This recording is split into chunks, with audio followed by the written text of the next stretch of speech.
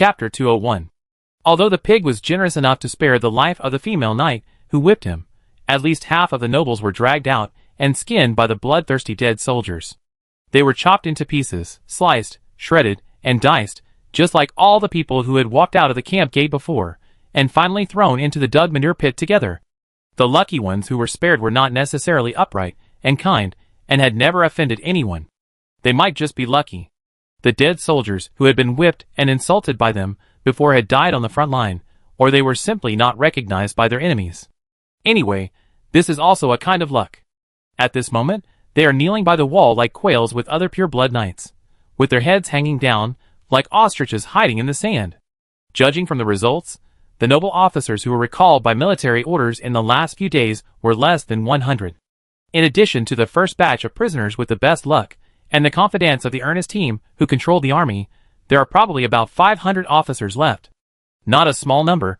Can't each of them use sand table military law to command at least 100 golem soldiers? This number of people is enough to control an entire army.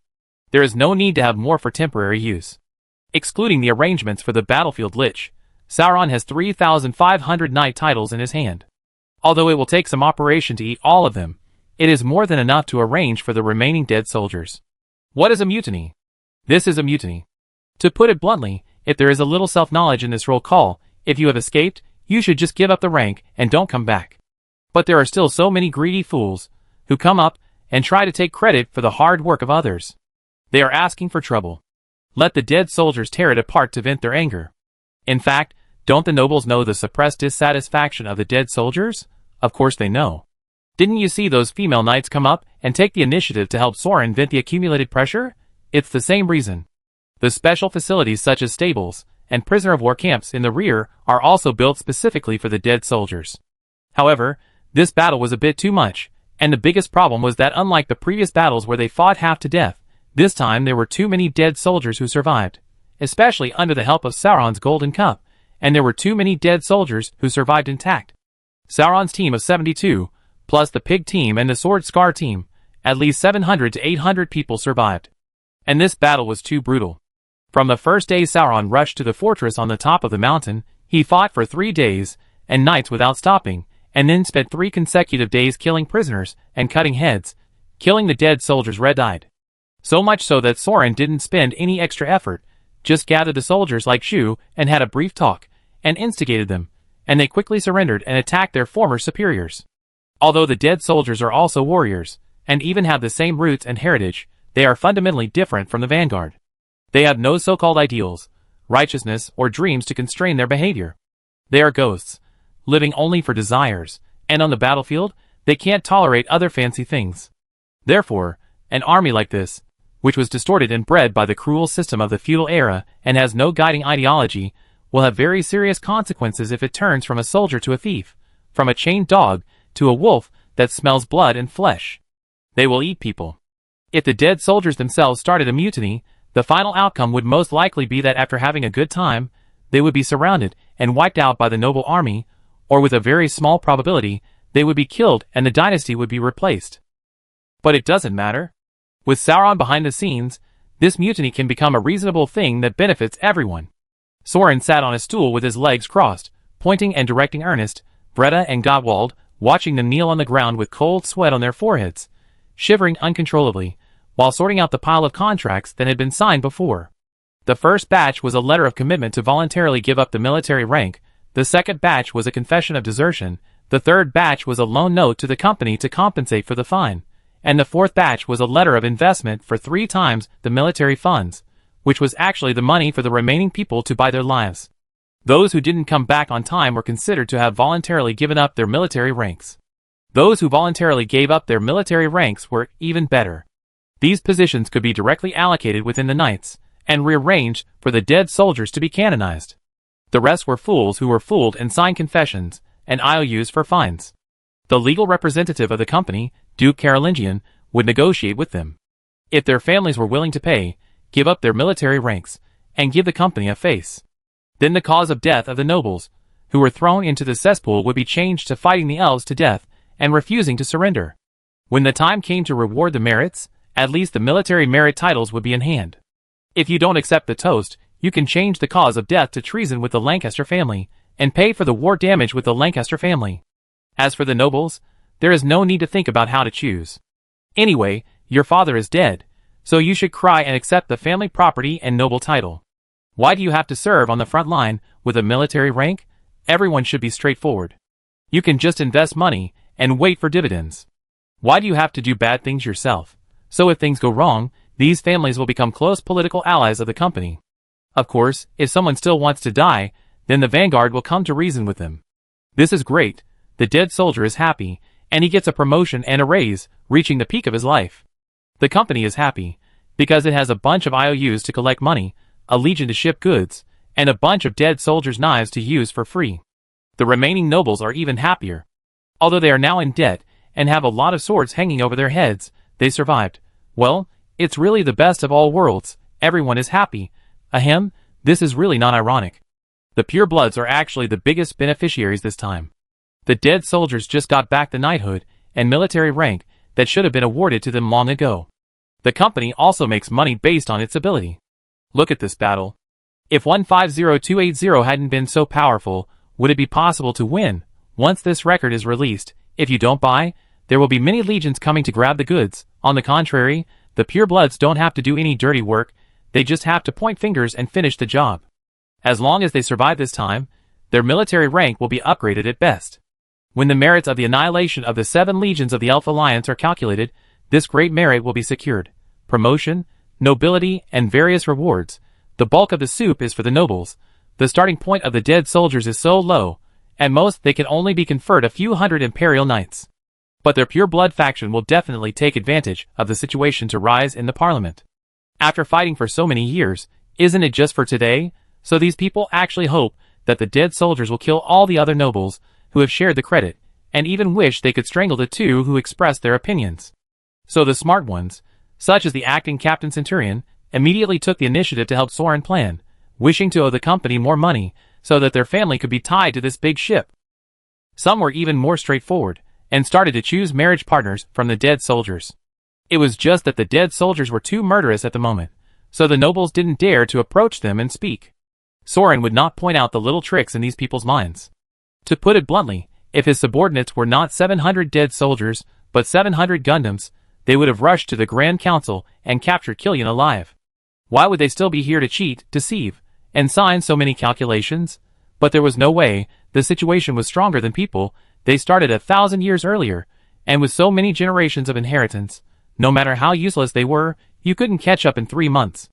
Therefore, we still have to use the pure-blood faction as a target, and use the conflict between foreign nobles and local nobles to attract the attention of the parliament, so as not to kill too much, and the nobles will recall the fear of being dominated by the vanguard army and be forced to unite, which would be a tragedy. So the contract and the head were sorted out, and the entertainment of the number 3 camp was over for the time being. The dead will not speak.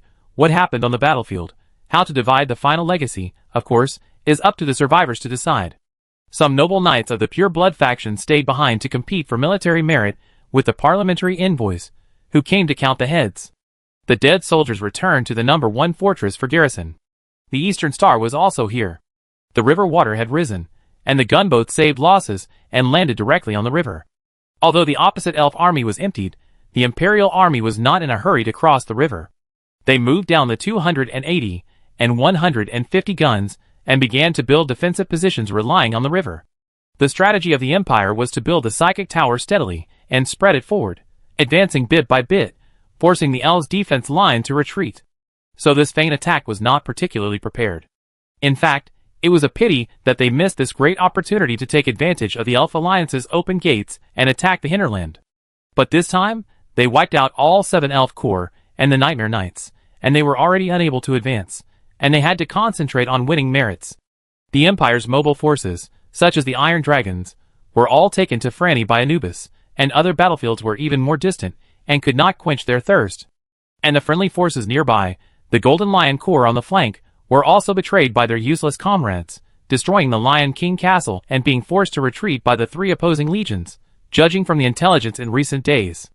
Although the Nightmare Knights had inexplicably made an epic attack, and the river suddenly rose, also cutting off the retreat of the 3 elven legions over there, there was still a certain chance of fighting.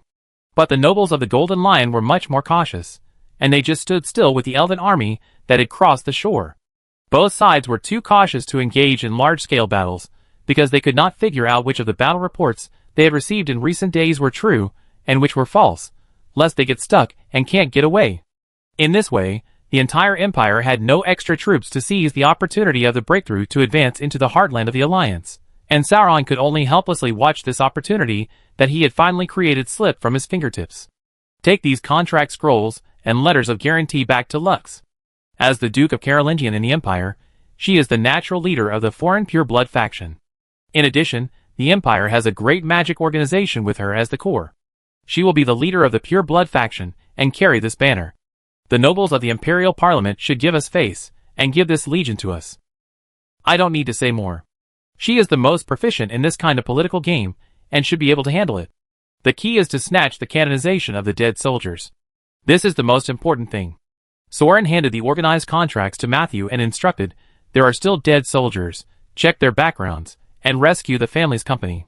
These people are not very conscious, and need time to educate them. For the time being, I can only win them over with brotherhood. Let the vanguard send a few people with similar temperaments to mix with them. Don't be nerdy. The words are too complicated for the rough to understand. The assassin nodded and left. The gunsmith Henry also came to discuss with Soren, is the future development really going to focus on 280? Of course, they recorded the situation of this artillery battle in order to use the real results to convince the Imperial Navy to purchase 150, but who knew that the old 280 would shine? As a technical person, Henry was really speechless. Soren thought for a while, different battlefields have different situations, and there is no need to get stuck in a rut. Since the Eye of Panoptus can indeed cooperate with the mortar projectile curve to play the role of a fire control radar, then continue to develop this fortress gun. Doesn't the Technical Development Bureau already have a plan for a flying fortress? Perhaps the fortress cannon can also shine. They can buy whatever they want. After all, God is the one who pays. Also, remember to double the insured price of 280. We can just add another 150 for each gun with the extra money earned from 280. Henry gave him one, and he left with a satisfied look. Dwarf, you called me? Eir came over with a dragon spear. The Lake Light sword is your trophy. Alas, the fortress still needs that sword for power. Forget it, just leave it here. The vanguard army will just need the dragon spear. One Ear waved his hand. Are you so generous? That's a divine weapon. Sauron looked at him suspiciously.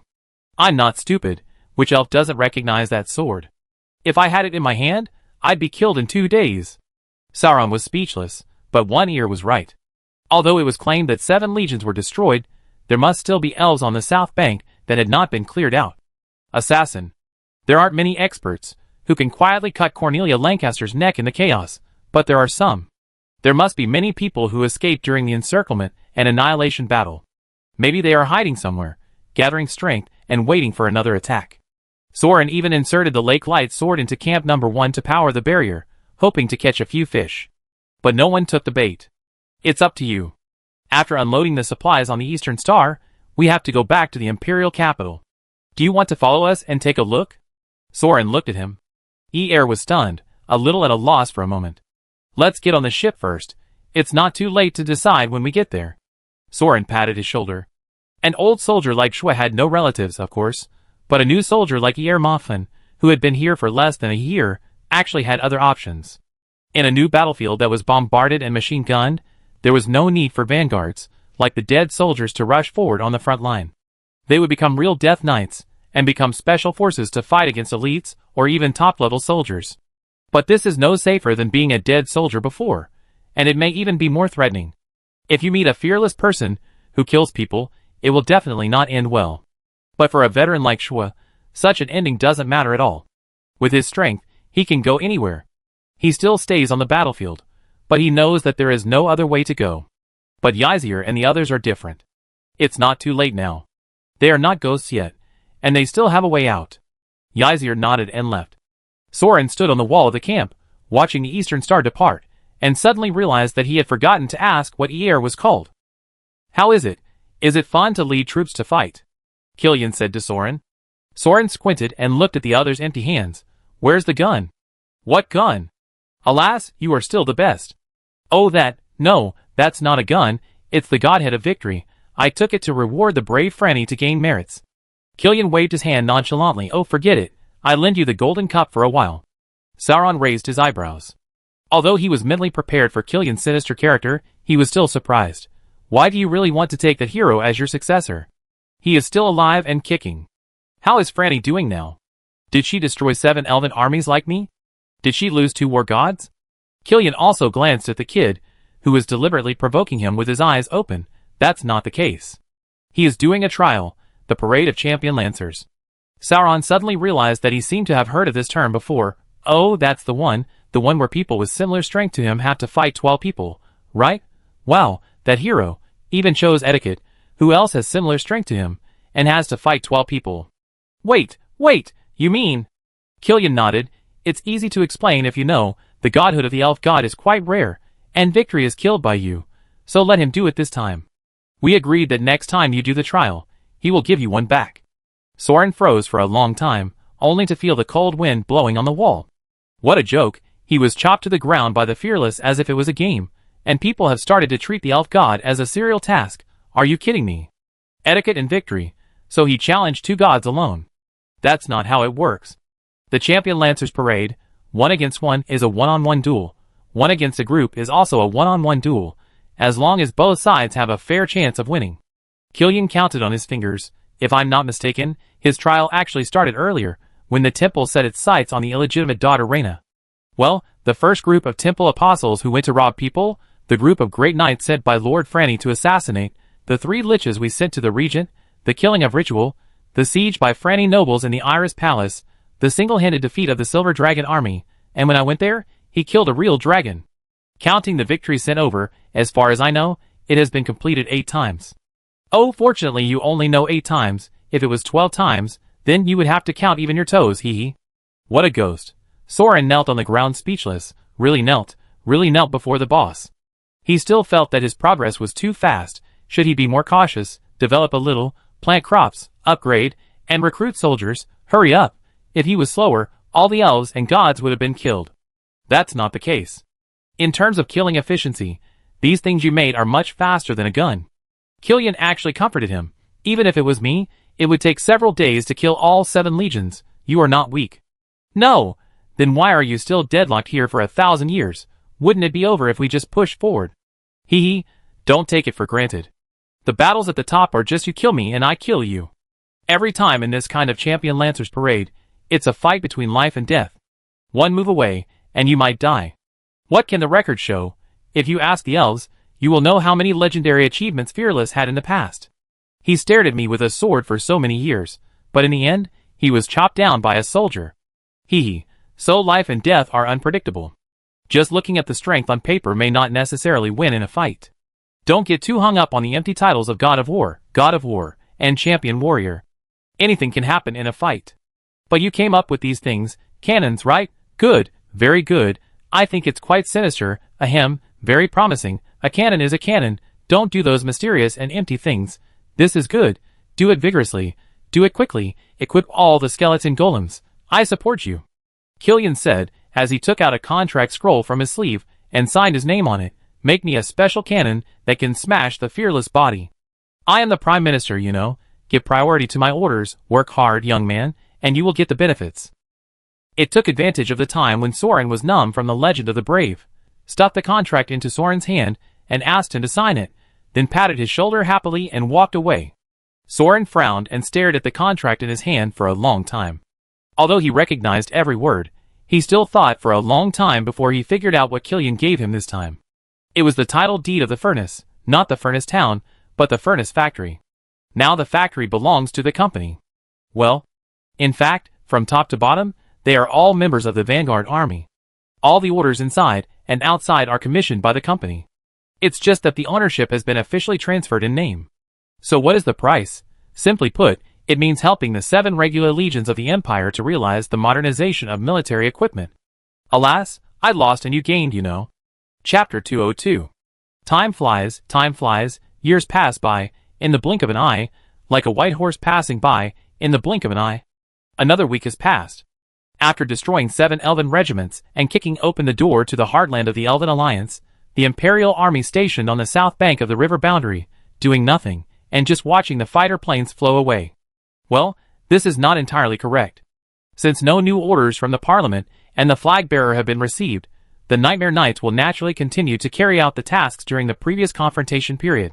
Stabilize the defense line and build the psychic tower. Now that the elven defenders on the other side have been destroyed and there is a big river as a barrier, naturally there will be no more troops to repeatedly harass and interrupt the construction process of the Empire. A large number of supplies were sent to the rear front to start the construction of the psychic tower defense line. The plan was to use Camp Number 1 as the core, and 6 branch crossings to establish subcamps as the fulcrum of the battle line. Each camp was built into a psychic fortress. The headquarters and warehouse were placed in Camp Number 3, relying on a whole new front line of the river. The Imperial Army, barracks, workshops, supply warehouses, etc. in the rear will also advance a big step, declaring the final victory of years of confrontation. Perhaps the top leaders of the Empire did not expect to win so much this time, and they did not argue for a while about how to use this huge advantage. They simply followed the original plan and continued to advance steadily, first completely crossing the threshold of the Elf Alliance, and then consider attacking the heartland of the Alliance. Of course, it may be purely delayed by fighting for power and profit. After all, the lower and upper limits of these imperial nobles are equally unfathomable. God knows what they think every day. Sauron has no time to get involved in the strategic planning of the command level. He is really busy and dizzy. He is a temporary quartermaster. He originally asked for the title to grab orders, but now he is in trouble. How much materials are needed to build the psychic tower, how to plan the camp, how to arrange defense, how to allocate the new engineering team. Originally there were a lot of nobles in each team and camp in charge, but he killed all those people and threw them into the cesspool, so there is not enough manpower, so he can only coordinate these, or at least sign. Finally, Soren had foresight and transferred the pure-blood knight Violetta to a nearby tent in advance. He originally thought that she would be free to do something, but who knew that she would really come in handy.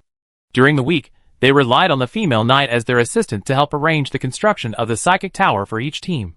The two of them were exhausted and had to run around in various camps and construction sites. Sometimes they had to roll up their sleeves and work on the site, leveling the ground, digging ditches, building houses and moving things, assisting in the arrangement of magic circles, golems, gargoyles, and building docks, turrets, psychic towers, etc.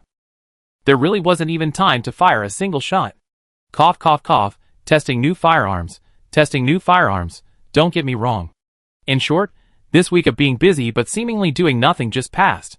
If Soren had to make a summary of this week's work, he would like to say that maybe some people are more suitable for charging into battle, riding Duchan and Red Hair for a ride, and they are simply not the right material to be the chief accountant.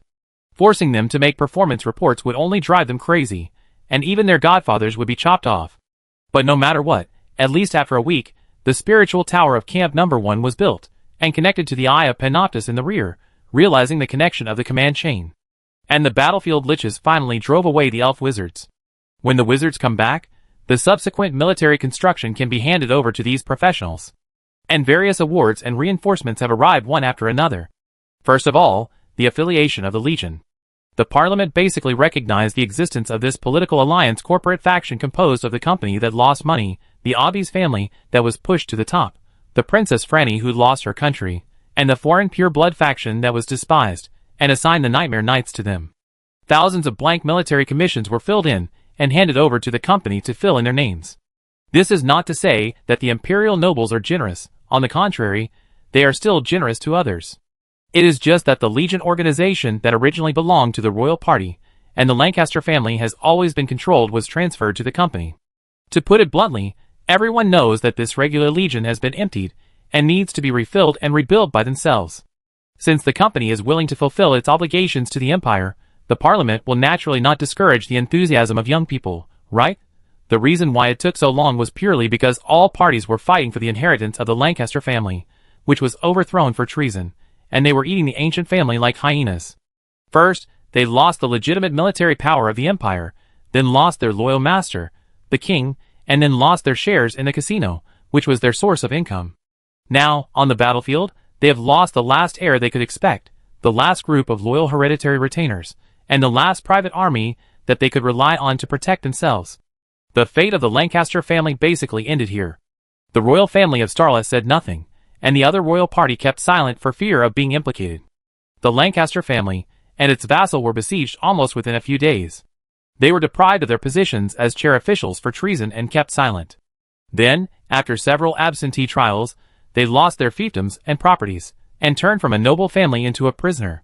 If it weren't for the white-robed Hua's soft heart, who expressed his willingness to take the Lancaster family's orphans to the academy for upbringing, the bloodline of this ancient family might have been completely cut off within this week, and even become a high-priced commodity in the slave market.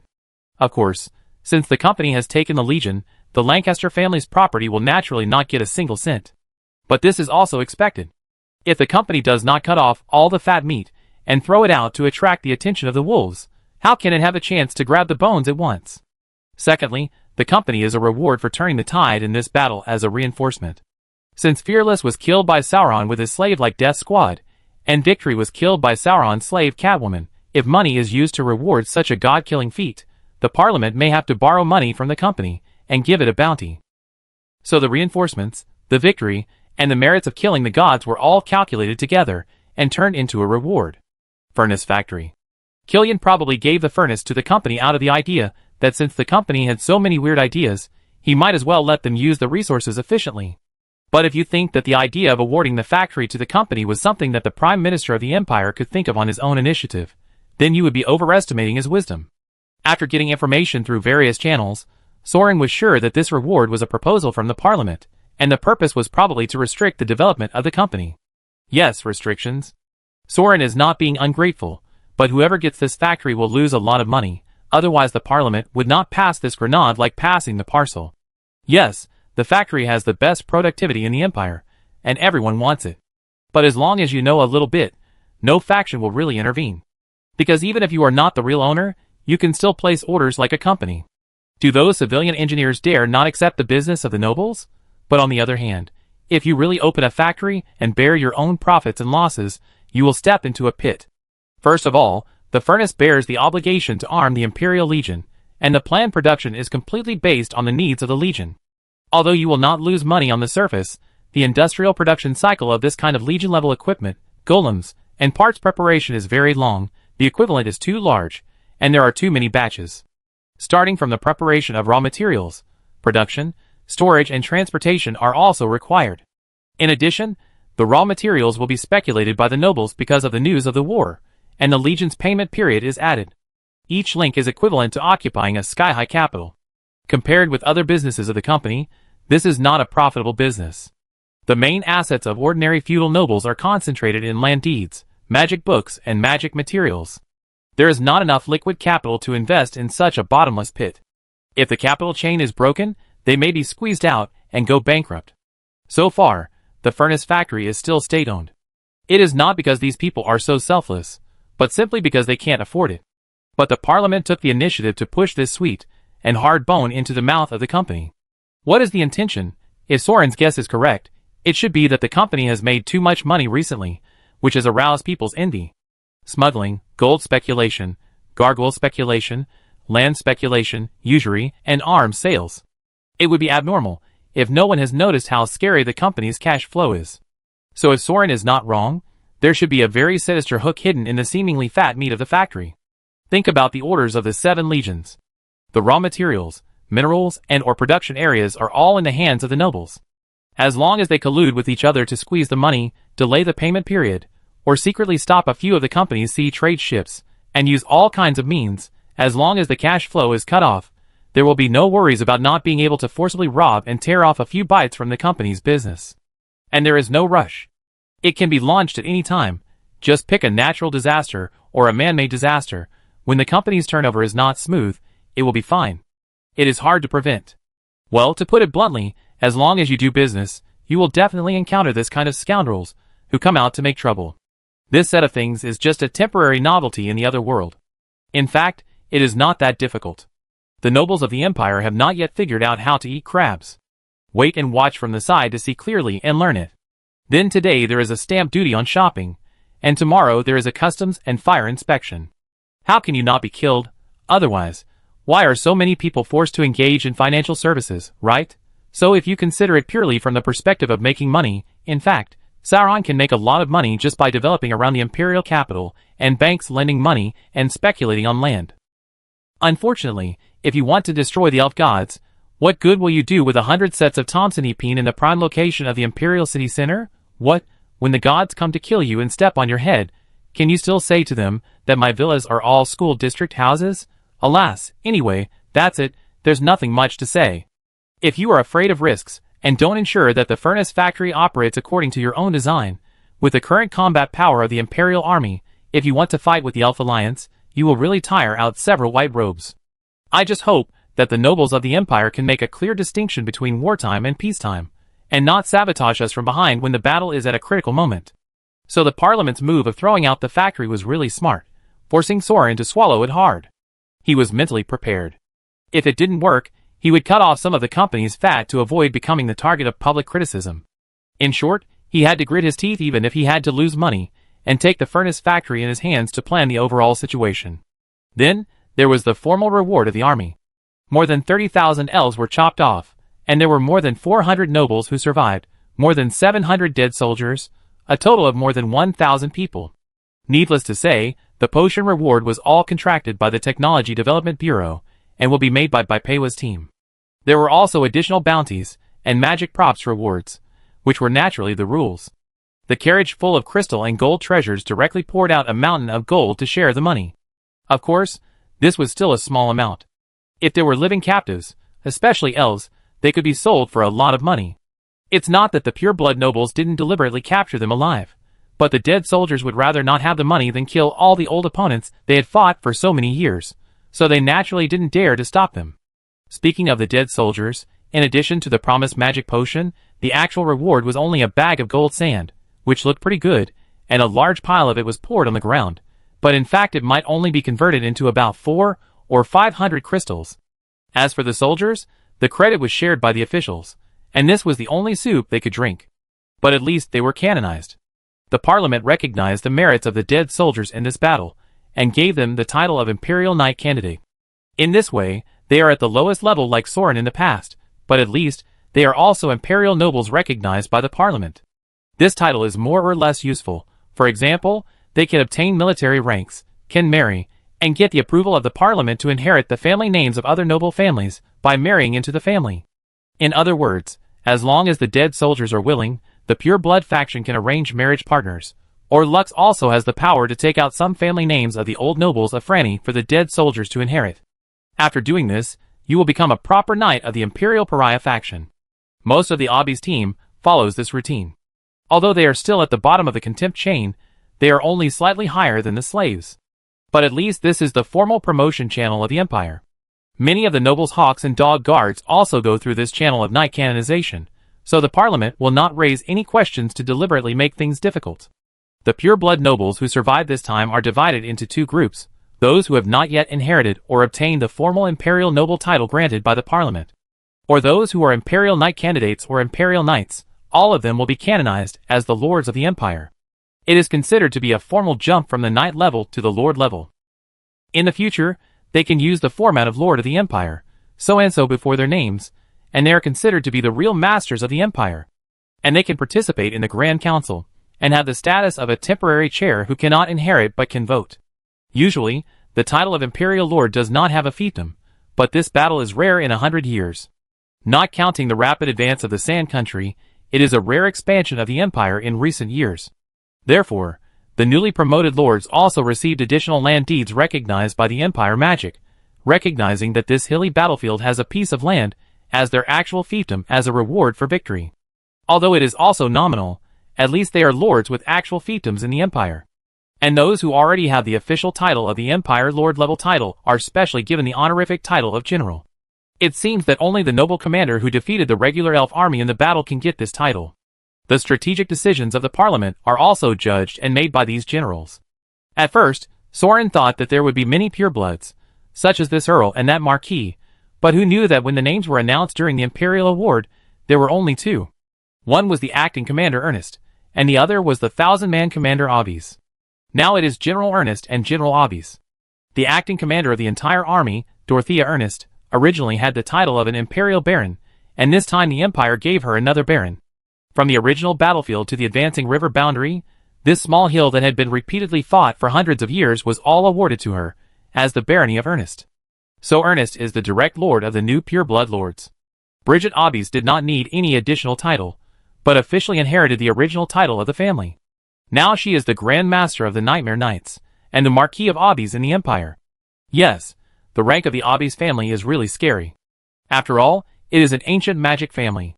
It was only in the last 2 generations that the family fell into decline and turned into warlords.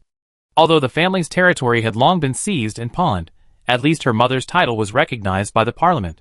In fact, this is also the direct reason why among so many centurions, only the Obbies family can compete with the Lancaster family. The titles of others are not even worthy of being on the table, so Ernest is very wise to know that the Parliament will never give a regular legion to a lower-level noble like her, who is also the commander of an outsider. It is a good deal to get an extra territory.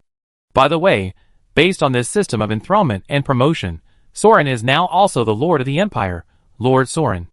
He looked at the military merit deed he had obtained, which roughly meant that the Imperial Parliament recognized his military merit and divided the conquered territory equally among the knights, who had made contributions and survived the battle. In other words, one of the hills in this hill, Ernest Hill, belonged to the family of the inter-hero Nell. Well, an unknown hill was the reward given to him by the Imperial Parliament after he fought for 3 days and nights, killed 2 gods, and annihilated 7 legions. Then look at the titles given by the Parliament to the nobles with military merit, which were also very petty and timid. They were reluctant to give even 1 viscount, and the Obbies family only recognized their own honorary title. No wonder the whole city was shocked when Sarasis was conferred the title of Earl. This is actually a good thing, because it shows that the Empire's land annexation has reached a fever pitch, and the Parliament can't really offer anything extra to win people's hearts. But the company can. The gifts bestowed by His Highness Laminios, the Lord of Franny, the Carolingian Duke of the Empire, and the Imperial Parliament's enthronement arrived almost at the same time. She was quite concerned about becoming the leader of foreign nobles, and generously gave a lot of titles. The pure-blood lords obtained the title deeds and legal claims of the Franny kingdom. Of course, it is an honorary title, but if you take the title and territory with your own soldiers, you can go to the Parliament for notarization and obtain formal and legal recognition. You can also take this deed out for trading. There will always be other nobles who are eager for land and are willing to pay a lot of money in exchange. So even if it is a blank check, it is at least more real than a bare hilltop, right? No matter what the nobles calculated in their hearts, at least in front of Soren, they still showed respect and love for Duke Carolingian, and expressed their willingness to follow the company's lead. Finally, reinforcements arrived one after another. Because the Nightmare Knights suffered heavy losses, the Ernest team retained the command system. All the golem soldiers and gargoyles in the army were centrally commanded by the pureblood officers of the Ernest team. But this was not a long-term solution. After all, the pureblood faction was not so reassuring. So Marlin and Sally also brought the female knights of the Plasma Rose to graduate urgently and come to help lead the troops. Together with the remaining dozen or so great knights of the Untouchables faction, and some fellow villagers from the furnace town recommended by Soren, they could barely help Bridget support the Obbies family's main team. This way, the command system will not have to rely on the pure blood team alone. After all the old dead soldiers were enthroned, Ju was directly appointed as the captain of 1,000 men. Now the Scrofa dead soldiers will replace the previous knights of the Obbies team and take the task of charging the battle first. Another 5,000 slave dead soldiers were also sent to fill the vacancies according to the rules of the Legion. Of course, from now on, they will not be treated as cannon fodder, but as servants for training. All of them will be trained by the old soldiers, and they will also receive education on muskets and artillery, and occasionally help with work. Life is fulfilling, busy and boring. Then, there was the inter-hero Nair team, which was formed by the company's vanguard. Soren had been a quartermaster for a week, and was tired of it, so he threw the position to the accountant sent by the company. He directly promoted himself to the position of 1,000-man captain. Of course, he actually left the work of 1,000-man captain to his 2 deputy commanders, Yui and Valletta. His 1,000-man team was of course a modern infantry mainly equipped with muskets. From the vanguards of the farms and mining areas, as well as the refugees from Franny, he recruited more than 1,000 good players who had participated in the uprising before. They were equipped with machine guns, grenades, and burst rifles, but unfortunately most ordinary people could not withstand the potion enhancement, so his troops could only provide long-range firepower, and they still had to cooperate with the Scrofa team in close combat. As for the 8 150s and 4 280s on the front line, they were also replenished with enough ammunition, But they were not commanded by Soren, but were assigned to the battlefield Lich Brigade, connected to the magic network and incorporated into the defense system. By the way, the Liches took a long time to find the remaining head of Icelian from the pile of corpses, and took it back to the Technology Development Bureau for repair. It is unknown when it can be repaired. In addition, in this battle, many Liches, including the white-robed Schwartold, were crippled by the angry elven wizard Yogg, and the Liches were also short of manpower. Moreover, I don't know if it's because of offending the fighting faction, and the white-robed Yami, many battlefield Liches don't come to serve in the Nightmare Knights. They found various excuses to transfer to other legions. So the battlefield spell support officer of the Nightmare Knights, and the magic warlord was replaced by a newcomer. Poljus, you're wearing a black robe? Soren is very welcoming to his comrades, who come to help him dig trenches and build houses. I have the strength to wear a black robe a long time ago, but I just want to make my resume look better. Oh, forget it. Let's not talk about the past. They are all freaks. Once again defeated by guilt in the final, Palucho, who had to recuperate for 2 weeks before he could get out of bed, looked very haggard and finally gave up the fight for the title of the first place. He recognized the title of the second place person.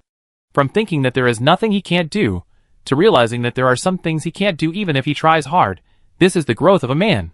Chapter 203. Our new mission is to cross the river and build a camp on the north bank, and then use this as a fulcrum to continue to expand the battle line to the north, repair the psychic tower all the way, and build a new line of defense. The number 1 Battalion, the headquarters of the Nightmare Knights, Grand Commander Bridget Obbies gestured on the sand table, and conveyed the military order issued by the Parliament to the officers under her command. This is too conservative. After 2 weeks of keeping the troops in place, they still have to push forward little by little. After all, the Elven Alliance lost 7 corps at once, and the second line can't provide many troops, right? Isn't this a waste of time? The great knight Renaud, who is now the commander-in-chief of the Obbies team and the actual commander, said. By the way, the former lieutenant commander of the Obbies team was taken over by the Scrofa team. Well, now he is probably disciplined by the carrot and stick, and he is obedient. If he doesn't suppress the dead soldiers anymore, he will probably suffer from Stegelmer syndrome soon. No, the Parliament only prohibits our army from sending troops, because the war losses are too great, and we need to reorganize. Be cautious and be on guard, and don't act rashly. Deputy Captain Ernest explained. In fact, the order given to the Golden Lions was to launch a general attack immediately, take advantage of this God-given opportunity, break through the Elves' front line, and make an unprecedented contribution. So that's how it is. Soren understood that the decision-makers of the Parliament were not stupid, but rather they were playing their role normally. Using various excuses such as rewards and reinforcements, they dragged on for several days, and forcibly suppressed the Nightmare Knights, who had made great contributions, preventing them from continuing to play their roles, and instead let the Golden Lions and Starless King Lord Knights controlled by the parliamentary nobles come to compete for the credit. Although it's disgusting, it's reasonable. The Nightmare Knights do need to reorganize, and they can't let one regiment fight all the tough battles, but the question is, why doesn't the Golden Lion move? Ernest's current adjutant, General Gawald, frowned as he looked at the sand table. This is the weird part. The Parliament was so biased and urged to start the war, but the Starless Knights, after destroying the Lion King Castle and retreating to the south bank, fell silent after hearing that the Nightmare suddenly won a complete victory and an epic victory. For 2 whole weeks, the garrison remained stationary, neither advancing nor retreating. They even watched the 3 Elven legions crossing the river to deploy defenses and divide their forces to fill the huge gaps on the battlefield, without any reaction. Everyone looked at the battlefield lich who served as the mage of the knights. Yes, the battlefield mage, Pollux. Although he was not a battlefield officer, the battlefield mage was responsible for using the Eye of Panoptos to communicate intelligence with the entire Empire army, not to mention that Armstrong, the chief battlefield lich of the Golden Lion Legion next door, was his father. I heard that it was Grand Commander Stormheart who refused to fight. Paul Lucius didn't spoil the fun by keeping everyone in suspense, and directly satisfied everyone's desire for gossip. Impossible, the Grand Master is a stubborn soldier, and a conservative nobleman. How could he disobey the military order of the Parliament? Yuyui, the centurion of the inter-hero Nair team, who now regained the status of Death Knight, didn't believe it at all. After all, she was originally a servant of Stormheart's family, and she knew the stereotype personality of the Lion King very well. He didn't disobey the military order. The Grand Master allowed the knights to fight, but he simply refused to take action. Pollux scratched his face in embarrassment. Maybe the nobles pissed him off, when we were retreating from Lion King Castle. The Lion King said that after so many years of guarding the front line, now that he has withdrawn and lost 7 regiments, the elves will not dare to attack. So he asked for leave to return to the capital to recuperate, saying that he wanted to repair the ancestral house that was demolished and retrieve the lost things. Yayuyi, Marlin and Sally, the 3 Centurion Knights, glanced at Soren with the corner of their eyes. Soren waterfall sweat. No, Marlin, what are you looking at me for? It was you who led the people to demolish the Stormheart family. Ahem, anyway, because the Lion King suddenly quit, the Golden Lion Knights were caught in an awkward situation. The nobles also knew that this was a once-in-a-lifetime opportunity, and they also wanted to take this opportunity to break into the heart of the Elf Alliance and make merit. But the problem was that without the protection of the Lion King, they dared not. There were 3 elf war gods on the opposite side, and only 2.5 of the King Lord Knights could enter the state of war god, except for the Lion King. Now that the Lion King is gone, how could the top nobles take such a risk to fight and involve the entire army? Before, when they only faced the risk of victory circumvention, they chose to flee at the first opportunity. So the nobles of the Starless Lord Knights held the military order to advance, remain silent for 2 weeks, and watch the fighter planes slip away without moving. Just because no one led the charge. There is nothing to say, the fox borrowed the tiger's power, which is completely the daily style of the nobles, and it is normal. What? You ask why we can't gather another army? Of course we can.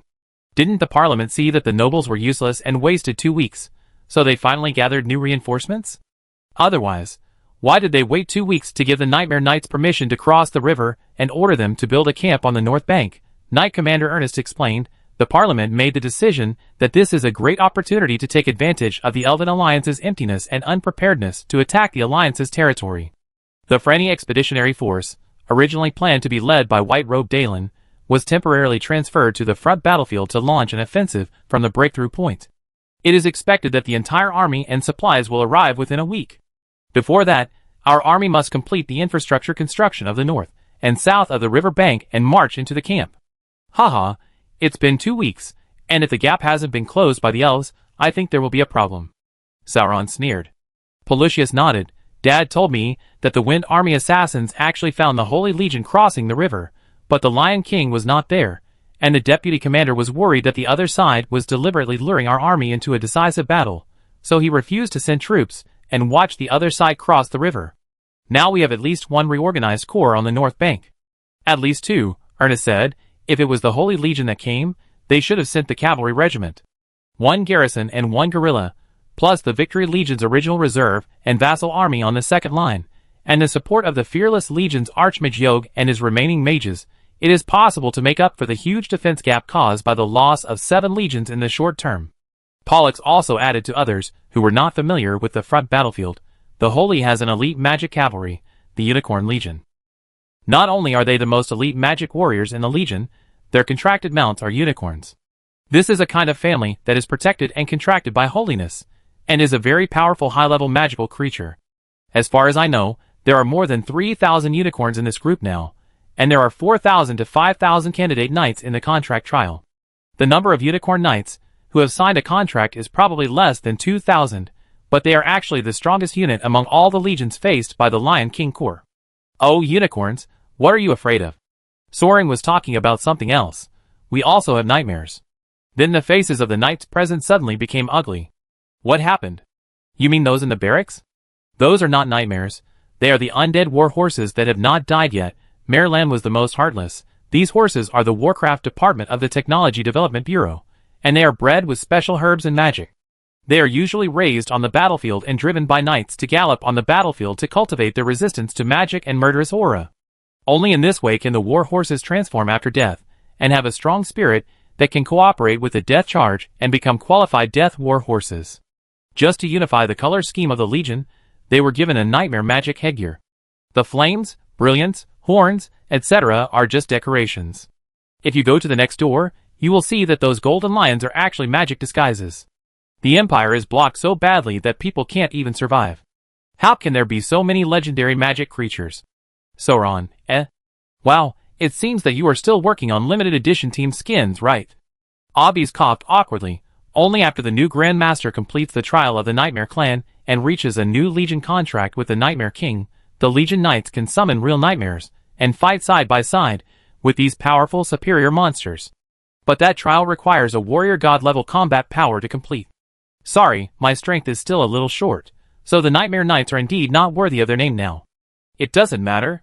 You see, we have defeated 7 legions without nightmares. Once we have nightmares, won't the combat power double again? Even if the entire holy army comes, it will be flattened. There is no need to worry. Sauron stabilized the morale of the army. High-level monsters, like unicorns, are different from low-level war horses. Pollux shook his head repeatedly. They are extremely sensitive to magic. Once they detect a large gathering of magic, they will disperse and escape in advance, coming and going like the wind. And they have their own racial magic, various protections and blessings, and a lot of enhancement magic, which will only be stronger in a magical environment.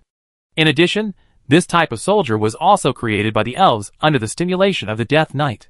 A very annoying magic called Holy Marriage was specially developed for Death Charge. It is said that those unicorn knights and their mounts have concluded a kind of magic contract similar to a marriage contract, which creates a strong magical bond between them. As long as one of them is not dead, the soul can be revived. In addition, unicorns also have the racial magic of powerful healing. Unless the spell slots are exhausted, it is difficult to kill a pair of unicorn knights. I'm afraid that it's difficult to effectively attack the unicorn core with only golems and cannons. We used to have the great knights to deal with the unicorn knights, but now the Nightmare Knights don't have enough Death Knights. No, seriously, can we stop targeting the Death Knights? It's too much to have hundreds of countermeasures for one skill. Is it really so disadvantageous to show your trump card first? So what, said Pig Scrofa indifferently. Didn't the Fearless and Victorious Corps also have their own invincible magic, but they were still killed? Anyway, we just need to kill them in pairs, both men and horses. As usual, I will lead the dead soldiers across the river, and lead the way to prevent the elves from interfering with the construction of the camp on the north bank. Other Dead Knight officers also nodded. The old tactics are actually quite useful. It is not certain that the unicorn army will really cross the river to harass, and the enemy will not necessarily risk launching an attack when the 7 armies are inexplicably wiped out. After all, the elves also have to consider the current situation of limited manpower, fill in the gaps and guard against the golden lions on the flanks. We still need to be prepared for a large-scale field battle with the elves. Deputy Captain Ernest suggested. Team Obvies and Team Scrofa cross the river. Advance to the border that can be detected by the sand table to guard against enemy attacks. The construction and vigilance of the camp on the north bank will be carried out by our team in cooperation with Sir Armstrong. The inter-hero team Nair and the attendants will stay on the south bank to continue training and reorganization, and provide artillery support when necessary. Bridget had no objection and followed the deputy captain's plan to pass on the order. After all, we are short of manpower now. The battlefield liches don't come. It's too much to let Pelechius work alone with a bunch of weaving puppets. Even the donkeys in the production team are not so well trained. We can only rely on the noble knights of the Pure Blood faction to help with the civil engineering work of the camp. The Obbies team now has the private soldiers of the Iceland family brought by Marlin, as well as the mercenaries of other female knights, and the strength of the troops is also over 10,000. However, most of the female knights of the middle and lower-level officers are young sisters who have just graduated from the Plasma Rose Society. Whether it is fortification construction or leading troops in battle, they need experience. This time, they just followed the troops and conducted field training. The main task of guarding against the elf army is to rely on dead soldiers. Of course, veterans like Schwabo don't mind going to the battlefield, and now they have upgraded their weapons. In the past, they only had a set of armor and a knife, but now according to Soren's custom, everyone brings a lot of potions, healing scrolls, and grenades. Literally armed to the teeth. To put it in a more arrogant way, I am a dead soldier, but I don't even know how to write the word dead. In addition, the company also specially sent a machine gun and mortar firepower battalion to the Scrofa team as long-range support. In addition, the private soldiers of the Isanglian family are also equipped with modern equipment, each with a burst rifle, and they are not short of long-range firepower. There is nothing to be afraid of when such an army fights the elves head-on. And Soren's inter-hero in their team is really an empty shell. Now, the female knight Valletta, who has quickly gained Soren's trust in the past 2 days, and has become Soren's confidant, is the actual commander of the warlord. Yuyui leads the company's security guards, and the newly arrived slave dead soldiers to train together. Before these newcomers completely digested 4 bottles of magic potion, and had the strength to fight, Soren did not intend to waste these talented seedlings. He just used this time to train with muskets and artillery, and educate the new vanguards, and train them in the direction of a modern army. I will also go to the front line with the Scrofa team. Sauron also wanted to cross the river. He was a half-baked war god after all, and at least, he thought, he had a trump card to deal with the top superiors. The main reason was that he really didn't want to stay on the south bank to handle paperwork, and he was too lazy to help Palucho ram earth walls and dig trenches. You have been summoned by the flag officer, Obvious explained to Soren. The white-robed Schwartold has called you. You have to go back to the base camp. At this time? If he wants to see me, why don't he just come over here? Soren frowned. Obvious covered his forehead. What are you talking about? How can a superior come to see his subordinates in person? Well, you know what? Some people are just so shameless. And they summon you specifically at this time. Ernest looked at him. Maybe they are afraid that once you cross the river, you will defeat the elves again and rush all the way to the north. This really thinks highly of me. However, he chose this time to plan, just to prevent me from making new achievements. Even if Soren returned to the base camp to meet with the flag bearer, he would not be able to get away with a simple chat. He would probably be involved in a lot of trivial tasks. Anyway, he was looking for an excuse to order me not to move rashly. Unless there was a real fight on the front line, he would not let me participate in the battle to make achievements. Alas, there was no way. He killed 30,000 or 40,000 elves at once, which was more than the achievements of others in hundreds of years. His performance was really too dazzling. In addition to the previous expedition of the Kingdom of Sand, even the most arrogant nobles could not fail to notice Soren, the hero of Int, Nair, who suddenly appeared. It seems that we have to keep a low profile. So the Nightmare Knights started to get busy again. Each team began to prepare for the battle across the river, and the construction of the camp. Soren also wanted to find Marlin and Sally to hook up, be friendly, and experience the excitement of a long-lost marriage. Who knew that they were both on the battlefield for the first time?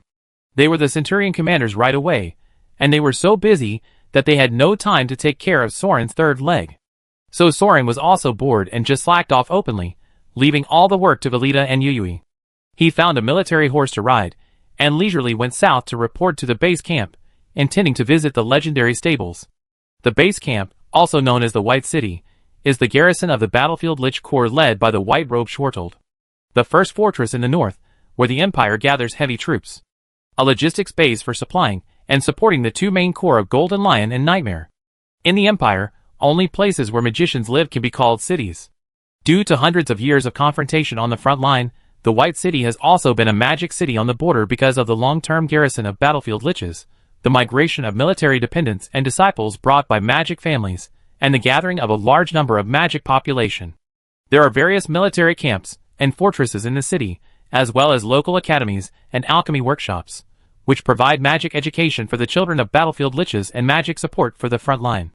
Therefore, the magicians and their disciples in White City are basically from the families of Battlefield Liches. After graduation, they will be more likely to engage in military-related magic reinforcements near White City as Battlefield Magicians and Battlefield Liches. Over the past few hundred years, a small circle with strong cohesion has been formed. Yes, this is the base camp of the fighting faction. Compared to the magic families in the imperial capital, these Battlefield Lich families on the border are collateral branches, or worse, some poor country bumpkins, descendants of losers who were excluded from family infighting. But in the end, many families in this city have a close relative in the imperial capital. Strictly speaking, they can all be regarded as collateral branches, disciples, relatives, and inheritors of the three white robes of the fighting faction. Soren's relationship with the fighting faction is quite complicated.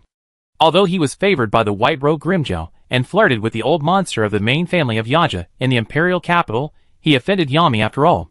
Not only did he kill the heir, but he also took the opportunity to expel the fighting faction in the Nightmare Knights. No wonder the Battlefield Liches looked at him coldly. Although Pelagius was also a Battlefield Lich, and he came to support Soren resolutely. But to be honest, he was still excluded as a freak because of his fighting faction. It can be seen that Armstrong and his son are not particularly core circle fighting factions. It is estimated that relying on their face to recruit people is not very effective. So in order to ease the conflict with the Battlefield Liches in White City, Soren really has to meet with the local Snake Schwartold in person, talk, try to fight, and make a PY deal. Otherwise, it would be too hurt for the Legion of the Magic Empire to have only Pelagius as a magician to support it. Yes, ease the relationship with the fighting faction, pull some magicians to work, and by the way, free up all the female knights, so that everyone will have time to do what they love. Chapter 204. White City. To put it simply, The fortress is white in color. When it was first built, it was originally called the Bone Fortress. There were skeletons and bone walls everywhere, so it gradually became this name. However, when Soren arrived, his first impression was that it should be called the Black City. It was charred black, and the air was full of burnt stench. There were ruins and uncollected corpses everywhere, and there were even more stone statues, demons, and iron soldiers that were blown away. The city gate and most of the city wall were blown away, so that Soren couldn't tell which side was the main gate. They were attacked by Yog, the god of magic of the elves. The gray-robed apprentice, who was cleaning up the ruins, told Soren directly after giving him a crystal, the northern fortress area was completely blown away. The central noble area was better defended, but the residential area in the south of the city was basically burned down. The fire was only put out 2 days ago. The battlefield Lich now uses the White Tower Academy in the West City as a temporary headquarters. You may be able to find the flag bearer there. Oh, this is your first time here, right? The stable is in the East City Commercial District. Wow, who asked you that? But it was really tragic. Judging from the design of the ruins, before the White City was destroyed, it should have been similar to the Gothic style of the Imperial capital's suburbs. Now it has really been turned into a wasteland. The elves have such a powerful magic force. The great wizards, who have accumulated for thousands of years, are naturally not something that the Empire's human apprentices can catch up with hundreds of years of effort. It can be seen that when they really fight, the magic combat power of the elf wizards is indeed stronger. Of course, it can't be said that they are useless in the martial arts faction. The configuration of the elves on the front battlefield is originally benchmarked against all the main forces of the Empire, and the white-robed Schwartold was only at the request of the Lancaster family in the last battle, as a routine counterattack to contain the magic power of the elves. Who knew that the elves on the other side would actually treat this as a full-scale war? The magic preparations of both sides were different, and the Iron Spider Spirit Tower suddenly exploded, so they were caught off guard and pushed back to the base camp, suffering a great loss. When Soren arrived at the White Tower Academy, he saw a bunch of people from the Technology Development Bureau. Several white robes from the Technology Development Bureau were researching and processing the liches that were beaten by various magics and only had parts left. In this battle, many battlefield liches of the fighting faction died a second time and fell completely. There are also many like Isenlian, whose artificial bodies are seriously damaged and whose spiritual bases are destroyed and need to be returned to the factory for overhaul. No wonder no one came to fill the vacancies of the Nightmare Knights. It is not necessarily because of the Yami family. It is probably because the Magic Corps is seriously short of manpower. Soren originally thought that the White City was in such a mess that the white-robed Schwartel probably had no time to meet him. Who knew that as soon as he reported his name at the door, he was brought to the flag officer by the guards. This guy is still scraping his bones to heal his wounds. Literally, the director of the Technology Development Bureau, Madness, was peeling off the black curse that was wrapped around the skeleton like hair from a skeleton in a white robe. Yug is stronger than he was 30 years ago. I can't handle him alone. I must send helpers to me. The skeleton didn't care that Sauron came in. I don't have any people to send to you. Madness untied the curse like a twirling rope. In the past few years, there has not been a single successful transformation of newcomers. Instead, 2 idiots were killed because of failed experiments. Look, there is also that kid. He has created a lot of things for me to do. Now the Technology Development Bureau is also short of manpower everywhere. Seeing that he was mentioned, Soren stepped forward and saluted. Greetings to His Excellency the Banner Officer, I am. The skeleton waved his hand impatiently. I know who you are, a dwarf. You should stay in White City for a few days, and don't go back to the front line recently. Is this house arrest? Is it necessary to be so ruthless? Whatever you think of it. The skeleton stood up and twisted his shoulders. If you want to go back to the Imperial capital, it doesn't matter, I will grant you leave, but don't cross the river to the north. Yog, the chief wizard of the Elven Alliance, and the god of war Fearless have been old comrades for thousands of years. They used to deal with errands, but now he is afraid that he has the intention to kill. You are now a half-baked warrior god. If you dare to appear in front of him, you are simply looking for death. Yes, sir. It sounds like a legitimate reason. Soren didn't need to stick his neck out and argue with his superior. Why do you have something else to do? Seeing that he was not leaving, Schwartold asked.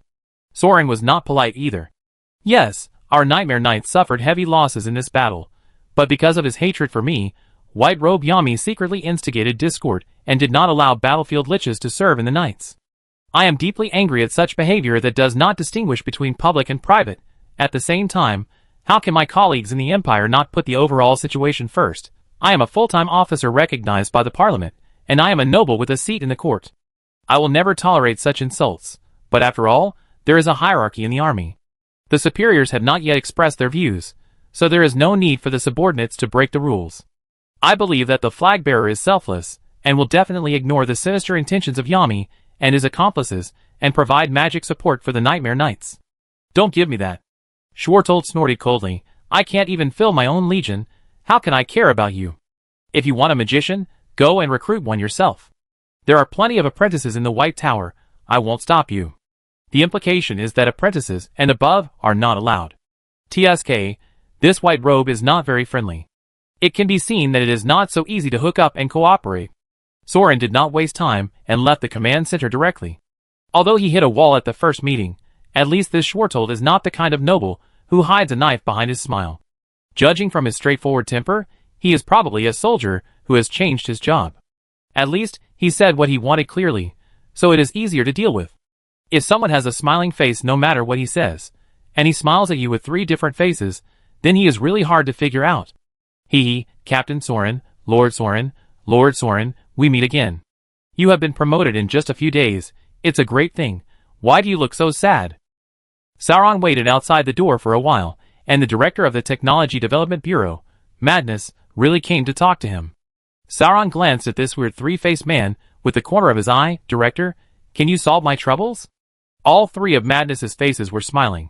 Oh, your troubles are the fear of the Parliament, the constraints of superiors, the incompetence of colleagues, the hostility of the militant faction, the threat of the elf army, and the lack of manpower and the shortage of troops under your command, right? Oh, what a pity, I can't help it all. After all, I am just an alchemist who likes to hide in the laboratory to make figures. Conspiracies and calculations are trivial matters. I can watch them for fun, but I really can't help. Talking to such smart people is troublesome. Although they are willing to communicate, you need to repeatedly test them to guess the other party's calculations and bottom line. The director is really an outsider, but he knows everything. Since you are not here to instruct me on these trivial matters, then I can provide you with some kind of help. Why not just say it directly? After all, I, Sauron, am just the president of a small company. I just like to help everyone. Making more friends means more opportunities. Sauron complained in his heart, and also put on the same fake smile on his face. Madness nodded with satisfaction. Sir Sauron, people like you who are good at dealing with people are rarer and more useful than the god of war. And you are so tough that you always survive. Even Fearless can't kill you. I admire you. This advantage is especially valuable. It shows that you have more opportunities and potential than others. I don't have to worry about you rotting in the ground one day. So I won't be polite to you, a potential long-term partner. It's a trouble for you to keep the Lake Light sword. You might as well give it to me. Sauron was not surprised. Because of the Eden Stone? The Technology Development Bureau is interested in researching it. You actually know about the Eden Stone? Yes, you do have the gift of psychic powers. Oh, this adds another advantage to yours. There is no need to explain many things. Very good, very good, very good. Men's 3 faces all laughed. Those warriors who only think about fighting and killing can't explain it. The value of this stone, the material itself, is far more important than the commemorative significance of the legendary sword that beheaded the Titan. If we can understand the secret of the mutual transformation of the 4 elements of magic, it will be more important than casting countless artifacts. Sauron nodded. You are right. I originally wanted to give it to the Technology Development Bureau for research. Take it. Madness's 3 faces were stunned. Do you really agree? Agree now? Did I not make it clear? I want to analyze it and conduct destructive tests. I am not taking the sword back to collect it. I want to break this artifact, dismantle it, melt it, and figure it out. Oh! Sauron shrugged, then remember to give the company a copy of the relevant experimental data, or simply, you can serve as the company's technical consultant? Madness took 3 breaths of cold air. Sir Soren, I find that I still underestimated you. You are too magnanimous. You don't even care about this kind of artifact. I dare say that if you give Lake Light to Schwartold, Ulrides, Killian, or any other white-robed knight of the old generation, they will take care of you as their own child, believe it or not. This artifact, for ancient warriors, has such legendary significance. Do you understand? Okay, I know that sending legendary artifacts can fill up the friendship points. I just prefer to use guns, whether it is a dragon gun, a musket, or a meat gun. Cough cough cough. In short, what I lack now is not 1 or 2 god-killing weapons. To put it bluntly, what I lack is time to grow. Your Excellency, the director has a keen eye and can see it clearly, because my teammates are too incompetent. Even if I perform normally, I still stand out from the crowd. This time, it has obviously attracted the attention and fear of all parties. If this continues, it will not be conducive to the company's purpose of making a fortune in silence. Director, do you have any solution to teach me? Madness nodded. There are a few ways. Oh, really? How many more? Sauron became interested. Please tell me. Madness looked around with 3 faces, then cast a soundproof barrier, came over and whispered to Soren. Sauron, I couldn't hear you clearly when you spoke louder. The director sighed. This is boring. You are communicating with psychics. How could you not hear clearly? Don't disbelieve it. This is really effective. Soren also sighed, but the ones you mentioned don't sound like the methods that decent people come up with. Soren. The director patted Soren on the shoulder. Do you want me to emphasize it again? Then I emphasize it again. Look at me with 3 faces. Does it look like a decent person? In this crazy world, no one who can survive is a decent person. Take this bottle of medicine, go to the stable, and do the methods I mentioned. In this way, as long as valuable fruits are produced, you will naturally form a stable and reliable alliance with their families and form an unspoken community of interests. They get the qualified fruits they want, and naturally, they will become your invisible guardians in the parliament. In fact, these people will choose to run far to the stables of White City for high-quality seeds, because their status is too high, and their family interests are too involved, so they avoid entering and leaving the clubhouse to attract unnecessary attention.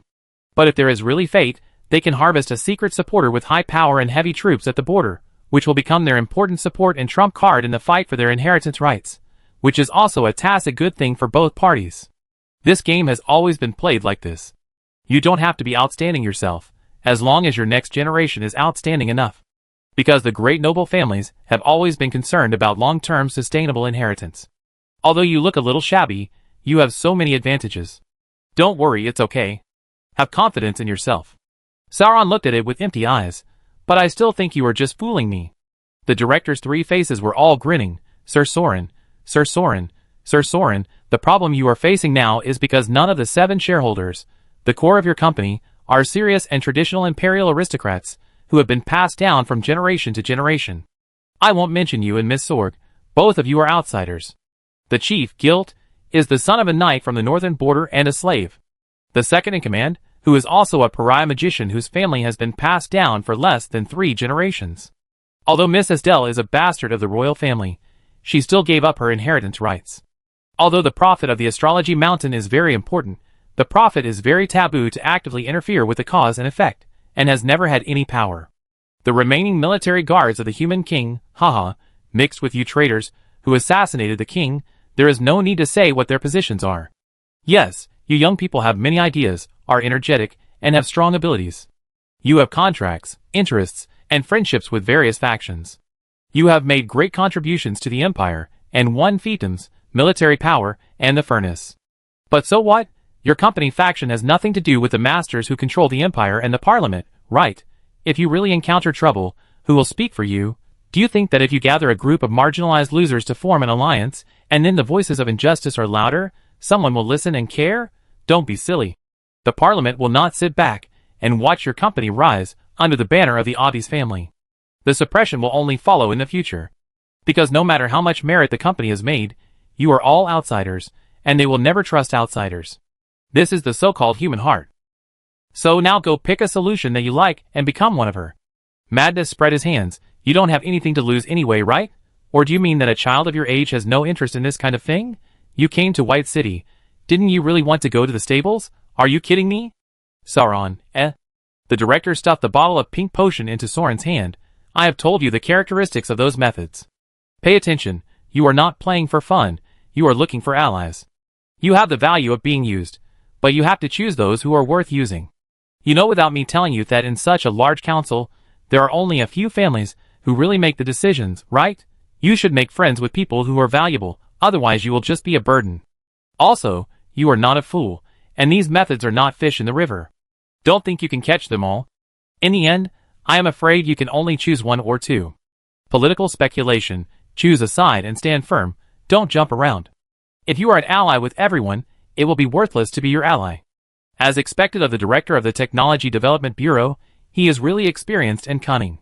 He just casually shared a little life experience and pointed out the way to break the deadlock to Soren, just like clearing the clouds and mist to see the moon, and there is another village after the dark willows and flowers.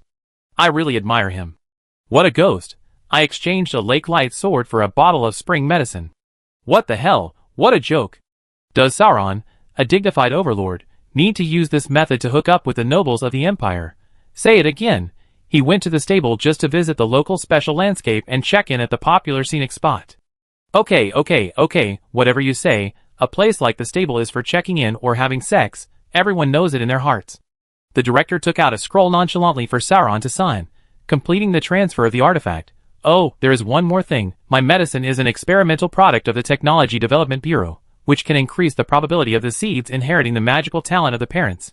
But it is only a probability, so to be on the safe side, it is better to use more to make up for it. Work harder, and be more diligent when cultivating, you know what I mean? Those who understand will understand.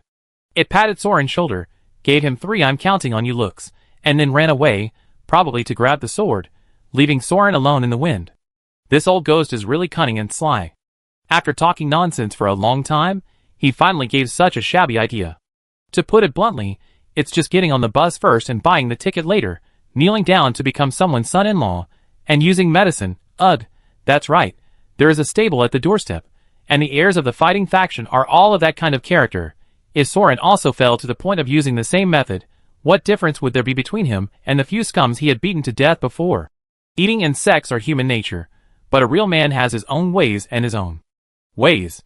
What's more, it is actually impossible to kneel down to the imperial nobles. Has he never thought about winning over an orthodox imperial noble as the legal representative and image spokesperson of the company and taking a middle road? But the company's base is actually the Vanguard Army. To take a middle road, at least the Vanguard Army must agree. So from the beginning, Soren sent Gedapeta, a local of the imperial capital with a strange face, as a guide to lead the Vanguard Army to investigate the behavior and misdeeds of the imperial nobles, starting from some well-known evil parties. In fact, it was to confirm whether the rumors and accusations from the common people were true, whether some noble families were really evil devils, or were they just framed and persecuted because of jealousy. Soren did not expect everyone to live like a saint, out of the mud without stain. Killing is inevitable in this world, but at least it has to be done by humans, right? Even if we don't use the values of his world, at least we have to let the vanguards of this world judge for themselves and think that they can be let go. But there is no such thing. So far, it seems that no noble has been forgiven by the vanguards. So now this activity has become playing the role of a righteous partner, carrying out heavenly punishment everywhere. What's even more outrageous is that the parliament didn't react at all. After all, various forces used the name of the vanguard to kill nobles. This kind of thing is really common in the Empire. What's so surprising? So there is no solution at all. It's not that Sauron didn't try, but the compromise route didn't exist from the beginning. Well, I was just planning to criticize the famous scenic spot with a long history like the stable with tinted glasses. But now the director made a fuss, and it became a matter of principle. Forget it, I'm not interested anymore. I can't even describe the place anyway, so I might as well not go. At most, I have to wait for 2 days, and go back to the barracks to find the female knight. With this in mind, Soren simply didn't go to the east of the city, and rode directly to the slums of the south city of White City. Although the method given by Madness just now was not feasible at all, one sentence of it awakened Soren. The second place was a pariah magician with less than 3 generations of family inheritance. This sentence also means that in border areas like White City, there is a group of pariah magicians with less than 3 generations of family inheritance. They are our own people. Chapter 205. Although in theory, even a low magic race like humans has a 1/4 chance of giving birth to offspring with magical talent, regardless of the level of magical talent, they can all be trained as magicians. But the group of untouchable magicians is extremely rare in the Imperial City, almost non-existent. There are of course various reasons for this, but to put it bluntly, the Imperial capital is a city where slave owners and slaves live. Even if a family in the slums has fallen into poverty, as poor as the Shicheong family, they can still be the heirs of the royal blood if they go back to their ancestors. This knight, that butler, are all hereditary retainers of a certain noble, and the generations of slaves have many titles. And in the lower underground, the underground city where the sun never shines, there are piles of slaves of various races squeezed together like sardines in a can, and there is no place for the untouchables to settle in the middle. Therefore, the untouchables in the territory, who are between these two classes, have a certain degree of personal freedom, but basically have no assets, usually live in the towns, factories, farms, and mining areas surrounding the imperial capital, which provide various raw materials and consumer products for the nobles. In this class, some people with bad luck will become slaves. Some people with better luck, who can rely on intelligence and hard work to accumulate some funds, will naturally want to climb up. Although there are more cases of being plundered by the nobles, productivity is developing after all. There are still smart people who make their first pot of gold and start to get rich by various engineering alchemy, civil construction, and commercial contracts. For example, the Kulyajevsky family, who started as a slave trader and even bought the title of a ruined noble, wanted to get a real title recognized by the parliament, but there were very few nouveau riches like their family who could make money to raise private soldiers, and even the pure-blood nobles from outside were excluded.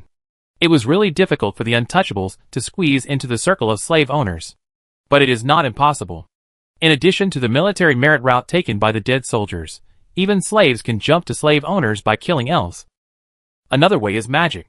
The big families in the imperial capital do choose some elite magic apprentices from low-class families to be new slaves. But this path requires not only better magic qualifications and brains than the children of nobles, but also money. Yes, the great library is free, but food, clothing, housing and transportation in the imperial capital are all free of charge. Scrolls, potions, crystals and props, there is no place without expenses. Moreover, the competition for magic apprentices and lich apprentices directly snatches food from the mouths of the noble children of the imperial capital. Even the three geniuses of the company were treated as freaks, and were excluded and plotted against by the local elites. So if there is no special qualification, special luck and special family background, almost no pariah will choose to go to the thorny road of the imperial capital magic apprentice. They will choose the White Tower Magic School in White City. Of course, the White Tower is not a magic school strictly speaking, but more like a vocational training center, a technical school specializing in training battlefield magicians. Because of the difference in qualifications between humans and elves, the Empire and the Alliance have completely different positioning for battlefield magicians. The elites of the imperial aristocracy circle are the benchmark for the great wizards of the elves, while the battlefield liches and battlefield mages trained by the White Tower are actually closer to magic engineers, responsible for the construction and maintenance of magic equipment and magic facilities. After all, if a mage wants to go to the battlefield, he must learn how to build and maintain a psychic tower, how to arrange a military camp, and how to repair a golem. These specialized technologies have only been available in recent decades, and who would know how to do it in the white robes hundreds of years ago? So in essence, this is the same route to military merit as the dead soldiers, except that the dead soldiers fight in person, while the battlefield magicians work as technical soldiers in the barracks. In the Psychic Empire, White City is the second largest gathering place for spellcasters. Because of the long-term confrontation, a large amount of military supplies are gathered, and the noble knights and private soldiers who come and go bring trade, goods, and various magic items. Due to the long-term confrontation on the front line, the Empire needs a magic industrial center close to the front line. The need to repair damaged weapons and equipment and alchemical props nearby also gave rise to the development of the city. Later, in order to use the magic project to deal with the elves, the Technology Development Bureau specially built the White Tower, a white obelisk that was 30 meters high and pierced the sky like a sword. This magic device was powered by the psychic tower of the entire base camp, and could spread magic sound waves that humans could not hear, but the elves could hear. It was specially designed for the characteristics of the long ears of the long-eared people. It was considered to be one of the few reliable super weapons developed by the Technology Development Bureau. Unfortunately, the first trial run failed, because the elves heard the start of this thing from a distance, frowned, and felt that the matter was not simple, and then directly withdrew the battle line. Well, it was impossible for the White Tower to catch up, right? On the contrary, because the White Tower's magic consumed too much energy, it destroyed several psychic towers, and burned through a lot of magic defense barriers in the White City Fortress. It cost the Legion a lot of money to make up for the losses it caused. So the plan made by the Technology Development Bureau to gradually push the front line forward, build psychic towers, then build the White Tower, and then make noise to force the elves to abandon the original front line and advance step by step, and to win without fighting, was also rejected. But it would be a waste of money to demolish the White Tower, which had only been used once. So it was preserved as a landmark building to train battlefield magicians, and let these new apprentices help maintain the magic facilities of the White Tower to reduce operating costs. The name of the White Tower Academy came into being. Unlike a specialized production base like the Furnace Factory, the White Tower Academy, because it is close to the front line, not only has the Empire's alchemy technology, but also various alien magics captured from the opposing Elven army. In addition, every time the Technology Development Bureau invests in new equipment and conducts battlefield tests, most of them will also recruit apprentices from the White Tower nearby to help. So around the White Tower, you can see alchemy workshops, magic workshops, and illegal private magic towers everywhere.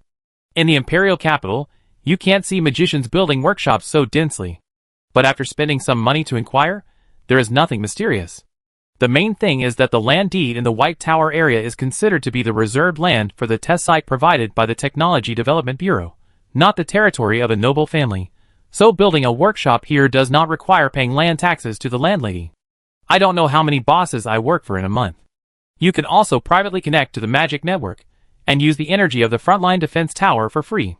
When the Legion sends a large order, you can also recruit workers nearby to complete the order. It's really wonderful. Even the Technology Development Bureau has many employees who would rather choose to build a private workshop nearby and live here, rather than hiding in the coffin of the Imperial capital. Of course, the land of this development zone has long been occupied, and the construction of laboratories and workshops can only be squeezed to the outskirts of the city, but the development of the core industry of the White Tower naturally drives the vitality of the surrounding areas. Circles of workshops began to spontaneously spread around the White Tower, forming a vibrant magic city. Here there are new magic and new technologies, accumulation of battlefield experimental data, and talents of various origins and races, sparking ideas under this White Tower. It is a completely different atmosphere from the lifeless and decadent education model of the Imperial capital, where the secrets of the noble families and the inheritance of interests are in a regular manner. Qualified apprentices, no matter they are nobles who have failed in family competition, exiled illegitimate collateral branches, local fighting factions, or the children of nouveau riche and lowly people. As long as you want to follow the path of magic, the best and only way out in the end is the White Tower. The nobles will not interfere with the technical training of the White Tower, because there is always a shortage of people working in the laboratory. So to sum up with a very literary saying, the Imperial capital has long been a small circle surrounded by a city. People outside the city want to get in, and people inside the city want to get out. And the White Tower, under the blue sky, has a panoramic view. The sky is high and the sea is vast. Okay, it's too much. The reality is not that beautiful. Or maybe there was a moment when the thriving White Tower was as beautiful as a colorful bubble, but now, this fantasy has been ruthlessly punctured. Affected by the war, there are ruins everywhere. Just like all other places in this world, only ashes and ruins are left. Sauron rode his horse all the way through the western part of the White Tower, passed by the gates of various workshops guarded by the army, and walked all the way to the south of the city. Passing through the inner city walls and trenches, it seemed as if he had arrived in another world. The south city was a scorched earth. The scars left by the war could be clearly seen on the land. The elf Grand Mage Yogg destroyed most of the military bases, wall fortresses, and spiritual towers in the White City, but the White Road Schwartold was not stupid.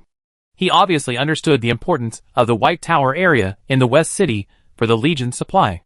As long as this magic area was not lost, there would be room for recovery. Therefore, heavy troops were used to focus on defense, and most of the experimental workshops in the White Tower in the West District were saved. The aristocratic villa area in the central city also had barriers and private soldiers set up by the fighting faction for generations, and there was no particularly large damage. But the losses in the southern part of the city were quite large, mainly because there was no barrier, and not enough manpower to control the fire. The shacks where the untouchables lived burned in large areas, which looked particularly tragic.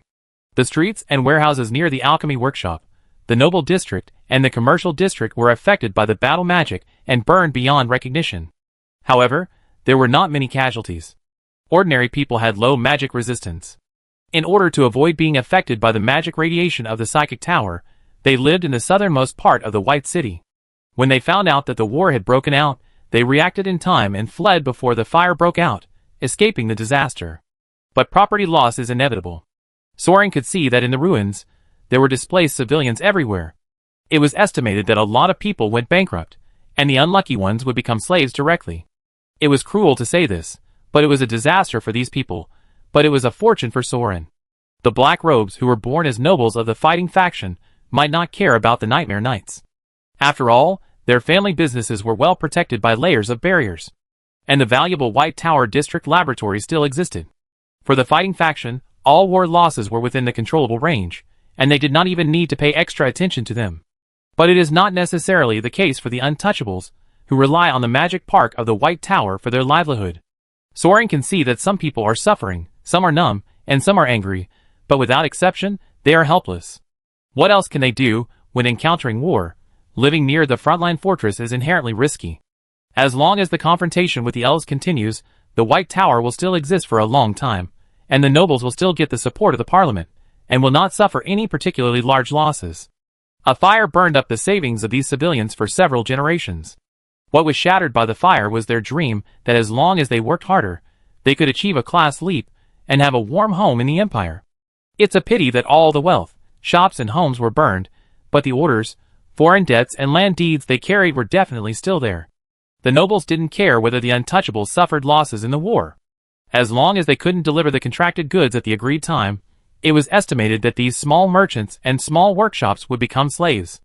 In this way, accepting Soren's employment, abandoning their family business and going to the front line to gamble their lives as soldiers, was a rare way out.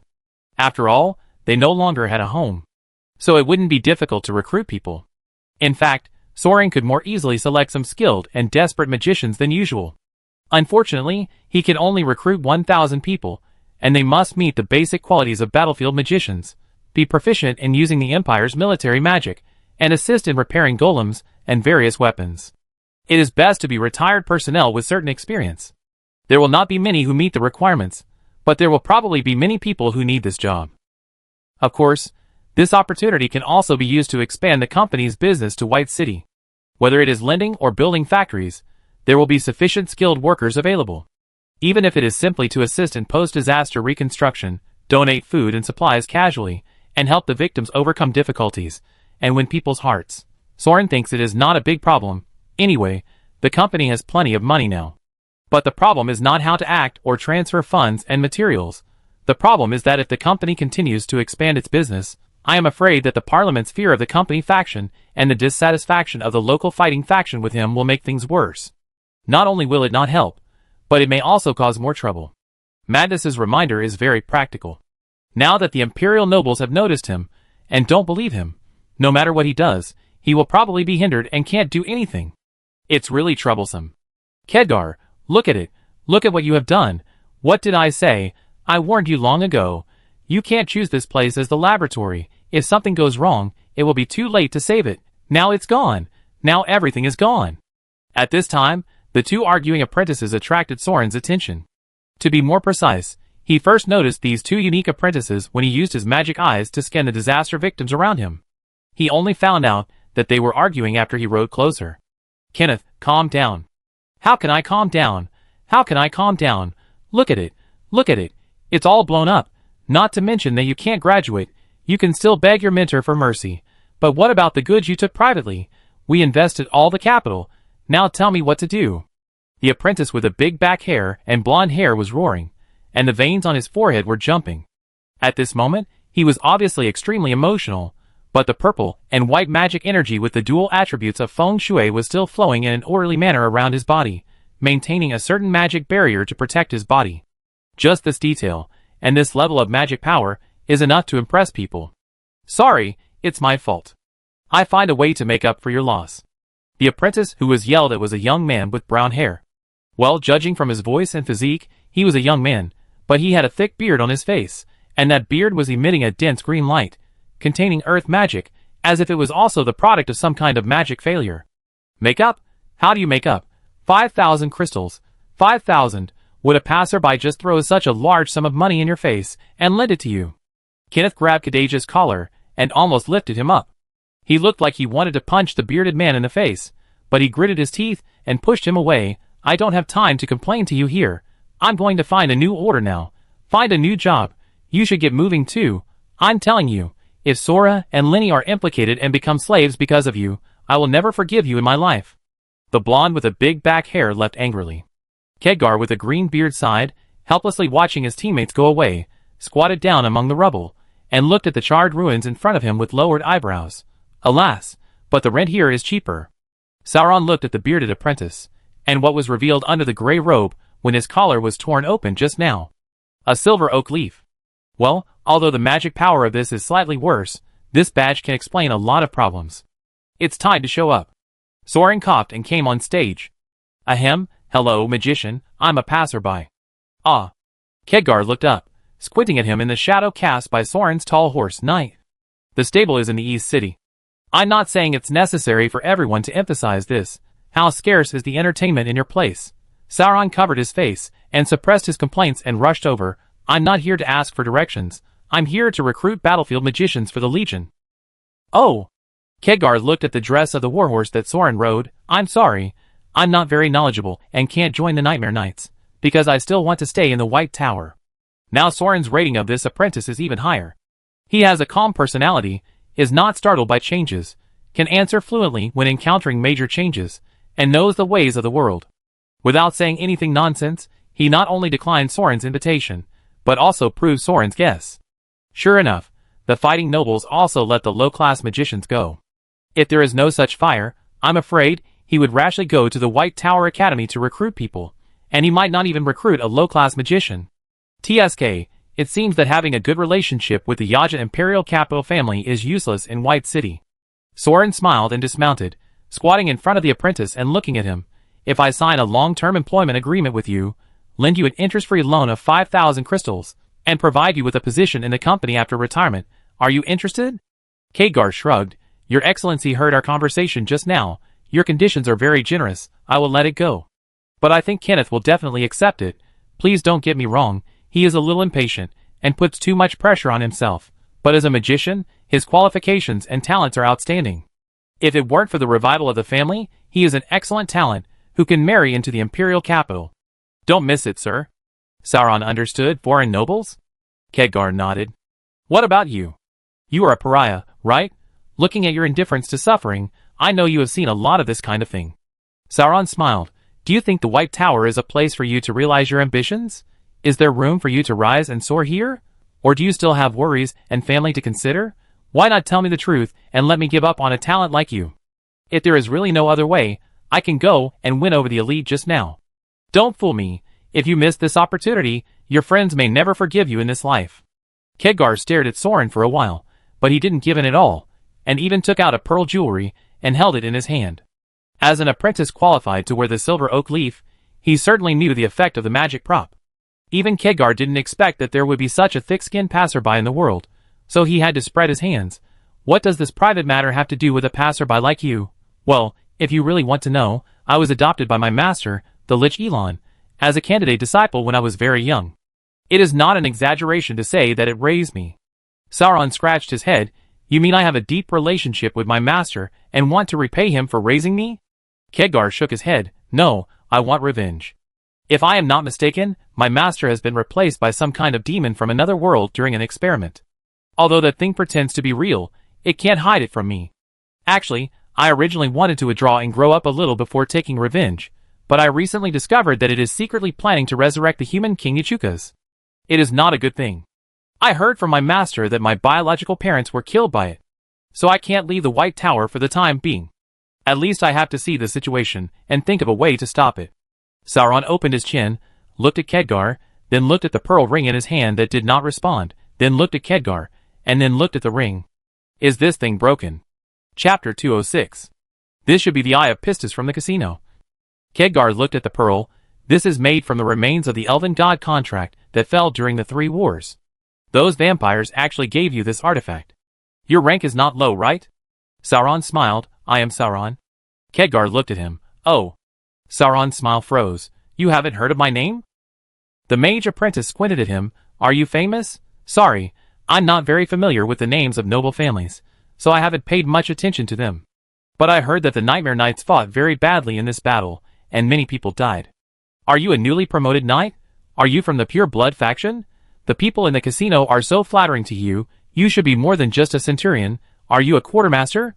Are you planning to recruit your own team? No wonder you can take out 5,000 crystals in one breath. Then Kenneth must be able to talk to you. If necessary, I can break off relations with him in public. And I guarantee that my private affairs will not affect the future of the two of you. Soren frowned and looked at the pearl jewelry. You really haven't heard of me. Well, I am indeed a quartermaster. Then let me ask you, do you know who is the most recent god killer of the Nightmare Knights? I don't know, but I know it's not the white-robed lich. So the flag-bearer used magic to seal the name of the god killer to prevent the person who made great contributions from being assassinated by the temple assassins. But the gossip that Kenneth got from the noble said that it should be a dead soldier who awakened the body of the war god.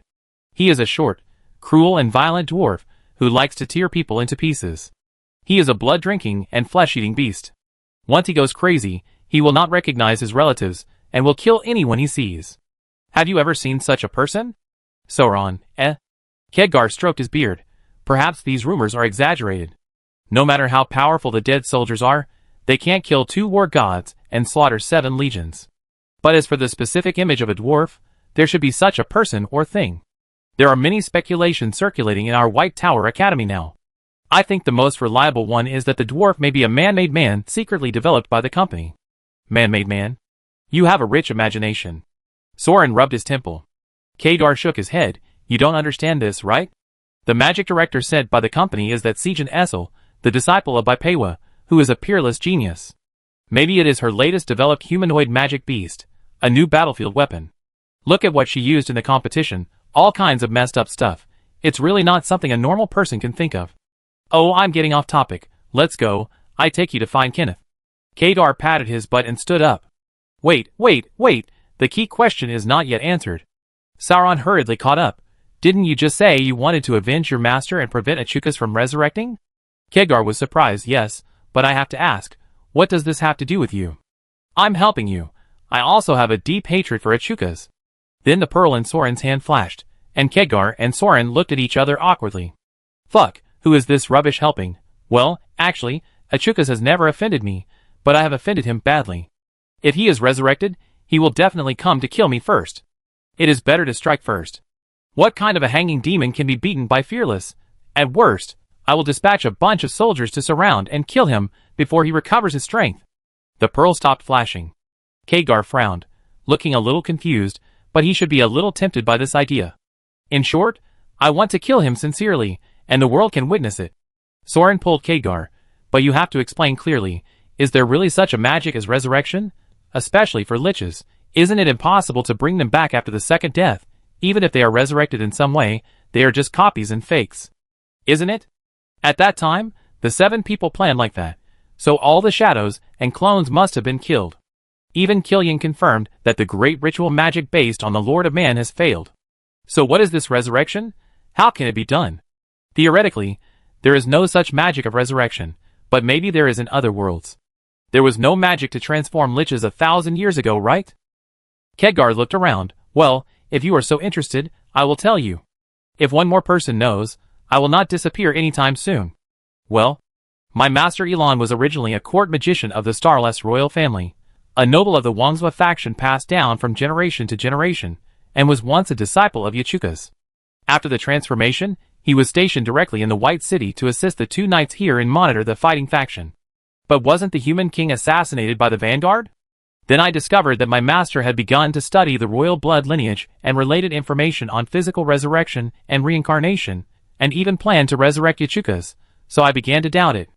Excuse me for interrupting. Sauron raised his hand to ask, what is there to doubt? Your master is a disciple, a court mage, and a royal noble. His heritage is so orthodox. Is it abnormal to want to resurrect the loyal human king? Khedgar squinted at Soren. What are you talking about? That guy has been dead for so long.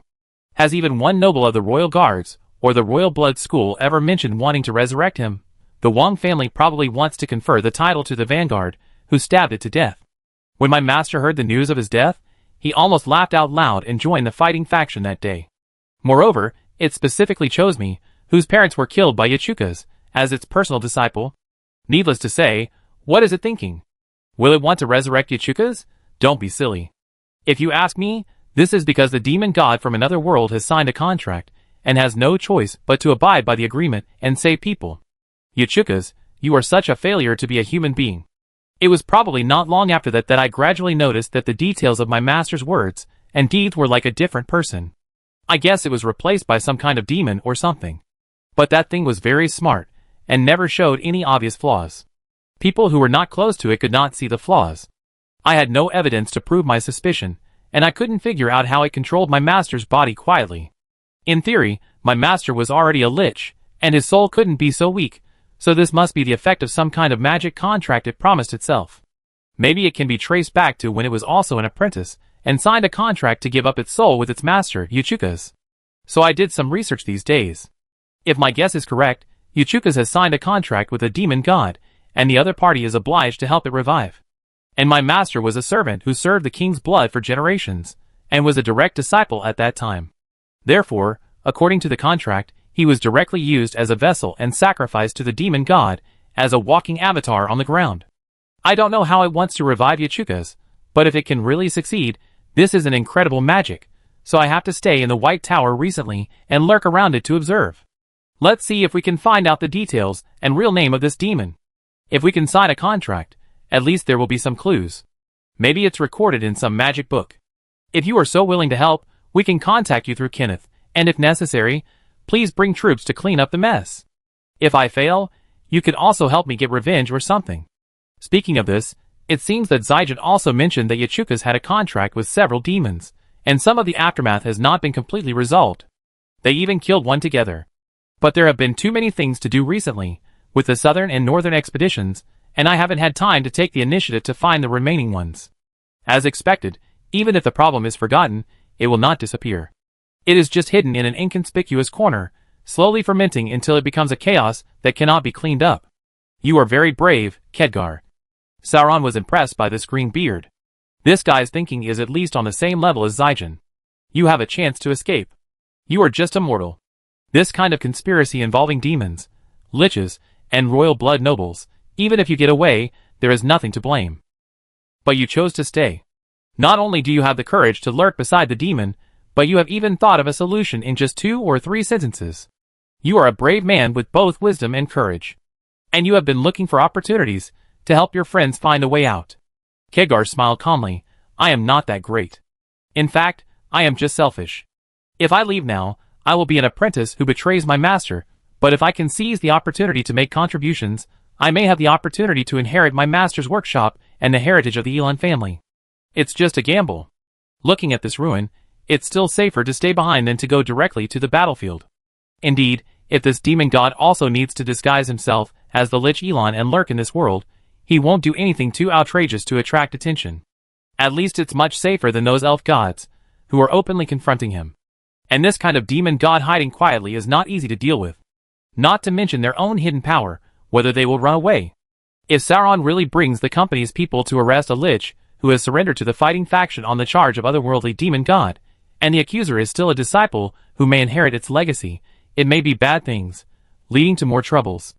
If it is not handled properly, it may intensify the conflict with the nobles, and be besieged by the parliament, which is really tricky. Alas, now that I have a big family and a big business, I am no longer like when I was just one person and one gun, and I could just risk my life. Now I have to consider this and that. Okay, just as you said, I will recruit your friend Kenneth to join the army. You better agree on some secret codes. If you get solid evidence, I will help you eradicate this demon. Khedgar looked at Soren suspiciously. Sir, do you really believe what I said? Don't you think this is outrageous? Maybe the item is really broken. Sauron shrugged. You may not believe it, but I'm none to such coincidences.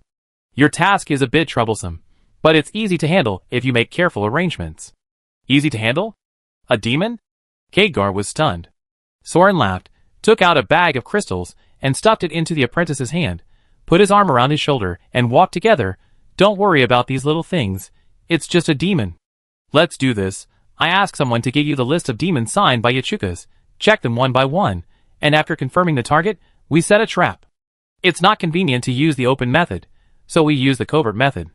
Anyway, I have a lot of friends who are good at guns and sticks, and I like to deal with this kind of thing the most.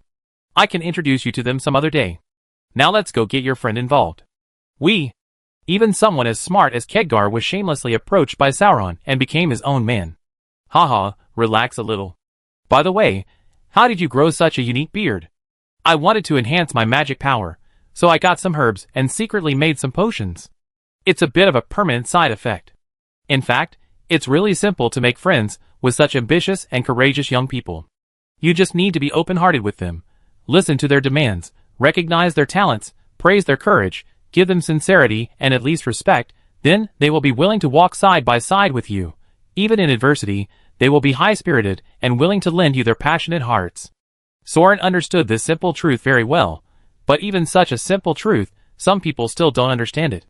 Please give me 2 more days, I have a plan, believe me, I will definitely be able to collect the money to make up for your loss. Kenneth swallowed his saliva, stood in front of the Chamber of Commerce boss, and tried to negotiate the delivery date with him. Are you still treating me like a fool? Half of the city is burned down, where can you give me the goods? Loss. What's the point of me asking for money now?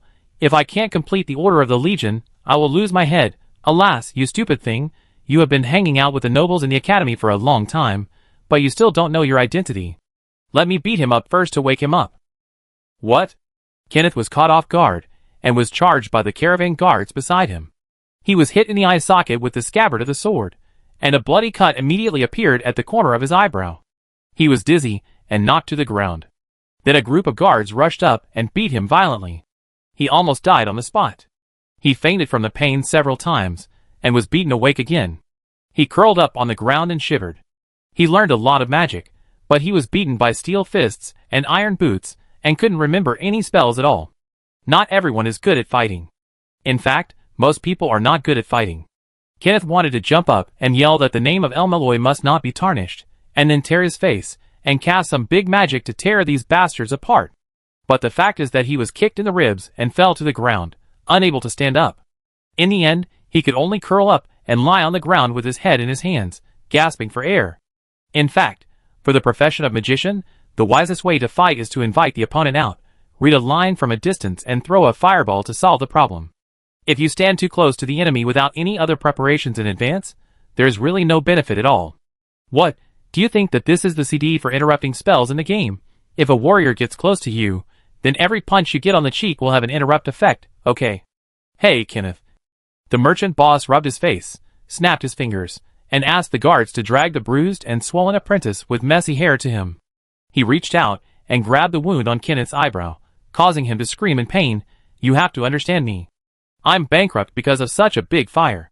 If we can't deliver on time, we will become slaves. We all have families and jobs. I understand you, but who can understand me? Then I can only ask you to understand me. By the way, you are not that thing. Are you from the El Malloy family? Your family has a magic book that has been passed down from generation to generation, right? Give it to me.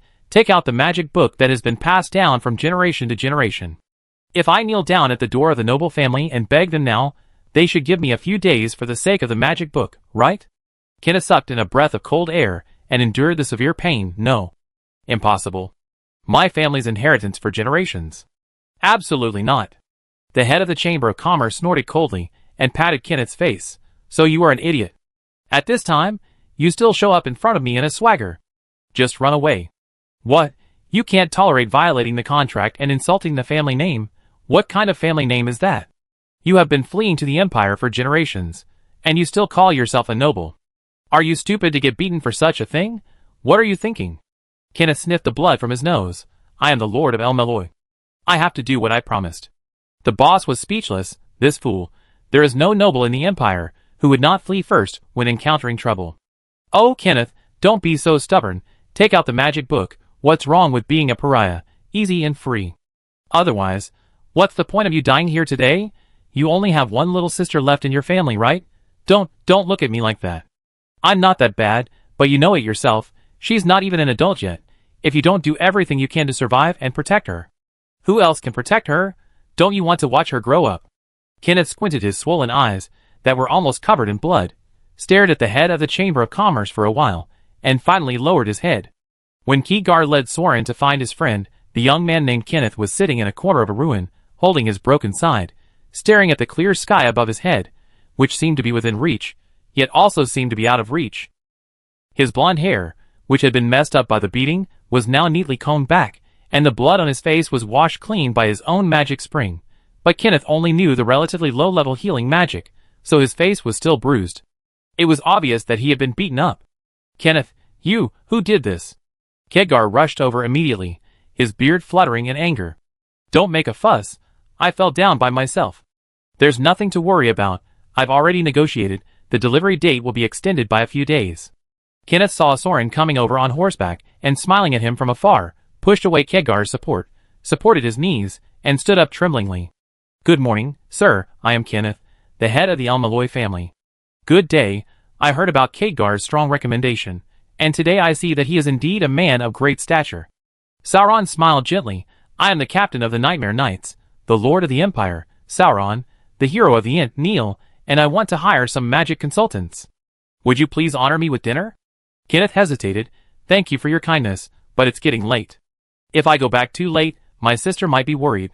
Soren smiled. If we go back like this, your sister will probably be even more worried. How about this? I have a paper bat here. I will lend it to you to pass on the message. How about saying that a friend who hit it off at first sight invites you to dinner? By the way, this is my first time to come to White City on business, and I admire the famous stables in this city. I heard that there is a commercial district nearby with many good restaurants. It's a rare opportunity like this, and we hit it off at first sight, so please let me host you all, and have a good meal. If the dishes taste good, you can also bring some to your sister to try. Don't hesitate. Kenneth thought about it, and realized that the low-level healing magic would take some time to work, so he nodded and agreed. Thank you very much for your kindness. Chapter 207. Let's talk about the stable. The stable is a pseudonym used to refer to some specific mysterious places that cannot be described in words. But the stable is also a stable in the literal sense. Now the stable in a broad sense refers to a fortress in Dongcheng district and the surrounding commercial area. Because the front line has been pushed forward, it has been converted from military to civilian use and is considered the rear, so it has not been affected by the war on the front line. The stable in a narrow sense is the stable in the inner city of this fortress. There is a first-generation experimental teleportation magic circle here, which directly connects the front line and the imperial capital. It was developed in the past to transport troops and supplies. In order to stabilize this teleportation magic, the Technology Development Bureau spent a lot of effort to stabilize the space passage between the imperial capital and the stables, and established a large number of fixed-point transmission channels to transport supplies. But then various things happened, such as elves sneaking in to destroy, alien demons invading, various messy alien creatures mixing in, and endless experimental accidents, etc. The main problem is still the cost. The magic energy consumption of maintaining the teleportation array from the outside world is too high, and although moving through the virtual circle is a shortcut, magic cannot be used in the virtual circle, and supplies still need manpower to move. Finally, considering the scale and cost-effectiveness of military logistics, it is better to dig a canal and use skeleton ships to transport directly. So the teleportation project was abolished. The White Robes also used great magic to limit the width of the teleportation channel to within 5 people, but that's another story. So to this day, the teleportation channel from the stable to the imperial capital has become a secret passage for the dignitaries of the imperial capital to travel to the front line. Maybe everyone understands this after seeing this. Yes, the stable is the club, or more precisely, the entertainment venue under the club. There are many doors in the club in Hueco Mundo that are directly connected to here. Well, Soren actually recognized the waiters and customers by their special attire. After all, that kind of attire is too eye-catching. Once you see it, you can remember that you have seen it somewhere before. Ahem, the kind that only wears an eye mask. In fact, it is easy to understand why the nobles came to the border to play exposure. After all, no one's money comes from the wind. There are so many noble mansions piled together in the imperial capital, and the rent is too expensive. Look at how good it is here in White City. It is a big place with many people. There are elves, dead soldiers, beautiful women and strong men everywhere. And there is no need to worry about the Empire Hotel, where you will meet acquaintances when you turn left. When you come out of the secret passage of the club, put on the blindfold and take off the robe. Everyone will be as frank as a baby, and whoever is embarrassed will lose. Well, how about we go to the bar outside and have a drink? Kaguya swallowed his saliva, puffed his beard and glared. After all, this kind of scene is too exciting for a geek like him who thinks about exorcising demons and defending the way all day long. Why are you so nervous? This kind of thing is a normal social interaction that must be done in the future. Kenneth's face turned pale, and he kept pulling at his collar with his fingers. He almost jumped up when a man in leather jacket brushed past him. Soren was a little bit stronger than these two coppers. He had been pushed back many times, so he put his arm around their shoulders and dragged them forward. Yes, it's just normal socializing, A one-night stand, a couple in love. It's just physical, not emotional, young people playing, it's no big deal. Keegar followed half-heartedly, and glanced at his friend who was as stiff as a puppet. Hey, Kenneth, don't you have a girlfriend? You should be very familiar with this kind of social activities, right? Why are you more nervous than me? What nonsense are you talking about? Sola and I were childhood sweethearts arranged by our parents and matchmakers. I have always treated her with courtesy. How can you behave inappropriately when you are not even married? I am not a scumbag. At most, I just drank a glass of wine. What do you think I am going to do? Kenneth was furious. The scumbag Soren, who was looking for someone to spend the night, suffered a moral blow and fell into deep self-reflection. A stinking beggar dares to visit the stables. Still eating a free meal. Are you looking for death? The three of them just walked to the door, and saw the guard throwing out a dirty and drunk old man. Hey, just throw him out, don't hurt him. The woman wearing a butterfly lace eye mask waved her fan to stop the guard. Maybe some noble family brought him in to play role-playing games. Some people like to be surrounded by this kind of dirty beggar old man. Anyway, those who come here are either rich or noble, don't offend them. Damn, how come there are all kinds of people? The world is really going downhill. Why haven't I encountered such a good thing? The guards of the stables cursed with envy. The old man drank a lot of wine, and lay on the ground with a depressed look. It's all gone.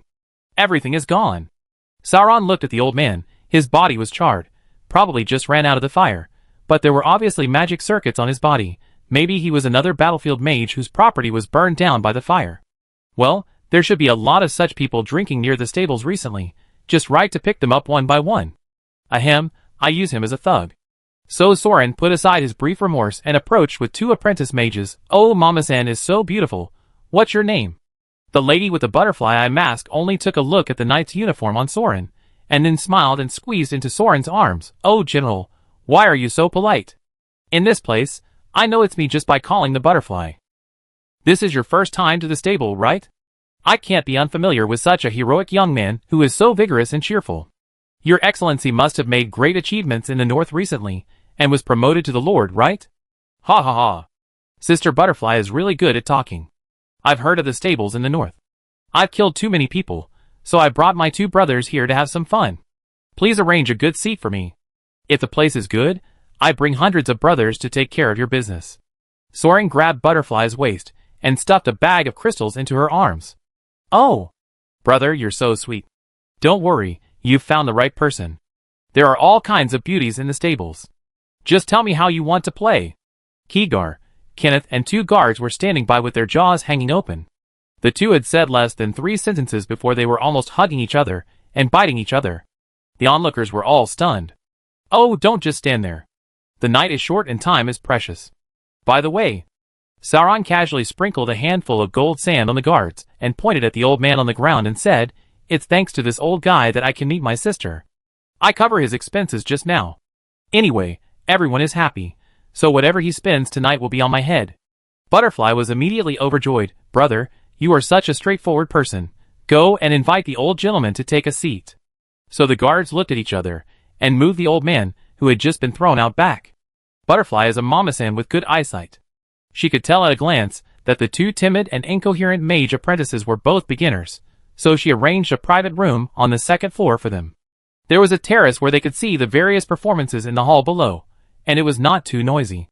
There were sofas, reclining chairs and carpets in the room, so they could get together without being too distant, and they could not get too close when they wanted to do their own things.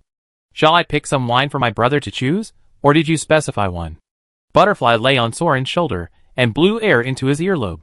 Soren smiled and said to the two, Just call some maids like those outside to bring wine in for display. Do you have any special hobbies? Do you want to call a group in to choose for yourself, or should I arrange it? No, no, no, you're welcome, you're welcome. You arrange it, you arrange it. Khedgar and Kenneth were panicked. Although these two people were considered locals in White City, they had never been to the stables. After all, the money bag Soren threw out just now was more than the payment for the goods that delayed the construction period because they were beaten. Haha, I pick a few for the first time, just to chat casually. You can come and play with your military pay in the future, and pick the ones you like. Sauron smiled, leaned over and whispered a few names to Lady Butterfly. The butterfly, who was still smiling coquettishly just now, froze in her face. Sir, are you really here because of your reputation? Sauron smiled and nodded. Of course, these names were exchanged for the Lake Light Sword. No matter how he planned to deal with them, he should at least meet them once, right? Butterfly barely managed to maintain a flattering smile, and looked like she was about to cry. Please don't hurt me, you know their characteristics very well, and we can't afford to offend those few people who should be known. They are just here to have fun. What if something happens? Hee, General, please don't joke. How about this? I will specially invite a few talented and beautiful wine lovers. Sauron laughed, put his arm around Butterfly's waist, and carried her to the corridor outside the private room. As soon as he closed the door of the private room, his fierce face was instantly revealed. Are you kidding? I never joke with people who take my money but don't do anything for me. Why, if you can't afford to offend them, you can offend me. You are so well informed. Guess how many people I killed to get this title and the money I gave you? Yes.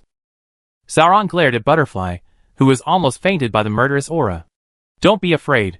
Just arrange for them to accompany you for drinks. I just want to meet and chat. I promise I won't touch you, let alone hurt you. Soren let her go and said with a smile, but if you dare to use some substitutes to fool me, I promise to bring hundreds of brothers tomorrow to take care of your business. Butterfly's hands and feet were weak, and she fell to the ground, holding onto the wall and crawling away. Although Director Madness gave Soren several methods and described many of their characteristics, in such detail that even Soren doubted whether these three faces were like each method. But there were so many people coming and going in the stable, it was impossible for Soren to sleep with them one by one and check their physical appearance. Therefore, the most efficient and reliable method is to find these pimps and ask them directly based on their physical characteristics, but this will indeed alert the enemy. You can see that Butterfly knew who Soren was looking for as soon as she heard it. It can be seen that those methods dared to go to a place like the stable to experience a colorful life, and they were sure that the stable would not dare to harm them, and would protect them secretly. So there must be some kind of magic contract that binds the servants and guards of the stable to ensure that their identities are not revealed. Of course, strictly speaking, Soren did not reveal their identities, but only described them according to their physical characteristics, so that the magic protection mechanism would not be triggered. This was the greatest assistance the director provided him. Through the loophole of the magic, he found the real owner. This is gambling. But Soren was betting that he could not scare Butterfly, the pimp, by coercion and inducement. These middlemen were so smart that they would at least remind those people of the method. If the other party reacted violently, they might be scared away. Soren was betting that even if he was reminded, the person he wanted to meet would still come to meet him. After all, if no one came to play with this little risk, then the role-playing game would be meaningless, right? With their wealth and power, they can provide any service they want, but they come to work in such a place. Is it for money? It's just to find something new and exciting. So there is a high probability that they will come to meet even though they know it's risky. People are curious, but it's still difficult to grasp the degree in between. But just in case, if the other party really brings a bunch of people to beat him up, Sauron still has to make a backup plan. So he pulled his battle robe and moved away. He went back to the private room to chat and brag with the two mages, but the shadow stayed where he was. After waiting for a while, no one passed by the corridor. The fourth generation of Sauron's shadow, wearing a cloak and a mask, crawled out from the ground, went downstairs quietly, and hid in the hall on the first floor to observe the situation. When entering the fortress, Soren hugged Butterfly and touched it up and down to confirm it. B89W60H92. Cough cough cough, no, this was just confirmed by the way. Soren was actually confirming the magic circuit. The stable was the most heavily guarded teleportation magic node in the past, and now it is also an entertainment venue for dignitaries. There are magic detections everywhere inside and outside, magic shackles and curses that seal magic can be seen everywhere, and various anti-magic barriers are fully activated. Layers of magic arrays are arranged under the surrounding walls to deflect and absorb the energy impact of elemental magic and interfere with the effects of various magic. There are many similar defense systems in the Imperial capital, but the Imperial capital is full of psychic towers, and the magic supply is equally dense. However, the magic supply on the front line is provided by a few military psychic towers. In terms of magic suppression in a single venue, the effect of similar magic arrays in the Imperial capital is not as good as the safety level provided by the stables on the front line.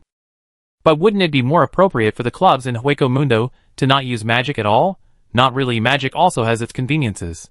For example, if you want to create some light and shadow effects, make a little song to liven up the atmosphere, do a live broadcast, change the venue, or use some potions and special spell patterns to play some exciting games, you still need magic. Therefore, the service staff of these stables all have a direct magic link with the local magic network. They can call on the magic power in the facilities without any scruples and activate the magic shackles magic array arranged around them at any time. They don't have to worry about being affected by long-range attack magic, and they can also enjoy the convenience of life brought by magic props. This is also one of the reasons why the nobles like to revel in the stables. Soren just held the butterfly and studied it for a long time. Because of the magic eye of knowing cause and effect, he understood a little bit of the nodes and structure of the magic link. As long as he imitated the contract mode of these employees to connect to the local magic network, he could also obtain the mana increase of the local magic network. Alas, if I had the Vanguard Dragon Spear in my hand, there would be no need for such trouble. Soren thought so, and for the sake of safety, he took out a bunch of grenades from the shadows, held them in his hands, and covered them with his robe, hiding in the corner of the bar in the dance floor and staring at the door. Fortunately, when Butterfly appeared again, she was followed by 3 maids serving wine instead of 30 guards. Otherwise, the headline of the Imperial newspaper the next day would be the Vanguard army raided the stables and killed a lot of people. At first glance, the 3 methods brought by Butterfly were no different from other bar girls. They wore eye patches to cover half of their faces. Of course, they were of noble origin and had various magic and potions to maintain their bodies and appearances. However, compared with the staff, monsters, and artificial people in the stables, who were specially designed for the service industry, they were not particularly conspicuous. But Soren confirmed their physical characteristics and compared them with the information provided by Director Madness, and then he knew the identities of the 3 bar girls. They are all powerful figures in the parliament, and they are from a magical family with liches at home. One is the Marquise of a certain empire, one is the eldest daughter of a certain empire marshal, and the other is the mother of a certain empire Grand Duke. Oh wow! I have to work hard for the company again. I hope these 2 new friends can share some of the pressure. Bang! The sound scared Soren and almost made him pull the grenade.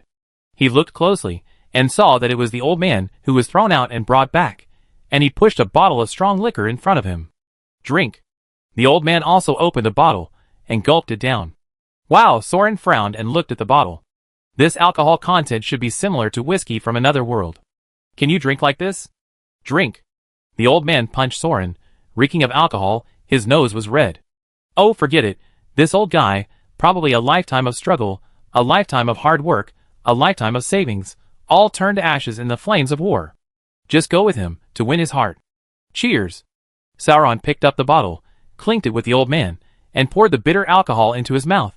Sauron didn't know what happened next, because he only realized at this time that drinking with the 2 bodies of the Shadow of Time would consume double the amount of alcohol, and get drunk twice.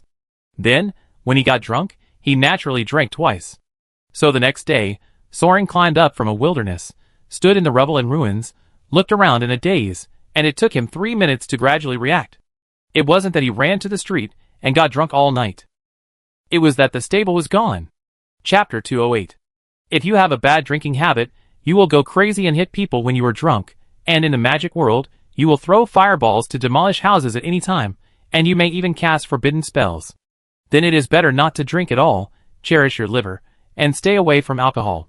Unfortunately, Soren doesn't know yet that the body he has traveled through time and space has a very poor alcohol tolerance.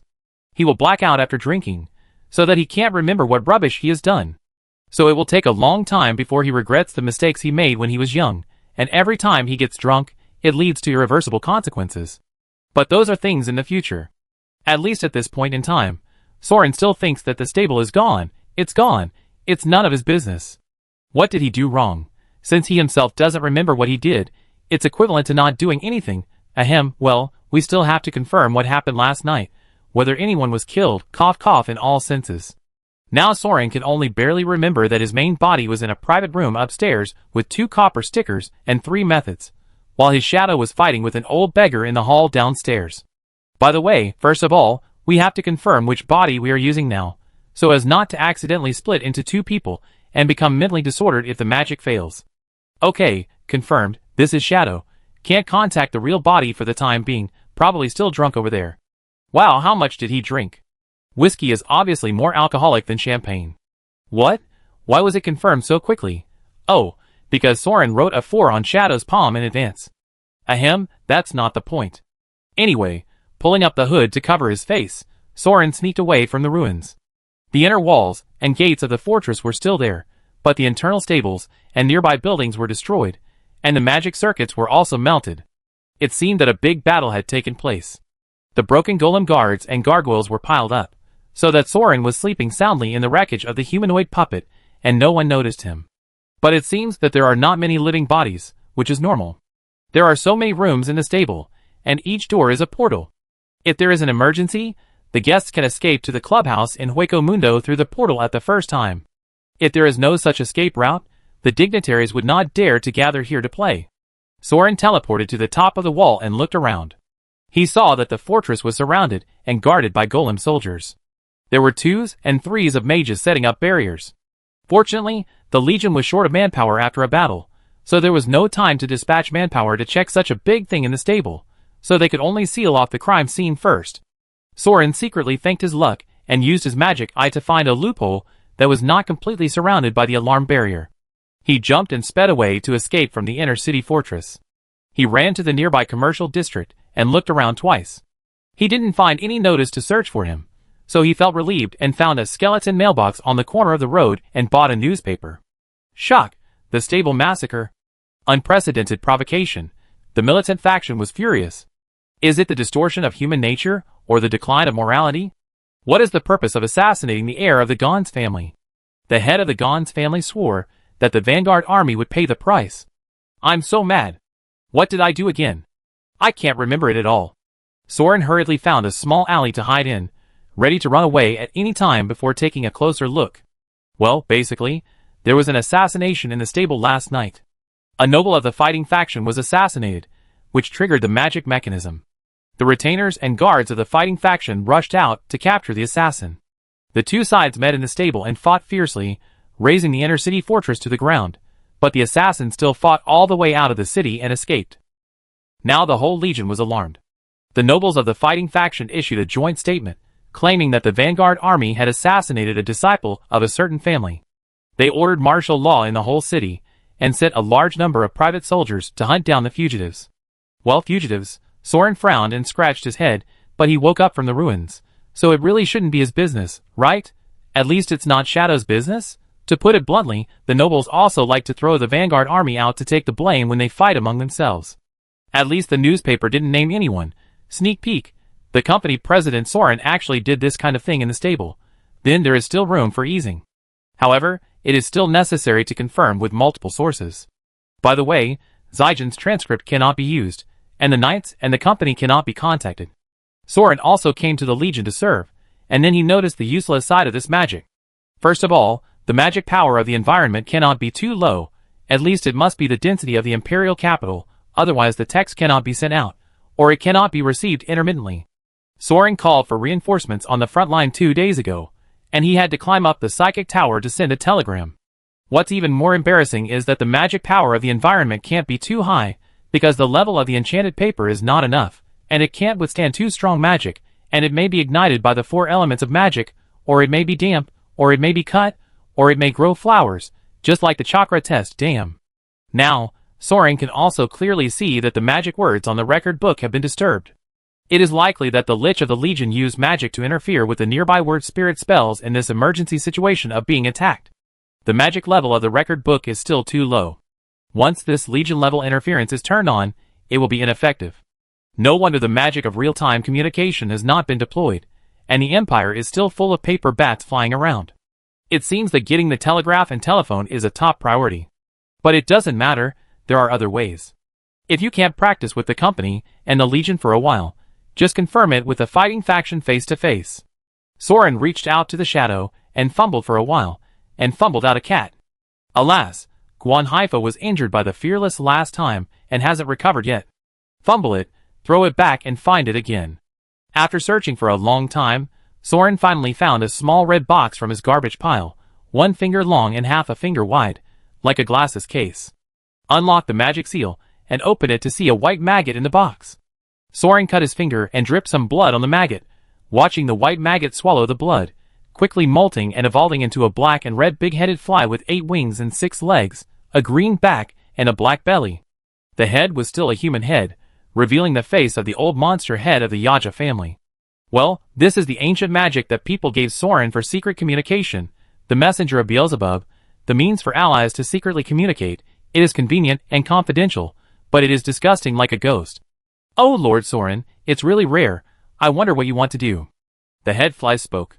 Well, before he came up, the brat Sauron killed my grandson. Then, there is still room for discussion, of course. It is not certain, after all, this old monster himself does not regard his offspring as a human being, and completely uses it like a maggot, just a prop. Your Excellency the Duke, how are you? Hey, look at what I said, your body, living another 1,000 years is a piece of cake, so I won't waste my words. Sauron saluted him with a smile on his face, and unfolded the newspaper in his hand. I don't know what's going on. The head fly blinked his compound eyes and looked at it. I heard that the heir of the White City Gond's family was assassinated last night. How? Was it your Excellency's hand? Maybe, but I don't remember. Soren curled his lips and looked at the dead man written in the newspaper. Calvor Gons. Whose disciple is this? The fighting faction family is the heir of your 3 white robes, right? Who is the backer behind him? Yami? The old monster shook his head. No, Gons is a disciple of the white robe Grimjow, and he is a direct subordinate of my Yajia family. This is asking directly to the person's backer. Does this count as confessing? How about I pay some money? This is a bit difficult to handle. Old Fly was not particularly excited. I heard that Calvor has good qualifications, and is quite favored. I'm afraid the Gons family will not let it go. Sauron put on a smile. Your Excellency the Duke is too polite. We are all friends. Just tell us your numbers. Old Fly looked at Soren. My lord, you misunderstood me. The Gons family's matter cannot be solved with money. That's not what they care about. If I get involved in the peacemaking, I'm afraid it will have a counterproductive effect. Let me put it this way. Although from a legal point of view, Gons is a servant and vassal of my family, but you also know that my family's direct lineage is in the imperial capital, and the blood descendants of each generation have devoted themselves to the study of red magic. As for the war in White City, the management of the army and the territory, they don't care too much. So after a long time, the Gons family, as a custodial official, how do you say it? Sauron understood. The slave bullies the master, the poison occupies the nest, and the pear replaces the peach? The old fly smiled. I wanted to say that I don't follow the rules, but you summed it up very well, sir. That's what I mean. They may still be loyal to Grimjow in white robes, but as they grow stronger, they are no longer willing to obey the orders of our master. You still remember Mayuri from the side branch. They were the ones who did the tricks behind the scenes. So you and the company faction have been in conflict since a long time ago. You ruined their business and stood on the opposite side. Now you have killed their heir. If you are caught, I don't think it will be a conflict that can be resolved by paying $2. However, the Gans family has not turned against us directly. It should be that they have not yet obtained the solid evidence of the assassination. I suggest that you continue to forget everything and deal with the beginning and the end, just as if it didn't happen. But I really don't remember anything. But it seems that the old fly does not get along with the Gons family, and perhaps that's why he doesn't want to see the reconciliation between the company faction and the fighting faction of the Gons family. So Sauron pretended to be indignant and said, Your Excellency, please forgive me for being rude, but your methods are not bad. I admire your thundering methods of rectifying the family style, and the Gons family can escape your palm. I don't believe it. Your Excellency is flattering me. The old fly laughed strangely. I am just a mediocre person, who can't even master the magic inherited from my family, and I look like a ghost, which is why I am still alive. But the Guns family has 2 liches in the battle. The head of the family, Ilford Guns, is the direct disciple of Lord Grimjow, and is now the adjutant of the Schwartel Corps, and the leader of the White City fighting faction. It is not the current battlefield lich, but the top leader of the old school, and the fighting faction under him are all battle mages, who are comparable to elves. And his cousin, Saboro Guns, is the white robe of the Technology Development Bureau, and the deputy director of the Weapons Development Department. So do you understand the confidence of the Guns brothers to challenge my family? Damn, they are quite strong.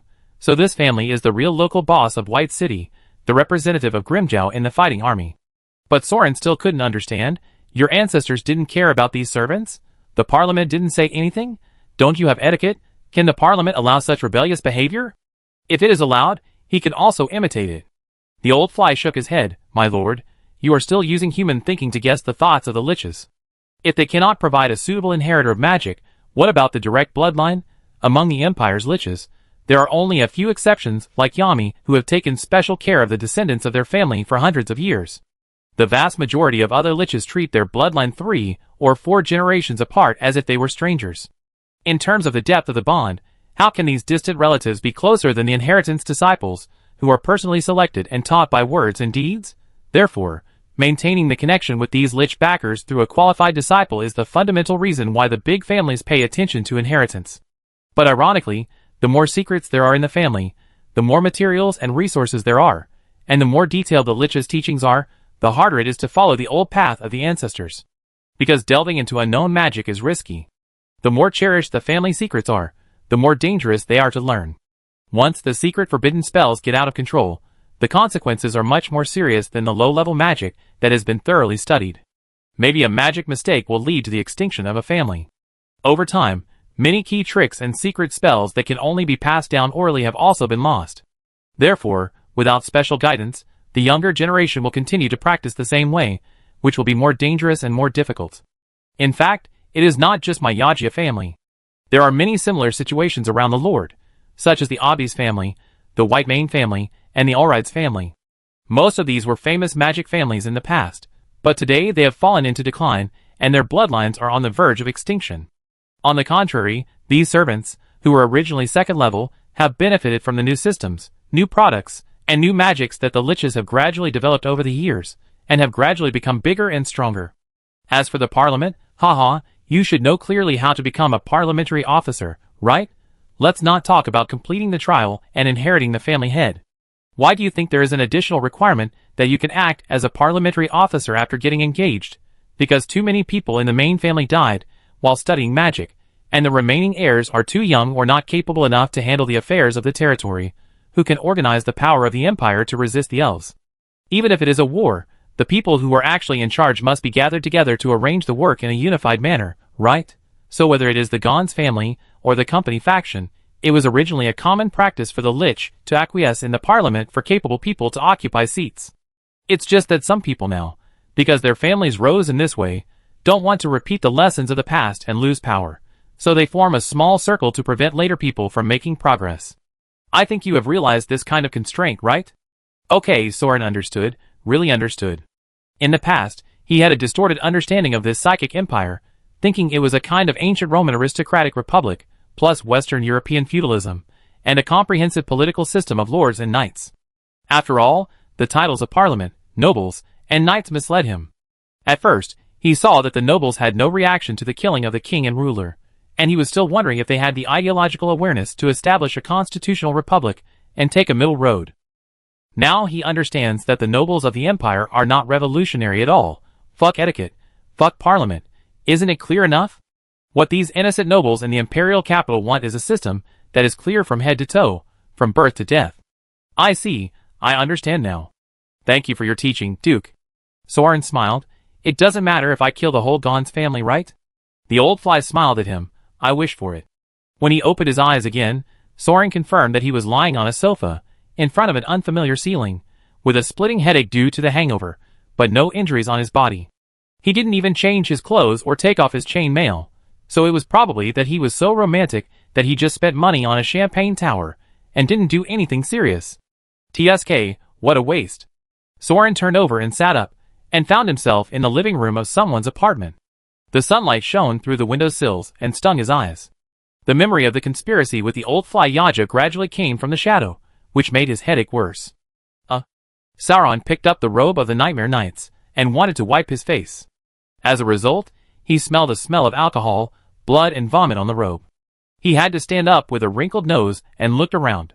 How to say it, he communicated with the old fly and even roughly prepared the basic plan to solve this problem by killing all the Gons family who raised the problem. But he really couldn't remember killing any heir of the Gons family last night. At least the memory of Shadow was just pure bragging after drinking, right? So to be on the safe side, in order to avoid being used as a gun by the cunning old monster, Soren turned to the main body to see what happened. Now he stood up and turned around 3 times in the unfamiliar living room. After taking a look at the interior decoration of this apartment, Soren could confirm it. If the owner of the apartment is not a crazy perverted killer, then he might have done something when he was drunk last night. There were several heads scattered on the floor, and 2 heads were placed on the dining table, in the fruit basket with apples. Fortunately, Soren was used to the smell of blood on the battlefield, otherwise he would have vomited. Soren frowned and stared at the two heads in the fruit basket, one male and one female, with delicate features, red lips, and white teeth. They were nobles who didn't need to be exposed to the wind and sun. But the strange thing was that there was not much blood on their faces, and the only wound was the cross-section of the neck. The incision was unusually smooth and flat. Soren tried to touch it, and even the texture of the bones, blood vessels and muscles was flat, without any burrs. Wow, this is awesome. It definitely wasn't him who chopped it off. Soren has chopped off too many heads. It's impossible to behead like this with a sword. The hardness of bones and muscles is different. No matter how fast the sword is, there will be shaking and cuts when passing between the two media, not to mention that it is easy to break bones and tear muscles. At least Soren knows that with his swordsmanship, it is absolutely impossible to make such a perfect cut. Did he enter the martial god body? That can't be the case. If he transforms into a tyrant, he should be more inclined to tear it with his hands, but there is no meat in the nails. And who are these two people? The man is that Calver Gans? What about the woman? I really have no impression at all. Sauron was holding the two heads and looking left and right, thinking hard, when the door opened and a little blonde girl wearing a flat hat stood at the door, carrying a small school bag and holding a thick coat in her hands. She stared at Soren with her ice blue eyes blinking. Sauron held the head in his hand and looked at her awkwardly, wondering for a moment whether he should give her a smile or throw a head at her to knock her out when she screamed. Fortunately, Keegar came in right after him and closed the door in time. He put the big bag on the ground and said hello to Soren. Oh, Soren, you are awake. This is Lannis, Kenneth's sister. I trouble you to take care of them when we get to the military camp. Lannis, your brother should still be in the bathroom. The little girl nodded, ignored the dead heads on the ground and the confused Soren, and turned to walk into the inner room. Wait a minute, what's going on? Is it common to see a room full of heads? Is this a situation that can be ignored with a nod? Is even a lowly in the Empire so ferocious? Sauron was at a loss. Khadgar frantically took out a large bag from the cabinet and began to stuff a mess of things, food, clothes, and alchemy tools into the bag. Wait a minute, I be done soon. Sorry, on the way to El Malloy's house, I ran into the private soldiers of the Gaunt's family. They were tracking down the assassin who took advantage of the chaos last night to assassinate their heir, so they were delayed for a while. Although it is none of our business, Kenneth showed up yesterday. If we bump into him on the road later, it may cause misunderstanding. After all, we have a murder case, so it is better to avoid it. Don't worry, I have inquired. The Gaunt's family's large group has chased outside the city, and went to the south of the city to check the roads and rivers leading to the imperial capital. The flag officer also received some emergency military order last night, and just left with a large force. The defense on the street is not strict now. We go east first, then north, and we should be able to get to the military camp smoothly. Soren nodded thoughtfully. Oh, it turned out that we ran into the guards of the Gaunt's family catching assassins. Indeed, the whole city knows about this. Since it has nothing to do with us, it is better to avoid it. No, how come I didn't kill the heir of his family? Who are these two people? Before Soren asked with his head in his hand. Khadgar, who was packing to escape, suddenly raised his head and looked at Soren with a complicated expression. By the way, I still owe you a thank you. Lord Soren, I have always felt that nobles like you simply want to bribe us to work for you. If the fight really comes to a head, you will definitely abandon us and run away. I never thought that you would take the initiative to help us get out this time. I will help Kenneth repay you for this favor. Oh, you're welcome. What I care more about than that is, don't brag. As the Lord of El Malloy, I will naturally repay this favor. You don't have to worry about it. Kenneth came out of the inner room, still with his slick back hair, meticulously and neatly combed, and wearing a clean robe brought by his sister. He looked at Soren and saluted seriously. I am Kenneth El Malloy, the head of the El Malloy family this generation. I would like to thank you for your help. Please allow me to offer you the El Malloy family's loyalty oath. Oh, I am like a fish in water, and a tiger with wings to get your help. With your help this time, I believe that the revival of the Han dynasty, cough cough cough, and the achievement of a career are just around the corner. Ha ha ha. Sauron responded politely in a hurry. How should I put it? I successfully recruited 2 excellent magic talents to join the team after a good sleep. It was quite relaxing and comfortable.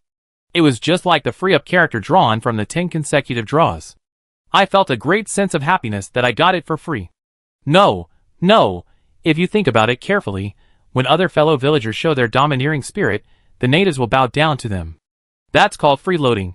He's Sauron, but he had to deal with a lot of things, such as entertaining guests, taking out loans, and killing people. He was so drunk that he finally recruited these two people, right? And to be honest, how many champagne towers did he order last night to get drunk like this? It was a complete Krypton explosion. Okay. Sauron fell down involuntarily, ORZ, and then the two heads in his hand fell to the ground. So who are these two people? Chapter 209. Champagne Tower, Champagne Tower, Champagne Tower.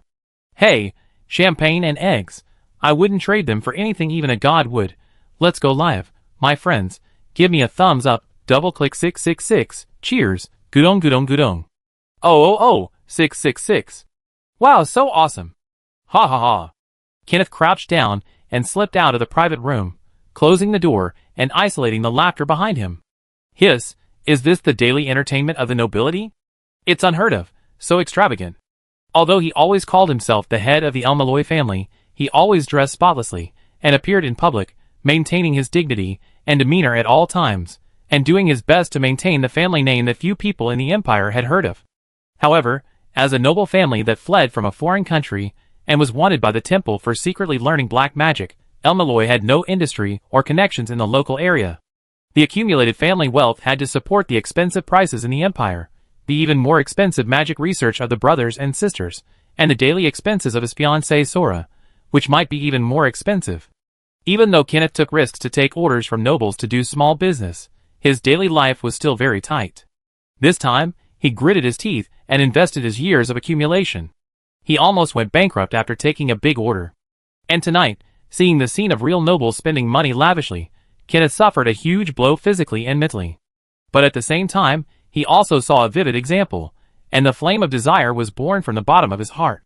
Military merit, title, bounty, women, ahem, there is no need for too many women. It is enough to have Sara willing to wait for him. However, he was confident that he could maintain the etiquette of the nobility, but sometimes, a man's brain really can't change his big thighs.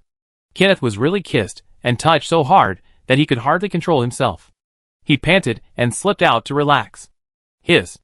Let's go to the bathroom to change pants first. Fortunately, in order to maintain his demeanor, Kenneth usually prepared a set of clean clothes and put them in the waste bag of the extension spell for use. Just as he hid in the bathroom cubicle, changed clothes, combed his hair, and wiped off the kiss marks on his neck. But I heard a familiar voice coming from outside the compartment. Boss, Kenneth has helped us make a lot of money, and even handed over the secret magic book. Is that enough? He also wants to kill people. Isn't it a bit too unkind for us to do this? What?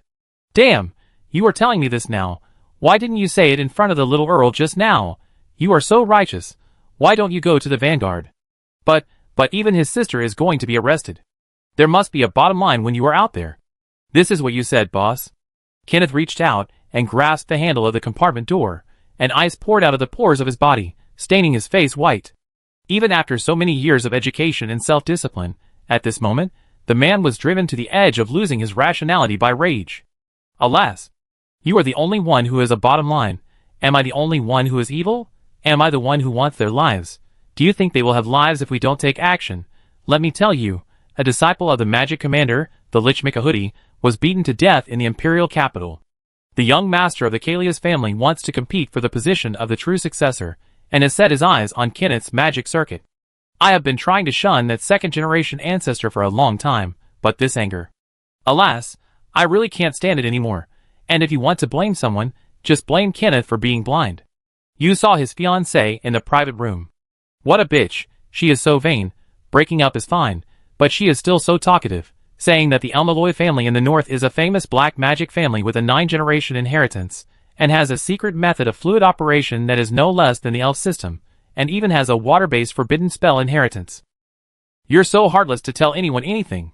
If she hadn't sold Kenneth out, the head of the Kilias family would have been an Earl-level battlefield lich after all. Why would he have specifically asked to see the family magic book of Kenneth, a poor family? Now, the head of the family has spoken up and wants the El Malloy siblings. The male must seize the magic circuit, and the female must stay at home to pass on the bloodline. What, you still want to speak up for them? Don't be silly. This is the last chance they give our Chamber of Commerce. If we don't know how to appreciate it, we cockroaches will be buried with the siblings. But Kenneth is a good person. He took our order just to prepare a birthday gift for his fiancée, didn't he? Why do you want to harm him like this? Because our marriage contract is a blood contract exchanged between the two families in the name of the family, and I swore to her that no one can separate us unless I die.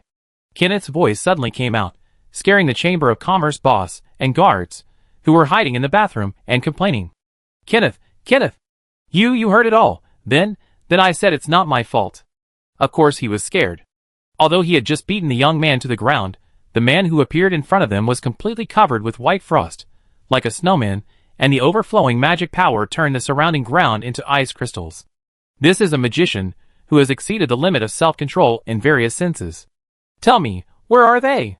When Kenneth returned to the box, the frost on his body had turned into blood, and his expression was so fierce that it interrupted the sexual interests of the people who were preparing to do business in the room. Kenneth, what's wrong with you again? You're not normal today. Didn't you restrain yourself from doing anything before? Khadgar immediately pulled up his pants and got up from the way, giving priority to comforting his brother. Do you have any more wine? Kenneth sat upright on the sofa, wiped the blood off his face, and combed his hair. The barmaid next to him was not afraid at all, and even took the initiative to lean into his arms. This is like the head of the family. This time, Kenneth did not refuse her hug again. Soren ran to the door, grabbed a glass of champagne from a passing waitress, and returned to fill Kenneth's glass. Killed someone? Noble, that's fine. Kill nobles at will. Come to the knights, I protect you. Kenneth nodded, picked up the champagne and drank it all. He probably drank too fast and almost choked. Ahem. This taste is a bit strong. How can it not be strong? Did you spit out the blood in your mouth? Did you eat someone? Khadgar covered his beard and felt a little nauseous. It's okay. Eating meat and drinking blood is our group's tradition. Let's drink this bottle in one go. Forget all the unhappy things. Tomorrow is a new day, and it's time for us to achieve great things. Sauron stuffed the champagne bottle in his hand into Kenneth's arms. Achieve great things. Okay, I, Kenneth, am the head of the El-Malloy family. I must achieve great things. Kenneth grabbed the champagne, and amid the cheers of the people around him, he raised his head and drank it down. I drank too much too. I don't remember much about what happened afterwards. Kenneth rubbed his eyebrows and looked at the head that was put in the fruit basket again, it seems. Then these people rushed into the private room and started fighting? They were probably the guards of the Kellius family, maybe called by Sora. After killing someone, he was still drinking in the private room and waiting for the guards to come and fight. It seems that he was really drunk. Sauron put on the posture of a commander holding his face, propped up his chin and leaned on the dining table to think. Wait, Sora? Your fiancée Sora? This isn't it? You didn't kill her? Kenneth frowned and looked at the face of the woman in the basket. Why would I kill Sora? Well, I did have a reason to kill her, but alas, I broke off our engagement and parted ways. Every grievance has its perpetrator. The one who plotted against me was the heir of the Kellius family. I crushed him to vent my anger, and maybe also took away 2 family guards. Anyway, I didn't touch anyone else. I guess Count Kellius is looking for me now. Well, if it was Soren who went berserk, it would probably be a massacre, and the stable attack case would be solved by the way. But Kenneth is a noble magician after all. In the end, even if he killed people for revenge, he still had principles, reason, and self-discipline. My God, he was out of control, and could still be so restrained and organized. This person is also quite strange. But if Kenneth only used magic to crush the young Earl and guards of the Kellius family, who are these 2 people, Khadgar suddenly found himself the center of attention in the living room, and he was also inexplicable. How should I know? I don't know them. Anyway, they are enemies who are targeting Kenneth. Who do you care who they are? Besides, there is no time to sit here and think about what happened yesterday. What's the point of thinking about it? We should hurry up and go to the military camp. Since you didn't kill Sora, the people from Kellius will find my apartment sooner or later. Oh, don't worry. I have already made a backup plan. Believe me, it is more important to confirm what happened yesterday and who the enemy is. Otherwise, Sauron said awkwardly, otherwise, the fighting families in White City may be slaughtered because of an inexplicable misunderstanding. Kenneth and Khadgar looked at Soren suspiciously, not sure if he was still drunk or if his brain was in trouble. But Khadgar compromised. After all, they were both still hungover, so they should take it easy, finish the conversation as soon as possible and run away as soon as possible. Let me think, by the way, Kenneth, you remembered it wrong just now. I didn't climb over anyone with my pants up, okay? I'm innocent. Kenneth frowned. Huh? But I remember. Nonsense. I have the best alcohol tolerance here, and my beard has absorbed a lot of alcohol, so I'm fine, okay. Tisk, don't you see who dragged you two back? Hey, just pretend this little thing never happened. It never happened. Tell me what happened next. I'm so worried. Sauron hurriedly stopped Kenneth from interrupting. So Kedar continued to recall. Champagne Tower, 1. Champagne Tower, 1. Champagne Tower, 1. Okay, since my friends are so supportive. Champagne Tower, 1 more. Oh. Come on. Let's try something new this time. Valley Wine. What is Valley Wine? Lennice, who was sitting next to her with her arms around the back of her chair, asked out of the blue. Ahem, nothing. It's not true. Hey, Kaija, what are you talking about? You drank too much and your memory is confused, right? Ah, I remembered it wrong. I drank too much. I'm sorry. The three of them rushed over in a panic under Lannis's suspicious gaze. Ahem, after Kenneth returned to the private room, they drank, chatted, and played games. Then, excluding some of the wrong memories of Kedar's drunken memory, we jumped directly to the battle part. Well, there's really nothing to say about the serious battle. Alas, it's really troublesome to have a child as a light bulb next to you. So in short, a total of 18 people rushed in, all here, the 2 on the table are magicians, and the 16 on the ground are warriors. They rushed in and subdued us, then stared at Kenneth and rushed over, probably wanting to kill him to avenge the little earl. I heard that if these family guards fail to avenge their lord's death, they will suffer a tragic end. Then, I saw a silver light in front of my eyes, and when I came to my senses, all the attackers were dead, and there was only a pile of headless corpses on the ground. Kedgar said, at that time, both of you fainted. I went out to call the guards, and then I saw that the outside was already in chaos. Alas, the soundproofing effect of this room is really good. Anyway, because someone attacked the nobles of the Gons family, the guards came to take revenge, and several groups of people fought in the stables, and it was a mess everywhere. Madame Butterfly happened to be passing by with her golem soldiers, so she took the wine waiter with her. I also borrowed a golem and carried you two as I left the stable and returned to the apartment. Then these heads. Oh, after coming back, Kenneth vomited a ball of silver liquid. I wasn't sure if he had food poisoning, or was cursed when fighting with Achilles' family, or if it was some kind of family magic, so I moved him to the bathroom to vomit. When I came out to clean up, I found that the silver liquid was gone, and there was only a pile of heads on the ground. Because magicians' body fluids contain magic power, they may be tracked by enemies, so I picked up the 2 magicians and put them in the basket temporarily. He spoke so logically. He seems to have a good alcohol tolerance. No. Huh? They all died in a flash of silver light? Sauron was confused. Is it really not me who killed them? Kedgar laughed. You, when they rushed in, you were drunk and were holding. Cough. Anyway, you could subconsciously rush to the first person to stop them at that time, which shows that you are a good person. It's a pity that you fell down and fell asleep, so you are not a threat at all. They didn't care about you, they just went straight to Kenneth, put him on the stage, and looked like they wanted to dismember him on the spot, as if they were going to cut him open. I was so scared that I broke out in a cold sweat and woke up. I didn't see what the silver light was. Maybe Kenneth used some family magic to kill him? Family magic? Silver light, silver liquid?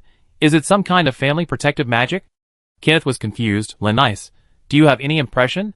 His little sister also shook her head and looked around, but didn't find any silver liquid. I'm not drunk, what I said is true. After all, these guards are very skilled. Even if I'm sober, I can't be their opponent. If you don't believe me, you can test it with your pearl. Kedgar spread his hands to Soren. Now you know what happened last night. What's the point? Can you run away? Soren was even more confused now. Damn, it seems that I really didn't do anything last night. No, at least I played Champagne Tower and Valley Wine. It's useless, I don't remember it at all. Soren rubbed his face vigorously. Damn it, what the hell is going on? Does this mean that the young master of the Gons family was assassinated by someone else? The stable was destroyed, and he had nothing to do with it. He just happened to be at the scene of the crime, and then the blame was put on the Vanguard army. These nobles are really shitty. Is there any need to run? The Kenneth brothers and sisters only offended a Count's family, and it seems that the guards of this family were also killed by some secret forbidden spell of the Elmaloi family, right? In that case, what if the private soldier sent by the Yagia family to exterminate the clan arrived later? Do we still need to cooperate with the old fly to slaughter the Gons family? Of course, the Gons family is the enemy of the company from a political standpoint, so it is not a big problem to destroy them. But if the other party has no actual conflict with Sauron, then this time, the matter will be from Sauron winning over the old monster to help deal with the enemy, and owe him a favor. It becomes the company taking the initiative to help the old fly eliminate the internal troubles for free, and we still owe him a favor. There is absolutely no equal benefit that is consistent with the risk of genocide. This business is too unprofitable. Ah, never mind him. Let's go first. Sauron jumped up and pulled the ghost out of the shadow. Don't worry, my power is great. This empire is walking sideways. Come to Guan Haifa to ask. Eat the ceremony. Here is the robe of the waning moon. Put on the white robe, and you can't recognize it. What? How do I have this thing? Hey, isn't this a must-have thing for murder and arson at home? You don't have all the equipment for escape. Armor sets for the Legion, crystals, muskets, healing potions, healing scrolls, scrolls for undead horses. Wow. What the hell are these? How did you prepare so much? Have you been chased by someone all the time? The ghosts are really convenient, but they consume too much magic power. So the three men started to get together to share the equipment. And Lannis looked at the black cat running around on the ground with curiosity, looked at the many mouths opening on Guan Haifa's body, and looked at the ghosts gnawing on the heads on the ground. Then she stood up, approached the fruit basket on the table, and looked carefully at the two heads in the basket. These two heads. Don't mention those two heads. They're annoying just looking at them. Sauron said impatiently. They're elves. The three turned their heads around, and Lannis lay on the dining table, reaching out to touch the ears of one of the heads. Of course, they were obviously not long ears, but Lannis still said stubbornly, they are elves. After a human dies, the soul fragments will be sucked away by the spirit tower, and there will be nothing left in the body that can attract the residues that ghosts can eat, so they are elves who have changed their appearance in some way. The three of them stood there for a moment, and turned their heads to look at Guan Haifa, who was still chewing the heads on the ground. They really sucked out a wisp of black smoke from the 7 holes of the heads to replenish their bodies, so the three of them threw down their things and gathered around the dining table. The 4 heads gathered together, staring at the 2 heads on the dining table. The scene was extremely weird. This is impossible. They look like people to me. Soren frowned. They are dead, so it's obviously not an illusion. Is it a transformation of the potion? Khadgar also touched his ear and checked it over and over again, but he could not find any clues. It has been left for too long, the blood is drained out, and there is not enough body fluid to use magic marrow tracing. Kenneth stretched out his fingers to touch the cross-section of the broken neck of the head, while explaining to Soren, it is a magic that uses body fluid as a medium to weave spiritual silk and trace the movement trajectory of them before death. Lenise corrected her brother, you can use brain matter. Kenneth's eyes lit up. Yes, you did a good job, Lannis. It seems that you have not fallen behind in your studies, which is worthy of praise. Soren squinted his eyes. Are they always like this? Khadgar clapped his hands. Go to the teacher's laboratory. There is a spiritual thread simulator that can be used to visualize the memory spiritual threads of the demonic essence tracing and then release them. In order to study when and where the teacher was possessed by the demon, I also studied how to use that thing. Kenneth frowned and looked at him. What? Your teacher? Lich Elon? Possessed by the demon? When? So didn't I say I was researching? Khadgar rolled his eyes. Alas, demon gods, nobles, etc., are all insignificant trifles in comparison. Sauron sighed, looking at the 2 heads in the basket that even the magic eyes that could see cause and effect only cared about, but could not find any abnormality. If they are really elves, and even Sauron's magic eyes can't distinguish them, then what is the situation of the Empire now that has been infiltrated by the elves? And why did 18 elves disguised as humans risk being exposed and rush into the stable, ignoring Soren and attacking a ruined noble? And why? What killed them instantly? The questions that extend to this are simply endless, so let's answer them one by one. First of all, we have to figure out who these 2 people are. Chapter 210. Something happened last night. No matter who or what force was behind it, and maybe it really had nothing to do with Soren, but no matter whether it was related or not, something definitely happened. Because the West District of White City, the center of alchemy, military industry and research, the temporary headquarters of the Schwartold Magic Corps, and the frontline test site of the Technology Development Bureau, was unguarded.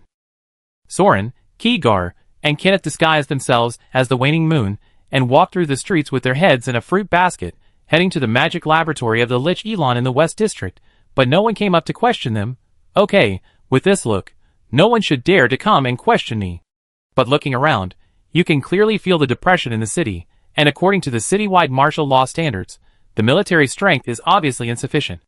Every household has closed its doors and windows, as if it has entered a state of war again, and most workshops and villas have deployed magic barriers.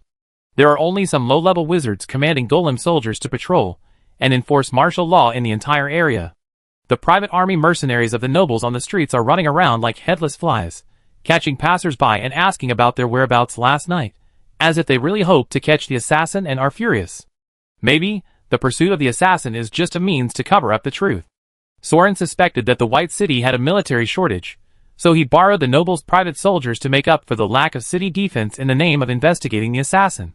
Because Soren could clearly see with his magic eye that the patrolling battlefield mages were just living people with obviously inferior magic power, and he could not see a lich that could be the main force.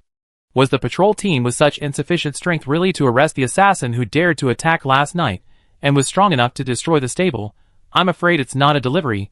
Besides, his shadow slept until he woke up naturally at the crime scene in the stable last night, and there was no lich to check the clues left at the battle scene in time. This is not the way to slack off, right? If there is no conspiracy, it can only mean that White City is really short of manpower at this time, and even the crime scene can only be hastily sealed off and investigated later. The old fly of the Yagia family also confirmed his guess. Through the information exchanged with the shadow of the fourth generation, it can be confirmed that the main force of the Schwartel Corps was transferred last night and left the city just before the attack on the stable. The head of the Gons family also brought his own team with him, which led to the inability to respond to the assassination of the heir in time. But what exactly happened that could transfer a white-robed legion is unknown. Because the head of the Gons family actually dismissed the questioning of the old fly on the grounds that the suspected confidential military information was inconvenient to disclose. It's really a maggot raised at home, eating too much shit, and its wings are hard. In any case, when the stable was attacked, the white-robed flag-bearer of the White City, the Imperial Legion, and the battlefield lich were not in the base camp of the fighting faction. Obviously there is something wrong. And it is definitely not a prearranged military operation. At least when Soren went to report yesterday, half of White City was destroyed, and the post-war reorganization of the Legion had not been completed. Schwartel's own injuries have not fully recovered, and he has to personally ask for help from the director of the Technology Development Bureau, hoping that the Development Bureau will borrow people to share the pressure of the Grand Mage Yogg. How can there be room for military operations? It even ordered Soren not to go north to participate in the war, and stay in White City. If this is a conspiracy of the fighting faction, wouldn't it be more troublesome to keep Soren, a top-level martial god, wandering around? So it can only be that something unexpected happened and the Schwartel Corps was transferred away. Or to put it the other way around, there is actually no problem at all. It is better to say that this is the correct causal order. It was because something happened that the Empire's core was successfully transferred away, and the stables were attacked. It was a very simple move to lure the tiger away from the mountain, but it was designed very carefully and thoroughly, leaving no trace at all. If the last group of operatives had not been inexplicably killed instantly, this might have been an operation that was so covert that no one would even know what really happened. But in the world of magic, anything can happen. Man proposes, God disposes, so there is no need to be too harsh. So although there is not enough evidence to prove that these two heads are elves, Soren is already 80% convinced. After all, if the average Imperial nobles have this level, it is hard to imagine that they could fight like that a few days ago.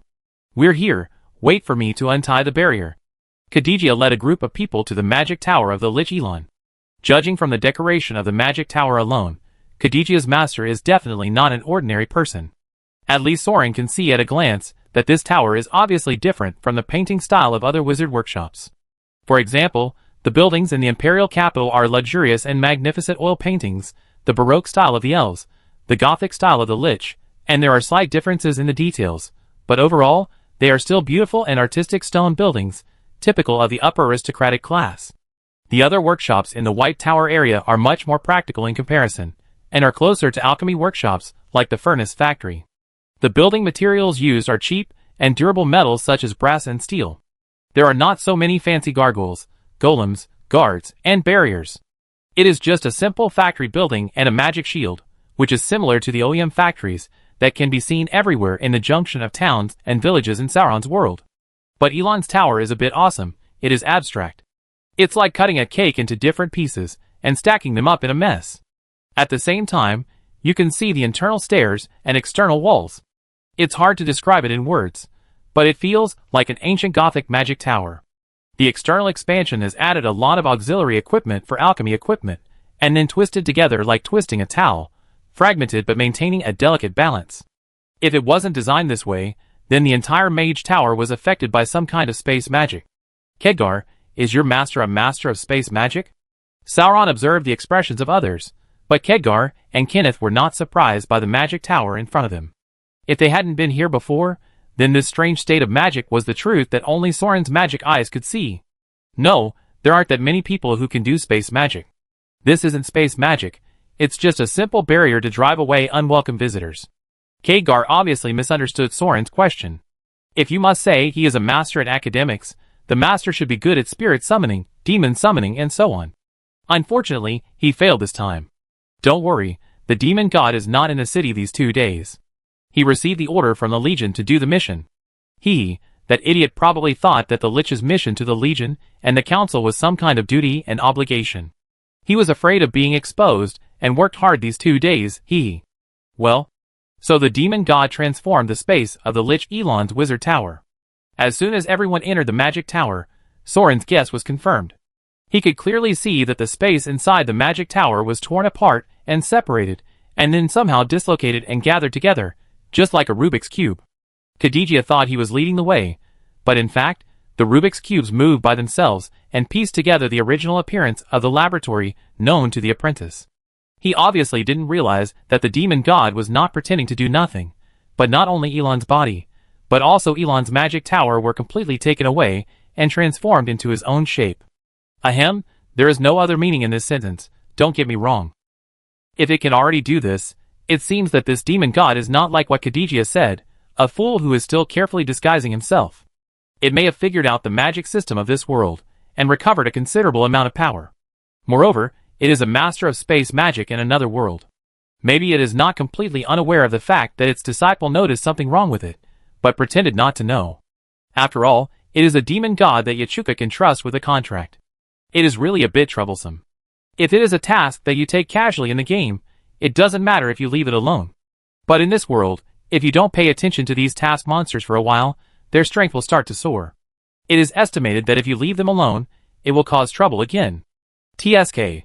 But Soren has a lot of troubles on hand now, so he can only prioritize and put them aside for now. No, maybe it doesn't need to be put aside for too long. Soren's eyes turned around, and he was thinking about it. If he could find out the true identity of the two heads and get evidence that they were elves, he could at least frame Kenneth's enemy, the Earl of Kelias, for collusion with the elves.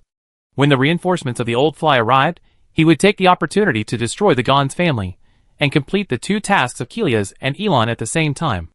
Anyway, let's kill them first, and then say they are the elves' accomplices. There will be no evidence. Perfect. It's right here. Wait for me to install the Spirit Silk Simulator.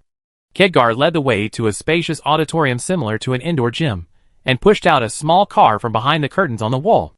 On the car was some alchemical equipment that was very similar to an old film projector. The summoning field of the Spirit Summoning Department? Kenneth checked the circuit on the ground, and there were traces of magic imprints and spells on the ground. He looked up at the circular skylight again. The window was open at this moment. There was a scaffolding on the wall. Why did you put the spiritual silk simulation here? So I told you, I'm checking its details. Where else can I check it? Isn't it the place where the demon and Elon first met? Khedgar and Kenneth started to debug the equipment and explained to Soren, this is the place where the master summons demons. In the past, magic circles were drawn on the ground layer by layer. Sometimes accidents would cause the magic to fail or the summoned creatures to escape. The latest technology now is the combination magic circle. Have you seen the skylight? You can replace the special alchemical shading plate according to the situation. When summoning, the magic energy of the psychic tower will be reflected from the convex mirror on the top of the magic tower, and then shine through the skylight. After being filtered by the shading plate, a summoning magic circle will be formed on the ground, and combined with the barrier drawn on the ground in advance, double insurance. It's a pity that I can't find the previous filter plate, otherwise I can find out which plane this thing is summoned from. Oh, photolithography. The magic technology of the Empire is quite cool. They can even photolithograph magic circles. Oh, The cause and effect positioning of the double helix backtracking. So you took out a loan from them just to buy this? Yes, I think the souls before and after the substitute are different, and the magic essence filled in the artificial body will definitely be affected. I originally planned to take some for experiment when the demon god replaced his essence. Now I just happen to have 2 heads. Smart. Sauron watched them busy with interest, although he didn't know what they were doing. Then Lainey came over with the heads. It's done. She used an enchanted dagger to open the 2 heads. Oh, the brain was not damaged. It was done well, Lainey. Kenneth praised with a smile. So they always do this? Sauron expressed doubts and concerns about the education methods of the magic nobles. Khadgar shrugged. Kenneth will conduct a magic marrow tracing later. The so-called magic marrow is the body fluid of the magician. Living people have body fluids, and the artificial bodies used by liches and advanced puppets also have spiritual marrow inside to fill various magic arrays. The magic marrow tracing can trace the source of the spell that the magic marrow once released, but if it is used directly, only some incomplete images can be seen according to personal talent. In fact, it is what astrologers often call aura. The spiritual silk simulation device can reproduce these auras with illusion magic, and the instrument I installed can trace the magical connection between the 2 kinds of spiritual marrow. Sauron seemed to understand and watched Kenneth insert the 2 metal rods on the device into the human head, adjust the speed, and start to extract brain matter. Kaija casually sent out a spiritual wind and pulled down the curtains to cover the skylight. To put it more clearly, if these 2 magicians had used some magic together before, or concluded a contract, or met in some magical environment, and were directly bound together by the law of cause and effect, the spiritual silk simulation can reproduce the scene at that time. Awesome. Oh, by the way, I also added a video crystal ball, which can directly record the illusion. There must be evidence to accuse the minter. Khadgar casually tapped the ball on the cart and started recording. Well, this is the general level of silver oak leaf. It's worth spending so much money on the incense tower. So in the dim summoning room, everyone started watching the movie. Kenneth closed his eyes and inserted his hands into 2 separated skulls to maintain the magic of magic essence tracing, while the device projected the flash of inspiration in his meditation in the form of a picture. At this time, Soren saw that there were 2 magic beams circling and approaching, rising like a genetic spiral. Most of them were parallel, occasionally connected by faint flashes, but occasionally they would obviously intersect and converge to a point, and then separate again. They have 3 causal intersections recently, and they may have met directly. Kenneth frowned and said, "It's hard to trace the source if you go back further." Khadgar didn't care. It's normal. Living people have metabolism. Let's start from the earliest node. Kenneth nodded and opened his eyes. A bright light flashed in his eye sockets.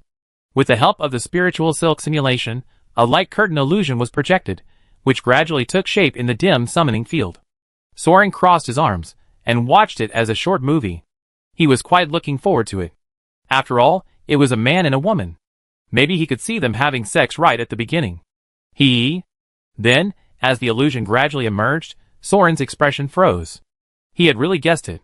They were indeed 2 people together, and they were indeed in the bedroom, but it was in the bedroom of a group of seamen. Soren even recognized that place at a glance. He had lived there before. It was the cabin of the Eastern Star. Damn. I was fooled. The woman held a bloody scimitar and searched the crew dormitory with corpses everywhere. The core of alchemy is not here. The man stood at the door of the cabin with an octopus head in his hand and looked at her coldly. The corpse is not here either. How is it possible? The woman grabbed her hair tightly. How is it possible? How could fate miscalculate? Then, the illusion was broken. Everyone was silent for a while. Khadgar broke the silence. What the hell is this? Lenny seemed to hear some noise, turned her head, and saw Soren sitting on the ground. Fuck, it's really a ghost. Chapter 211. It was these 2 people, no the elves, who slaughtered the Eastern Morning Star.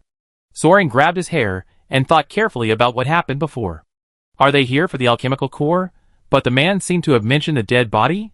Indeed, these 2 things happened to be on the ship at a certain time, so the woman was looking for the alchemical core, and the man was looking for the holy body of death. Are they 2 groups of people?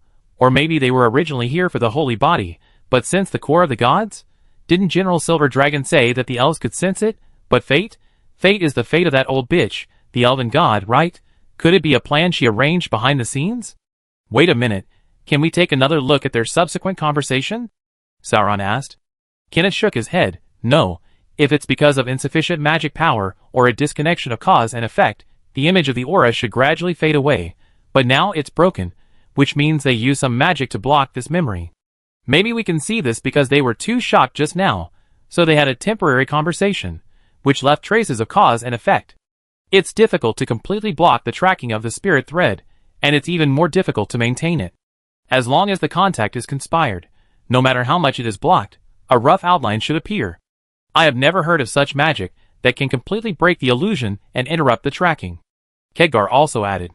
Isn't it recorded just now? Let's continue watching and see the next two contacts.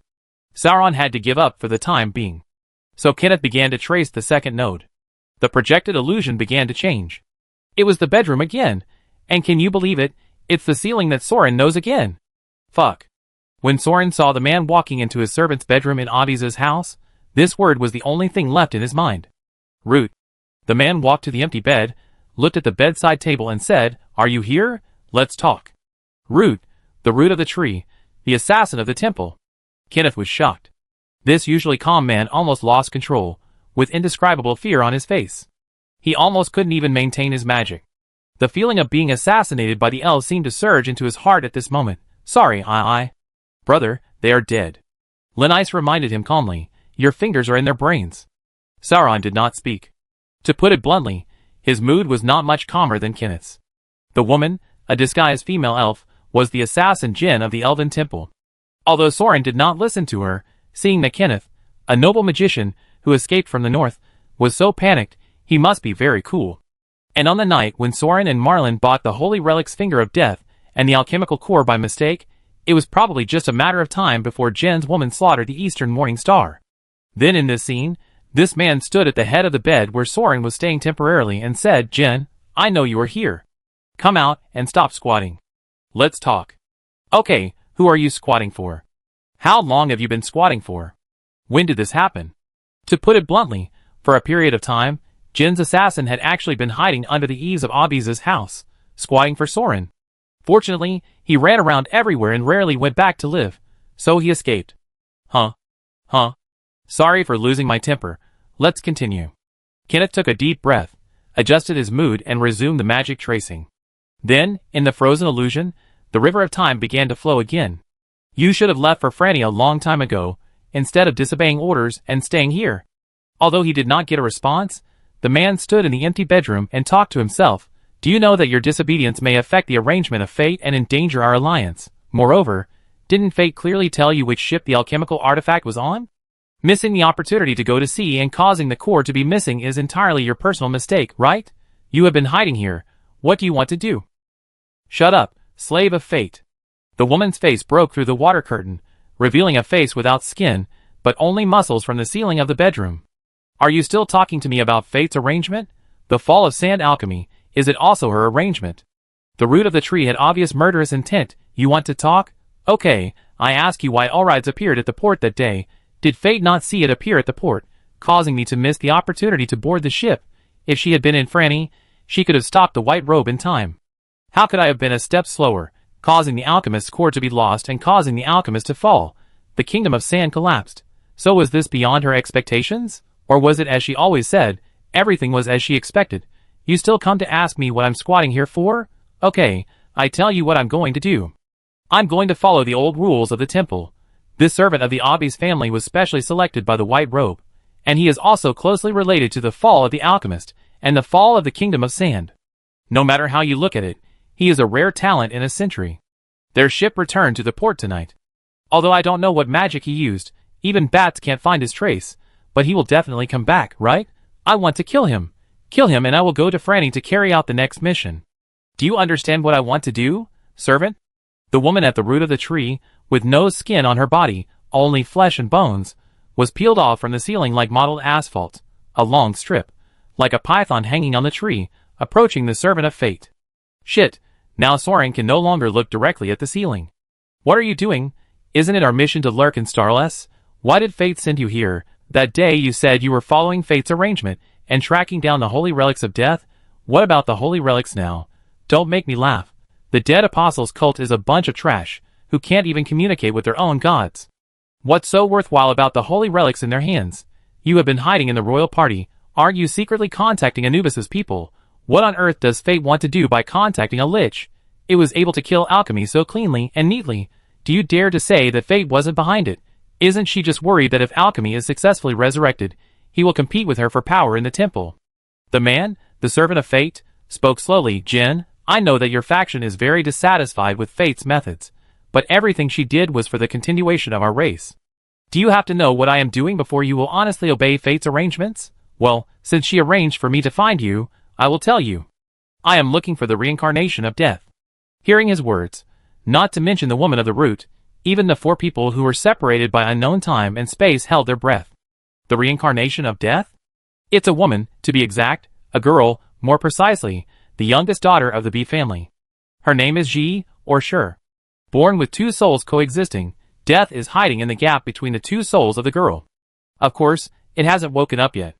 The apostle of fate revealed the mystery without hesitation. This is impossible. For a true god of that level to descend on earth, how many people must be sacrificed? How many innocent souls must be sacrificed?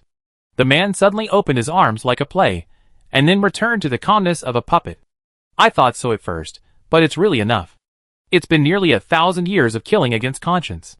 Yachuka's is really cruel. It seems that it has written its own soul into the initial contract. Humph, worthy of being the dancing partner of death, the first to reach an agreement with death, the true king of men, who has been a diligent dancing partner all his life. In the end, everything was sacrificed, but it was finally enough. Now you understand how serious the problem our clan is facing is, right? The apostle of fate, with a calm face, revealed an incomparable momentum. The Lord God of mankind is alive. Once it wakes up, our clan will undoubtedly disappear completely from the long river of time. The woman stared at him intently, looking as if she was expecting to find a flaw to expose the other party's lies. But no, the man obviously completely released all the magic restrictions, allowing the other party to confirm that he was not lying. Jen, there is no need to waste time here. Fate has told me that this servant is just a dead disciple used by death to cover up the truth. His trial has failed. And I have already persuaded Yami's disciples to use tonight's cocktail party to provoke a fight between the fighting faction and Orites, and he can be easily eliminated. The most critical point now is Franny. I guess the girl who is the vessel of death has been taken to Franny by Anubis's people. What do you think? Yes, I guess, because Destiny didn't see it, her aura was interrupted. He paused. The disciples of Raven Mountain activated Franny's trial, forcibly interfered with her aura, and dragged her into the duel with the prophet. If the human prophet is not eliminated first, Destiny will not be able to find the human god. This is a very simple principle, isn't it? What? There are still disciples in Raven Mountain? Impossible. We even killed all the babies. The tree root's face changed drastically. Theoretically you roots should be responsible for killing all the people, but there are too many cases where there are always bastards surviving. Do you still need me to tell you one by one? Just the B family that is the reincarnation of death. You roots should have been responsible for eradicating it long ago, right? The servant of fate made the other party speechless, but suddenly shut up and turned to look at Sauron, which scared him. But in fact, the other party was not looking at him, but looking out the window of Soren's bedroom. The party has started. I took the risk of unlocking the ban and telling you all this. You know very well whether I am lying or not. This is not an internal fight in the temple. It is a matter of life and death for our race. If you really doubt it, go and ask your wise chief wizard Yager. Ask him whether he wants to continue to sit and watch the show and watch his own race become extinct, or show some real skills to completely exterminate the psychic empire. The apostle of fate lifted his robe, opened the door and walked out, and the illusion was broken. The summoning field fell into a dead silence, and no one spoke for a long time. Soren didn't know if these 3 pure melon eaters choked after eating such a big piece of melon. Anyway, he was shocked to the point of being speechless. This feeling is like you quickly skip the text of nearly 2 million words of background and plot settings, specifically looking for romantic and colorful paragraphs to stop, but ended up turning the story to the end of the stage, and suddenly found that the big boss you have been fighting jumped out and said to the protagonist, "I am your father, and you will be shocked. I felt like fuck. How could this happen? I don't think I've ever seen this. Ahem, I've gone too far." Actually, Sauron himself thought about many things in the conversation between the 2 people afterwards and felt strange. The most direct point is that since the elf assassins have an excellent tradition of assassinating young human heroes, no assassin has ever attacked Sauron. Could it be that they looked down on him or something? Ahem, in short, this doubt has finally been answered. It's not that Sauron is not good enough, but this root, most likely was fooled away. Xiaoxiao was comforted for a bit. Instead, it was Kagar who reacted first, and then asked a very valuable question. These two people talked about so much nonsense, but what does the prophet, death, container, etc. have to do with Kenneth? Well, regardless of the information provided to Sauron in this node, it is indeed necessary to admit that this is a more critical question. Because according to the first two memories, it doesn't make sense for them to ignore Sauron and go to Kenneth when they attacked, unless... Are you also a vessel of death? How is it possible? Kenneth was speechless. Let's just read the last paragraph. Maybe I recognize the wrong person. Yes, indeed. Let's finish reading it, and then think about what happened. So the illusion of the third node gradually unfolded. Fortunately, this time it was not the bed that Soren had slept in, otherwise it would be too weird for two stalkers who had never seen him to always follow him and smell the sheets. This time it was in the wild. The servant of fate was slashed and fell to the ground, and the female assassin of Root walked out of the shadows. It's you again. So the defected human mage I'm going to pick up is you? No, you're one step short. The person you're going to pick up was just snatched away by four weird-looking ugly women. The Apostle of Destiny struggled to get up and handed the small crystal bottle in his hand to the female assassin, but luckily I've saved a trick. Give this to Yuga. Is this a magic potion? The female assassin looked at the silver liquid shaking in the crystal bottle. Isn't Destiny going to eradicate the container of death? You exposed your identity just to steal this bottle of potion? This is much more important than one or two smuggled demons. The Apostle shook his head and said weakly, we must get it at any cost. This is the Lunar Marrow Calculator developed by the Technology Development Bureau. Lunar Marrow Calculator. Keegar and Kenneth jumped up at the same time. What is? Ah! I understand. I remember.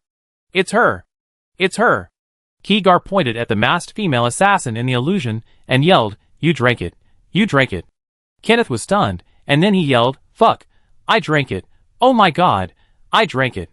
What? Sometimes, I find myself copying notes for most of the class and still confused. But others only listened to 2 sentences and were able to understand the cause and effect and reasoning, which really hit my self-confidence. What is the Lunar Marrow Calculator? Linus asked. Oh, fortunately, Soren was relieved. At least, he was not the only one who knew nothing. Although he was at the same level as the little girl, it was actually not something to be happy about. Oh, I was telling you. This person was pretending to be a bar girl before. I didn't recognize her after she put on her clothes. Fuck. Kegar was still dancing and yelling at Soren, the champagne tower is finished. She just happened to pass by the door, and you snatched the champagne she was holding and gave it to Kenneth to drink. Damn! Kenneth, you too. That's obviously not a bar. You poured everything into your mouth. Ah, it seems to be true. How should I know? I was so angry that my hands and feet turned cold. I thought adding some silver powder to the wine was also a common way for the nobles. Alas, why is the taste so strong? Kenneth was shaking with excitement, but he still controlled his emotions and seized the opportunity to teach his sister magic. The Moon Marrow Calculator is the most advanced experimental project of the Alchemy Department of the Technology Development Bureau. Simply put, it is a super magic material made through top alchemy, a liquid magic alloy. As you know, magic-resistant metals such as steel will hinder the magic of the 4 elements and are often used as armor. However, magic-friendly metals such as mithril will improve the efficiency of magic transmission and are often used as magic guide parts or magic jewelry for alchemical props. The research on magic-resistant metals and magic-friendly metals has always been a key project of the Alchemy Department. The most advanced concept material proposed by the Alchemy Department of the Technology Development Bureau is named Moon Marrow. This is a liquid metal that has 2 completely different properties, magic-resistant and magic-friendly. As long as magic is input from different directions of the material, it also has ductility and toughness. Kagar interrupted. A computer is a general term for a device that uses alchemical tools and mechanisms to make complex magic circles automatically effective and operational.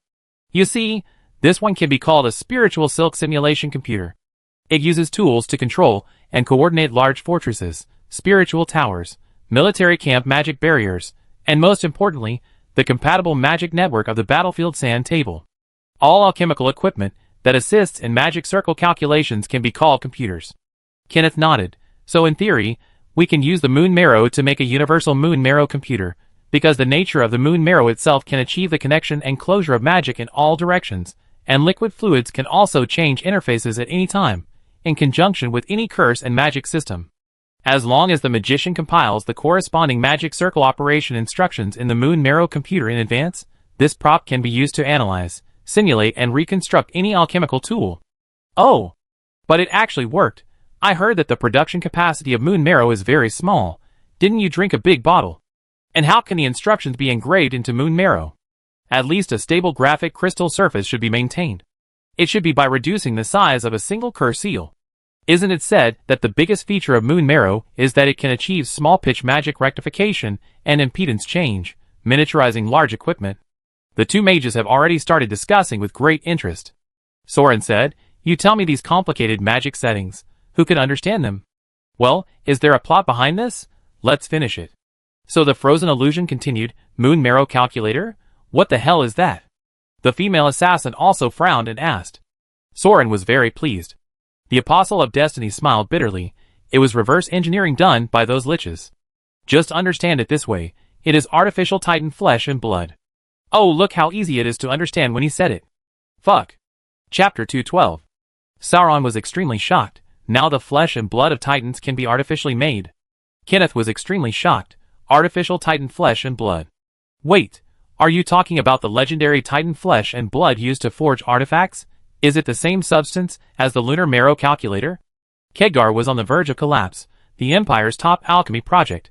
The top secret of the Technology Development Bureau. You just drank it. Oh my god, you drank it. Lenise was also very surprised. What about this lunar marrow calculator now? Still in Khadgar's apartment. The three boys lying on the ground wailing were stunned for a moment, and turned their heads to look at the little sister of the Elmalloy family, and then looked at her brother with her. Lenise circled around Kenneth curiously. Is the moon marrow still in your stomach now? Or has it been excreted from the body? Oh right, if it is the fluid involved through the esophagus. Hiss, it can't be.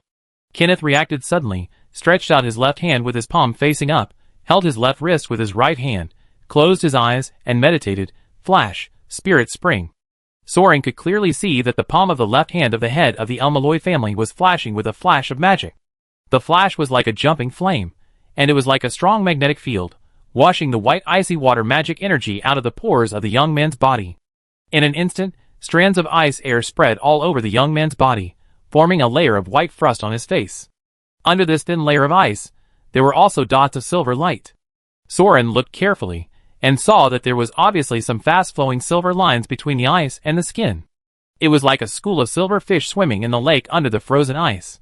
These strands of silver lines, guided by the flickering magic power, gathered in the palm of Kenneth's left hand, condensed little by little, starting from water droplets and gradually condensing, and finally turned into a sphere similar to Mercury. It looked like a metal sphere coated with a silver mirror, quite round and elastic. However, the smooth mirror surface was only at first glance. In fact, with the magic eye of seeing cause and effect, you can see that on the microscopic surface, deeper below the mirror, there are densely packed magic arrays and spells engraved. The white magic light jumped and shuttled back and forth between the engravings under the surface of the mercury ball. Soren only stared at those spells for a while, and his magic eyes almost looked cross-eyed. Oh, this is the legendary moon marrow. Khadgar knelt down neatly. Kenneth was panting, his nostrils were stretched, and his fingers were shaking. Oh, this, oh my god, is this a change of fortune? Soren was still staring at the silver ball with his eyes crossed, but Lannis understood it first and said to herself, the secret of the magic spring, it is the fluid magic technique of the Elmalloy family, because our family is generally water-based magic affinity, but only relying on the water element in the environment to cast spells will be subject to various restrictions. So my ancestors developed a secret technique that can mix high-concentration magic solution with body fluids and hide it in the human body. If it weren't for mastering this special magic, anyone else who drank moon marrow would have a perforated stomach, right? However, my brother is really a genius to be able to master this dangerous secret method quietly at this age. Very good, Lannis. It seems that you have memorized all the secrets of my family, which is very good. Then the next step is to practice like me, starting from the small details of daily life to pay attention to the rest of magic skills. You see, I learned this trick in advance just to prevent sweating and body odor from affecting my demeanor as the head of the family. I really used it today, ah ha ha ha. Kenneth laughed heartily while holding the mercury ball. And the mercury ball also changed its size and shape as he wished, flat or long, round or square, just like a living slime. I see. So when his life was threatened, he subconsciously used the moon marrow calculator that he drank to perform magic transformation and instantly kill the elves on the ground. This guy is really a genius. Even if the moon marrow calculator itself has powerful functions, when he was so drunk, he could still use the family magic to control the moon marrow. I'm afraid there are not many people in the world who can do it, right? Oh, you are worthy of being my brother. In the past, because you were always squatting in the bathroom, I was worried that you might have a problem with your prostate. It turns out that you are doing this dangerous practice diligently. You completed the secret technique that obviously needs guidance and rescue by yourself. You are truly a genius, the hope of the revival of the El Malloy family. I also want to learn from you this spirit of not forgetting to practice magic all the time and maintaining your demeanor. Lenise agreed in a flat tone that was hard to tell whether it was admiration or sarcasm. Kenneth nodded at her cheerfully. Oh, just having this intention is enough. You still need to grow up. I will start teaching you the family magic once your magic circuits are stable. Just accumulate theoretical knowledge now, don't rush. Sauron looked at Keegar. It's okay, they always do this. Keegar stroked his beard and whispered to Soren. Kenneth can't really tell the difference between irony and sarcasm. He grew up with Lannis alone, lacked etiquette guidance, and thought that nobles talked like that. Otherwise, he should have seen that Sora wanted to break up with him. However, this is really a coincidence. If it wasn't for Kenneth yesterday, anyone else present would not have been able to drink the moon marrow and still be able to operate, right? And why put it in a champagne bottle? Lenise stood on tiptoe and looked closely at the mercury ball in her brother's hand. Since it is an all-powerful universal calculator, a magical material that can be freely transformed like the flesh and blood of a titan, if it is kept in a box or treasure chest, it won't be drunk by others, right? Kenneth also nodded. Yes, I don't drink alcohol normally. If I hadn't been so angry that I fainted. Oh, let's not talk about her. It's really unbelievable. Things of this level should be kept in the secret vault of the Empire, and kept by the Prime Minister himself, right? Could it be that the people from the Technology Development Bureau took it out for experiments and it was kidnapped? The core magic institution of the Empire is freely accessible to elves, and the information was leaked by the internal magician who defected. This is too dereliction of duty. Huh? Yes. If it is something of the level of artificial titan flesh and blood, how could Killian, who is willing to grab any scraps? Wait, put it in a wine bottle? Ah! Keegar noticed that Soren suddenly changed into an expression of I understand too. What happened? Alas! I suddenly know where the secret vault of the Empire is. Damn, this guy is really straightforward, not beating around the bush at all. Soren was speechless. Maybe this time it really has nothing to do with the Technology Development Bureau. Maybe the Liches have handed over the most precious secret treasure to the Empire's strongest thug for safekeeping. However, the thug may be thinking, damn, it's just the flesh and blood of the Titans. I'd never seen it before. Then he found a wine bottle, and put it in the treasure house behind him. Yes, the secret vault of the Empire is a wine cabinet, the one in the Prime Minister's office. Alas, my mindset is fixed. The blood wine on the battlefield just happens to be wine. I didn't think much when I saw it. But when I think about it carefully, the Eastern Star was also filled with wine bottles. Damn it! Speaking of which, when Shi Qiang received the reward, he was also called directly to the office by the Prime Minister. No wonder Killian squatted in the Prime Minister's office all day long, because the wine cabinet behind him is the secret vault of the Empire. How can this be unsafe? Why don't you try to steal one from under its nose? The Prime Minister of the Shinma Empire is just a warehouse keeper. But it's not impossible that the elves can steal it this time. Killian must not have been in the Imperial capital last night. Even if Destiny, the prophet of the elves, was restrained by the trial of Scold, Killian himself witnessed the fall of the Fearless, and also went to Franny to meet the hero, and he hasn't appeared since he gave the Crucible D to Soren. In all likelihood, he has started his own actions on the entire front. Soren and his men had been digging dirt and building towers peacefully for a whole week, because the battle in their area had already ended. However, the aftermath of the Nightmare Knight's victory was only transmitted to other parts of the battle line at this time, and began to have a direct impact. So at this critical moment, Killian, and even a large number of white robes and legions were mobilized by the battle on the front line, giving the assassins of the route an opportunity to take advantage of the loophole. As for how the information of the Moon Marrow computer was leaked to the ears of the elves, this clue is relatively clear. If Soren's guess is correct, in the illusion of the third node, the noble, who was mentioned to be the one who was caught by 4 ugly women after the defection should be Nareem, who failed in the battle with him, and is now locked up at home by the old fly for breeding. He and his master Mayuli Yaja were originally important people in the Technology Development Bureau. And according to the information revealed by the old fly, they have the support of the Gons family. Coincidentally, the two liches of the Gons family, the head of the family is the deputy commander of the legion that is now diverted away from the mountain, and the other lich is the white robe of the Technology Development Bureau, the deputy director of the Weapons Development Department. It can be confirmed that the information about the Moon Marrow calculator was leaked from Nareem. This Nareem is indeed a very powerful elite. At that time, he was not only competing with Soren and Reinhardt, but also fighting with the Yaja family. Until he saw the old fly's thunderous means began to fight back, the robbery of the goods in the furnace was just the last straw that broke the camel's back, making him immediately realize that his plan had failed, and then he took out the most valuable Moon Marrow at once, and confirmed the retreat of the Elf Alliance for himself. When did he contact the elves? This can also be inferred if we connect the information in the second node with what Soren learned afterwards. The Apostle of Destiny plotted against the heir of the Yami family, the one who was beaten up by Soren. This is related to Nareem's plot against Blue, the heir of the Yaja family. In addition, the Apostle of Destiny should have been lurking among the royal party nobles at first, and Soren did remember that during the original competition, a group of royal party members suddenly defected to Nareem's side, allowing Mayuri to get the loan that the company lent to the casino.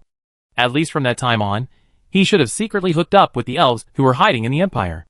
Fortunately, Soren was just being petty, cautious, so he sent the 4 heavenly kings to capture this bastard in advance.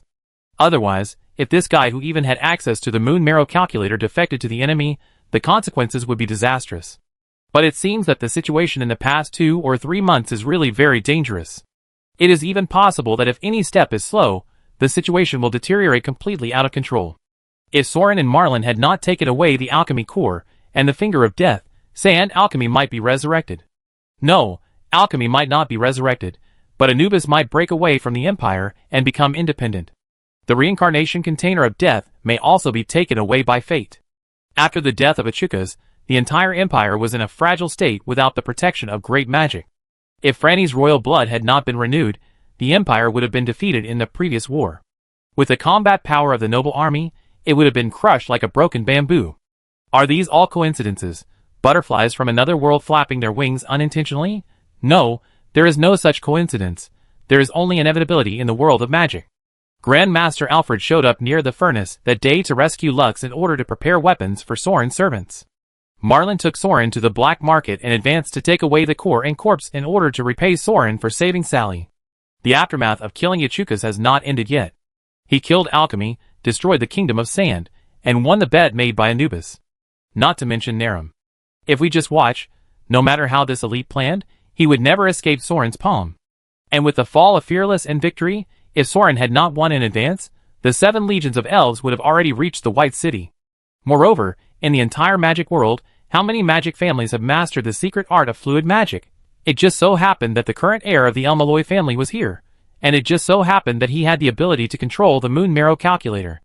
It just so happened that when he came to the stable for the first time in his life, and lost self-control for the first time because of anger, he didn't even look at this man-made secret treasure, and drank it in one gulp. Because that bottle of Moon Marrow and Kenneth's life were originally 2 parallel lines that would never intersect. In Kenneth's life plan, there might not be the option of appearing in the stable. And if he hadn't come last night, at this time today, he and his sister, the bloodline of the Elmalloy family might have been cut off somewhere unknown. And when this female assassin, disguised as a barmaid, walked through the aisle of the stable box with the Moon Marrow hidden in a champagne bottle, she would never have thought that there was still a possibility of error at this time. How could it go wrong? The artificial Titan flesh of the Lich, the most top-notch secret treasure of the Technology Development Bureau, was stolen by them. It was probably last night, and it was transported directly to the stables through the magic transmission of the club. Even the Lich army stationed in White City was arranged by them in advance, and the tiger left the mountain. They just waited for her to deliver the things to the person who responded, and they could get away safely. Why did such a perfect plan go wrong? Until Soren pushed open the door, snatched the bottle of wine, and poured it down for Kenneth. So the 2 parallel lines of fate intersected. They were forcibly pulled together by a soul that did not belong to this world. Just like he appeared at the key node every time, blocking and reversing all the arrangements of fate, leading everything to the situation destined today. Thinking of this, Sauron could only say, "Do it. Is it so powerful? All this is all the calculation of the first generation Sauron. It's so terrifying."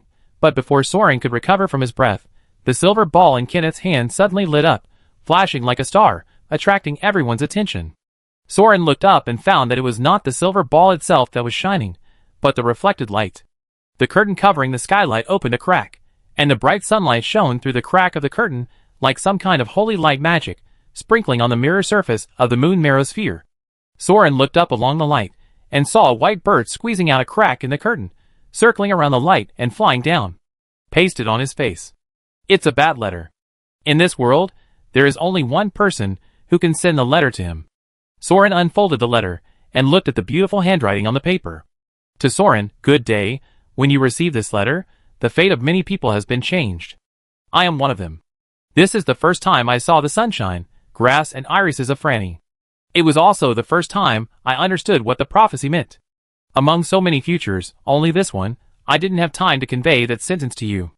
Now I understand that it was actually a test I should face. Some things will happen even if you wait, and if you don't try some things, you will never know if there is a possibility of change. Don't worry, I will muster up the courage this time to face a new future.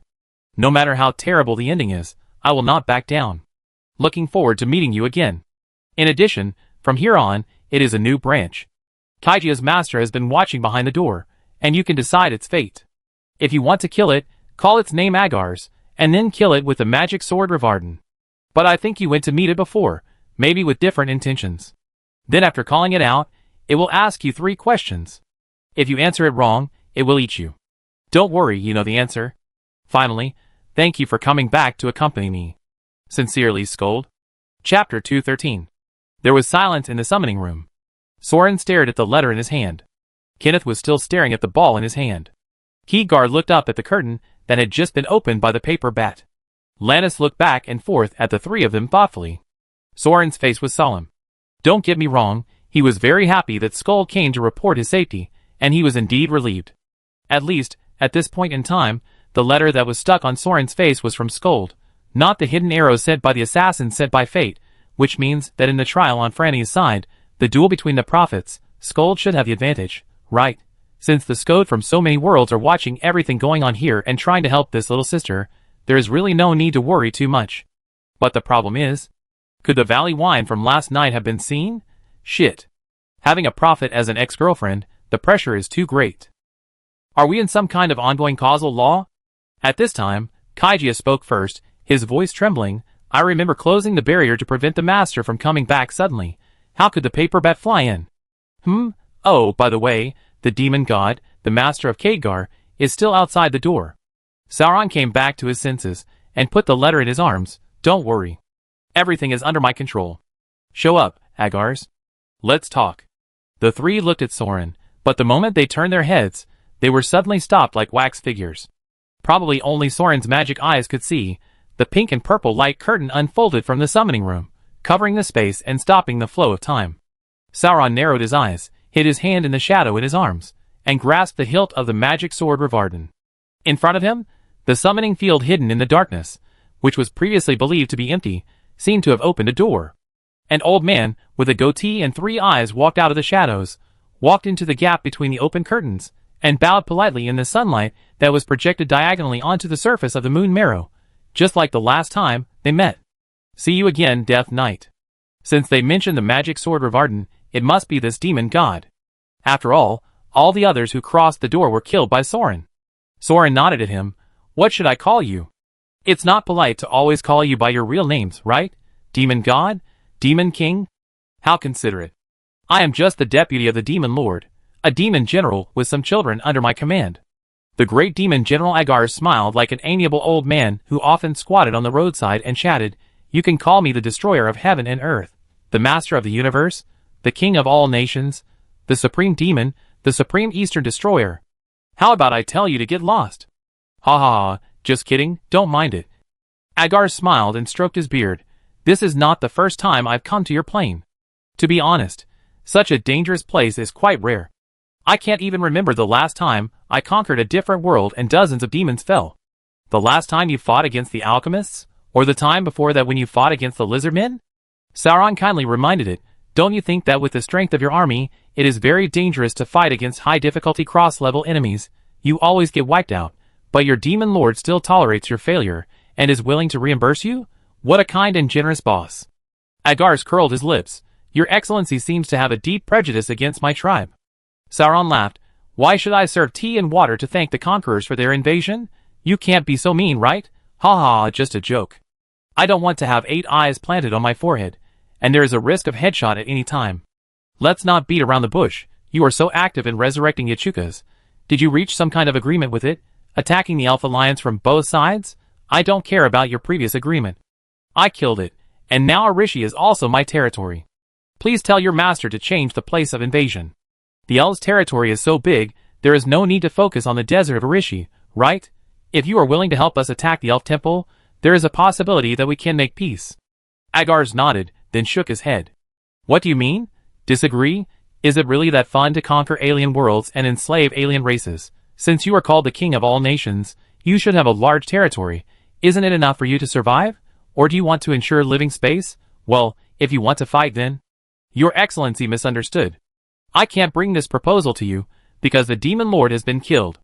Agar still had a gentle smile on his face, and he explained to Soren casually, my race is being systematically exterminated, and something stronger than us is destroying our civilization. We are not invading but fleeing. Now the 4 great demons including me are looking for a new habitat. The coordinates of the Iali system are the most stable channel from the world. We are temporarily staying into your world. Of course, there is actually a more stable one, which is this. The teleportation magic test site you call the stable. A long time ago, I made a deal with Yachukas. I provided you with the knowledge of space teleportation magic. In exchange, Yachukas agreed to open the door on this side, allowing my people to migrate to this world and live in its territory, and gave me the title of Imperial Duke, leading the people to join the Psychic Empire to declare war on the Elf Alliance. Of course, according to the rules of the Empire, the territory must be fought back by oneself, so we chose the Land of Sand to cooperate with General Anubis's military operations. Sauron opened his mouth and froze for a while. Oh. Agars touched his chin and looked at Soren. I noticed that Yachukas was dead, but the door on this side was not closed. So I led the army to confirm the situation, and when I saw you for the first time, I found that its fetters and cause and effect were transferred to you. I have investigated the situation of Yachukas these days, and I also found that it is impossible to revive Yachukas. However, the cause and effect of the contract between our 2 tribes is still there. If you are willing, there is still the possibility of concluding a covenant.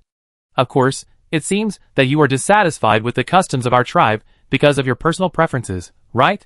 But forgive me for being frank, do you think there are many people like you and Yachukas who have the talent of psychic communication and can freely communicate with other worlds, races, and species? I actually first looked for those elves and gods, just wanting to plant some eyes for them to communicate. But they roared and swung their swords at me without saying a word, and there was no way to communicate. So you can see, without such transformation, there will be no communication with each other. How can so many completely different races coexist? Isn't there only one way to go, which is killing? Although my race is keen on war and conquest, at least we only regard slaves of other races as tools, but we are not like your race, which not only enslaves and kills its own people, but is also cruel enough to squeeze out their souls. TSK, in my limited knowledge, there is no race more terrifying than you humans in so many worlds. You should be called the demon race. Sauron was speechless for a while, and had to say, but why should I help you? Aren't you being exterminated by a more terrifying existence? If we let you in, won't it catch up with us sooner or later? By then, you will pat your butts and run away to another world. Should I follow you? Isn't the wisest thing to do to kill you now, and completely close the door to prevent future troubles? Agars nodded. Your Excellency can certainly do this, but I think it's only a matter of time before those things find this place. We were called the demon race, the demon god, and the destroyer of other worlds because we were the first to master space magic and could invade and conquer other worlds. Conquer and enslave other races. But now because of that thing, all the colonized worlds, including the main world where the demon lord is, have lost their coordinates one after another, closed their doors, and been exterminated. Only the expeditionary corps led by our 4 great demon gods escaped, because they were fighting in other worlds.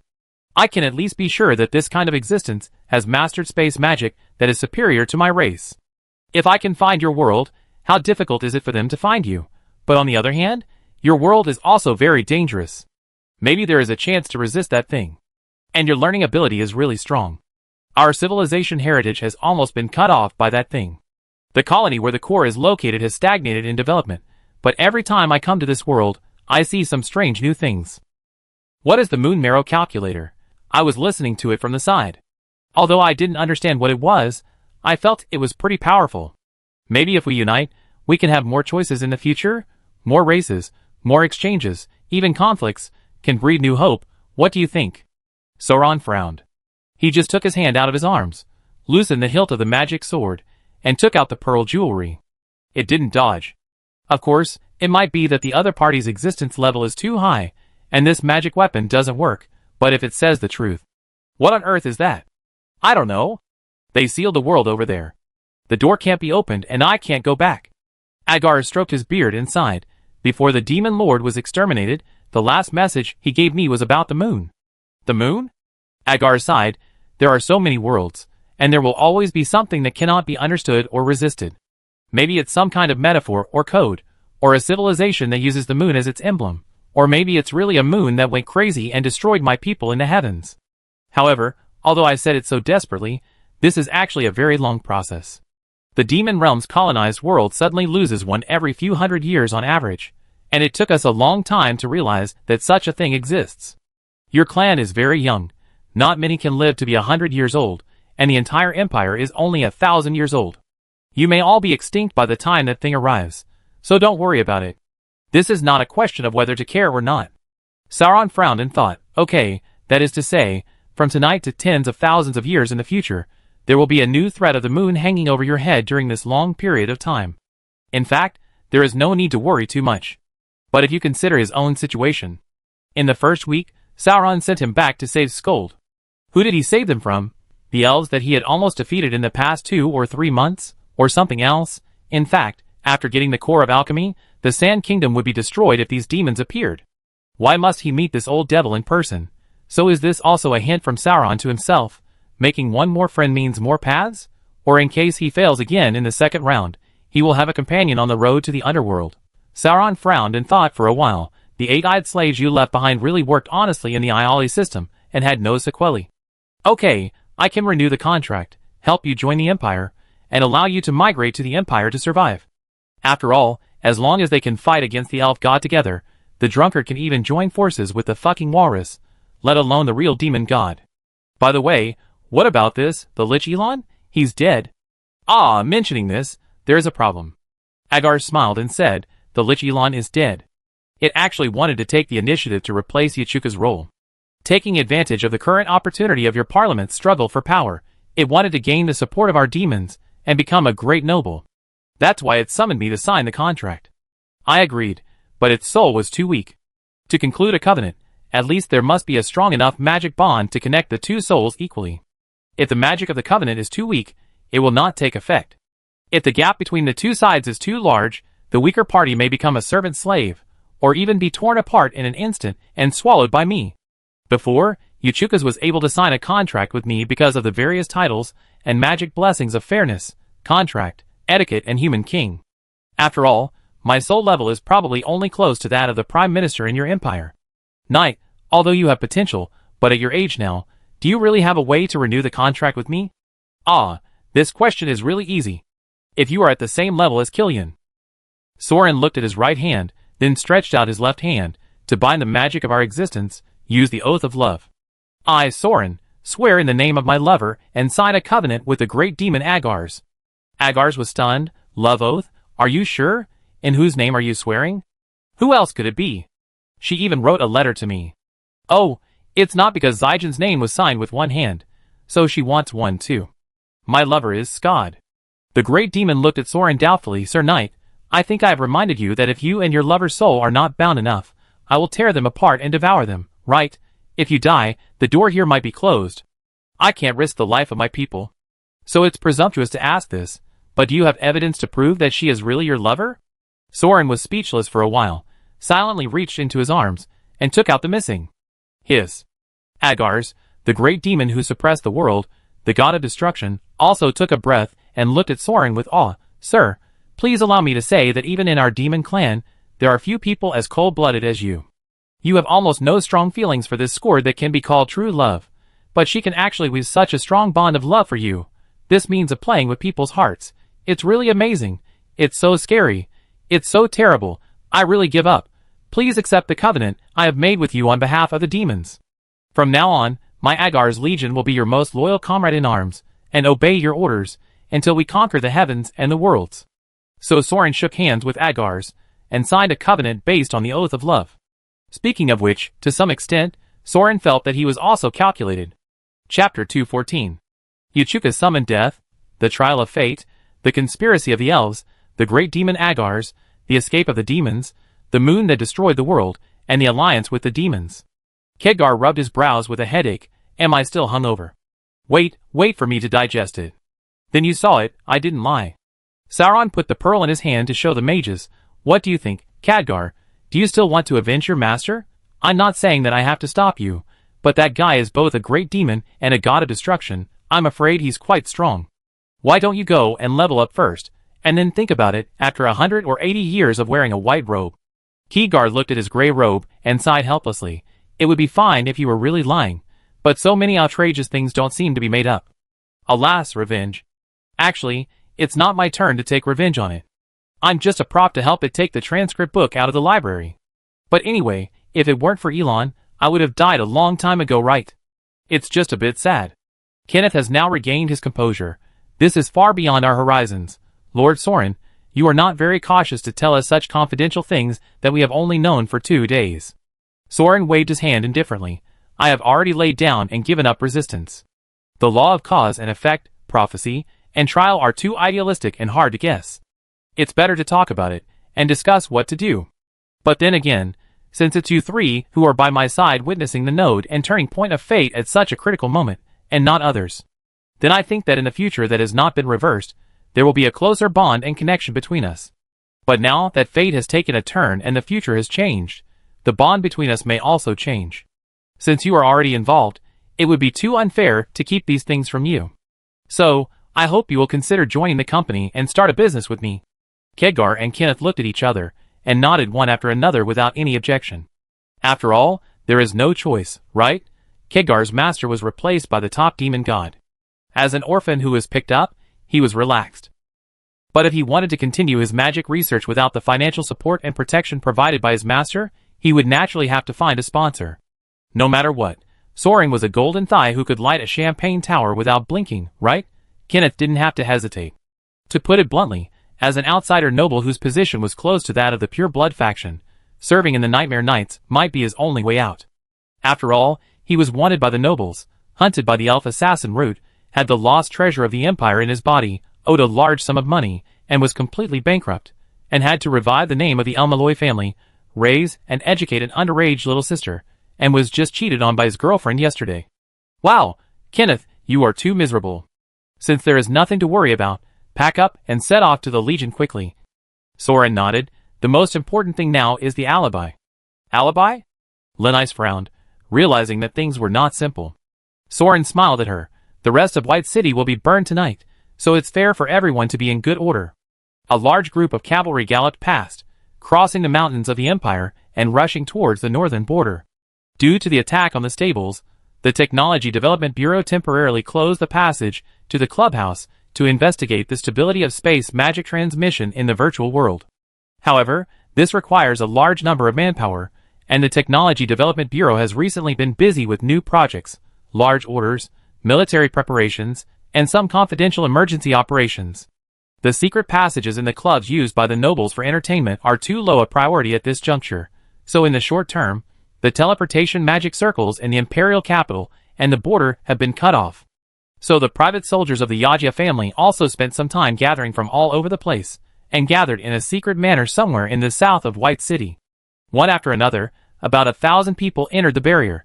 Some of them were lower-level nobles with guards, some were blood knights transformed into vampires, and there were also many mercenaries, warriors and assassins. There were also some magicians in red and black robes. It can be seen that the hidden power of the Yajia family was brought out. The shadow of Sauron, wearing a suit of the waning moon, stood on the roof of the manor and powered a large number of magic circles in the manor according to the secret method provided by the old fly.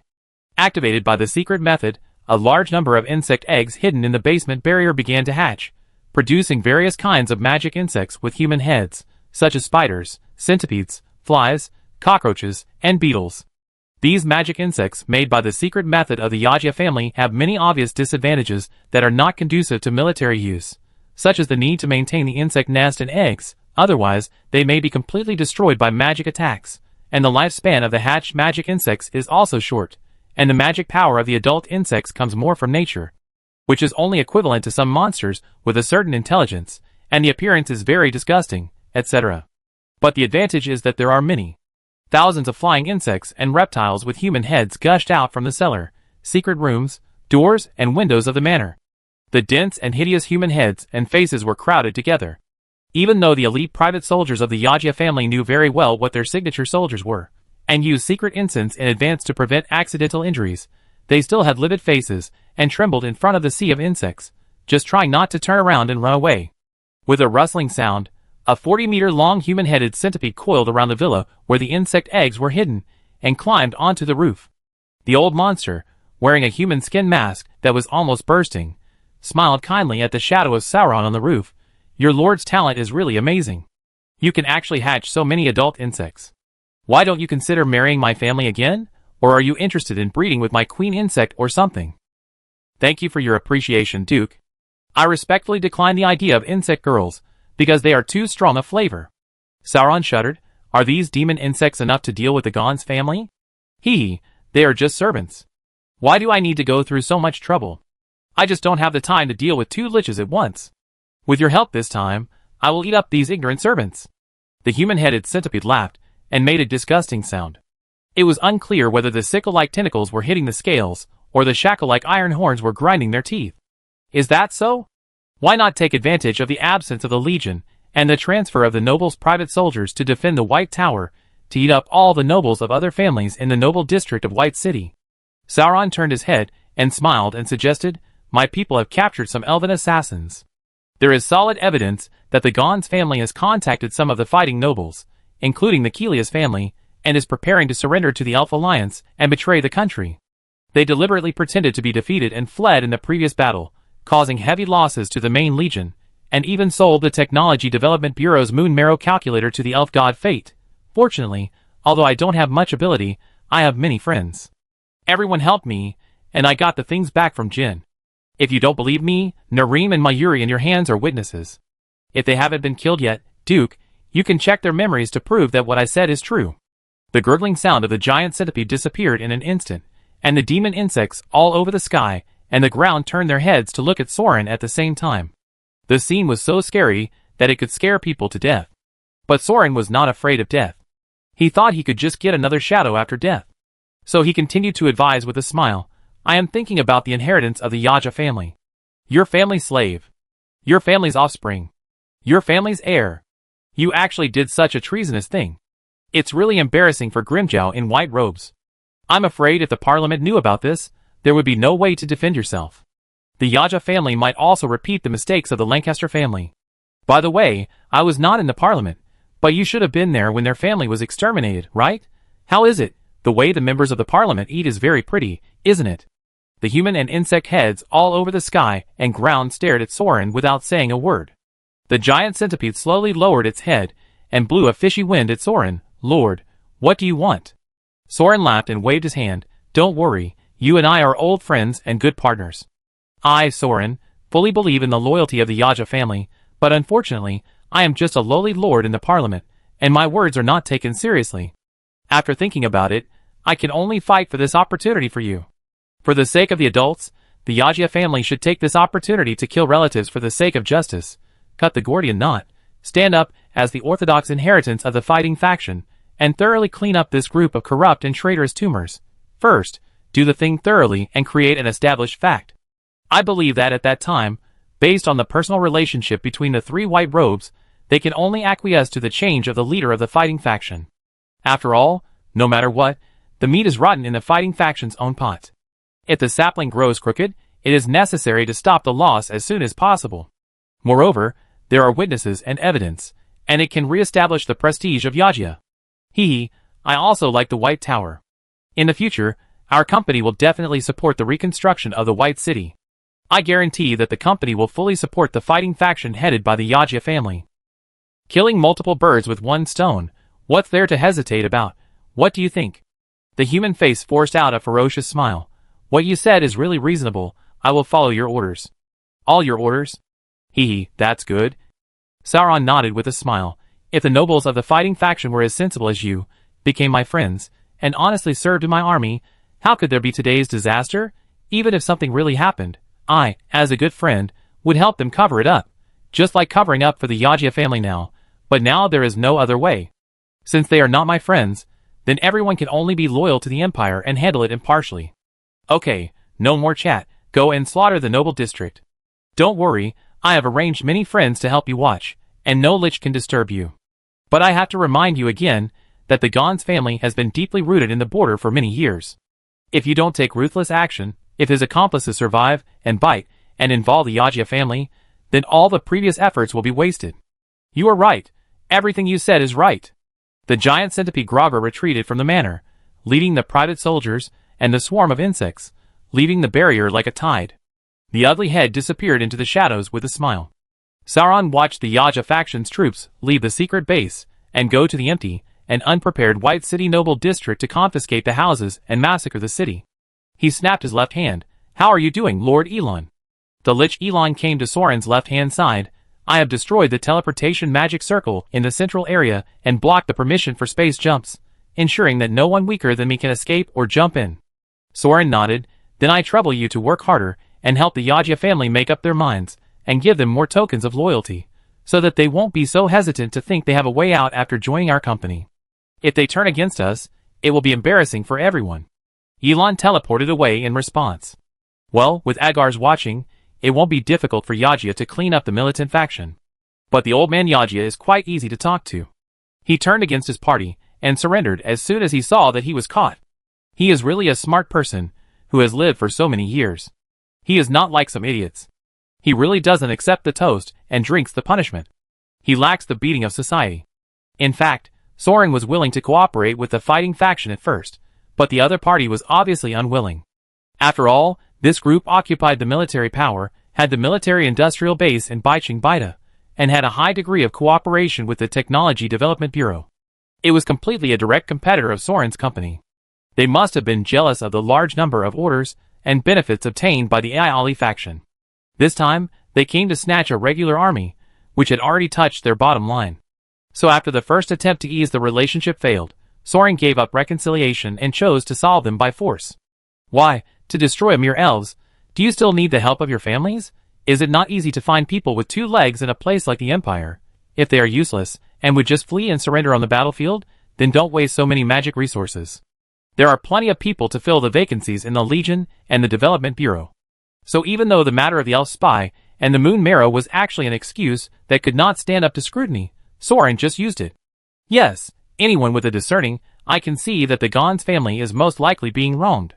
After all, this pair of Lich brothers, one is in charge of the army, the other is the deputy director of the Technology Development Bureau, and they are also the core leaders of the fighting faction. They are completely in the rising period of their careers. Why do they need to abandon their family business and flee to the Elf Alliance? They are different from Naram. Naram fought his way up from the bottom, and has long been accustomed to gamble with all his might. The family business of the Gon's family, for so many generations, is in White City. How can they defect if the Elves' army does not really attack? But in political struggles, it is not important who is right, but who can win is the most important. The Gon's family was really tricked by Naram this time. Who would have thought that this guy would leak out the moon marrow in order to save his life? This is a serious political issue. To be honest, this item alone is enough to use Killian to kill people. If this card is played, even the main family like Yaja will be implicated. The Gon's family's connections in the Legion, the Technology Development Bureau, and even the Parliament will naturally be useless. And with the righteousness of the old monster Yaja, the cancer within the fighting faction will be eliminated. Not to mention the other parliamentary officials, the 3 white-robed liches can't say much. This time, even your father can't save you. In addition, the Yajia family had prepared insect eggs near Baicheng, the old monster's troops, and the assistance of a great demon. The fighting nobles were caught off guard and unprepared. As for Kenneth's cuckold, it was solved easily. After all, Sauron is a leader, right? How can he always fight and kill like a bad boy? It's too vulgar. Needless to say, today, not only Sauron and his family, but also the fate of the fighting families in Baicheng district has been reversed. Chapter 215. Because it does not meet the requirements of spiritual civilization construction, I will not describe in detail what happened at night. Anyway, it was just a murder. In nature, it was a fight between the powerful and the rich. There were old monsters and big demons watching. The liches on the battlefield were not there, so they could not play any new tricks. Sauron took Kenneth and the others and traveled all night. Finally, they returned to the front line of the Nightmare Knights without any danger. They felt relieved when they arrived at their own territory. The swords and guns in this area were all from the surname So. Which bird egg noble dared to cause trouble? Believe it or not, I can shove a 280 into your peas eye and kill you. Pelusius was very welcoming to the two coolies that Sauron recruited for him, new colleagues, and received them very warmly. Oh, Lord Kenneth of the Elmaloy family, I've heard of you for a long time, and there are disciples of Lord Elon. I've seen them before. Welcome to join the Legion.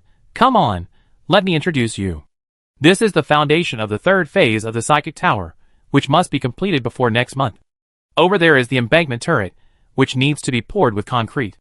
What is concrete? This is a new product of the Iali System Factory. You will read the instructions later. Pick 200 golems and rearrange the spiritual base. Did you see that part? The bridge plan. There is a bridge across the river. It is too troublesome to change the supply truck to the ferry, so we use skeletons to connect them. In order to prevent the psychic tower from failing, we need to replace it with a steel structure. The 4 camps planned on the other side are also designed in the same way. We need to build camps, trenches, defense fortresses, protective barriers, and psychic towers. We need to build a new fearless fortress here as an arsenal for attacking the Elf Alliance. Got it? Why are you still standing there when you understand everything? Get moving. The construction period is about to be missed. Sauron, don't run. Go and build the airship transport transit port for me. The Eastern Star will deliver more goods in 2 days. Can't you see that so many things have been laid here? So the 3 of them didn't have time to take a nap in the barracks, and were driven out to work by the one-eyed man, with a stubble on his face, and who looked like he was about to go berserk. After all, when they were drinking, Polly just was moving bricks on the construction site alone. Lenice, who was thrown aside, watched with empty eyes as the men awakened a bunch of skeleton golems and started working in a chaotic manner. When he turned his head, he saw a female knight with hair like a chicken coop and bloodshot eyes staring at him. He couldn't help but tremble all over and took a step back. You? Velita stared at the girl in front of her. Can you read? Can you count? Okay, now you are the quartermaster. Lenice, ? It must be said that when the workload is huge, not only is there no one to hold back, but there are also trustworthy colleagues to assist, which is really a kind of happiness. Sauron, Khadgar, and Kenneth have brought a qualitative improvement to military engineering, which is not comparable to the mere addition of 3 battlefield mages. Although Khadgar's magic power is not very strong, he has profound research and proficient operation experience in computers, magic drive, and magic circle conversion connection. Not to mention Kenneth, he is an outstanding magic elite, and now he has the Moon Marrow computer plugin, which directly connects to the local magic network. With the help of Pollux, he rewrote the spiritual base for the golem and skeleton on the spot, and installed the transformation engineering module. Although Soren does not understand so much professional knowledge, he does not need to understand it. He just needs to copy the magic circle drawn by the 3 of them. Under the command of the mages, the rapidly transformed engineering golem corps began to build a fortress in an orderly manner. The expansion of the number 1 camp on the south bank is the first phase of the project, and the core castle of the entire Fearless Fortress will be built on the split Fearless Temple on the north bank. It is the core of the earth vein, so it was chosen by the elves to insert the Lake Light sword to gather magic energy. The large fortress that was finally completed will serve as the future base camp of the Nightmare Knights. As for why they did not advance to the north to confront the elves face to face, the Elven Alliance has issued a general mobilization for war. The battle started last night. Under the setting sun, Soren and Pollux sat on the built airship transfer tower, looking at the construction site in the distance. Golden Lion, they didn't want to move, and they didn't have any preparations. As a result, the 2 legions on the opposite side suddenly launched a general attack. Without the Lion King, they were almost defeated. Our army just crossed the river, and we have to keep an eye on the Holy Legion and the Unicorn Knights on the opposite side. This time we can't help. Finally, last night, the flag bearer brought the magic army to support and stabilize the front line. Sauron was thoughtful, while Pelusius stuffed the bacon balls into his mouth and chewed them. Like the monsters, he didn't care that the taste of this thing was actually too greasy to swallow. Now from south to north, All fronts have begun to fight, and news of the Wind Army has been sent in one after another. There are hundreds of military orders in the magic network every day, and the whole battlefield has become a mess. Except for us, Captain Obvious has not yet fought with the elves. But the unicorn was watching us from a distance. I guess it was also guarding against our surprise attack from this gap. It was really strange. The generals of the Empire had originally judged that the elves had lost a large number of elite first-line troops in the Franny High Ridge and Ernest Hills, and should have retreated to the second line of defense to regroup their troops. But who knew that the temple made a completely opposite decision, and all the reserve troops and vassal troops were piled up to launch an offensive. Pelusius handed the meatballs to Soren, and seeing that he didn't want them, he threw 2 more into his mouth and continued, "There is another news from the Iali system. Recently, many people have escaped from the Elf Alliance. They seem to be fighting among themselves." Internal fighting? At this time? Who is fighting against whom? Sauron frowned. You know there are factions in the temple, right? Although these gods have their own servants and demands, the 4 gods of fate, order, mercy and justice are the ones that have the most support. Among these 4 gods, only mercy has no aversion to humans. Of course, it has no aversion to anything. The attitudes of other gods towards the psychic empire are just that evil must be destroyed immediately, and as long as it does not violate the divine commandments, it can be ignored. The empire is destined to perish. This is just a difference in priority. Justice is the most radical to us. Most of the most capable elven war gods on the front line, who have been able to endure for so long on the front line, have similar views to justice, and are our mortal enemies. Order is similar to the general faction leader, only focusing on the overall interests and stability of the Elven Alliance.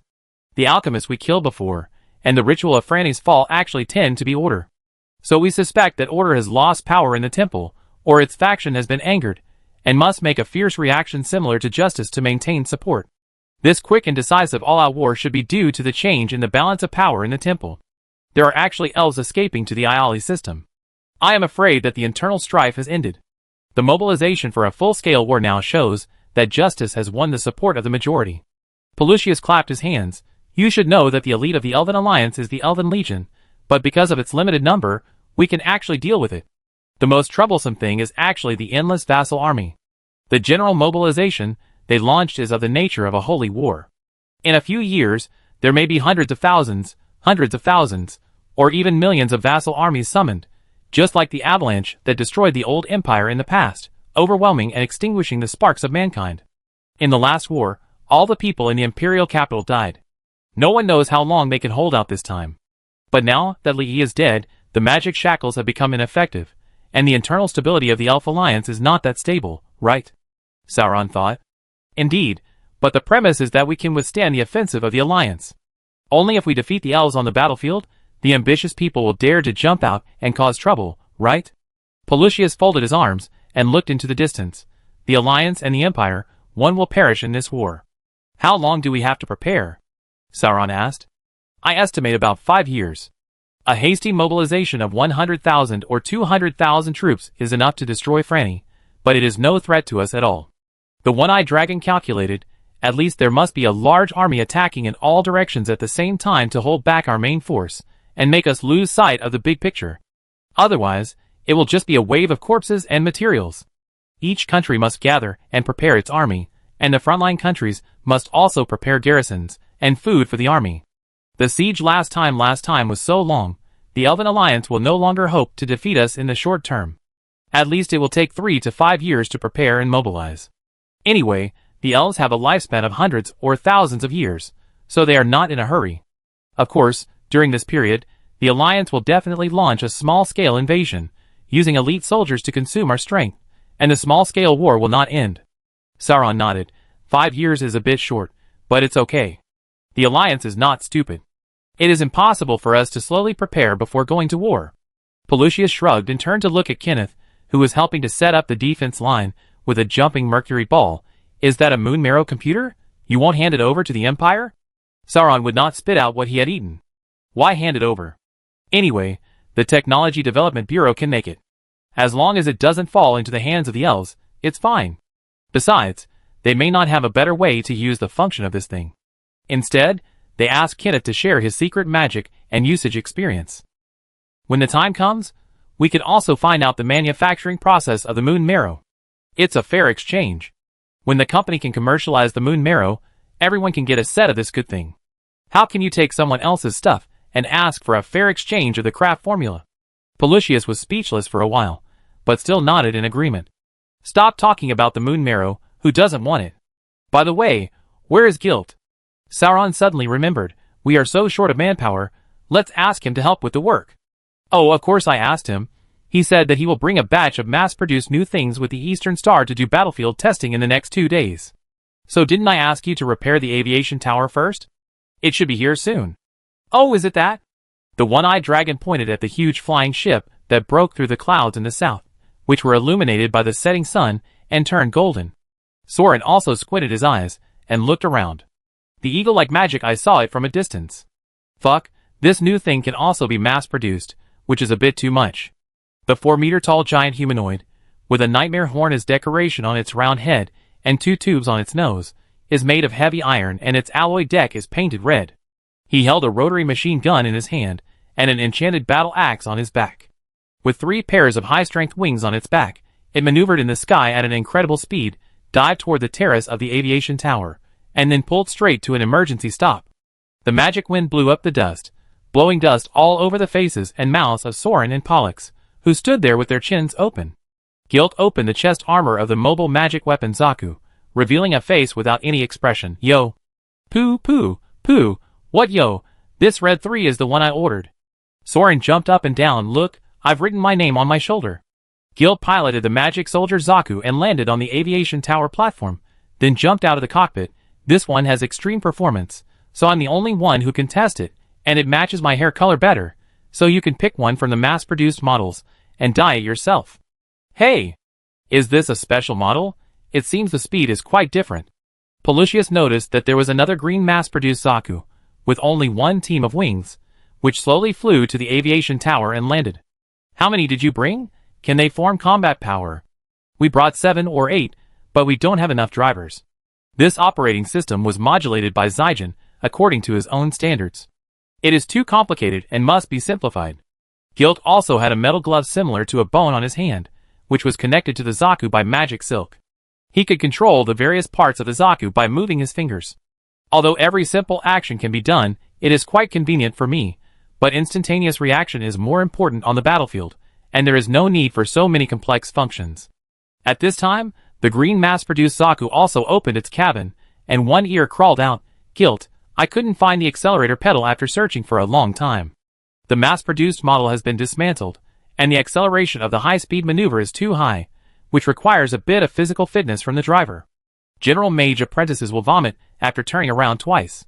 Guilt turned his head to explain, the physique of the Death Knight can withstand it, but it still takes time to train them to master the operation of the Zaku. Polgus nodded, there will be no large-scale war in the short term, but it is too wasteful to give this kind of killing weapon to the useless noble knights. Let's start by arming the dead soldiers. The two discussed and began to guide the Eastern Star to the port, and manipulated the skeleton to climb up to unload the cargo. Oh Yer, what do you think? Seeing Yer coming back, Soren didn't know whether to be happy or sigh. If there was still a home to return to, he wouldn't have returned to the front line. Yer smiled at him. It's okay, the big sister with armor helped me to get revenge, and the past is the past. We must always look forward. Oh, by the way. He took out a small package from his arms, and threw it to Soren. I don't like sweets, I give it to you. Soren looked at the package. It was a package of phoenix eggs that Yer had snatched back from the Temple of Victory. Inside it were the elf sweet cookies that the boy had brought back from the battlefield. He wanted to give it to me, right? Or he didn't give it to me. Sauron nodded, put the package in his arms, and patted his shoulder. Everything was self-explanatory. By the way, what's your name? Ah, didn't I say it? My name is John. Yer shrugged. John? So ordinary. Nonsense. How can ordinary people like us have so many weird names? Chapter 216. Sauron's shadow was still helping to confiscate the property in White City. The battle in the city was over. In fact, it was resolved in one night. It was a massacre without any suspense. In the past 2 days, there was no leader among the nobles in White City. Most of their private soldiers were loaned out to defend the White Tower Alchemy Industrial Park in the West City District. In addition, the demon blocked the space, and they were all wiped out without warning. At dawn the next day, even the neighboring White Tower District did not react. After all, There was a war in the north now. Isn't it normal for the nobles to close the door and hide at home and pretend to be dead? Everyone was fighting on the front line, while the master was living a life of luxury behind the scenes. If they lost, it was none of their business. If they won, they would get a big share of the spoils. Hey, I'm used to it. Out of sight, out of mind. So Soren was happy to clean up the mess. According to the previous conspiracy of the two, the great demon Agars received a large amount of high-quality magic blood and flesh sacrifices. He used the secret method of the demons to select the elite descendants of the fighting nobles, transformed them into containers, and descended hundreds of three-eyed demons. According to the covenant between Soren and Agars, the demons who came from the stables in the early stage were added to the Nightmare Knights as the subjects of the inter-hero Lord Neil. When the Iali faction unlocks the portal of the demon clan again, they will join the production and construction corps as an independent division like the White Eagle Corps. When they have established their own territory and are officially enthroned by the Imperial Parliament, they can freely choose to form an alliance as an independent force or stay in the company system to get a salary. Of course, the biggest beneficiary is actually the old monster Yajia. Although he was caught at a critical moment this time and had to expand the target of attack, it is true that risks are accompanied by opportunities. This time he really made a fortune. I don't know how many magic books, magic weapons, and treasures of the family have now become heirlooms of the Yajia family. This time, he is the one who has the final say in the fighting faction. And the old man also saw the arrival of the three-eyed demons, and had a deeper misunderstanding, of the company's hidden strength. Now he seems to think that this weird guy Sauron is the reincarnation of some great demon god, and everything in the company is a big chess game played by the demons. Not only is he not afraid, but he is even more excited. The bold will die of overeating, and the timid will die of starvation. A few liches as backers are nothing. What is more stable than a whole demon clan from another world backing up? So the Yajia family immediately proposed to join the company, and took the initiative to take out half of the harvest, invest in the company, and give it to the demons as startup capital. Seeing that it was so well behaved and sensible, and this time it had made such a big and many pledges, Soren nodded and agreed, indicating that from now on the Yajia family and the company would be inseparable political allies and all-weather strategic partners. Of course, the matter is not over yet. The fighting nobles and some lich backers followed the Schwartold Legion to resist the elves on the northern front, and they also have their influence in the Technology Development Bureau. Although this group of mages is not numerous, they can be very troublesome if they make trouble. Moreover, the Elven Alliance has already issued a general mobilization for war, and started preparing for war. It is unknown when a bunch of elven gods will rush over with 1,000,000 troops to cast forbidden spells. But Sauron really has no sense of reality and urgency of the start of the war. He is playing with Zaku now. Or being played by Zaku. Left foot, right foot, left foot, right foot, adjust the same hand and foot, lean forward, stop, stop, stop. Bang! The 4-meter-tall giant iron puppet fell to the ground cleanly, shaking Soren in the cockpit. It was fortunate that he was operating with a tyrant body. If those thin-armed and thin-legged mages really fell, the people inside would fall apart. It looks very bulky. It's better to just transform the magic iron statue, add wings and muskets. It's just an upgrade of the spiritual base. Khedgar sat on a container nearby, watching Soren's Zaku struggling to get up in the distance as if swimming, and the Zaku Instructor Guild regarded this as a wrong demonstration and called the dead soldiers, who came to receive driver training, to come up and watch Soren's miserable situation. The upgrade of the automatic puppet is also in progress, but the main focus is on researching shell loading. Pelusius crossed his arms. This Zaku is actually closer to an armor upgrade. What is the exoskeleton mobile suit that Soren mentioned? Now only the Death Knight can use it, but it has great potential. When the technology is stable and all humans can use it, monsters like orcs, giants, and ogres will no longer have the power advantage over mortals. It's like a man-made steel body. As if to apply for his words, Guild jumped into the Red 3 by himself. During the time when Soren finally got up, he did 8 rounds of sprinting and running back and forth, plus a 3.5-week Thomas rotation. Finally, amid the applause of the onlookers, he controlled the mecha to perform a noble salute. Then with a bang, Soren fell down again. Khedgar wiped his cold sweat. I think it will take a long time to achieve the future of the universal god body. In fact, Soren's talent is not bad. It only took him 1 day to master the control of Zaku's movement and flight. Noble knights, such as Yayo Ivarita, who do not have Sauron's magic eye, need to relearn how to operate the alchemy system and magic circle, and the servants of the dead soldiers must learn to read first. Although he can't be as mobile as Guilt, to be honest, you are a Zaku, carrying such a big rotary machine gun, and you can stand and shoot before the ammunition compartment is empty. What mobility do you need? If you need mobility, it should be the opponent's mobility. But now, he has no face to fight for Hong Yu-san.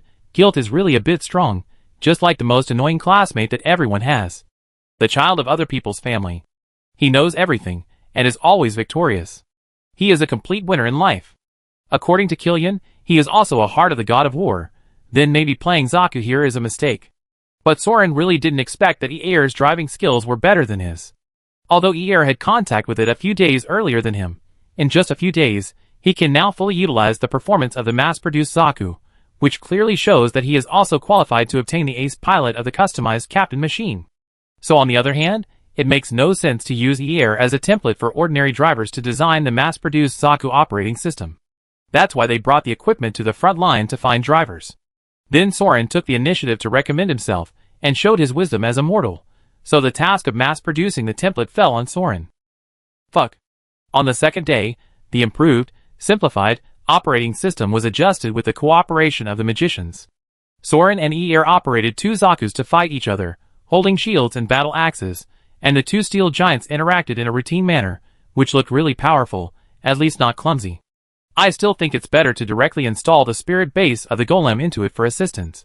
Khedgar was busy all night and yawned. It's up to you guys, I need to take a rest. Khedgar, come and help! Kenneth yelled on the communication channel, and the short-range communication helmet used by artillery engineers was also brought. Otherwise the driver of Zaguli would have almost no way to communicate with the outside world. Khedgar's eyes were filled with tears. Even that demon god didn't treat me like a donkey. Guild watched the two Zakus move and nodded. We have mastered the basic performance. Let's go out for training. Let's go out and see if there is anything to improve. What is the cruising radius of this thing? If there is no spiritual tower to supply energy, how long can the built-in crystal last? Pollux asked. It depends on how it is used. If the magic power is enough, it can theoretically move all the time, but it is expected that the whole machine will need to be overhauled if it flies more than 100 kilometers. In addition to the weight, combat loss and maneuvering in actual combat, the magic power will be consumed greatly. My customized one consumes faster, and now it mainly relies on the driver to charge and replenish. The magic supply system needs to be updated. Take your time. After all, it is a magical device. To put it bluntly, if any component or magic circle is blown, the whole thing may go wrong. This time, we brought one custom machine and 7 mass-produced machines. In fact, there are Guilt, 1 Eir, and Soren to open 3 for testing. The remaining 5 are used as training machines and spare parts, which can be disassembled and replaced at any time. Well, let's do a long-distance reconnaissance. Pelusius connected to the magic network to confirm the battle report. I will register a battlefield reconnaissance mission for you. Reconnaissance along the river bank to the northwest. Now the Golden Lion and the Magic Guide Corps have basically stabilized the front line. There should be no large group of elves interspersed. If it is an infiltration team, it will not be a big problem for you to solve it. Thus, the first frontline reconnaissance battle of the experimental Zaku team began.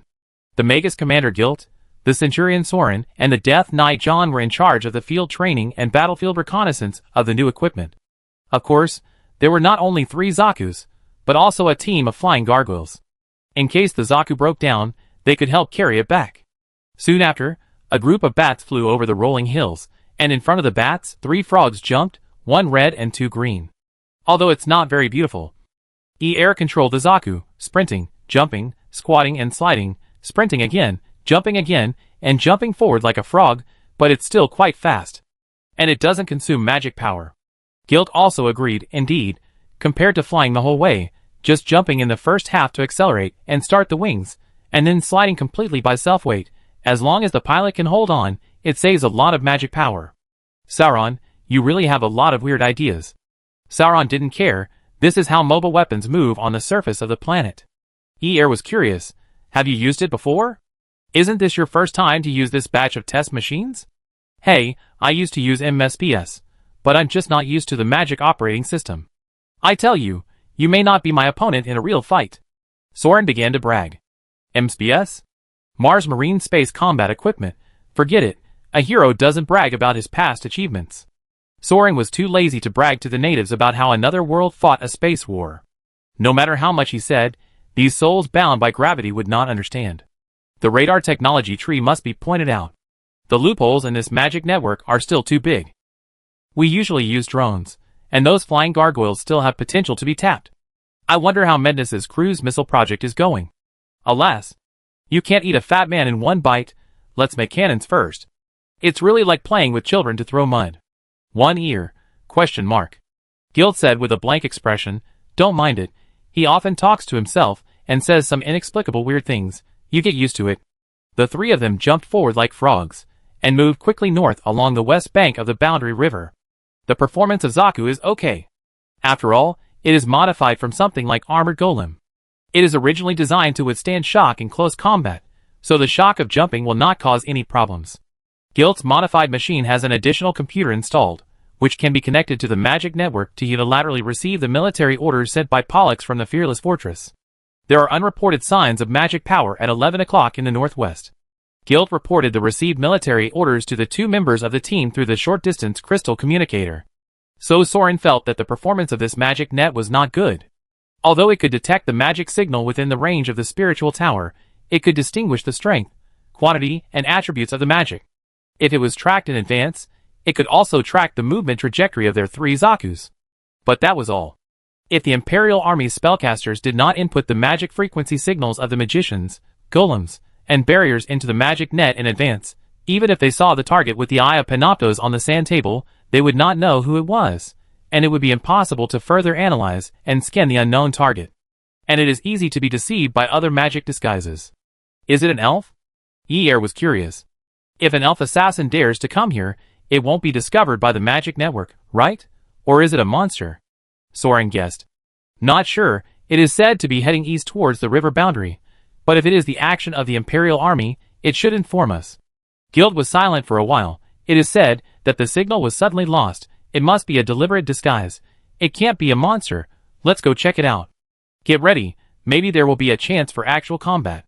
So after landing, the three Zakus squatted and turned, jumping towards the location where the magic signal was last lost. Within 10 minutes of advancing, they hit the target. Or rather, the target noticed the dong-dong-dong movement and rushed over to hit them. Battlefield Lich? Guild fell to the ground and frowned at the battlefield Lich that appeared in front of him. Are you on a mission, sir? Why is there no mark of you in the magic network? Do you have any military orders? The Lich used some kind of combat prosthesis similar to that of a bull or a ram, with a heavy plate armor made of some kind of monster's bones on the upper body, a pair of striking wide horns on the head, and a human-like figure below the waist, wearing a black battle skirt. When Soren saw the iconic horns, he suddenly realized what was wrong with this guy. The family that used the horns as a tattoo had just been destroyed by him. Sure enough, there must be some secret technique that made it react in advance. Guild, be careful. It's the head of the Gons family. This bastard wants to defect.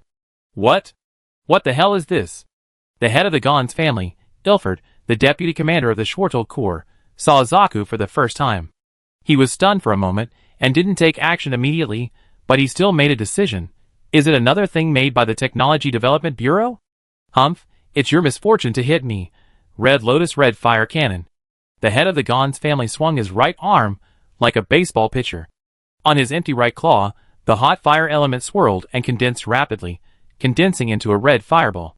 When it threw, a dazzling light bloomed, and the red flames that soared into the sky burst into flames, setting off a huge explosion, shaking the earth. The sound echoed through the hills. Fortunately, due to Soren's reminder, the three Zakus made an emergency overload maneuver and leapt into the sky to fly away from the explosion range. Isn't this guy a lich? Why did the friendly forces attack us? One ear yelled. Because I just killed its entire family. Sauron also yelled. One ear, Where is he? Guild's face was flushed by the firelight. His eyes moved rapidly to find the target. His mind turned like lightning. He defected alone, but used such a conspicuous magic as the red fire cannon. Why, was it to attack? No, it's to attract attention. Behind, the head of the Gons family flashed behind Guild, opened his claws, and grabbed the custom Zaku vest of a different color. Just right. No need to prepare other souvenirs. A flash of blue light. The head of the Gons family turned his head in a daze, looking at his empty right arm. Huh? Guild's red-horned custom Zaku did a backflip in the air at 3 times the speed, and a blue light blade extended from his heels, and cut off the right arm of the head of the Gons family behind him with a hook. It was not until the bone claw arm fell to the ground with a bang that the head of the Gons family realized what had happened. How is it possible? But the reaction time was too long. In front of guilt, it was pure suicide. The red armor hung upside down in front of the head of the Gons family, and at the same 3 times speed, it waved its 10 fingers to weave the magic net. Blood and flesh peeled off, bones scattered. The great weaver above the 14 heavenly nets issued an order here, and the magic path was completely sealed. 10 silk-like golden lights were released from the 10 fingers of the armor, instantly piercing the feet, knees, lower abdomen, chest, throat, eyes, and top of the head of the Gons family, and then turned over and repeatedly interspersed, just like tying shoelaces, instantly tying the lich into a golden twist. Then Guilt waved his hand and pulled, and Soren could see a human figure, wrapped like a cicada cocoon, being pulled out of the horn armor, like a prey bound by the golden thread of a spider, struggling and twisting but unable to move, being held by Guilt's mecha and hanging in his hand. And the combat prosthesis that looked very awesome, and had a bit of a head, also lost its luster and became an empty shell, falling from the sky and breaking apart. Yes, the battle is over. At this time, Soren and Eir just held the machine gun in their hands and loaded the magazine. Wow! What the hell is this trick? Guilt's voice came through the communicator without any fluctuations. Tianluo Demon Seal, specially used to catch lonely ghosts. Well, you said it defected, didn't you? Chapter 217. Hey, you're on the wrong set. This isn't a skill from the magic world. Killian taught you? This is too much. Sauron protested. Guilt killed a battlefield lich in seconds, and he was the deputy leader of the magic corps. He didn't show any emotion. Magic from another world? Maybe. I always thought it was some lost ancient elven dialect. I was working at the Waning Moon, and it said it was learned during the training. When patrolling in Hueco Mundo, I used this method to capture spirits from other worlds. Although I don't understand the principle, it's quite useful. Wait, you don't even know the principle of this spell, how can you cast it? Sauron was puzzled. How can there be so many people who are proficient in ancient magic? It's just suggestion plus imitation of vocal cord deformation. Most wizards, who can get silver oak leaf, can do it. It's not difficult. Guilt's relaxed tone seemed to be talking about how to fry eggs. Eir was more open-minded. It doesn't matter what world the magic is from, as long as it works, and these Zaku machine guns and the like can't be considered magic. That's true. Don't delay. This lich just hasn't seen this kind of trick. He was careless for a moment, and his soul was temporarily sealed by me. But the Tianluo Demon Seal requires my full concentration to maintain. If it escapes, I won't have the energy to seal it again.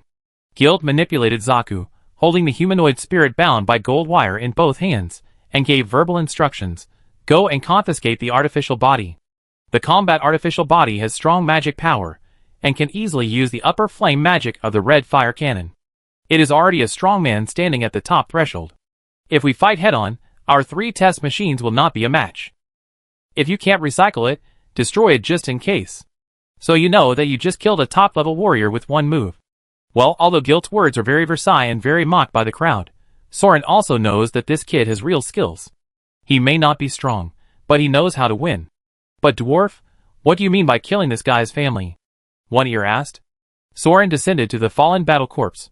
Oh, the nobles of the fighting faction secretly colluded with the Elf Alliance to rebel, and their family has been wiped out. This guy is a fish that slipped through the net. He probably sensed something was wrong and secretly left the front line and defected. Oh! A voice came from the magic crystal headset. Just him? Huh? Sauron suddenly became alert, and a cold current suddenly rushed back.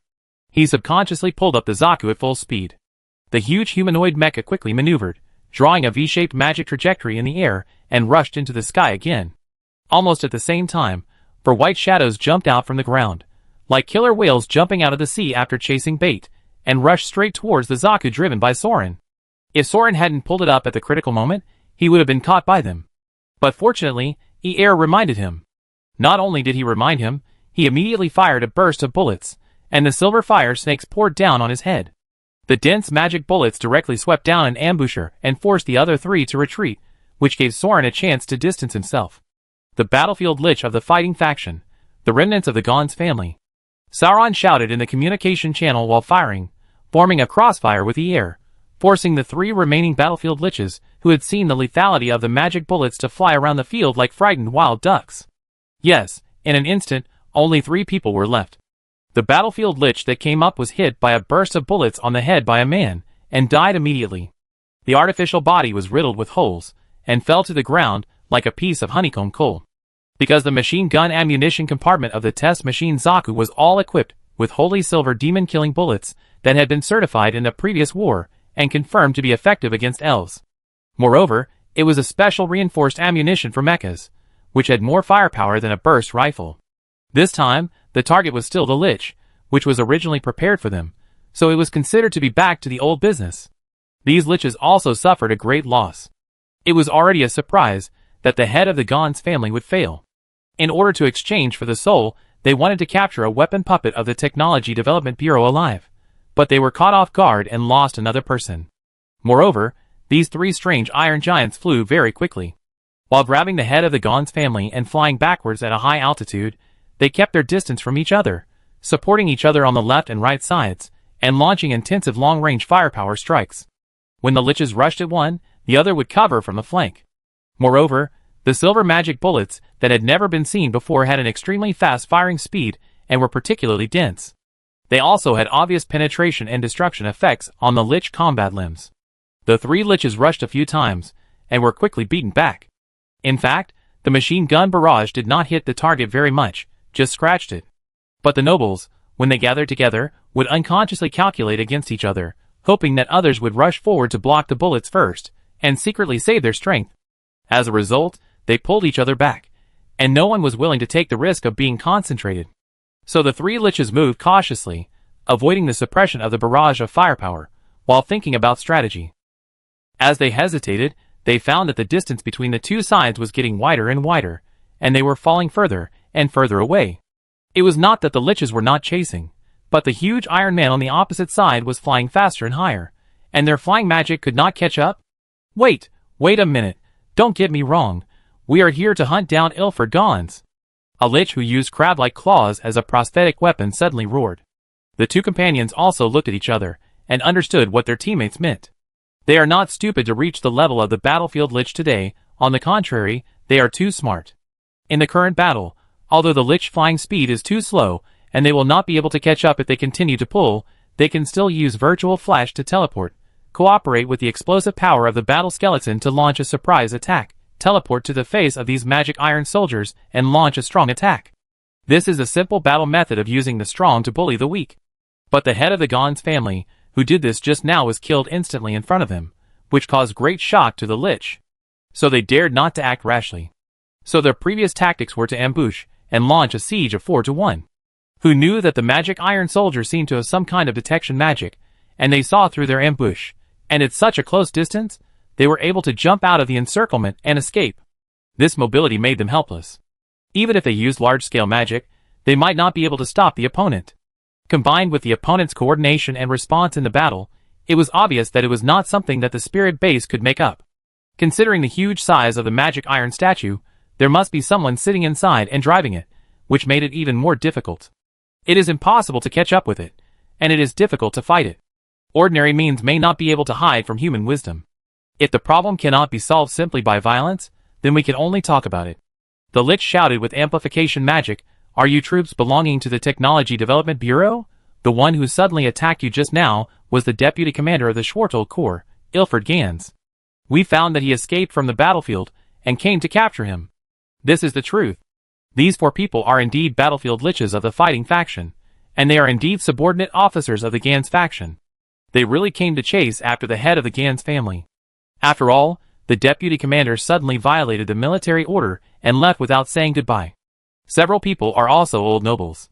When they saw their leader running away overnight, they immediately thought that he had lost the battle again, so they followed him in and out. As a result, they found something wrong after running for a while. This guy was heading towards the enemy camp. Could a nobleman be the vanguard to charge the battle? That's really funny. This is clearly surrender. These people are also old idiots. After thinking about it, the head of the Gans family is not a fool. He thought of hiding at first, and secretly chasing after him to ask what was wrong with this guy's brain. Who would have thought that such a scene would happen? It was shocking enough that the deputy commander was captured alive by a magic iron statue. Now, looking around, a lich was killed on the spot. It was really shocking. The guys in the Technology Development Bureau, who have been cheating for hundreds of years, and making some rubbish to cheat people, now have such awesome equipment. No matter what the liches are thinking, shouting seems to be quite effective. The three ugly steel soldiers stopped climbing, and the red captain machine used a magic circle to amplify the sound. Please show the military order. I am Kaiser, the head of the Kalias family, the captain of the Magic Corps, and the Earl of the Empire. The lich in the pincer armor continued. If we inform the commander that he has deserted without a military order, it will probably affect the morale of our army. So we secretly tracked him down. It was just a misunderstanding just now. As long as you return Gans to our army, we can ignore the accidental injury just now. Of course, we won't pursue it. We are just colleagues who are trying to make a living in the same camp. It's better to say that we should thank these three iron men for killing a lich, so that when we return to White City, there will be one more noble family's assets to divide. The liches slowly approached each other. The flying giant magic iron soldiers seemed to agree with their words and stopped firing. The red magic iron soldier said, "We have no intention of being enemies with the fighting faction, so I have two proposals. The first is that both of us go to the nearby Imperial Army camp to hand over. The second is that I and your excellency stay here, and the rest of us leave first to avoid fighting. After confirming that the retreat is safe, I will hand your excellency Gans over to the centurion. I believe that since the Earl has reported his family name, he will not break his promise and attack me after catching someone, right? There are two options, but there is only one option. The fighters who sneak here secretly, knowing that there was something wrong with Gans, would certainly not trade with the nearby Imperial Army camp with magic network detection." Count Kilias turned his head and exchanged glances with the two battlefield liches. The three of them tacitly agreed that it was better to catch Gans first, and the three people from the Technology Development Bureau could be dealt with later. "Okay, this Earl's word is as good as gold. As long as you hand over the head of Gans to me, I will not attack you." Kalis agreed. To put it bluntly, after chasing for so long, the magic iron statue only has the long-range weapon that shoots silver magic bullets, and the strange magic that binds spirits at close range. If you know the opponent's moves in advance, there is nothing to be afraid of. The most difficult thing to deal with in this world is still unknown magic. So the two liches flew away very simply, landing far away on the hills and waiting. The two green magic iron soldiers also flew away slowly, swaying for a long time, without the swiftness of the escape just now.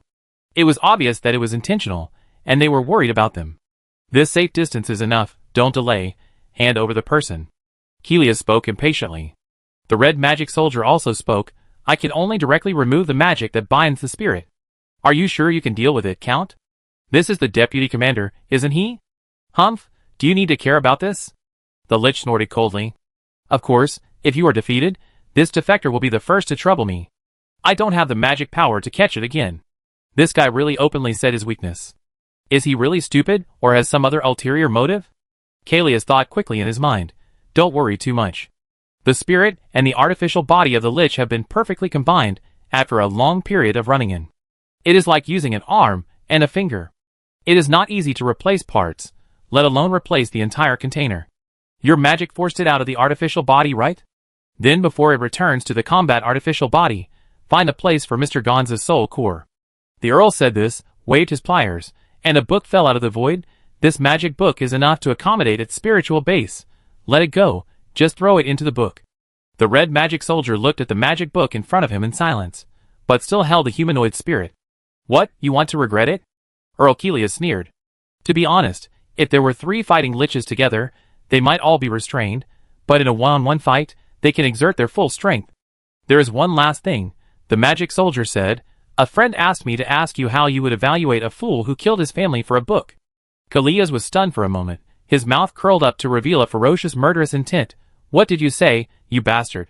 Bayou? Why are you jumping over here? I told you to wait. Kalias turned his head and looked at the 8 black holes in front of him. Duh. The silver ammunition tilted out, and the silver metal storm of the holy silver magic bullet almost swept towards the lich's head, instantly tearing its artificial body into pieces, and the metal fragments and components of various materials were blown up and scattered, and various liquids that were not sure whether they were lubricants or enhancement potions were sprayed everywhere. In less than a second, the battlefield lich was torn to pieces. Soren used the machine gun to sweep the debris on the ground for a long time, hitting the Count of the Empire into a pile of craters and fireworks, and it was so broken that it was no longer possible to distinguish the human shape before stopping. Well, the simplest tactic of using the strong to bully the weak is to not talk too much. Just jump in the face and output. Strictly speaking, Zaku is equivalent to a larger metal armor, so Soren can still launch Guan Haifa's jump. The main reason for the delay is that he was too nervous just now and emptied his bullet belt, so he had to use an ear of ammunition to replenish it. The actual combat really exposed a lot of problems. Just now, the Zaku was on the verge of falling apart after an emergency maneuver and fighting in the air for 3 or 5 minutes. In the end, the magic power was almost exhausted, and there was not enough power to continue flying. It was completely relying on the driver's charging and Guilt's persuasion to bluff the 3 liches. Now Yi Air's test machine has been grounded, and Soren's machine is about to be overhauled. Of course, the record is not bad. 2 of the 4 battlefield liches were directly smashed, and as for the other 2, my lord, how did you move here just now? Summoned by a cloud-piercing arrow in Soren's left hand, the Lich Elon walked out of the void with the heads of 2 battlefield liches. How did you move? Just like you did a flash. Soren shrugged. Guilt looked at the inexplicably extra-friendly army and turned his head to look at Soren. No, yours was not a flash. You didn't walk in the wind. What does it mean? The Lich Elon looked at Guilt with appreciation and nodded to Soren. When we have free time, we should talk about this topic, but to put it simply, we walk here, and you seem to jump here. Soren didn't understand at all. Is there a difference? Elon laughed. It's a world of difference. He touched his chest and saluted Soren, and disappeared into the void again. Chapter 218. When I saw Schwartold in the white robe again, the Legion leader was wearing a human skin over his bones. He was a sturdy old man with a long mustache. His square face had a kind of imposing aura, but generally speaking, he looked just like an ordinary human and could hardly be called handsome. He probably just used his own appearance when he was alive to make a skin suit. Speaking of the new generation of liches, they usually choose a lot of fancy materials to make their artificial cores, such as ram horns, claws, and wings, most of which are the body materials of legendary monsters purchased from abroad.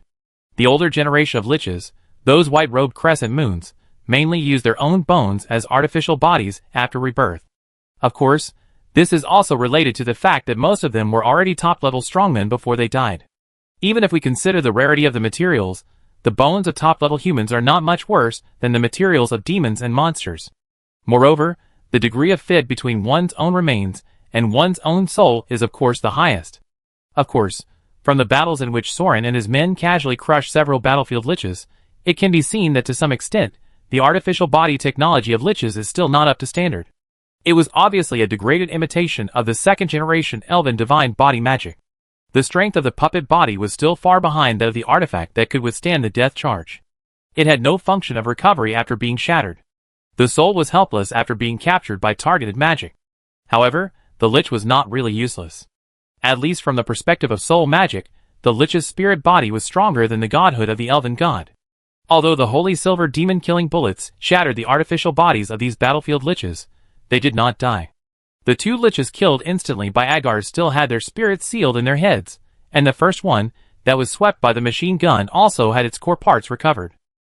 Even Nakalia's, its spirit was still attached to the core claws, which were obviously some kind of high-level aquatic monster. Although the surface was cracked and sunken by the machine gun, it was not completely shattered. And Gonza's combat prosthesis was quite good, and was directly recovered by Soren, and the spirit was sealed in the magic book. What a coincidence, the magic book that Kalias threw out happened to be the magic book of the Elmaloi family. It's really ironic. They are now in a similar state to Isenglin. Their souls have been severely damaged, but with some time and resources to repair them, they can still be used. The only embarrassing thing is that they may no longer have descendants to help bear the cost. So Soren's team used gargoyles to move the 2 Zakus that were no longer functioning, flew to the nearby Imperial Army camp, connected the magic network and the Legion, and reported the news of the capture of the defected lich. After a while, Schwartold came over in person. Are you kidding me? Schwartold looked at the remains of the barely 5 liches, frowning. Defection? Sauron spread his hands. Did we rush into the barracks and capture them here? Didn't we share the battle records of the magic network with you? We were attacked while patrolling the border, and this was legitimate defense. Schwartold still looked at the group of people in disbelief. 3 young men, 3 magic iron statues, and a dozen gargoyles. Can you defeat 5 battlefield liches? Soren shrugged. They are weaker. One ear nodded. Yes. How should I put it? There is no sense of oppression from the strong. Guilt explained. That's because they are responsible for providing great magic suppression behind the front line all year round.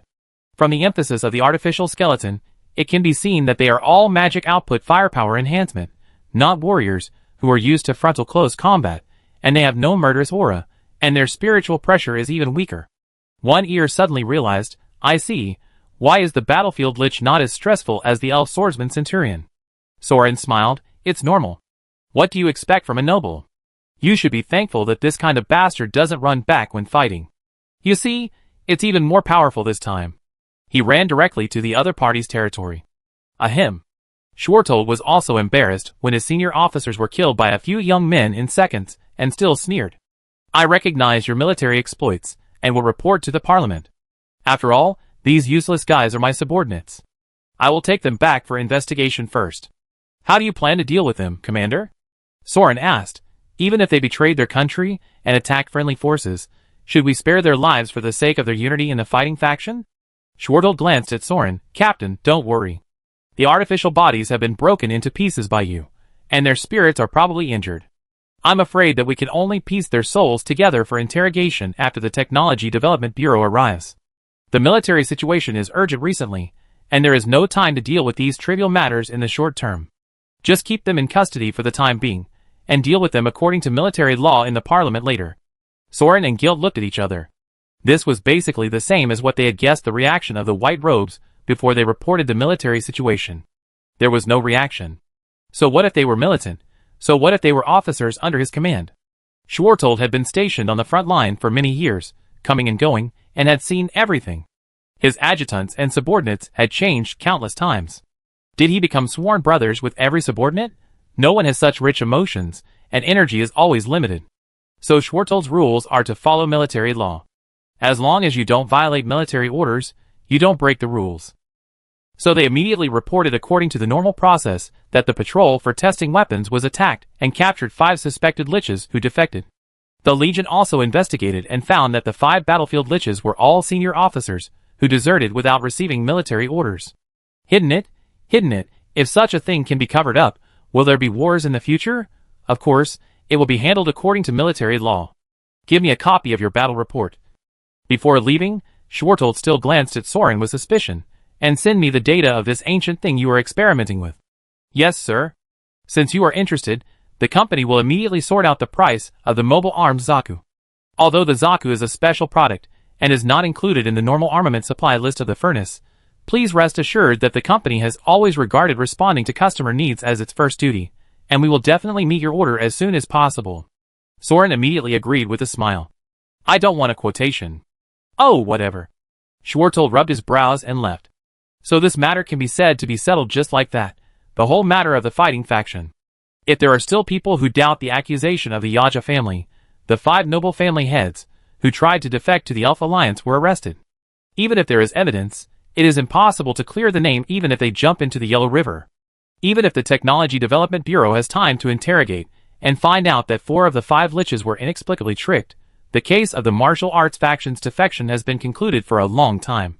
By that time, the company faction can intervene to make the case a solid case, and the Technology Development Bureau will be happy to find a crime, wipe out the spirits of the 5 liches, and recover the rare materials they possessed, and use them in other experiments. After all, making the best use of things is a traditional virtue of the Psychic Empire. To be honest, it is much easier to deal with the Empire's militant faction than to deal with the 2 Elven Legions. Nonsense, but it must be done. The company is the economic foundation, and the Nightmare Knights are the guns. Whether the future goal is to usurp the Empire, destroy the gods, or color the entire map, these 2 are the core pillars. The subsequent strategic direction is to gradually realize the modernization of the Nightmare Knights' military equipment, and then in the near future, in the war era of the Elf Alliance's great invasion, based on the military merits against the Elves, steadily expand their own power in the Empire, arm their allies, and climb to the top of the Parliament. Of course, all these are old tricks played by time travelers, so Soren will not show off his little knowledge. In short, the specific tactics are to act according to circumstances. The short-term goal is to build a Legion base with the Dreadnought Fortress as the core. Prepare for the first wave of war that will come in about 5 years. With the 2 industrial bases of Furnace and Arishi, it is not difficult to arm the Nightmare Knights in 5 years. But Soren can't help with other directions of the Empire, and can only ask them to fend for themselves. After all, the liches have been preparing for this war for hundreds of years, and they can't rely on Soren alone for everything, right? Especially in the current defense line, there is a most obvious loophole, which is the Golden Lion on the flank of the Nightmare Knights. It was already a shame that Lion King Stormheart gave up at the last minute, and now there are 5 less battlefield liches, and the frontal pressure on the Golden Lion and Schwartold Legion has increased sharply. But it's not Soren's fault that the leader of the Golden Lion went on vacation, and it's not Soren's fault that Gons and the others defected, right? Oh, it seems that it is really all his fault. No, at least others don't know that it is Soren's fault, right? It's not wrong if they don't know. Anyway, Soren is now busy with various experimental reports and operating systems for Zaku, so he doesn't care about the life and death of the noble army. At worst, the elves will come again and break through the defense line of the Golden Lion and reach the White City. Then he will take action to destroy 2 legions. So the gargoyle carried the crashed Zaku, and the experimental team returned to the fearless fortress. Pelusius came out in person to welcome their triumphant return, and the first thing he said was, "Another incident. Oh, tell me." Now Soren, like guilt, gradually became expressionless. To be honest, I have lived in this weird place of the Empire for too long, and I see all kinds of weird things every few days. It is hard not to be expressionless. This time it is a good thing. The Anubis Legion launched a general offensive and fought a field battle at the Franny Pass, destroying the Etiquette Legion and the Dragoon Regiment of the Elves guarding the western border of Franny. At present, they have broken through the many checkpoints of the Western Mountains and marched straight into the heart of the Franny Plateau. Pol Lucius showed the 2 the military report. Did Anubis win? After fighting for a month or 2, the winner was finally decided. With that guy's cunning and treachery, it was not surprising that he defeated the Etiquette Legion whose main god had been assassinated. When communicating with Lux before, Soren also realized that the Empire's attack on Franny was mainly due to the rugged terrain of the Western Mountains. A large number of fortresses on the mountain roads had to be flattened one by one, which would interfere with the speed of the army's advance. But when he really saw the military report, Soren gradually opened his eyes, raised his eyebrows, and pointed to the long list of participants. Why are there so many white robes? Anubis, Ulridus, Grinjau, Yami, Rivendell, Dallin. Soren knows several of them, and there are many battlefield liches who are not white-robed crescent moons, but obviously have the title of Duke or Earl. Not to mention that Killian had sneaked there once before. Are you kidding me? Why are you all gathering in Franny instead of fighting on the front battlefield? Just to deal with the remaining troops under the name of Lee?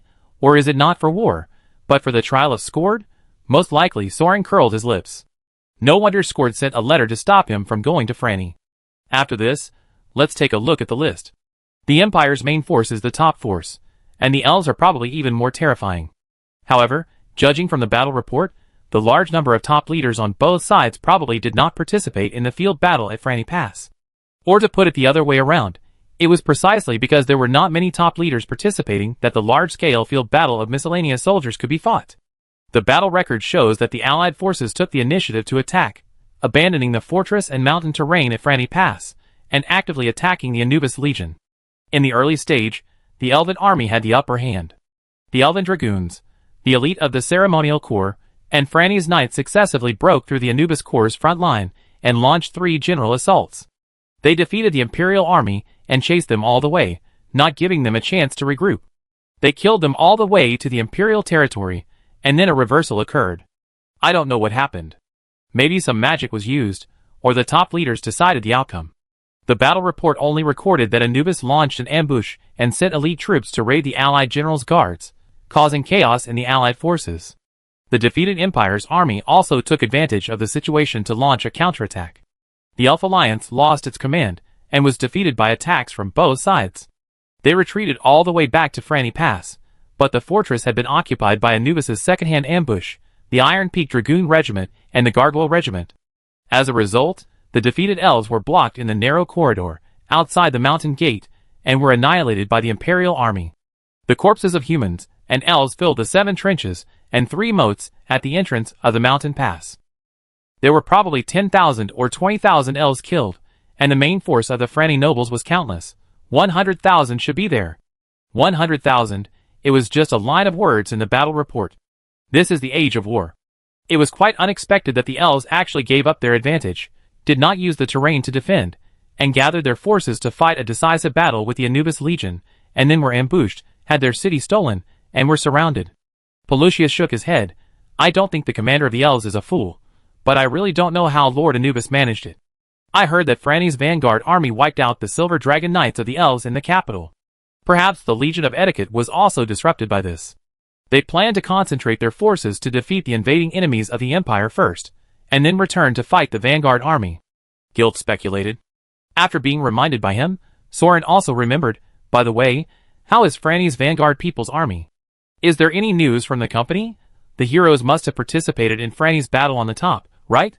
The one-eyed dragon shook his head. No, the main force of the vanguard army returned to support and disappeared after killing all the allied forces that massacred the city. I don't know where they are going, but the Elven Alliance has been mobilized and will definitely send troops to deal with Franny's breakthrough. In 2 days, the Anubis Legion will probably come out of the mountains. By then, there will be troops on both the east and west sides, and they will collide sooner or later. Sauron pondered. In this case, with Franny and us, there will be 2 gaps in the entire front. Pelusius suddenly lowered his voice. Not 2, but 3. 3? The other 2 looked at him. The one-eyed dragon coughed dryly. A friend of mine recently wrote to me and told me that Priscilla's army rushed out of the monster swamp. In order to fill the gap between us and Franny, the elves have drawn too many troops. The second-line reserve soldiers can't even stop the monster expedition team, let alone the werewolf advance team. They were directly broken through the front line and disintegrated. 2 of the allied vassal states near the swamp have been destroyed. Destruction means the entire population has been eaten up. After all, it's a monster army. You can't just let the horse run without letting it eat grass. Alas, monsters that eat people and humans who are eaten, this kind of problem is actually a secondary contradiction in this world. Can you believe it? Soren doesn't have the ability to solve such a distant problem at the moment, but is the friend you were talking about the sword girl who fired at you? Hey, how dare you say that to me? I've heard from Khadgar and the others, you're playing very wild, bastard, if Sijin knew. Know what? A red-robed, blonde-haired girl holding a big book asked behind the boys. Sijin? Pelusius and Soren were almost scared to death. Guild nodded at her. Why are you here? I heard you're very busy in the Technology Development Bureau. Congratulations on your victory. I'm here to help the meritorious Death Knight on behalf of my master to register the next batch of enhanced potions. Sijin looked at the guilty Soren and Pollux suspiciously. What are you doing at the camp gate? We are talking about the recent all-out war. Guild was as steady as a rock. Oh!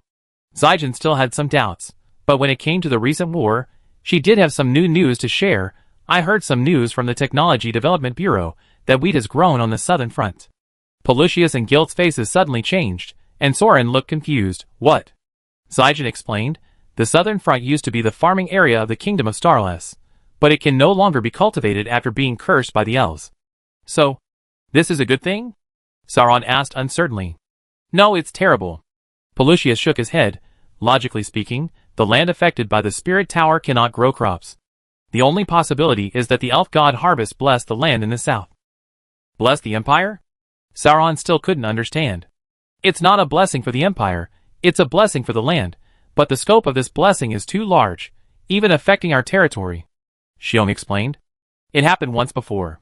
One year, the crops grew very well. It was as if they had advanced the harvests for the next few decades in one go, Guild said calmly. This is the elves and gods preparing food and supplies for the army that will soon arrive at the front line. Ah, so that's it. A full-scale war is about to begin. Chapter 219. To put it in a more literary way, this is the wheel of history starting to turn, and it's turning at 80 miles per hour. A speck of dust from the times is like a mountain when it falls on ordinary people, not to mention that it's scratching their scalp now. Anyway, no one can escape it, so just close your eyes and accept it, and live your life as it should. Of course, these boys and girls are not panicked. After all, the spiritual empire itself is a country that is frequently at war, and they are used to it. Not to mention the Death Knights. Even for these elite mages, the education adopted by the Empire is originally training in the direction of military warfare, and they will regularly slaughter orc tribes as extracurricular practice. The highest institution of the Imperial Parliament is responsible for coordinating the logistics supply, military merit promotion, and war missions of the various coalition forces. Originally, there was a debate in the Parliament on whether to make peace or fight, but since the Elf Alliance took the initiative to issue a mobilization order and began to prepare military supplies on the front line, there is no need to waste time. Let's get started. So the brief reunion ended quickly. Pollux had to look after the magic network and help the 2 new assistants build the military camp. Guild had to optimize the Zaku again and debug it to the point where ordinary people could operate it, and further arm the Knight's group of god-killing dead soldiers. And Zaijin had to go to the northern front to register the potion order. With a girl, Soren was too lazy to care about the two stinky men. He followed Zaijin and said, "You want to cross the river to the north? I take you there. You don't even have a military order. How can you leave the camp at will?" Shi Qiong rolled his eyes at him. "Don't worry, I'm here with the Mobile Fortress Trial Model 3, and we go to the front together after the supplies are completed." Mobile Fortress Trial Model 3? Then Soren realized that there was a strange-looking thing outside the construction site of the military camp fortress. It was probably another device made by the Technology Development Bureau. It was slightly smaller than the Oriental Star, and was probably the size of a small frigate. There are two long metal antennas inserted in the front, and the main body in the middle is covered with a brown-black, shiny flat oval shell, which does not look like common metal. You have seen the Type 1 Iron Spider and Type 2 Flying Fortress, right? Xiong introduced, "This is the prototype number 3 of the mobile psychic tower, which has enhanced mobility and concealment. The structure of the psychic tower is placed horizontally, and special materials are used to ensure that the magic wind is evenly distributed and can be quickly transferred to avoid being detected by the elves. Of course, the range and intensity of the magic power supply are definitely not as good as those of a regular psychic tower, and may be weaker than the Iron Spider. Mainly to meet special tactical requirements, I helped to make some modifications to Unit 3 before this time, and brought it to the front line for testing. If you have any thoughts after using it." "Since you asked," Soren gave an honest comment. "Like a cockroach. Isn't this just like an oversized cockroach? You can see that there are 3 pairs of legs under the shell for crawling." At this moment, skeletons kept crawling up and down, moving all kinds of military supplies into the cockroach's stomach through its back door. "Why do you always say such disgusting things?" Shi Qiong couldn't help but frown. It really looked like this, and there was no going back. But at this moment, the elliptical shell was still opening outward, revealing a pair of flying wings and a thin film under the cabin. "Fuck, it can still fly." It really brought back the fear of my previous life. "Well, I referred to the data of the second type to help add some wings. You made a bunch of killing weapons, and you are afraid of insects?" Shi Qiong looked at him suspiciously. "Don't underestimate cockroaches. Do you really know how scary cockroaches are? Who designed it like this? It was intentional." Sauron was very dissatisfied. It was the suggestion of Deputy Director Saburo, who is in charge of the Weapons Development Department. Shi Qiong shrugged. "The carapace on the back is a special material developed by it, which can effectively absorb high-wave magic vibrations used for detection. It can achieve invisibility in the magic net by lying still. The crawling feet have also been modified to be close to the ground, with faster movement frequency and less noise. In this way, it really imitates the ecology of cockroaches. But no matter how I think about it, with such a large body, it is inevitable that I will be targeted by elf scouts on the battlefield, so I installed my flying wings for emergency shelter. Do you see that film? That is also a very powerful material. It can still absorb the light of the hidden spiritual wind even when taking off. It's just that the material is relatively thin and too sensitive. It is easy to catch fire if it flies too long. It needs to be opened regularly for cleaning and maintenance, so it is better to crawl when moving normally. Well, it is really fast when it crawls, rustling. Oh my god, stop talking." Sauron got goosebumps. "Seriously, your Technology Development Bureau is really a jerk. What kind of shit have you come up with? Can't you use your intelligence and talents for the right purpose? Is it crazy to be so dedicated to making a cockroach?" Saburo, who is in charge of weapon development, Sauron realized and frowned, asking, "Is that Saburo's last name Gons? White Robe? Where is he now? He should have been arrested, right?" It seems to be the family name. But now that you mention it, the deputy director was indeed suddenly taken away by the Fong army last night, and many projects were delayed. I thought he went somewhere to do an experiment. So what? Why did you catch him? Shi Qiong frowned and asked. Well, this is a long story.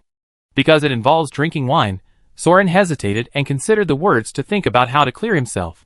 At this time, the cockroach closed its wings again, and stood up on its artificial feet. It was like a living creature, which frightened Soren. I didn't expect you to have such a weakness. Xiong pouted, forget it. Let's talk about it when I come back. I go to the front line first to see the specific use of potions by those dead soldiers and veterans, and then come back to discuss what kind of enhancement to add to your 9th bottle of potion. Soren nodded hurriedly, and didn't see her off. He watched Xiong enter the cockroach's cabin. He really didn't want to get too close, so he stood far away and waved goodbye to her. The cockroach flexed its legs and swooshed out, passing through the middle of the military camp corridor with a rustling sound. It rushed to the south bank, flapped its wings, and flew over the boundary river with a buzzing sound. It flew for a short distance and disappeared behind the hills on the north bank. Soren shuddered and touched the goose bumps on the back of his neck with lingering fear. This was really a shock that struck the soul, and was really unbearable. The next 2 days were peaceful. Of course, only the defense area of the Dreadnought Fortress and the Nightmare Nights was peaceful. The battle reports from the entire front were transmitted from the magic network like snowflakes, but there was still a serious shortage of manpower. So much so that in addition to helping Shuzaku build fortresses and move artillery shells, Soren also had to help Pollux copy military reports. From north to south, Anubis's vanguard, the Iron Front Dragon Cavalry Regiment, has arrived at the royal city of Franny, reporting that no large troops were found nearby. Because the elves have been promoting the Empire in Franny as an evil devil that eats people, and the elf allies have also massacred the city, most of the residents of the town now fled to the depths of the mountains of Franny and hid. Lord Anubis's army is occupying strongholds along the main road, setting up military camps and spiritual towers, clearing out the surrounding monsters to ensure smooth supply lines. While Soren was accessing the magic network to read the military report, Pollux was using crystals to deduce the latest map evolution on his precious sandbox. We haven't encountered the Franny vanguard yet. Maybe they have split up and hid in the mountains, or are they confronting the allied forces at the border? Pollucius turned his artificial eye to look at Soren. Soren shook his head. I don't have any news either. The vanguard and the assassins haven't been in contact. There's too much news about Franny's refugees. It's useless to hear contradictory rumors. Now the whereabouts of the hero is simply a mystery. Strictly speaking, since he slaughtered the Iris Palace, led the vanguard people's army to rise up, and went out of the city to attack the Franny warlord on the border, no one knows his exact location. All the news about him is delayed, and it is what he has done, not what he is doing, or what he is going to do. But fortunately, there is no sign that the vanguard army will rely on the mountain terrain to fight guerrilla warfare with the Imperial army. In this way, at least the Anubis Legion will not be hindered by the logistics, and can move forward at full speed to occupy the entire Franny before the second batch of elves troops arrive. If they can occupy the 2 fortresses on the eastern front as a base, they will have a chance to block the future allied army, and develop a sub-base nearby in Franny to supply the army. Otherwise, with the logistical debuff of crossing mountains and ridges, far away from the supply lines of the Empire, there is no chance of winning the war of attrition with hundreds of thousands of cannon fodder thrown by the elves. Although there are still a lot of unknowns, a lot of unclear, and a lot of plans, the new military report does mention an interesting information, explaining one of the reasons why Anubis was able to win the field battle. The Imperial Parliament recognized the merits of Bluetooth, the chief of the North Sea Whale Killers, and his mercenaries, who killed the general of the Elven Dragon Cavalry and a white dragon in the battle, and hereby awarded them the title of Dragon Slayer Warrior and 15,000 sheep as a reward. That old madman is still following Anubis. Soren was speechless when he saw the generous reward. So was the first wave of ambush that destroyed the headquarters really a stroke of genius designed by Anubis? It seems that the old madman just took a fancy to the other person's mount and wanted to add it to his collection. Guilt, call your grandfather's buddy to help. Just as Guilt finished the renovation of Zaku and walked into the military camp, Soren handed him the battle report. Guilt was not surprised.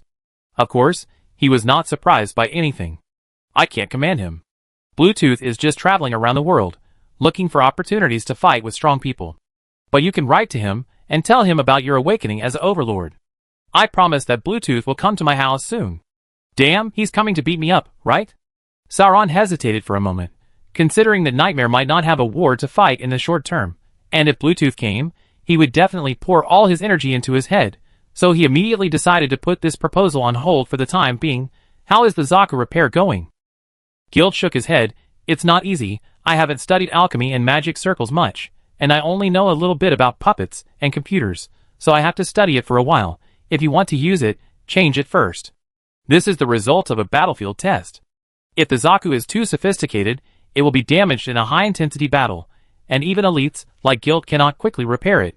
Then there is still a long way to go before it can be mass-produced and equipped for the army. It seems that we should not skip technology, and we should first make cannons according to the procedures. Speaking of cannons, how is the Golden Lion? Have you used the 280? After all, the furnace factory is responsible for updating and replacing the equipment for the entire army of the Empire. Fortunately, because of the amazing achievements of Soren and his team, the various legions are not particularly opposed to new equipment, such as the 280 fortress cannon. Another batch of 4 newly produced 280 type fortress cannons has been transported to the Golden Lion Knights, who are confronting the elf army on the flank. And the feedback is useless.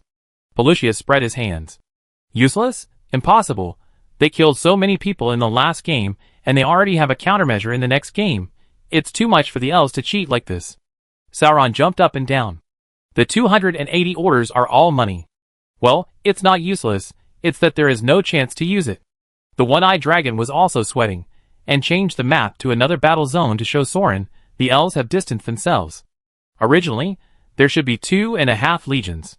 Apart from the 2 holy legions that crossed the river to assist the Nightmare Knights, there were about 10 elven legions opposite the Golden Lion. Not only did they retreat to distance themselves, but they also sent some people across the river to the opposite side of the Nightmare Knights.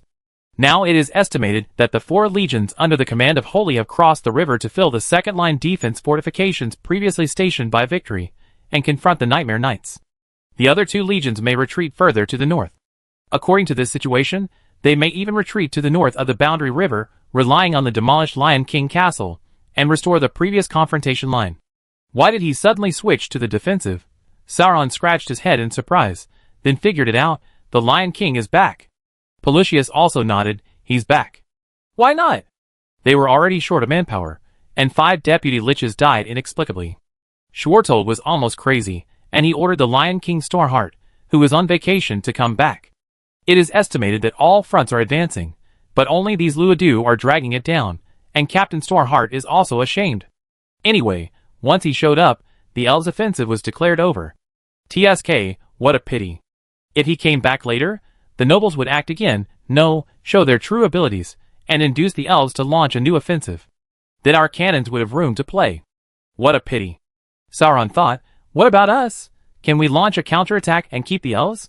The military report of Knight Commander Ernest mentioned that the elves were obviously avoiding the battle. The Scrofa team launched several surprise attacks, but they were all avoided by the Holy Unicorn Cavalry. They obviously received orders not to engage us, unless they launch a fierce attack on the second line of defense, while the Holy Legion is not fully in place, and has not yet established a firm foothold. Pole just roughly drew a topographic map of the second line of defense from the Dreadnought Fortress in the river boundary to the Victory Elf. Compared with the hills in the south, the second line of defense in the north is built on the ridge. From south to north, it is climbing up the mountain foothills. There is no particularly good terrain to build a defensive position. It is a slope for a considerable distance. This terrain is actually more difficult to fight than Franny's. The second line of defense is on the ridge. We have to climb up along the foothills, and knock down the elves' fortresses one by one in the snowy mountains. Guild drew a few military routes for crossing the ridge. By the way, we have to consider whether Zaku can withstand the air pressure and cold wind and snow in this high mountain terrain. Forget it, we haven't established a firm foothold yet, so let the subsequent army gnaw on this bone. Sauron thought about it, and gave up. The army, vanguard troops and military supplies raised by White-Robed Dalen have begun to arrive at the fearless fortress one after another.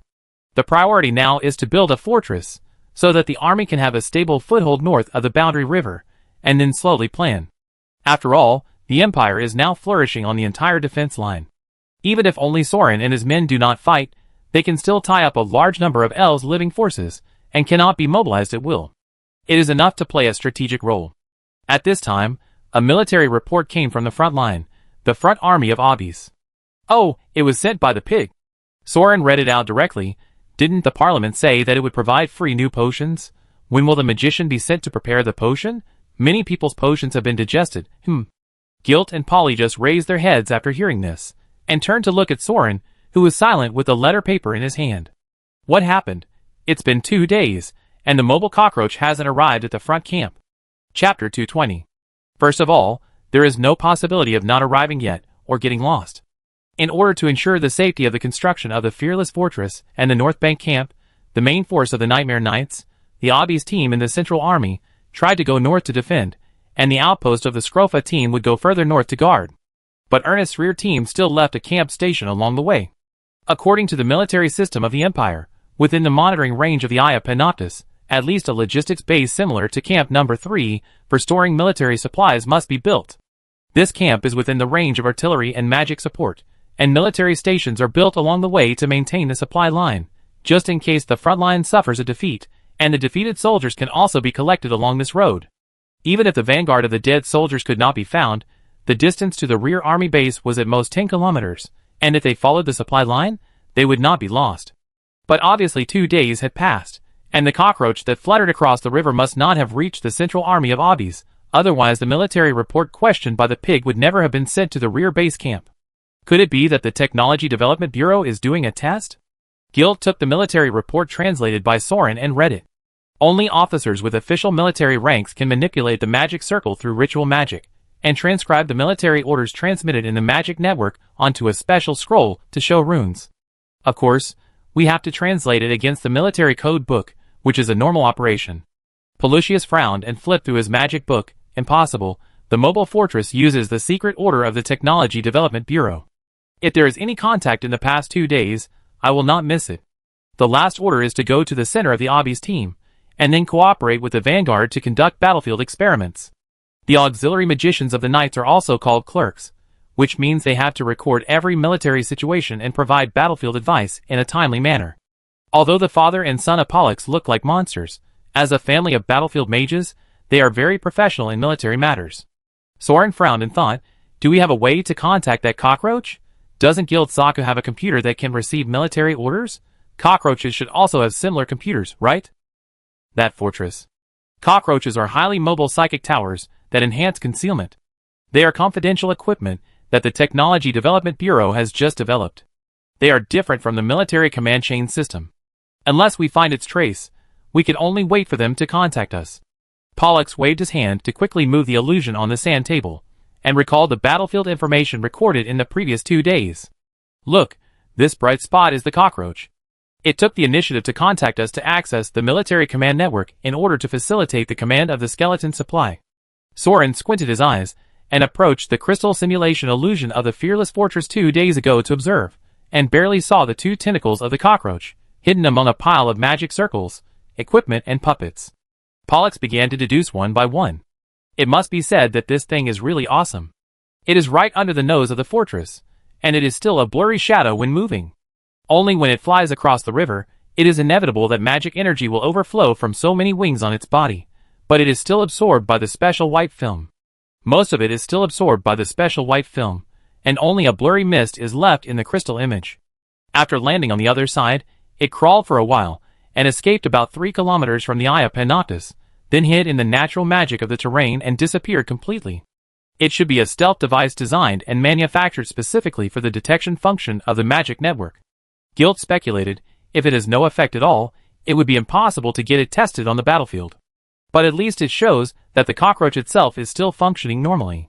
If there is an accident, it is a psychic tower after all, and the fireball when it explodes is very conspicuous. Soren was speechless. Can you please say something nice? But it was true. Why is it that the things from the Technology Development Bureau don't work against elves, but they work so well against our own people? The 3 of them were silent for a while. But this time it was really a bit tricky. It might be impossible to find the cockroach with magic, so it was unclear whether the other party really had an accident, or took this opportunity to conduct a surprise attack test. Don't tell me, this is quite like Zygen's bad joke. But what if something really happened? There should be no need to worry about Zygen's safety. With her intelligence and personality, Soren doesn't believe that no matter how busy she is, she would dare to follow a mobile fortress that could explode at any time to the battlefield without preparing the Shadow of Time clone. Soren is more worried about this thing falling into the hands of the Elf Alliance. This was designed by the deputy director of the Gons family, wasn't it? In theory, the team that developed the cockroach is also its fighting faction, right? What if they defected to the enemy collectively? Although the possibility seems small, it is still a little higher than the probability of a group of people driving cockroaches to travel to another world, right? No matter what, we haven't contacted each other for 2 days. We have to find it first. Sauron thought for a moment. Let's drive the Zaku. That thing moves too fast. Ordinary equipment really can't catch it. Guild looked at him. How do you track an invisible device? Sauron did have an idea. One year, he once led our dead soldiers to pass through the Elves' defense zone without triggering physical traps. That thing is so big and has obvious features, We can definitely find its trace with the naked eye. Guilt agreed. I go prepare the machine. But Pollux shook his head. Guilt and Er go, Soren can't go. You are a centurion. And there is no military order. What does it matter? Soren was puzzled. Besides, we are going to rescue Saijan. Pollux handed him the military order. After Deputy Commander Gons defected, the flag officer has blocked the news and strictly ordered officers at all levels not to leave their posts without permission. You are the commander who stays in the fearless fortress now. If you cross the river with him, it will be the same as Gons, and it will be a defection. Soren frowned. And the Wind Army will send someone to investigate in the next 2 days. Poluchius wiped his chin. After all, you captured Gons and the others, they will definitely come to question. Guilt is here in the name of extracurricular internship, not an officer, and the chief has various privileges, and Er is just an ordinary knight, so it doesn't matter if he is not present, but you are a formal chief officer and a 1,000-man captain, you must be present. TSK, the Wind Army? What does this have to do with them? You show up at this time. If it weren't for Soren, he would have forgotten that there was such a group of people. Security and confidentiality were originally their mission, but after the death of Achikas and the previous generation of Broken Bee, the Wind Army was busy fighting the civil war, and had no time to manage internal affairs. Guilt also explained, I heard that Lord Orides intervened, protected the eldest daughter of the Bee family, and persuaded all factions to agree that whoever found the youngest daughter of the Bee family first would take charge of the Wind Army. Since the war has started recently, these people should also move. In this case, we have to leave quickly. If we are caught by the Wind Army, they may not allow us to search on the pretext of involving confidential information. Poluchius nodded, I will issue a military order immediately, and you will do a second frontline reconnaissance. Sauron thought about it, and had an idea. I can't go, but the dwarf can go. What are you talking about? Aren't dwarfs, oh? Poluchius saw Soren take out a blank military rank appointment scroll, and reacted, oh, you are eating empty salary. Soren shrugged, I've done the work of so many people, so what if I get paid twice? It doesn't matter, anyway, every army has troops that exist on the battlefield and troops that exist on paper. So the Zaku team was dispatched again in an emergency. Because they had already trained once, the second dispatch was much faster. This time it was actually a search and rescue operation, and it was a secret device of the Technology Development Bureau, so there might be a possibility of fighting. So in addition to the 3 Zakus as the pioneers, Yayoi would also lead some Golem soldiers and Death Knights, and follow behind with airships carrying reinforcements to respond to the rescue in time. Please note that for the sake of confidentiality, we will use code names to address each other from now on. I am now Dwarf. Shadow of Sauron sat in the cockpit wearing a mask, checked the equipment, and confirmed the status of the short-distance communication headset. Knowing about dwarfs, One Ear is ready. What is the captain's code name? Although One Ear didn't know about Shadow of Time, he might not be used to calling him Soren. A code name in this style? Guild thought for a while, then call me bastard. The communication channel was silent. Why don't you think about it again? One Ear suggested. Well, if you think it's okay. Sauron hadn't realized the seriousness of the problem yet. That's it, a cheap name is easy to keep. Guild pushed the joystick, and the red captain's plane jumped over the boundary river. Bastard squad, let's go. Let's go. Ah. So the bastard squad, whose morale had dropped to the bottom, set off, jumping across the river like a flea, following the captain bastard to track down the cockroach. Soren stood speechless beside the sand table. What's the matter with that guy, Guilt? Poluchius knew the details. For the best of luck, all those who called him a bastard are dead. I mean those who called him a bastard. Well, the name is up to you. Finding the cockroach first is the top priority.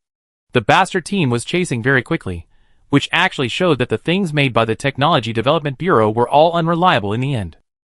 Although it was almost invisible in the magic net, the footprints left by the cockroach were very clear, especially when it jumped up and looked down. The traces left by the 6 alchemical legs could be clearly seen. Of course, such a large fortress, as long as it moved, it was impossible for a blind person to ignore it. And after all, it was a war machine, so there was no need to add optical camouflage or something like that. But this was not the point. The point was that the cockroach did not really go north, but turned quickly after crossing the river and deviated to the northwest. There were no signs of any accidents. The route was completely deviated from the supply line. It was man-made. But the northwest. Is this going to the Golden Lion's defense line? Soren was a little confused. Didn't they say they might defect or be kidnapped? Why not go directly east? Are they worried about alerting us? Ear guessed maybe they are worried about the effect of invisibility and want to go further away from the range of the magic network and then go in an S shape to the elves? But it's been 2 days. Could they have surrendered to the enemy? Gilt's bastard landed on the ground and checked the traces left by the artificial feet. Not only was the weight of the entire mobile fortress there, but it also had to maneuver quickly and turn flexibly, so the acceleration was even greater. The traces could not have been faked to confuse them. The main force of the Nightmare Knights is on guard against the elves, and it is impossible for them to turn a blind eye to something that crosses their defense line and goes to the elf position. Since the naked eye cannot conceal it, the most efficient means is to take advantage of the defender's unpreparedness and defect at full speed as soon as possible, risking rushing through the loopholes in the defense line. Anyway, no one can catch the cockroach. The longer the delay, the greater the chance of being discovered. But now there is no news from the cockroaches, so much so that the frontline troops have called to question. If someone really hijacked the Empire's secret weapon and escaped, I guess they must have had their own plan, but were delayed by something accidental. Sauron suddenly had an idea. Nothing accidental. They are going to pick up guns.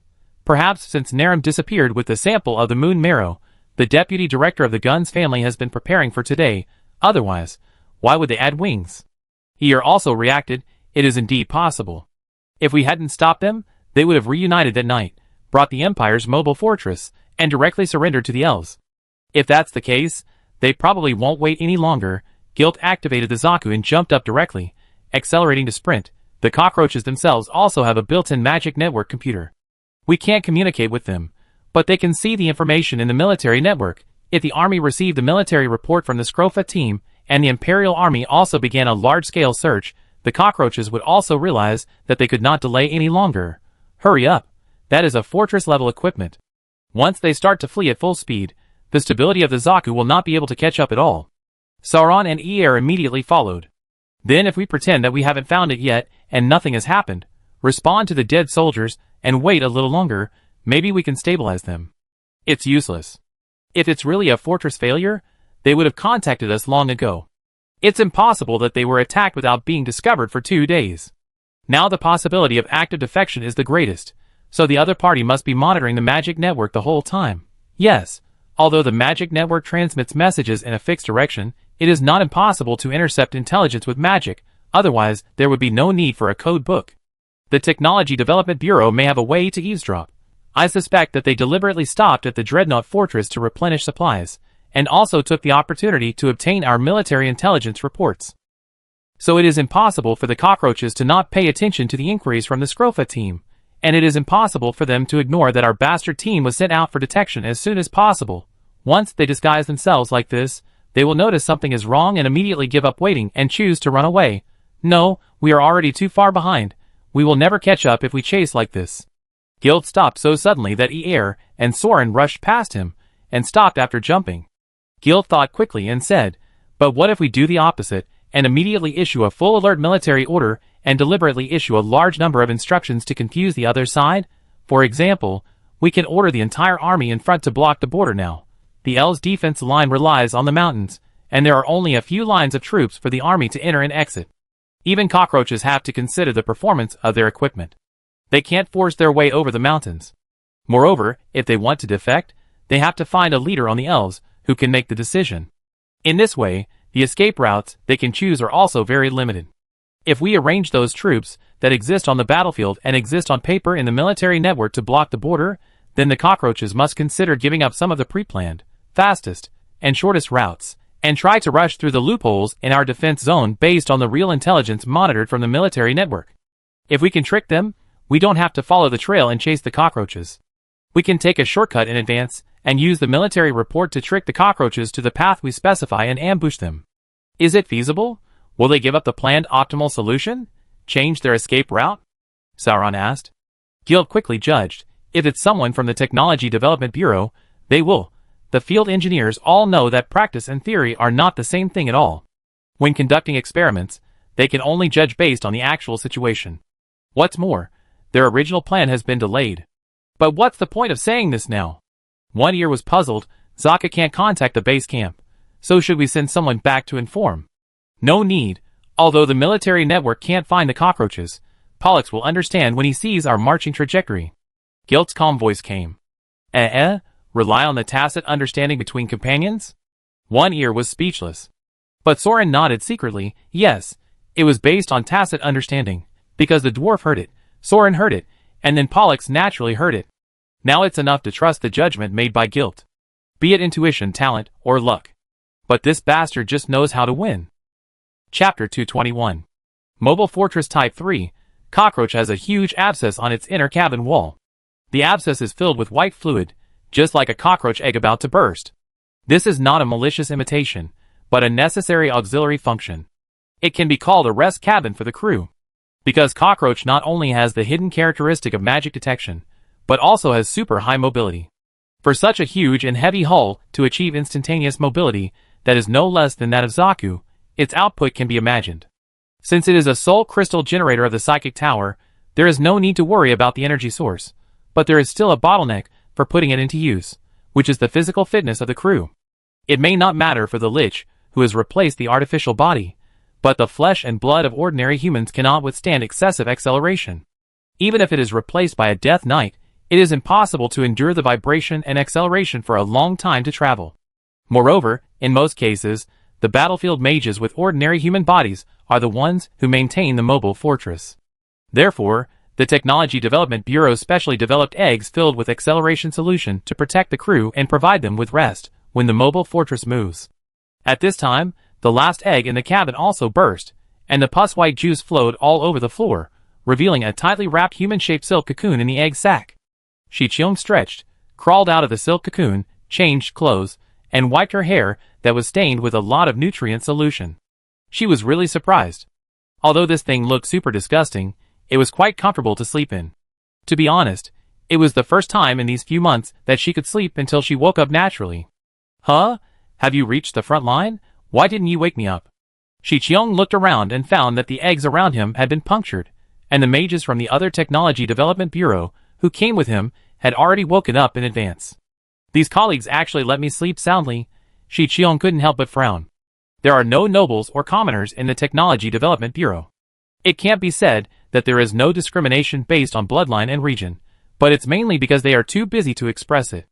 There are so many research and experimental topics on weekdays that I want to catch every skeleton passing by to help record the data. I don't have time to care about your bloodline or faction. There were so many test subjects that needed to be conducted in the mobile fortress, but no one cared about her. This was very abnormal, and what time was it now? Shichiong walked into the research room at the front of the hall along the narrow passage. Because the core of the psychic tower was so large inside, the available space was very small, so the eggs and warehouses for the crew to rest were placed together, and research, meetings, and meals were all concentrated in one research room. So as soon as the door was opened, a mixed smell of blood, rottenness, feces, and urine hit her nose. Even Shichiong, who had been squatting in the laboratory for many years, was almost fainted by the fumes. Well, there is no need to think and reason, just open the door, and the answer will be revealed. A ship full of researchers, about 10 all dead.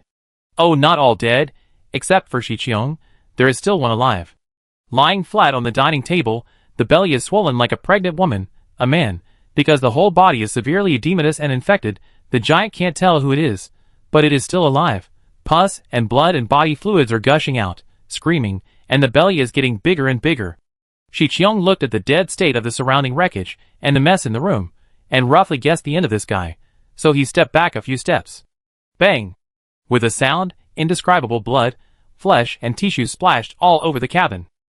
The white human figure crawled out of the pregnant woman's body cavity, and quickly grew from a piece of meat into a slender and tall man. He wiped off the tissue stuck on his face, tucked his rapidly growing pink hair behind his ears, ignored the foul and smelly air, opened his mouth and gasped, "Huh, it's wonderful to be alive, isn't it, Miss Estel?" Shiong covered his mouth and nose with his robe, and nodded to the handsome, fair-skinned, typical aristocratic man in front of him, Deputy Director. Saiporo Gans waved his hand, pulled off the robe of the wizard beside him, and tied it around his waist like an apron. No longer a deputy director, now a traitor, a prisoner, an experimental subject, a fugitive. TSK, the white robe was also taken away. How sad. To be honest, how do I know that Nareem is a spy? My brother introduced a promising young man, so I helped to promote him and take care of him, that's all. Do you still want to check if he is a spy? That's clearly the job of the Feng army. Okay, Oh, let's not talk about it. Are you hungry? Sorry, I'm hungry, so I won't be polite. Although he maintained his human form, he tore open the corpses around him with completely inhuman strength, opened his bloody mouth, gnawed the swollen rotten flesh around him, bit the bones with a crackling sound, and sucked the marrow with a sizzling sound. Shi Qiong frowned, endured the nausea, and watched Saburo eat the corpse with relish. Slurp, slurp, Saburo tore open the skull cavity and sucked the brain matter. He wiped his mouth after drinking half full, threw his head aside, and patted his stomach. Please forgive my eating style. The original body was locked up, and this new body was just made. I need to replenish energy, otherwise I won't have the strength to escape later. Shi Qiong nodded. I understand. This is the creation of Eve. I am lucky enough to see the most perfect living prosthetic technology of the Technology Development Bureau. It is really a feast for the eyes. Oh, do you know this magic? Saburo was still tearing off the limbs around him, and chewing them in his hands, like spicy strips. Shi Qiong nodded. The creation of Eve parasitized the seeds of Eve into the body of a magical creature, absorb nutrients, and grow into a perfect flesh container suitable for the caster. Not only does it grow faster, but it also has a chance to obtain better magic characteristics from the host body to evolve itself. In contrast, the alchemical prosthesis requires a long time to make and regular maintenance, and the technology and materials used at the time determine its upper limit. It is almost outdated from the time it is decided to start making it. Eve seeds have infinite possibilities, and can replicate and evolve infinitely. Compared with the trouble of updating the prosthesis with old technology, it is just a little worse, which is really not a disadvantage. Shi Qiong put his hand on his pulse, measured it for a while, pressed his abdomen again, and asked curiously, So you have applied the seeds to all the crew members? Did you use this magic on me too? I don't seem to feel anything special. How long does it take for this magic to work? Also, can you explain to me how did you parasitize Eve's seed into our bodies? Did you use drugs? But in order to prevent infection from the experimental subjects, the experimental personnel of the Technology Development Bureau should drink magic potions to kill insects every day, right? You wouldn't be so careless that you even forget basic personal protection, right? Saburo smiled and shook his head. Don't worry, I didn't parasitize you with seeds, nor did I use drugs on you. What? Do you want to know so much? Okay, it is true that the seed is parasitized into the body, but not through the esophagus, but through the intestines. Shi Qiong was stunned for a while before reacting. All the people who burst their stomachs were men. Oh? Okay, it seems that this is what is called personal sexual interest. So you don't use the seed on me? Because I'm a woman? That's not the case. We are all fleeing. I don't mind men and women that much. Saburo shrugged. It's mainly because your magic talent is too poor. If I parasitize a seed into your body, it might damage the performance of my container. It's a waste of time and energy. Shi Qiong's face turned pale. Ha ha, don't mind, I'm just telling you the truth. Just think that I appreciate your talent and let you go. Saburo ate most of the rotten meat on the ground in a whirlwind, clapped his hands and stood up. Okay, eat half full. Since the old man hasn't come yet, he must have knelt down. So let's go. He didn't take Shi Qiong seriously at all, walked past the girl carelessly, and went to the core driving room. Shi Qiong's face was uncertain. Are you really not going to kill me? Eat me to increase your magic power? Didn't I tell you to let you go? Isn't it better to be alive? Saburo expanded his shoulders as he walked, adapting to his new body. Or do you really think I'm an ogre? It's so sad, Miss Estelle. I thought you, as a member of the Technology Development Bureau, could understand the ideas of us researchers. What kind of countermeasures to take depends on what kind of materials I have on hand. These project team members are all disciples I personally selected, and each of them has an excellent physique that meets the fire inheritance of my Gaunt's family. It's prepared for this kind of time. And you are using the artificial body of the wood fairy now, which is completely impurity to my container properties. What's more, if I eat you, I might attract that crazy woman Hua. I have enough troubles already, and I don't want to provoke another big enemy. And to be honest, why did Hua choose someone with such poor qualifications as you as a disciple? Well, it doesn't matter, just hide quietly aside. I suggest you pretend to be a frightened noble lady, so that when you arrive at the camp of the elves, they will agree to let you pay to redeem yourself. Well, maybe they won't agree. After all, they've lost a lot of people recently. Maybe they're taking it out on you, but that's none of my business. This is a bit embarrassing. Because you're too weak and have poor qualifications, you're thrown aside and ignored. Shi Qiong was speechless as she watched the other party really ignore her and disappear from the end of the corridor. She thought about it, and tried to use magic to access the magic circle in the ship. Sure enough, the exit was locked and the spiritual thread controlling the network was instantly bounced off. She was originally a temporary passenger, and had no authority to operate this mobile fortress from the beginning. Naturally, let alone taking control of the fortress, she didn't even have the chance to open the door and escape. But was she really going to be forced to escape to the Elf Alliance? Such a waste of time? There were still a lot of projects to be done. So committing suicide and resurrecting with the shadow left in the flower workshop. Such a waste of resources. She also spent a lot of effort to prepare this body for the midterm exam. Besides, there are not many people who can be like that perverted Soren, who can resurrect by just using his own shadow to make some magic power. Then try to solve the problem with violence, and use magic to fight the former deputy director of the Technology Development Bureau, Saburo Gans? Haha, Shi Qiong has her own pride, but she is not so arrogant that she thinks she can defeat a white robe. Even if it is a lich with a new body and greatly reduced strength, it is still a lich. Of course, after all, Shi Qiong went to the frontline war zone, and she actually prepared a self-defense pistol for herself. But the problem was that there was no suitable bullet. Because she was too busy, she gave the prepared annihilation bullet to Soren. Although there was a holy silver demon-destroying bullet, the problem was the new prosthesis used by Saburo. Of course Shi Qiong recognized her. In fact, she had been coveting Eve for a long time. Eve's creation, living artificial body, the most advanced artificial body project of the Technology Development Bureau, is not a prop that carries the soul like alchemy, puppetry, or puppet making, but a forbidden spell close to rebirth. The advantages and disadvantages have been mentioned just now, and this body is alive. It can also repeatedly strengthen its magic qualifications by planting seeds and reincarnating in the bodies of magical creatures, which is a perfect solution to the biggest bottleneck restricting Shi Qiong. But the problem is that this magic is designed for liches. If you don't become a lich, you can't use Eve's creation, and Shi Qiong's original magic power is not enough for lich transformation, which is a circle. But she has been envious for a long time.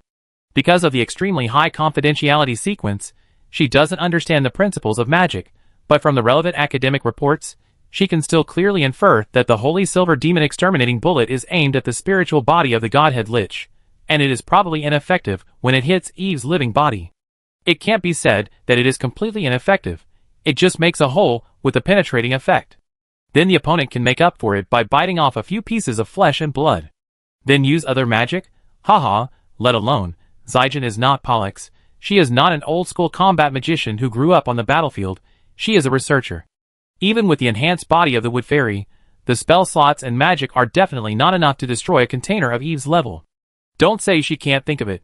Even if there is such a powerful magic, there is still a running psychic tower in this mobile fortress. Isn't this like playing with firecrackers at a gas station, looking for death? The biggest problem for magicians is that they need materials and time. Only after they are fully prepared can they solve the problem. But if there is no time and no materials, then there is nothing to do with the plan. It's like the deputy director of the White Robe, who can come up with supercutting magic such as Eve's creation and super mobile cockroach, but now, he is forced to run for his life and has fallen to the point of gnawing corpses. This is obvious. Shi Qiong doesn't have magic that increases magic power by gnawing corpses. This kind of black magic is usually a secret ancient magic. She has never read it on the first floor of the library. What's more, the marrow of these magicians on the ground has been sucked so clean that there is no material left. After thinking for a while, Shi Qiong followed the bloody footprints left by Saburo on the ground, and came to the core control room of the mobile fortress. What's the matter, Miss Estelle? Do you have any other advice? Want to beg me to let you go? No, the knights have already discovered the incident. TSK, this reaction is really big. The whole army has begun to mobilize. Is it necessary? Give us a way out. The deputy director wore a wired alchemy helmet. While reading the transfer order from the military network through the device, he debugged the computer of the mobile fortress. Zijin took out a notebook and a quill from his arms. How are your physical signs now? How is Eve's reaction? Have you completely digested what you just ate? Saburo took off his helmet and glanced at Zijin. Are you recording my experimental subjects? Although Eve's theory is perfect, in addition to the complicated ritual preparation, the strength of the initial artificial body cannot be compared with the mature combat artificial body. At least it needs more evolution to have the combat power to protect itself, and once the living artificial body dies, it is very likely to lose the opportunity to enter the pseudo-sleeping sea for repair and be taken away directly by death. So far, no lich has chosen this immature new magic container. Xiong ignored the blood and flesh splashed on the other party, and made a judgment with absolute rationality. No matter what the cause is, the deputy director is now the first to use Eve's white robe, and your usage data has a high reference value. In this case, I suggest you squat against the wall, Miss Estelle. Saburo looked at Xiong and inserted the metal pipe into his spine. I'm going to speed up my escape. Don't break your neck. Xiong nodded, waved his fingers, and launched vines from under the robe, fixing his body in the corner of the core cab like a spider weaving a web. So the cockroach stood up from the bottom of the Boundary River, shook off the sand on his body, and jumped out of the water with a bow. Chapter 222. Everyone, regardless of their position in good or evil, is the protagonist of their own life story, and the story always has an ending. Even with the advantage of family background, the Gons brothers were able to climb from ordinary people to the position of the leaders of the Fighting Lich today, which must have cost countless sacrifices and efforts. However, they offended Sauron, or even if there is a potential possibility of conflict with Sauron in their future, this road has come to an end. Now the performance of Saiporo Gons, the last member of this family, has finally come to an end. Catch that cockroach. Fuck, it's crawling so fast. Wow, it can fly. So disgusting. Can the Technology Development Bureau do something serious? A dozen dead soldiers were panting and chasing the cockroach, climbing the hills to the north against the terrain of the foothills, while the giant cockroach was rustling towards the north, as if it was running wildly in the snowy mountains in front of them. Damn it! I can't catch up! Hit it! Motham roared, tied a chain behind the javelin and threw it at the cockroach. The javelin flew in the cold wind, as accurate as ever, but unfortunately the tip of the spear was bent by the smooth shell, leaving only a shallow mark before flying on the snow. Damn it! You just have to go through my defense zone. How unlucky. Motham was really angry. Of course, this was not just luck. Compared with the charging Death Knights, the extremely fast-flying gargoyles, and the tireless skeleton soldiers, the defense zone of the dead soldiers, which seemed to have the strongest combat power on paper, was actually the biggest loophole. After all, the cockroaches themselves were not here to fight, they were just fleeing.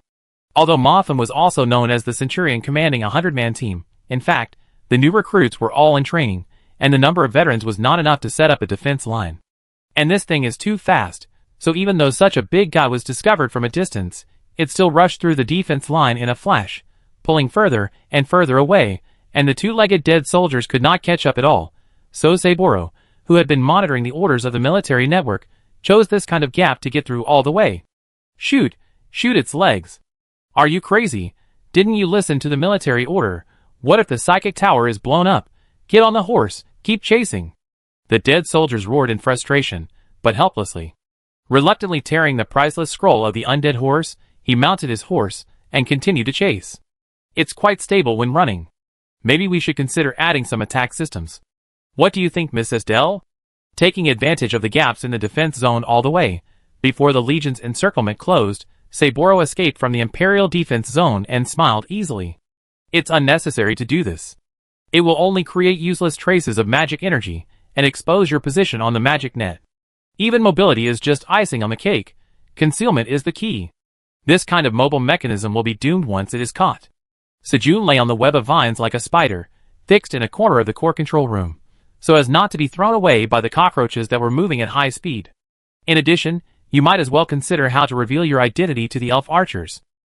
If you are mistaken for an attacker, it would be useless to shoot the psychic tower with arrows. Besides, you claimed that you didn't know that Naram was an elf spy, right? You don't have any actual contacts, right? Do you really believe that the gods will treat you, a man-eating monster, with courtesy? Yeah, that's right. Then let me test you again. Do you know how the elves communicate now? The academic liches in the Technology Development Bureau all have the habit of being teachers. Even Saburo, who treats his disciples as snacks, is the same. This is a good question. Shichiong nodded in thought. She also went to the Sand Country to fight the Sand Elves, but in fact, the technology in the south is very backward. All the magic technology remains hundreds of years ago, when the second generation of alchemy fell. Even the Navy has not been updated for many years, and is still using the thousand-knotted ancient branches, which are antiques that can almost be traced back to the era of the Great Disaster. But the Northern Elf Alliance is absolutely impossible to be so backward. Compared with humans, elves are indeed conservative, aging, old-fashioned, and lack creativity. But to be honest, at least in terms of technological innovation, what race can be compared with humans? a weak creature with a very fast metabolism. If the Elf Alliance really only relied on bows and arrows from hundreds or thousands of years ago, it would be absolutely impossible for them to keep up with the Imperial Army that is constantly carrying heavy loads. Nobles. From the military system, it can be seen that the Elf Army actually recognizes the human military command system. But when it comes to the design of the Magic Command Network, the Military Magic Network is a complex magic circle supported by the Spirit Tower. Even the elves cannot learn it easily. So how do they command the troops? You haven't been on the battlefield much, Saburo answered without waiting for her to think more, using whistle arrows. Of course, it's not that simple whistle arrows, it's through sound. Xiong understood, the long ears have a wider channel for receiving sound waves than humans. They can distinguish military orders based on the different whistle sounds. This is also the characteristic of the elves chanting magic. The spell information contained in each singing segment far exceeds the ritual magic of humans. Saburo smiled. Have you been to the White City? Have you heard of the White Tower? The roughnecks in the army always say that this is another useless piece of junk made by the Technology Development Bureau. Haha. In fact, it is a monitoring system that can eavesdrop and record the frequency of the elves' sentinel arrows fired on the front battlefield. And in the repeated tug-of-war between the two armies, according to the reactions of the other side, the internal military orders used by the elves' army are analyzed. Of course, the difficulty is mainly to distinguish the high-frequency military orders from other noises. The analysis part is very simple. If a few people die, the frontline troops will be mobilized a few more times. Shichiung stared at it. You mean? Saburo still smiled calmly. The Technology Development Bureau has always been aware of the elves' movements, but before the decisive battle, if this trump card is exposed, the previously deciphered military intelligence reports will be useless, right? Of course, now these have nothing to do with me. Miss Estelle, if I use the elves' military command sound waves to contact the border sentinels and express my willingness to surrender, will they still attack me? No, of course not. If Saburo Gans really defected, then the military command system, the psychic tower, the mobile fortress, the enhanced flying wing, the principle of the magic network, the creation of Eve, and all kinds of confidential materials and weapon technologies of the Technology Development Bureau that have not been revealed. A big gift package that integrates the essence of the Psychic Empire's hundreds of years of technology is simply a pie in the sky, directly hitting the gods' heads. At that time, let alone eating disciples, even if it wants elves, the gods will have to tie up a few elves for it to chew. So, this is the true concealment of the mobile Type 3. Not only the Empire, but also the elves' communication system has been mastered. Are you really determined to betray the Empire? At least the Empire treats you nobles well, right? Is it because you feel wronged? Thinking of this disastrous consequence, Shichiung's mouth was dry. Haha, Miss Estelle, I'm actually very surprised. There are almost no Orthodox Imperial nobles who are really fighting for the Empire. Look at the dead soldiers chasing us, they are all born as slaves, right? This Empire has nothing to offer these low-level mortals, except for exploitation and bullying? What on earth are they willing to sacrifice for the Empire? So what if they are ruled by elves? Is it really that bad? Aren't they still ruled by the Imperial nobles? Besides, will the elves really exterminate humans? It's better to say that if humans win, they will probably exterminate all non-human species, right? So, apart from simple stupidity and inertia after being trained and tamed for a long time, I can't think of any other reason to explain the behavior of these mortals. Saburo took off his alchemy mask and looked into Saijin's eyes. And you? Miss Estelle, why do you work so hard on your research? Is it because you have some royal blood? Or is it for the old human routine? No, you are a smart person. You are trying to increase your qualifications, right? You are also a scholar who pays more attention to the unknown than the known, right? Why don't you consider joining the gods with me? You should have thought about it, right? No, with your intelligence, it is impossible that you have not thought about it seriously. The elves and gods can really bless you and turn you from a mortal into an immortal apostle of the gods. Shichiung was silent. This was true. There were many examples of human heroes, warriors, kings, apostles blessed by the gods, who lived an extra 100 or 200 years in biographies. It was not a rumor. Of course, it was still far from the 1,000-year lifespan of a serious elf, but an extra 100 or 200 years would be enough for her to find more opportunities to improve herself. You understand it well, right? In this world, everything except your own life is empty. Live for yourself, and live for your own interests. Only such a life is valuable. This kind of life is happy. Saburo saw her hesitation and walked over from the core console more happily, handing her the helmet in his hand. I have set the communication frequency. If you are willing, wear it and contact the elves. I can accept you as a disciple. Don't worry, mainly because this is the first time to use Eve's creation. I didn't control my appetite for a while, but when I get to the elves, I probably have to take out all the things from the Technology Development Bureau, so I have to have a trustworthy assistant to help. What? I suggest you seize this opportunity. As long as you survive, no matter what you do, you have a chance. Xiong looked at the control helmet handed to him, and stretched out his hand hesitantly. At this time, the cockroach shook violently. It seemed to have tripped over something and rolled over and tilted, so that the two people in the core control room were shaken away for a while.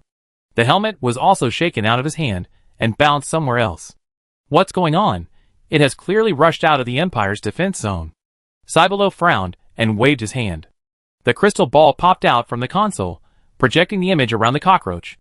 The cockroach was caught. Two steel giants rose from the snow, one on the left and one on the right, holding the iron rope used by the dead soldiers, firmly tied the cockroach's mechanical prosthetic feet, and pushed hard to stop the high-speed maneuvering cockroach. How is it possible? Saburo was shocked and angry. Impossible. Why didn't you detect it? Where did such a big guy come from? At the same time, it didn't notice the shadow cast on the cockroach's head.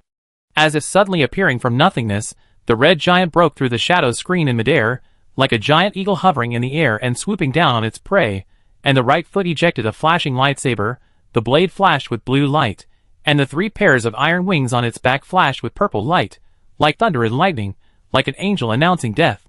The fruit of death.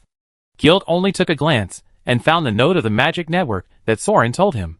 So the red bastard fell from the sky, slid and stabbed like a hawk shoveling a rabbit, broke into the joint between the head and back of the cockroach, kicked into the core control room, and the lightsaber of his right foot tore a thunderbolt, piercing through Saburo Gans, whose spine was connected by pipelines and bound to the control console, and nailed him to the floor. Ahem. Saburo spat out blood, and most of his body from the chest down was trampled into bloody mud. No matter how good Eve's prospects and potential are, she is just a piece of meat in front of a steel giant weighing several tons. The reason for the death. The white robe of the Technology Development Bureau was killed instantly. The bastard spoke lightly, and completed the causal law. His face was still calm, as if he had just stepped on a cockroach. Cough, cough, cough, cough. Saburo sprayed a large amount of blood plasma on Zaku's armor. His fingers tightly grasped the armor that seemed to be stained with blood, and tears of blood burst out of his eyes. The reason for the death? Conspiracy barrier. Conspiracy barrier against me. Are you kidding me? Driving this kind of thing. And you can actually use conspiracy barrier? Stop talking nonsense. This is obviously a secret method that can only be used during blood sacrifice and revenge. I was clearly wronged. How on earth have I ever been involved in such a big cause and effect? Who is it who used the conspiracy barrier? Xiong jumped down from the tree net, took off his helmet, and put it in front of his eyes to confirm. The communication with the elves was really almost launched, so he breathed a sigh of relief and cancelled the set computer magic command. Saburo really wanted to win her over to escape together, and gave Zygen access to the magic network. It was ironic. Zygen turned off the cockroaches and turned to look at the deputy director, who was still struggling in a pool of blood. You still don't understand where you went wrong, right? Yes, this is indeed difficult for a selfish egoist to understand. Saburo turned his head and glared at her. Zygen looked into its eyes without fear. These technologies and equipment you prepared to offer to the elves and gods for survival, all of this, can you really develop it by yourself? Your own intelligence? Where did you get your funds? Where did you get your materials? Where did your experimental products and data come from? Behind each of these numbers are the lives of tens of thousands of people, right? So you want to give all the things we have fought and sacrificed to the enemy who has been killing us for hundreds and thousands of years. Is there a greater cause and effect? A deeper blood feud than this?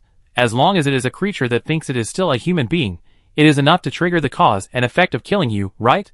Saburo seemed to want to speak, but was choked by blood, and Zygen continued, there is no difference between the elves and the Empire?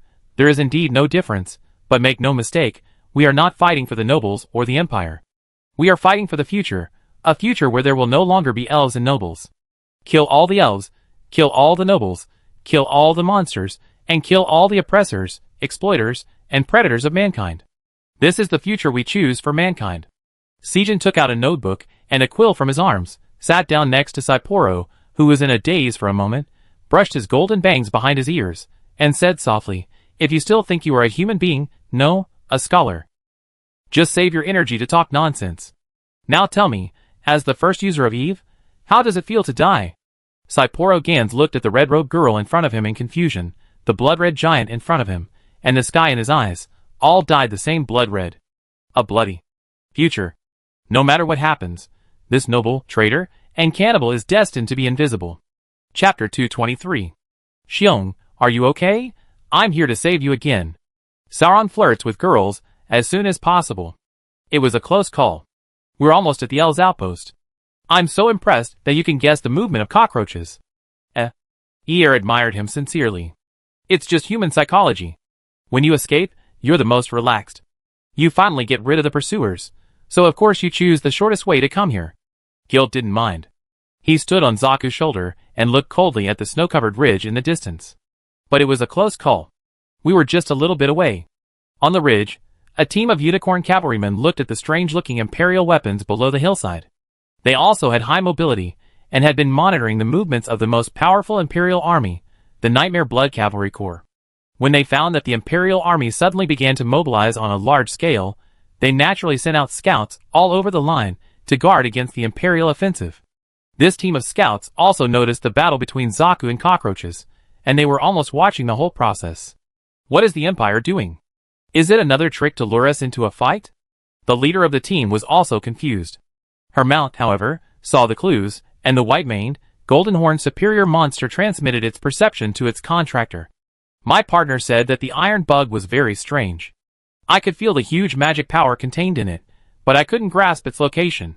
The captain stroked the unicorn's neck and suggested to the lonely figure standing on the snowy ridge, there are only 3 puppet golems, and there are no ambushes around.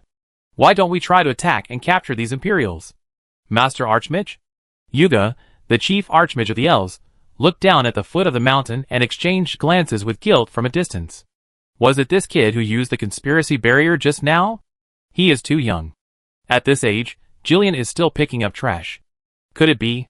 The cavalry captain keenly sensed what the top archmage meant. You mean he might become a threat to us when he grows up? Then please allow me to lead the team and kill him at this opportunity. Yuga snorted coldly. What I mean is that if you have the time to mess around with these flat-haired beasts, you might as well find a few serious elves to roll with, and give birth to a few more capable elves for our race. It would save you from having to bully the younger generation at your age. Can you at least find an opponent of the same level as you? How shameless, bah. The Unicorn Knights of the Holy Corps were furious, staring at this weird old man, but they were forced to swallow their anger and dared not say anything because of the opponent's strength. Humph, as expected, this character of bullying the weak and fearing the strong coward. Get away. Yuga waved his robe in anger, raising a blizzard, blowing the Unicorn Knights' faces with snow and wind, and they couldn't open their eyes, so they had to turn around and move away in embarrassment.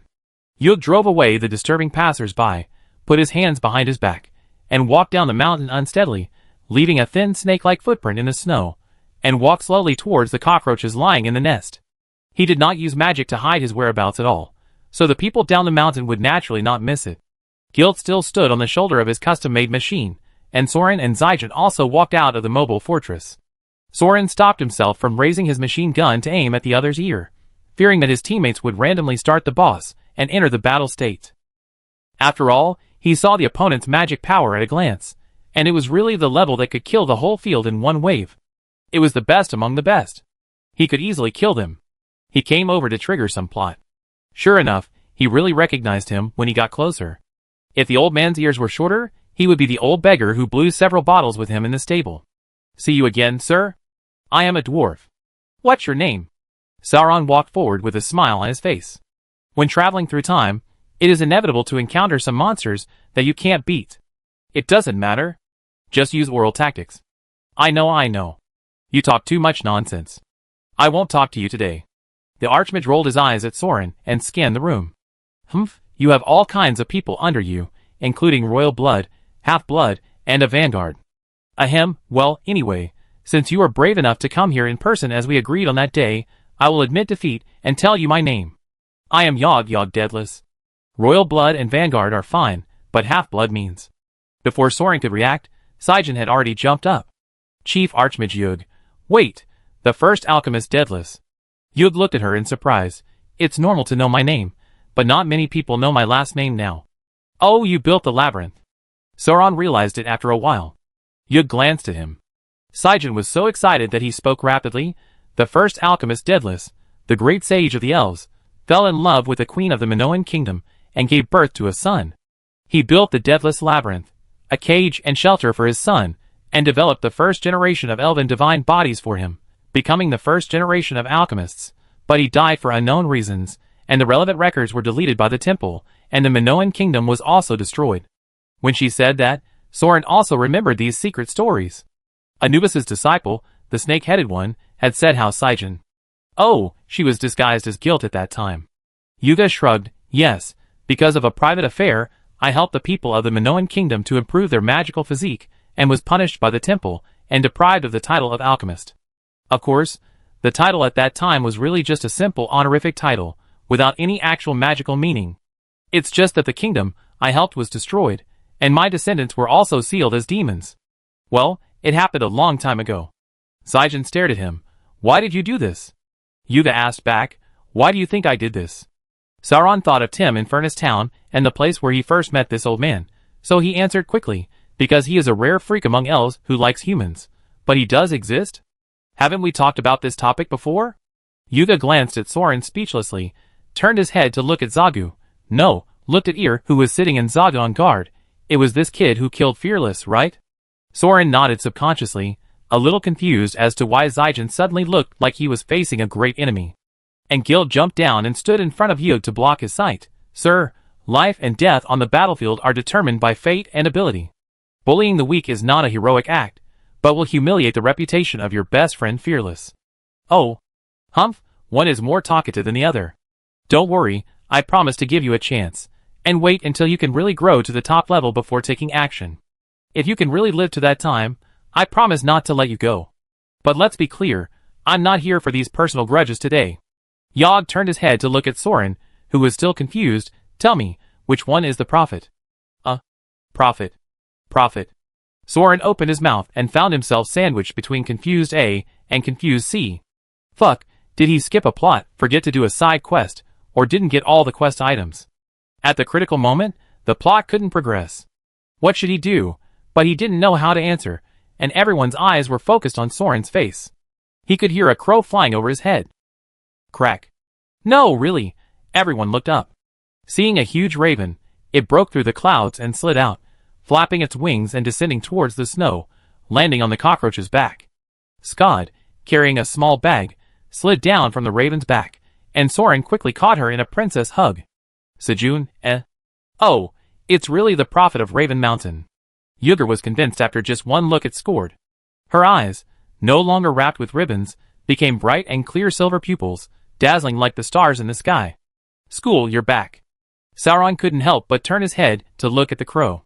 He seemed to have seen this bird somewhere before. After the trial, School seemed to be more generous than before, but he still smiled a little embarrassedly, nodded to Soren, jumped down from his arms, opened the backpack that seemed to have space magic, and took out a large rectangular box. It's been a long time. Well, see you again, everyone. This is a gift from Lord Leakart to you. What gift? Sauron temporarily turned his eyes away from the bird and opened the box. One ear crawled out of the Zaku cockpit and looked around. Sijin covered his mouth. Gilt's dead face changed color for the first time, but Soren didn't have time to care about him.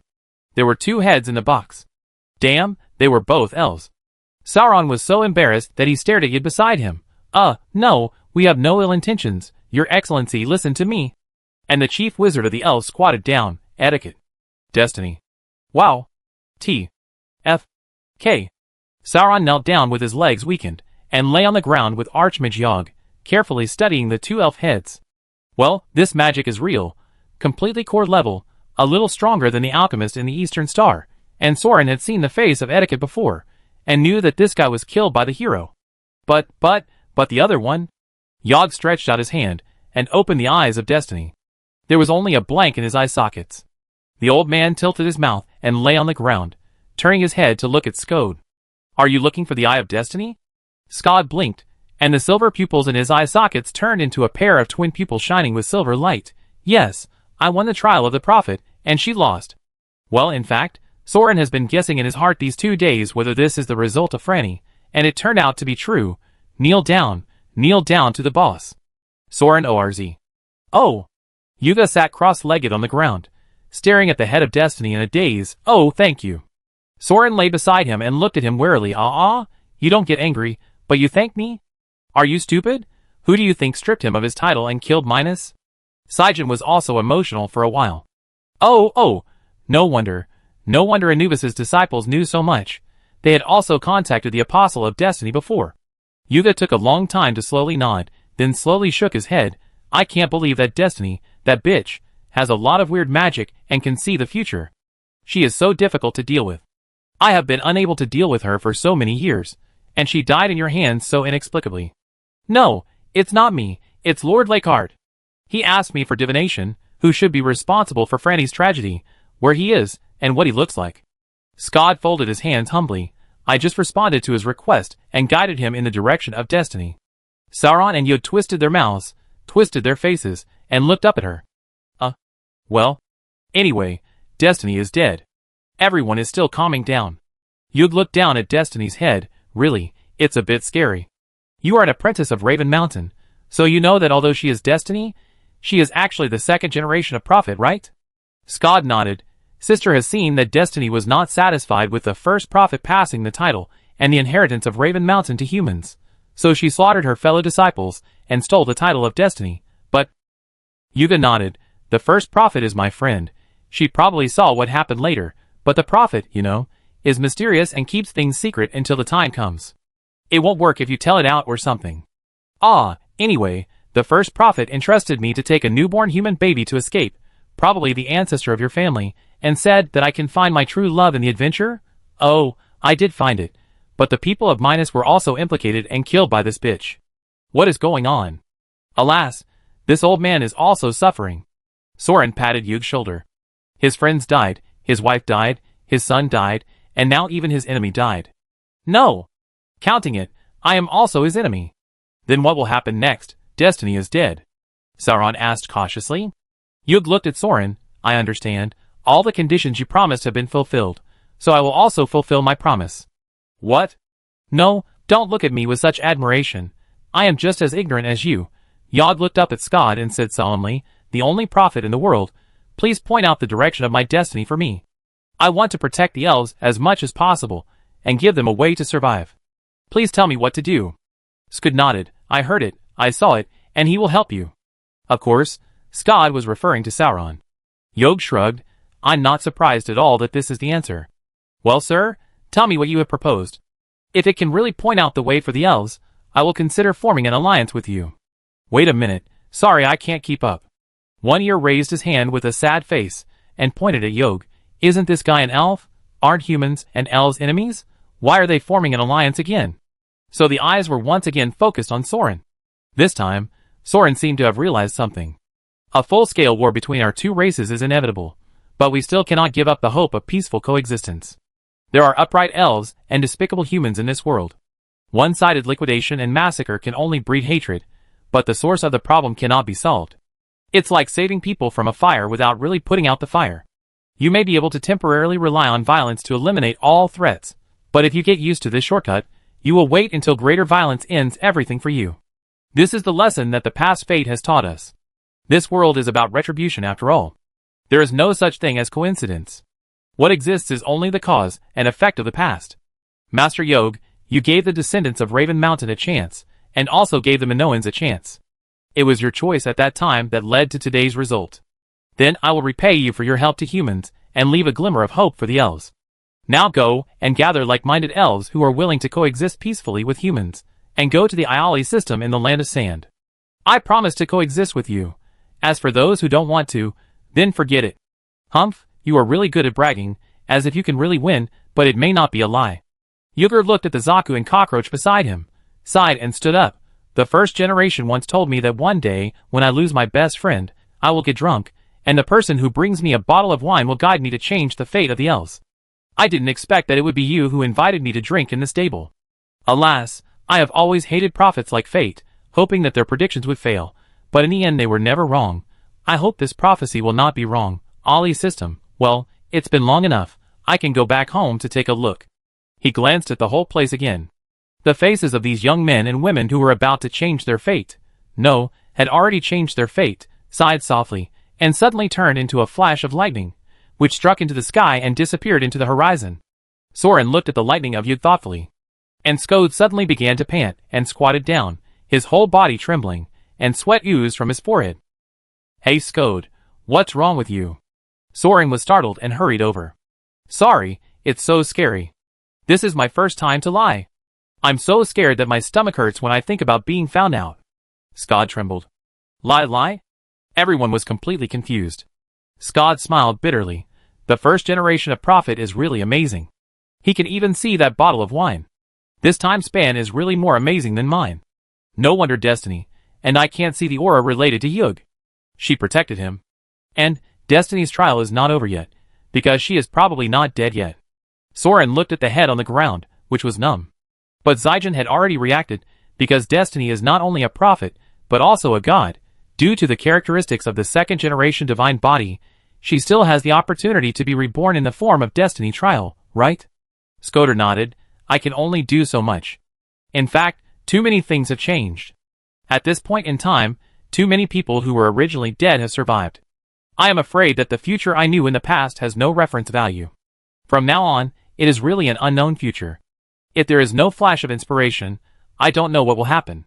12 years, the prophet's trial must complete at least 12 accurate predictions in 12 years. So at least 12 years later, there will be a new prophet who is qualified enough to start the trial of fate and inherit her miraculous resurrection. At that time, there will be a new prophet trial waiting for me, right? But during this period of time, no one on the outside can predict and interfere with the future like fate. Guild nodded and looked at his Zaku. 12 years, and the war will start in 5 years at the earliest. That means at least during this decisive battle between the Elven Alliance and the Empire, everyone will rely on their own abilities, and the Elven side will no longer have a prophet to cheat and give advice. No wonder they chose this time to start the war. Even Destiny died. Maybe the balance of power in the temple has completely lost control. Justice, a war-advocating god of war, must want to seize this opportunity to prove that he is not a puppet who needs a prophet to guide him on what to do. Air coughed twice, but we will have one.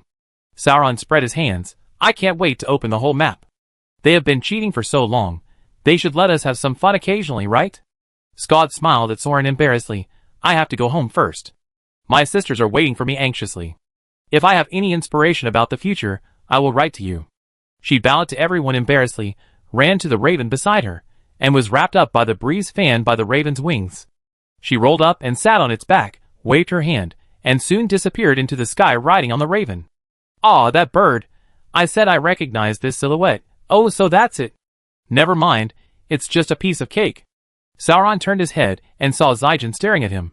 What are you doing? Did you go to the stable to drink? Oh my. Zygon.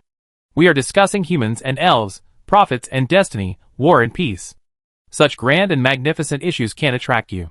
You actually care about whether we went to the stable to drink? Sauron turned his head and saw Aer, and guilt quickly went into Zaguli. He could only curse in his heart that he was not righteous, put on a smile, touched his arms, touched the biscuits given by Aer, and immediately took them out as a gift. It's just a little bit. I drank it with that old man, you believe me. Try this, the elf honey biscuits, it's sweet. I found it specially for you. Shi Cheong rolled his eyes at him, and just when he was about to say something, his face suddenly changed, took the biscuits wrapped in red cloth from his hand, and tore them apart. Don't be angry. What's wrong? Huh? Didn't the master say that this battle flag was lost when the knights were defeated last time? The Prime Minister was so angry that he removed the Grand Master of Lancaster. Where did you find it? The Temple of Victory. Wait, what do you think this rag is? Shi Cheong shook the bright red bundle, and the blood-red flag fluttered in the cold wind, as if a bright red spark was lit on the vast white land. What rag? It's the blood flag of the Blood Cavalry. Chapter 224. New God Calendar Year 3. Verbona United Kingdom. Holy King Capital Libra City. In the town mall filled with bustling people, a tall figure stopped in front of a small jewelry stall. The sleepy boss tilted his head and leaned on the recliner, propping up his neck, squinting his eyes, and cast his sights on the customer in front of him who blocked the warm afternoon sunlight. This is a young warrior, about 17 or 18 years old, tall and straight, 1.8 meters tall, covering the boss's entire stall in the shadow. with sparse stubble on his chin. Obviously he has been outdoors for many years, his skin color is tanned, and his long brown hair seems to have not been trimmed for a long time, casually draped over his shoulders, wearing a traveler's cloak, looking dusty, and emitting a sharp heat wave all over his body, like a soldier who just returned from the battlefield, but not showing any signs of fatigue, especially a pair of eyes, which are bright and energetic, as if a hungry tiger is looking for food. The boss's sleepiness disappeared when he was swept by the warrior's eyes. He sat up straight with a start, avoiding the warrior's gaze in panic, and looked down at the other's windproof and rainproof cloak. Although there was no decoration, it could be seen that the armor was well made. With the eyes of a businessman, he naturally knew that the one who could be equipped with such a full-body armor was not a knight serving a noble family, but at least a mercenary with good means, or even a big thief. At least, he would never be a man who was short of money, so he immediately perked up. "Oh, warrior boy, how about buying some special jewelry from Verbon? Give it to your girlfriend." "Specialty? It's just a simple painted wood carving, right?" The young warrior seemed to be interested, and picked one up to have a look. There were small flowers on the wooden hairpin, in red, white, and purple. The carving was quite fine, and it smelled of herbal fragrance. What's precious is that the small flowers were dotted with silver magic blessings. Brother, this is your first time in Verbon. This is our national flower, verbena, the emblem of justice, the holy flower of justice, the sacred and noble flower that wards off evil spirits." The boss saw the young man picking and choosing, and seemed to be hesitant after picking up several, so he smiled and suggested, "White symbolizes hope and innocence, and can be given to younger generations and unmarried girls.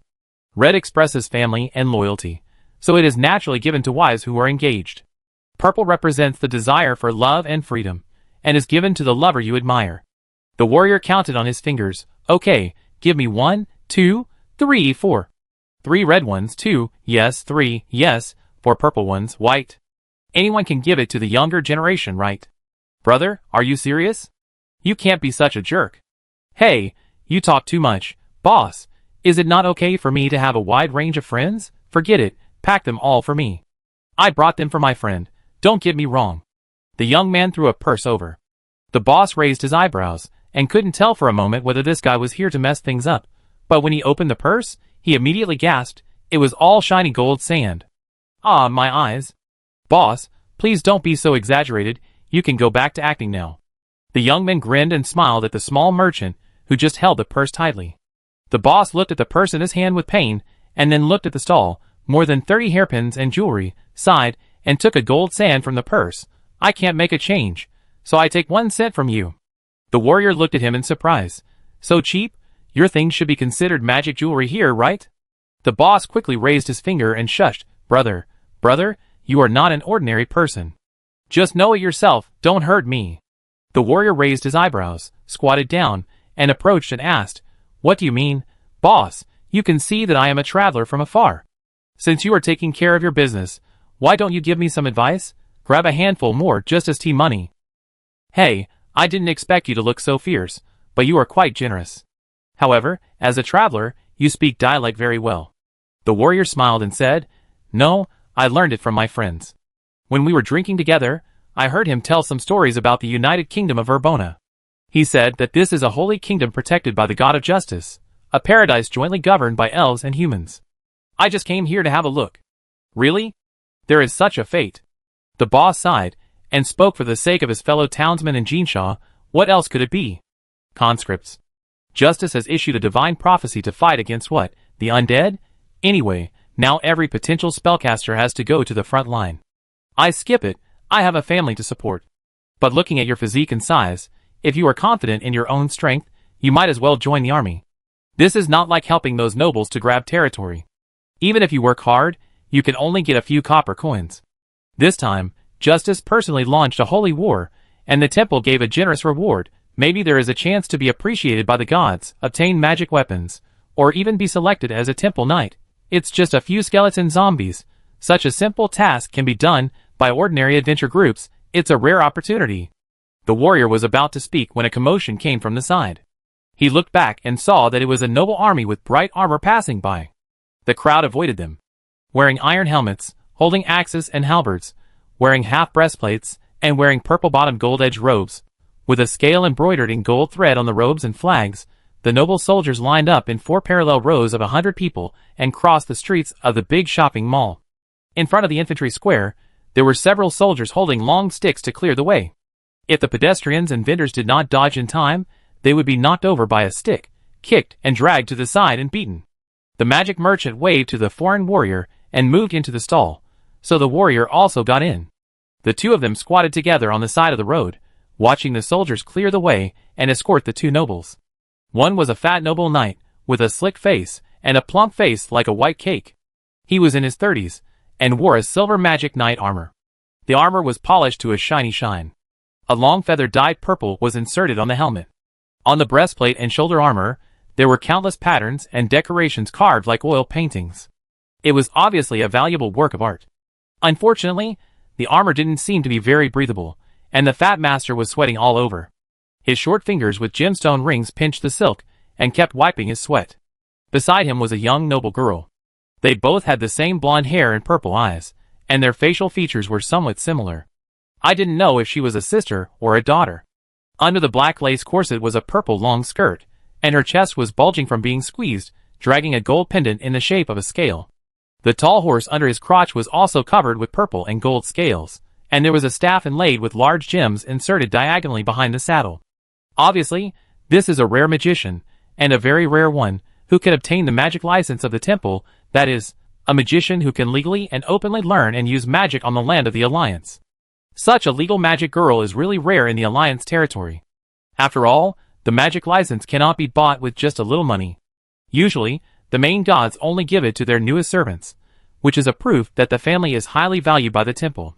It is so rare, no wonder she has a high-handed expression, looking at the surrendered mortals around her with a sidelong glance, and her heart is filled with a noble sense of honor, pride and mission.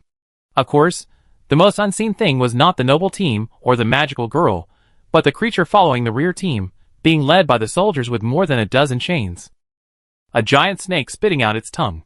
It looked like a giant monster similar to a king cobra, with a purple-black back and golden scales on its belly. The upright part alone was as high as a 3-story building, and the total length was probably more than 20 meters.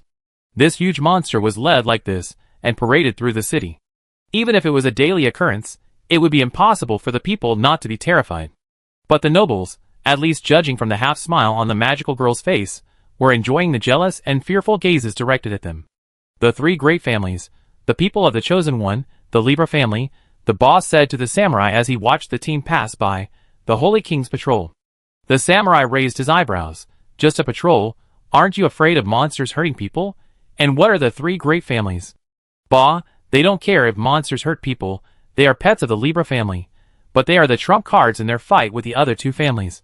The boss said coldly, Humph, usually you don't bother to come to the downtown area, you're here to canvass for votes. The warrior looked as if he was about to burst into tears. What? Calling for votes? Ha ha, this is the first time I've heard of it, right? The boss chatted with him. In the past, in the territory of the United Kingdom, there were 3 noble lords, who claimed to have royal blood and fought endlessly for the ownership of the kingdom. It was Justice who mediated and proposed that the 3 nobles win the support of the people, and the one with the most supporters would become the king. I see, the samurai said, understanding. So the 3 great families were the 3 royal blood lords of the past, who established the United Kingdom under the mediation of justice. Bullshit. Which noble would agree to let the people choose the king? Of course they refused. No, they agreed on the surface, but actually ignored it, and did not carry it out. Then, they were all killed for violating the divine covenant, and disobeying the gods. So justice became the master of this land. Oh, the arbitrator of the United Kingdom. What a tricky operation. The boss looked around cautiously, and said secretly, the former nobles were all killed. The current 3 families are the illegitimate children, servants and distant relatives of the former lords. Anyway, they are related by blood, so justice appointed them as the chosen lords of God to manage the old territories, and gave them 3 sacred artifacts for safekeeping. That is, the crown, sword and scales of the United Kingdom. But because of the rules set by justice at that time, the king must be elected by the subjects of the kingdom, so every 3 years, the 3 families must hold a divine election, and finally the arbitrator justice will check the votes, and designate the chosen king. The warrior looked thoughtful. The boss shrugged, it's not that complicated, it's still based on the territory. You see, the people who came to patrol our area today are from the Libra family. As long as they patrol until the election day, our neighborhood will vote for Libra. If you change the crown or the sword, vote for them. It's simple. The warrior suddenly realized. So your area is now Libra's constituency. The boss shrugged. Oh, constituency, well, that's what it means. But I heard that the rules may be changed this time. Because the territories of the three families were similar, the votes were not much different, and they basically took turns to be elected king. But in the holy war launched by justice, as long as the territory can be snatched from the undead, it will be counted as their own territory. The three families will also actively participate in the holy war, and compete for the title of king. At this moment, screams suddenly came from the distance. Run! The monster is running wild. The two looked over, but they were not surprised. It would be strange if nothing happened to such a big snake running through the dense crowd in the street. At this moment, soldiers could be seen being thrown into the air by the mad snake in the distance, and civilians were running away in panic. The fat knight was sweating profusely, raising his right hand and shaking the purple gem ring on his thumb and yelling, "Stop! Stop! Stop! I am Arthur Libra, the foreson of the chosen lord. Obey my orders. Stop! Damn it! What's going on? It's ineffective again." The snake waved its tail and swept away the surrounding shops. The soldiers gathered around the nobles and lined up. No one dared to go up. Fortunately, the magic snake had no interest in the gun array. It turned its head and spit out its tongue, moving towards the little girl, who was crying loudly in the yard of a nearby shop. The fat knight Arthur was shocked. "Camilla, Camilla, please take action. My magic power is not enough to activate the ban. You should stop it." The magic girl called Camilla sat on the horse motionless, not because she was scared silly, but because she was simply unwilling. "Don't panic, cousin. Wait until it is full. It will naturally calm down. If you use magic indiscriminately, it will hurt its scales." Camilla smiled maliciously, staring at the demon snake approaching the little girl. What? How could it be? You didn't feed the son of Styx. This is a snake. You only need to feed it once every few days. How could you forget it?" The fat knight was shocked. "Oh, it's my fault. Forgive me, cousin. I won't do it again next time." Camilla's face showed no guilt, but a faint excitement. Next, there will be a next time. The fat white man didn't care about her, because at this time the girl's mother rushed out of the house like crazy, trying to save her daughter, which seemed to stimulate the demon snake. It was obvious that the giant snake had already possessed the two of them and accelerated. "Attack! Attack!" The fat white man pulled out the mithril sword inlaid with purple gems, and actually spurred his horse to jump out from behind the shield wall of the soldiers. As a result, he didn't hold the reins, and fell off the saddle like a ball, and fell down with a bang. "Ha ha!" Camilla laughed out loud at her cousin's silly look, wiping her tears with laughter. "What are you doing, sir? Ha ha! Are you trying to attract attention? Ha ha! I told you to wait until it's full." Eh? Camilla stopped laughing suddenly, because she saw a wild warrior in a cloak who appeared in the yard at some point, protecting the mother and daughter behind him, and smiling, rushing towards the huge snake head that stopped in front of him, making a strange hissing sound that was not sure whether it was provocative or mocking. What's going on? Where did this bumpkin come from? Why didn't the son of Styx eat him? Before Camilla could understand the scene in front of her, the giant snake had turned its head, opened its terrifying vertical pupils, and rushed towards the patrol team where their nobles were at an astonishing speed, rushing towards the fat knight, who had fallen off his horse, and was lying on the ground without turning over. "TSK, this annoying fat guy." Camilla gritted her teeth and cursed secretly. She was responsible for protecting the master's family. If she hurt the direct bloodline because of having some fun, even the young and promising magical girl in the family would be in trouble.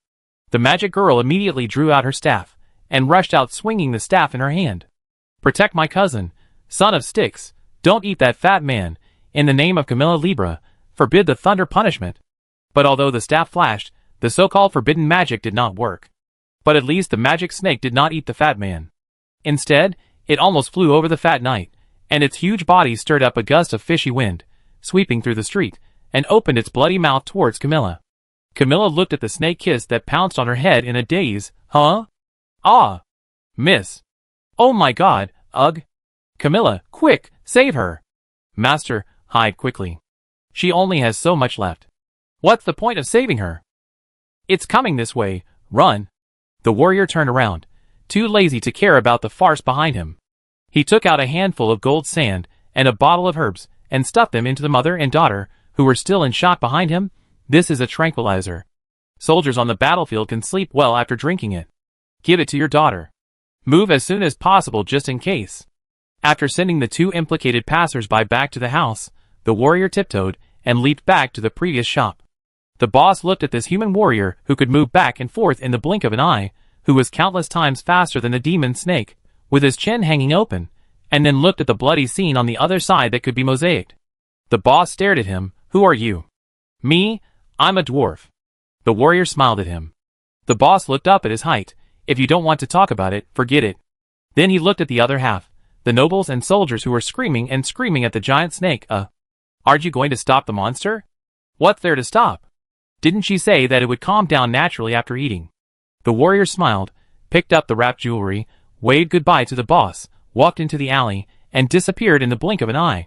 Chapter 225.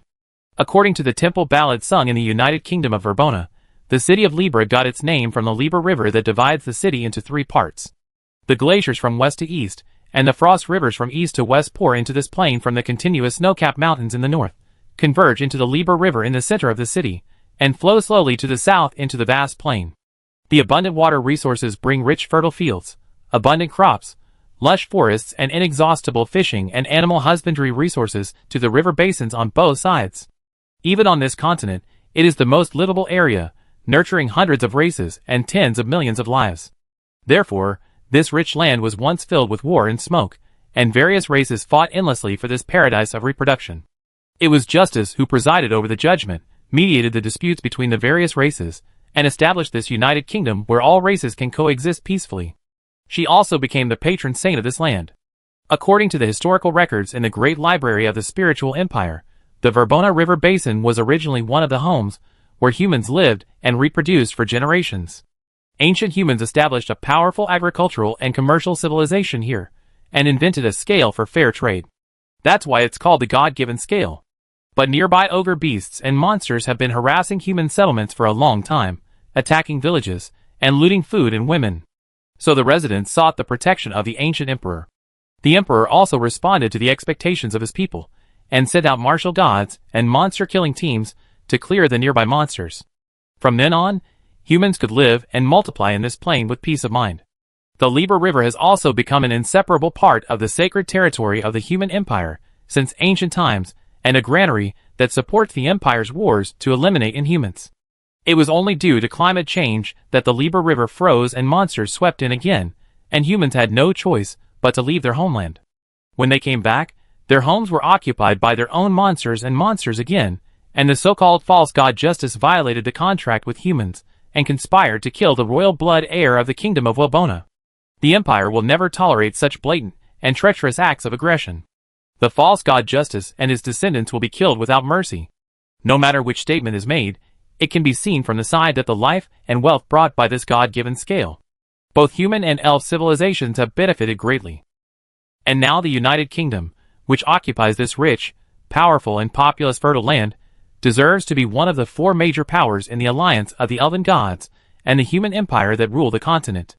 And with the outbreak of a series of major events in the past 3 years, the goddess of justice has also been elected by the gods as the supreme leader of the temple today. The United Kingdom, she protected, also became the leader of the powers of the various countries in the alliance of gods. So it can be said that the United Kingdom is now the base camp of the Elven Alliance, and the Libra River is the main artery of the Wabona United Kingdom. The Holy King's capital, Libra City, located at the confluence of the Libra River, is the heart of the kingdom and even the alliance. In the core of this core, in the rolling river, on a small sandbar where 3 rivers meet, protected by a large magic circle, standing in the turbulent river, facing the ice, wind and frost, standing to the south, there is a statue nearly 100 meters high. The image depicts and praises the true face of the kingdom's patron saint and arbitrator, the goddess of justice. Of course, it may not be quite accurate to say that it is the true face. To be precise, it is only half, because the statue completely restores the daily attire of the goddess of justice. The upper half of her face, the part above the bridge of her nose, is covered by a wide ribbon covering her eyes, leaving only the pointed chin on the lower half of her face. The dress and the headscarf covering her hair are bound by a wreath of thorns. Moreover, the statue is tall and big, so it is difficult to see her true face clearly. Therefore, what attracts people's attention most is not the lifelike carving craftsmanship of this white marble giant, but the 3 golden artifacts. Of course, it is not the main body, but it is also rare, and it is a magical item cast only for the decoration of the statue. Needless to say, the scales held high in the left hand represent fairness and honesty, the sword in the right hand symbolizes holiness and judgment, and the crown of thorns on the head represents responsibility and honor. Of course, we can't forget the eye straps. Legend has it that it is a gift from fate to justice, symbolizing that as an arbitrator, she will rely purely on her own judgment, uphold justice, and will not be disturbed by any external affairs or objects. In addition, from the open hem of the skirt, there is a snake coiled on the right leg, a dog lying on the left foot, and if you look closely, you can also find a ladybug lying on the wreath, these 3 symbols of the chosen family. Together, they represent the true ruling class of the United Kingdom. Soren, who had just finished shopping in the mall, lay on the fence by the river, squinting his eyes, and looking at the statue of the goddess of justice. The first time he came to the kingdom of Verbona for tourism, he must come to this famous attraction to punch in. Of course, he has seen many elf statues, and he has seen several of them smashed with his own eyes. What do you think of the statue of justice? It turns out that it is the eye patch of justice. Boy, the stable is really good at playing. No wonder this old woman hates the Empire to the bone. He looked around, and no one in the square by the river paid attention to him, an ordinary country warrior. So he took out an inconspicuous brass ring from his arms, opened the mechanism on the ring, turned over the ordinary obsidian, revealing the polished psychic crystal, activated the magic circle, and scanned and recorded the scenery of the surrounding environment at this time. Well, this is what Shi Qiong gave him to collect secret intelligence. This time his mission is to conduct reconnaissance behind enemy lines, and provide necessary combat support for the actions planned by the Feng army as a reserve reinforcement. But Soren used it as a camera to take pictures. He didn't think it was a waste. To be honest, he just treated it as a trip. It's a rare trip to another world. You can't just fight and kill and love all day long. After 3 years of killing unicorns in the snowy mountains, you have to take a break, walk around, and appreciate the scenery of the other world. Otherwise, when his army blows up Libra City, there will be nothing to see in the ruins. After all, in the past 3 years, as the Arishi trade route has become larger and larger, the Elf Alliance has no so-called secrets to the Empire, at least to the company. Just from the company's internal intelligence, based on the data obtained from the Alliance, if the productivity gap between the two sides continues to grow at this rate, the balance of combat power will be completely lost by the time of the decisive battle in 2 years. Even some radical goblin analysts in Arishi believe that based on the current strength of the Alliance, the Empire, the company can already take the initiative to launch an offensive. Of course, whether launching an attack is risky or a dead end depends on whether the company's intelligence is accurate. There were some disagreements within the company, so Soren simply took this opportunity to go to the Elven Alliance to feel it. He was not worried about the intelligence workers of the company and the Empire. You know, the difficulty of intelligence work has nothing to do with how powerful the assassin on the opposite side, the famous Root, is. The difficulty of the spy mission actually depends entirely on the organization and internal discipline of the target force itself. The old feudal society, with temples, princes, nobles, lords, and guilds, layered and cross-penetrated, redundant and complicated, nepotism, and many breakthroughs, is really not worth mentioning. When it comes to intelligence confidentiality, it's just a sieve with holes in it.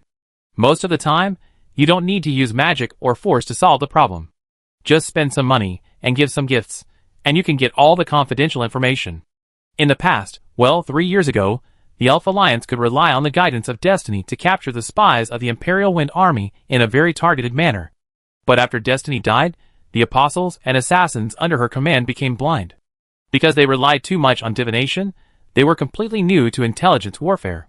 They could only hunt and kill like headless flies, and fierce struggles broke out inside the temple. In the 3 years since the death of alchemy, etiquette, fearlessness, victory, destiny, and other elven gods, a serious power imbalance has occurred within the Elven Alliance, and the relationship and power between the main gods have undergone drastic changes. In short, it was Justice, the war faction, that won a complete victory in the internal struggle of the temple, and won the support of the vast majority of elven gods. As the leader of the supreme god, she began to plan the final battle to destroy the empire. And she also took the opportunity of defeating her political enemies, to promote the centralization and integration within the temple.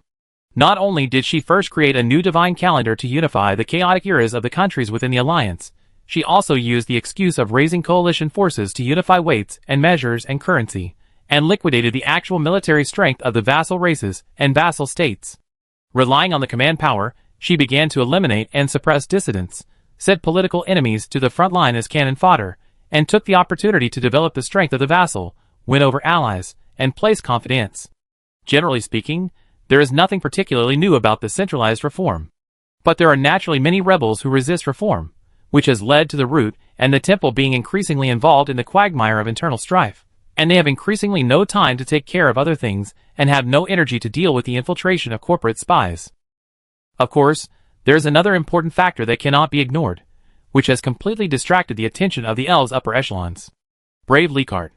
Yes, although the entire battle line was broken by the Empire, although the Imperial army occupied Franny, the Kingdom of Sand, and destroyed countless vassal states, and was repeatedly sweeping and plundering the strategic buffer zone of the Elf Alliance. Although it is known that the Empire is frantically reorganizing its military for the war in the near future.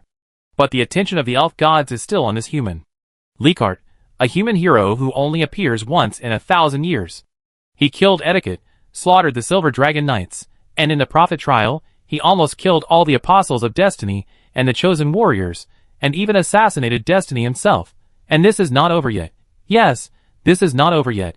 He is actually heading towards the World Tree where the temple is located. After assassinating Destiny, the hero Leichardt moved in a straight line towards the World Tree, and he would assassinate the local elf guardian gods along the way. Fortunately, he was immune to magic, so teleportation magic had no effect, and he could only charge on horseback. Otherwise, he would have rushed into the World Tree and overturned the temple. But this guy was immune to magic, so the magic that the elves were best at had no effect on him, and the elf god was like a balloon that would burst when facing the dragon spear in his hand. How to fight? Not only the assassins of the root, but also the sword masters, dragon knights, archers, and all the elite took turns to fight, and tried every possible way, but there was nothing they could do. Even if an assassin disguised as a human approaches, the hero will inexplicably see through him at a glance. Even before the assassin finds the hero, he is stabbed to death by the vanguard dragon spear. Poisoning and conspiracy are useless. The only feasible method is that the top swordsman has a chance to injure the opponent through a fair death duel. So the gods, under the rare survival pressure in hundreds of years, mobilized a large number of apostles, knights, and elites to hunt down this vanguard warrior who is more difficult than Killian.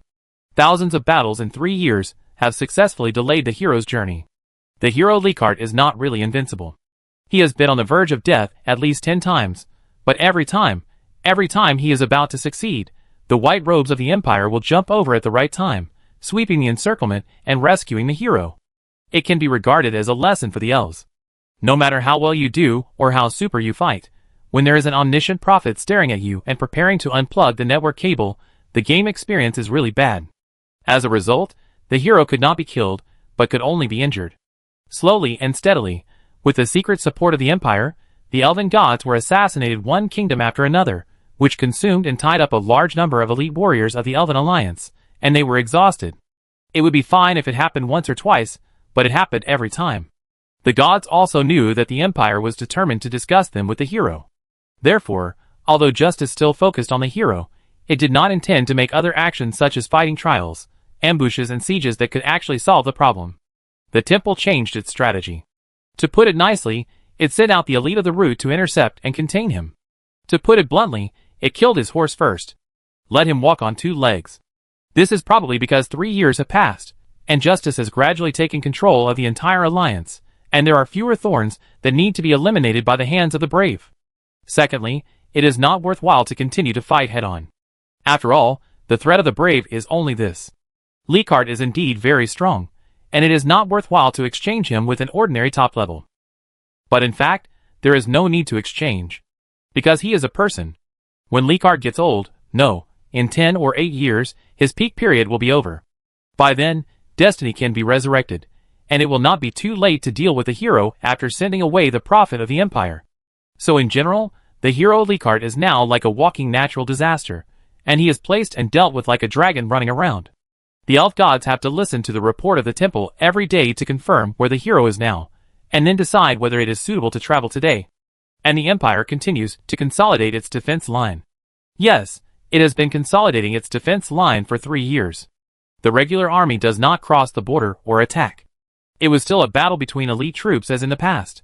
Only the private armies and mercenaries under the imperial nobles, or some elite teams, were used to attack and plunder the neighboring allied vassal states from the two breakthrough points of Franny and Monster Swamp, and to expand and clear the scope of the strategic buffer zone. Prevent the allied forces from establishing bases too close to the defense line and attacking their supply lines. So during these 3 years, the Alliance and the Empire fell into a strange and tacit truce. On the Alliance side, it was because Justice had to take full control of the temple before he could issue orders and mobilize the army. On the Empire side, it was because they wanted to update the equipment of the regular army. After all, not only did the company's several victories prove that the new equipment was indeed feasible, but also because the prophet of the Empire said so. Update the armaments and you will win. So the nobles of the Empire updated their equipment honestly. Destiny was sent to the 9 sides. How dare you play a joke on a real prophet? To be honest, with just one sentence from Skode, the company's sales staff really saved a lot of spit in their sales speeches. Yawn. Sauron propped up his chin, tilted his head, and stared at Justice's big white legs until the sun was about to set. He went over the general situation of the past 3 years in his mind, and did not wait for the Foam army that was scheduled to meet him. He was not worried that the Foam army would take this opportunity to plot against him. This secret intelligence force was indeed one of the few forces in the Empire that knew the true details of the company. And because of the connections of Matthew and other retired Fingbu troops veterans, the bigger the company is, the better the future of Feng Jun will be after retirement. So not only Fingbu, but also many people in Tingfeng and Jifeng have taken the initiative to extend olive branches and hook up with the company's spies to prepare for future job changes. To put it bluntly, at least 80% of the people in the 3 branches of Feng Jun are pro-company factions, and the remaining 20% are simply double agents who receive a salary from the company. There are some things in Feng Jun, maybe Sauron knows more about them than Feng Jun. But Sauron does know that several small factions in Feng Jun are still looking for the little daughter of the Feng family in order to gain power, and their relationship is not very harmonious. They are the kind of strangers who will kill each other at the first opportunity. But these people are his regular drink and chat, and they are mutually beneficial work contacts. So it is not easy to directly intervene in their internal grievances. In summary, if Sauron's estimate is correct, as a friend of Feng Jun, he has to curry favor with the boss of the company in the future, but he was stood up for a day. It is probably not that the contact person wants to give him a cold shoulder for the combat support from afar. Maybe something happened to the Feng Jun intelligence agency lurking in the local area. Chapter 226. The Libra city is divided into 3 districts by the river, the east, west and north. The east district is governed by the god-chosen Holibra family, who keep the Libra artifact and control the demon snake son of Styx. The informant, who was supposed to meet at the Jiangxin Square in the East District, did not show up, so the situation became more difficult. Because those stationed in the core area of the Alliance, such as Libra City, are mostly secret eavesdropping troops sent a long time ago. In order to ensure their safety, they basically wait for the other party to contact them actively. Some of the eavesdroppers can even be traced back to the 3 wars. They are all inherited from their fathers, and passed down from generation to generation. Their identities are strictly kept secret. They are the contact persons, who use secret methods to contact the Empire one way. The Feng Jun headquarters can only judge whether there are still people alive in the local eavesdropping troops based on whether the information collection tasks issued by the secret contact points in each region are still being completed normally, and whether the regular rewards of the lurking spies are received. Because in the past 2 or 3 years, Jinny has become the leader of the temple, and the Feng Jun still attaches great importance to the spies in her base camp, Libra City. A lot of people were sent to support the operation. This time, Soren also randomly picked a mission to request support and came to assist as a combat force. Unexpectedly, every time he went out, there would be bloody disasters. Sigh, I'm used to it.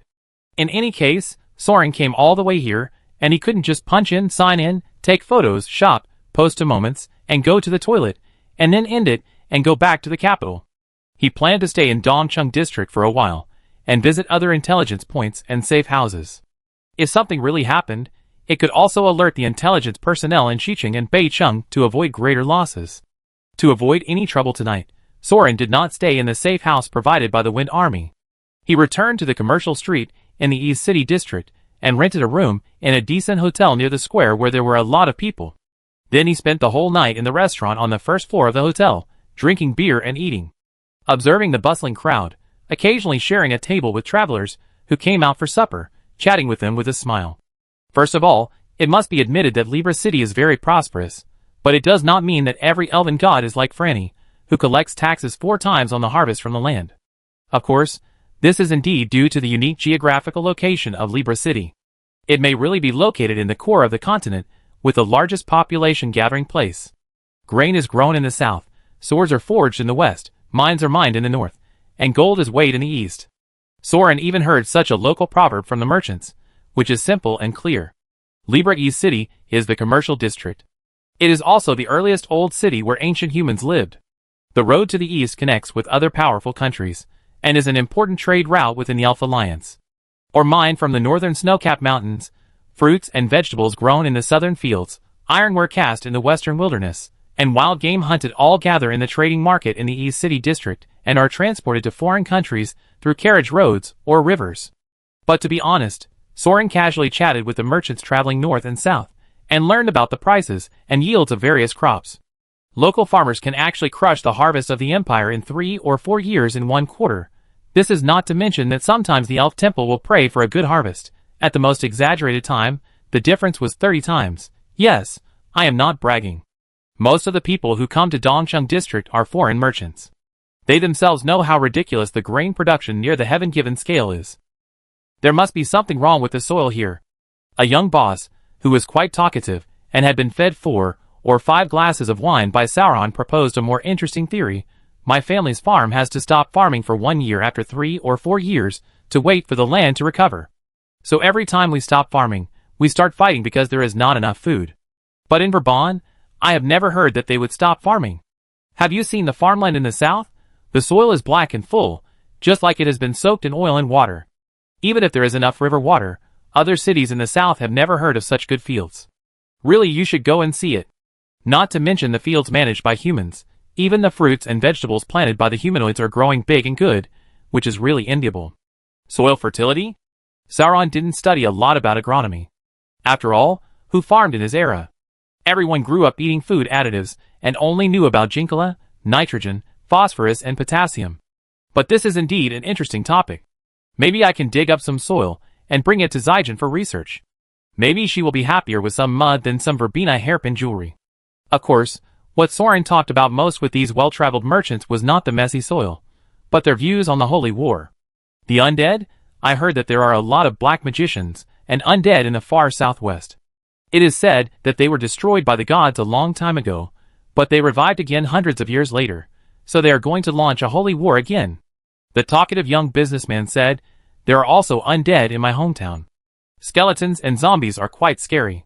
Sometimes they spread diseases, but local adventurers can basically deal with them. It's an ordinary 2-star or 3-star mission. In rare cases, if vampires appear, we have to go to the big city to ask the temple priests to deal with it. But vampires usually only appear in places like ancient tombs and dungeons. If such places were found, they would have been dug up by the swarm of adventurers. I have only heard of a vampire appearing in a neighboring country once, since I was a child, so there is basically no need to worry." Vampires. Probably. What strength, Count? Sauron asked tentatively. The young businessman laughed. Count? What count? Are you also reading those romance novels written for noble ladies? It's about ancient nobles becoming vampires, waking up and kidnapping noble ladies to fall in love with them. Haha, my sister also likes to read them. I heard that the city guards caught a madman who was hurting and biting people all night. The madman was turned into ashes by the sun the next day, and everyone knew it was a vampire.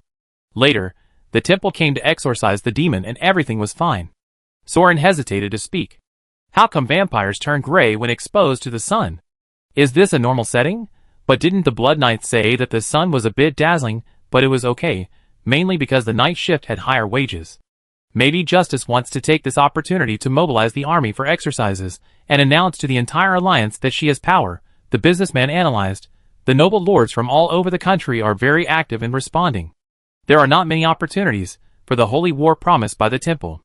Anyway, if they don't fight the holy war, their soldiers will have nothing to do but fight with other lords. Isn't it good to have the temple reimburse the military expenses? I heard that because lords from all over the country signed up enthusiastically, some countries that were far away and had fewer troops to mobilize, had to draw lots or even compete to decide the number of people to go to the expedition. Well, there are quite a few people who are eager to die, but the information collected by the Wind Army and the company is basically consistent. For humans on the side of the Elf Alliance, after so many years, if it is not in an area very close to the Psychic Empire, basically not many ordinary people know about the Empire, the Vanguard Army, and the Titans. Although some nobles may still have family inheritance, to be honest, being a noble under the rule of the elves is just a surrender faction that serves as a dog for the gods. They naturally will not publicize the things of the ancient times, and they may even help hunt down the spies of the Empire. Few people even know the legend of the Vanguard Army.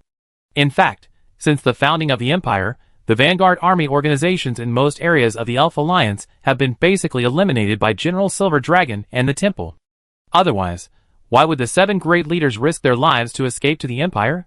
The Empire that once fought for humanity is now only one, and there are many names of undead in the southwest of the continent.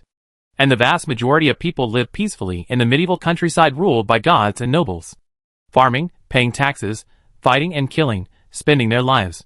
Forgotten. Soren sighed and swallowed a sip of wine. By the way, warrior, I heard that a brave man appeared in the west. Huh? Soren raised his head and looked at the merchant, who asked him, "What did you hear?" The young businessman looked around and approached secretly. "You are also an adventurer, right? Don't say you don't know. Adventurer guilds everywhere are going crazy. Someone has become a hero, and he killed fate." Sauron raised his eyebrows. "I don't know if it was an illusion, but it seemed that the moment the words hero and fate appeared, the whole restaurant was silent for a moment, and then it became noisy again." Sauron also approached and whispered, "How do you know about this? The temple won't make it public, right? Don't be silly. How can such a thing be concealed? As long as the temple still worships Destiny as a god, her praises will be indispensable in the ceremony. But the priests no longer sing 'Please let Destiny point the way for us, the lost lambs.' There are rumors about the Adventure Guild that the Spear of the West, one of the 5 Dragonslayer adventurers, has betrayed. It is said that he fell for power and the devil's contract and committed the great sin of killing the gods. He is being rewarded by the Adventure Guild. This is an unprecedented SSS mission. Everyone is wondering if this guy has become the legendary brave among adventurers. Maybe this army is going to attack him. Then you will be surprised." Soren shrugged without comment. But if the king candidate is determined based on the results of the Holy War, the Libra king of the Libra family probably has no hope of being elected this time. The young businessman sighed. It seems that there are other merchants beside him, who nodded in agreement. Soren was curious. "You are foreigners, right? Are you also concerned about the election of the United Kingdom? Why is this Libra king so kind and wise?" "Merciful? Not really. I heard that the monsters in their patrol team went berserk and injured people today." The young businessman took a sip of wine and said, "It's mainly because the Libra family is a merchant family, so they don't force too much taxes. Sometimes they even pay money to guarantee foreign chambers of commerce that are short of cash, so that they don't lose everything if they run out of goods. They are very trustworthy. Otherwise, how could they be in charge of Libra?" Yes, the Libra family, who are in charge of the East City commercial district of Libra City, never shy away from their origin as merchant servants, because this is also a proof of strength. This proves that they have been the finance ministers and trade directors who have been pawning the treasury for the princes since ancient times, which is another ancient inheritance. Therefore, in the new divine calendar, this snake-like cunning family still gained the trust of justice, kept the Libra, and took on the responsibility of the entire United Kingdom's purse. Of course, this does not mean that every generation of the Libra family is really so smart and powerful, and it is as exaggerated as the otherworldly version of Rotten Child, the Wolf of Wall Street, etc. To put it bluntly, it is just because of family education that they are more aware of current affairs. The Libra family also found a very accurate position. They always knew that the rulers who came and went attached great importance to the granary and money bag of Libra City. They would never let the key Libra City treasury go wrong. They also understood the principle of slow and steady growth. With a stable territory like the heaven-given scale in their hands, they would be able to make money back sooner or later, so they would not overexploit the bottom. Really, it is not necessary for the rulers to be clear and virtuous. As long as they maintain long-term peace and stability, and the most basic fairness and justice, they can make a lot of money. However, once the word election appears, there will definitely be comparisons when there are too many candidates. The current king of the United Kingdom is the crown king of the Bremble family, the chosen Lord of God. Alas, His Highness has been re-elected for 2 terms, and has raised taxes 30 times in 6 years. It's simply killing people if he is re-elected for the third time. It's better for the Crown King to be re-elected than for the Holy Sword King to be elected. The traveler who led the seat also came over to join the conversation. If the Holy Sword King is elected, the whole family will be conscripted or the Holy War tax will be levied, which will be really killing people. It's a foregone conclusion that the Holy War will increase taxes. Even if the Libra King comes to power, he will definitely increase taxes for the Holy War. But at least the Holy Sword King will not sell out the interests of his own race in order to win over the non-human race like the Crown King. He has the sacred blood of God flowing in his veins, and he doesn't consider you mortals as his fellow race. He wants to maintain the overall situation and stability of the United Kingdom. The merchants were excited and talked about the recent God's choice. Soren was cracking melon seeds and listening beside him. The 3 heads of the Bramble family, the Libra family, and the Holy Sword family are honored as the king because they have served as the king of the United Kingdom for 3 years. Compared with other countries, where the old king must die before the new king can ascend the throne, the king of the United Kingdom is actually closer to an administrative officer such as the Prime Minister or the Prime Minister. Justice is to completely entrust the mortal affairs to the king, and select suitable assistants according to the recent goals. Because the characteristics of these 3 chosen lords are really quite distinct. Libra King is relatively good at economy and people's livelihood, fair and just and trustworthy, and is obviously more popular with businessmen. At least he is a talent for internal affairs, and a qualified prime minister. This generation of Libra King has served as king for a long time in peacetime, and has accumulated a rich family fortune for the operation of the United Kingdom, but he is a bit old now. The Crown King is probably 1/8, 1/16, or 1/32 half of mixed blood, and thinks he is also half of the Elf God clan. He has a close relationship with the temple, is good at balancing power, and can control all forces in the United Kingdom. He has raised taxes more than 30 times, and is likely to be re-elected. It can be seen that he does have some means. And Soren himself has also received intelligence from the Wind Army to confirm that the Crown King is indeed the strategist of justice. He has made plans for her, and completed the faction-based suppression of the temple, and the centralized integration of the entire Elf Alliance in 3 years. And the Holy Sword King is even simpler and more straightforward. He is the evil dog at the feet of justice, and the sword that punishes evil for her. At least he is quite powerful, and is also a top-level person. It is very likely that he has some kind of martial god inheritance, and is in his prime. This family usually controls the main human army of the United Kingdom. If there is a holy war, and the kingdom is to be defended, it must be the Holy Sword King who goes to fight. However, during the term of this king, he often clashed with various human tribes in the south of the United Kingdom. Some of them were indeed, because the humanoids eat people, and the Holy Sword King wanted to protect farms and farmland. However, it may also be a conspiracy, but because of the bloody conflict, other humanoid forces in the United Kingdom are generally dissatisfied with the Holy Sword King faction. To some extent, it also checks and balances the human army, and enables the Crown King to be re-elected with the support of the humanoids. The 3 kings under justice are really not easy to deal with.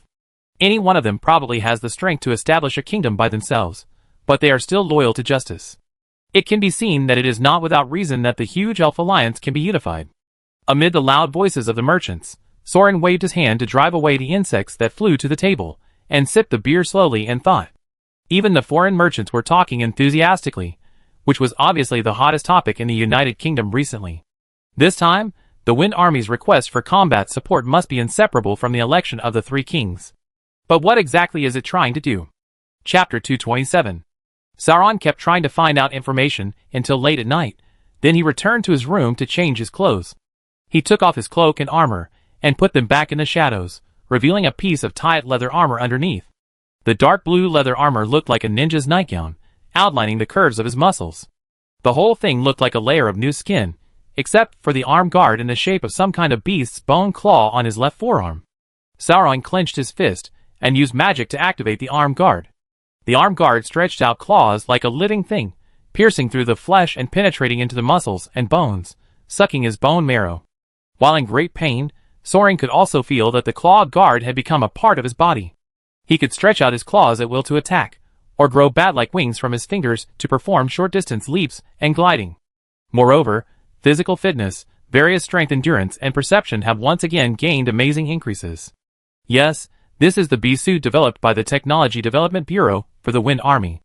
This semi-parasitic living weapon can provide the assassins of the Wind Army with an instant combat power enhancement that is superior to the elite elves.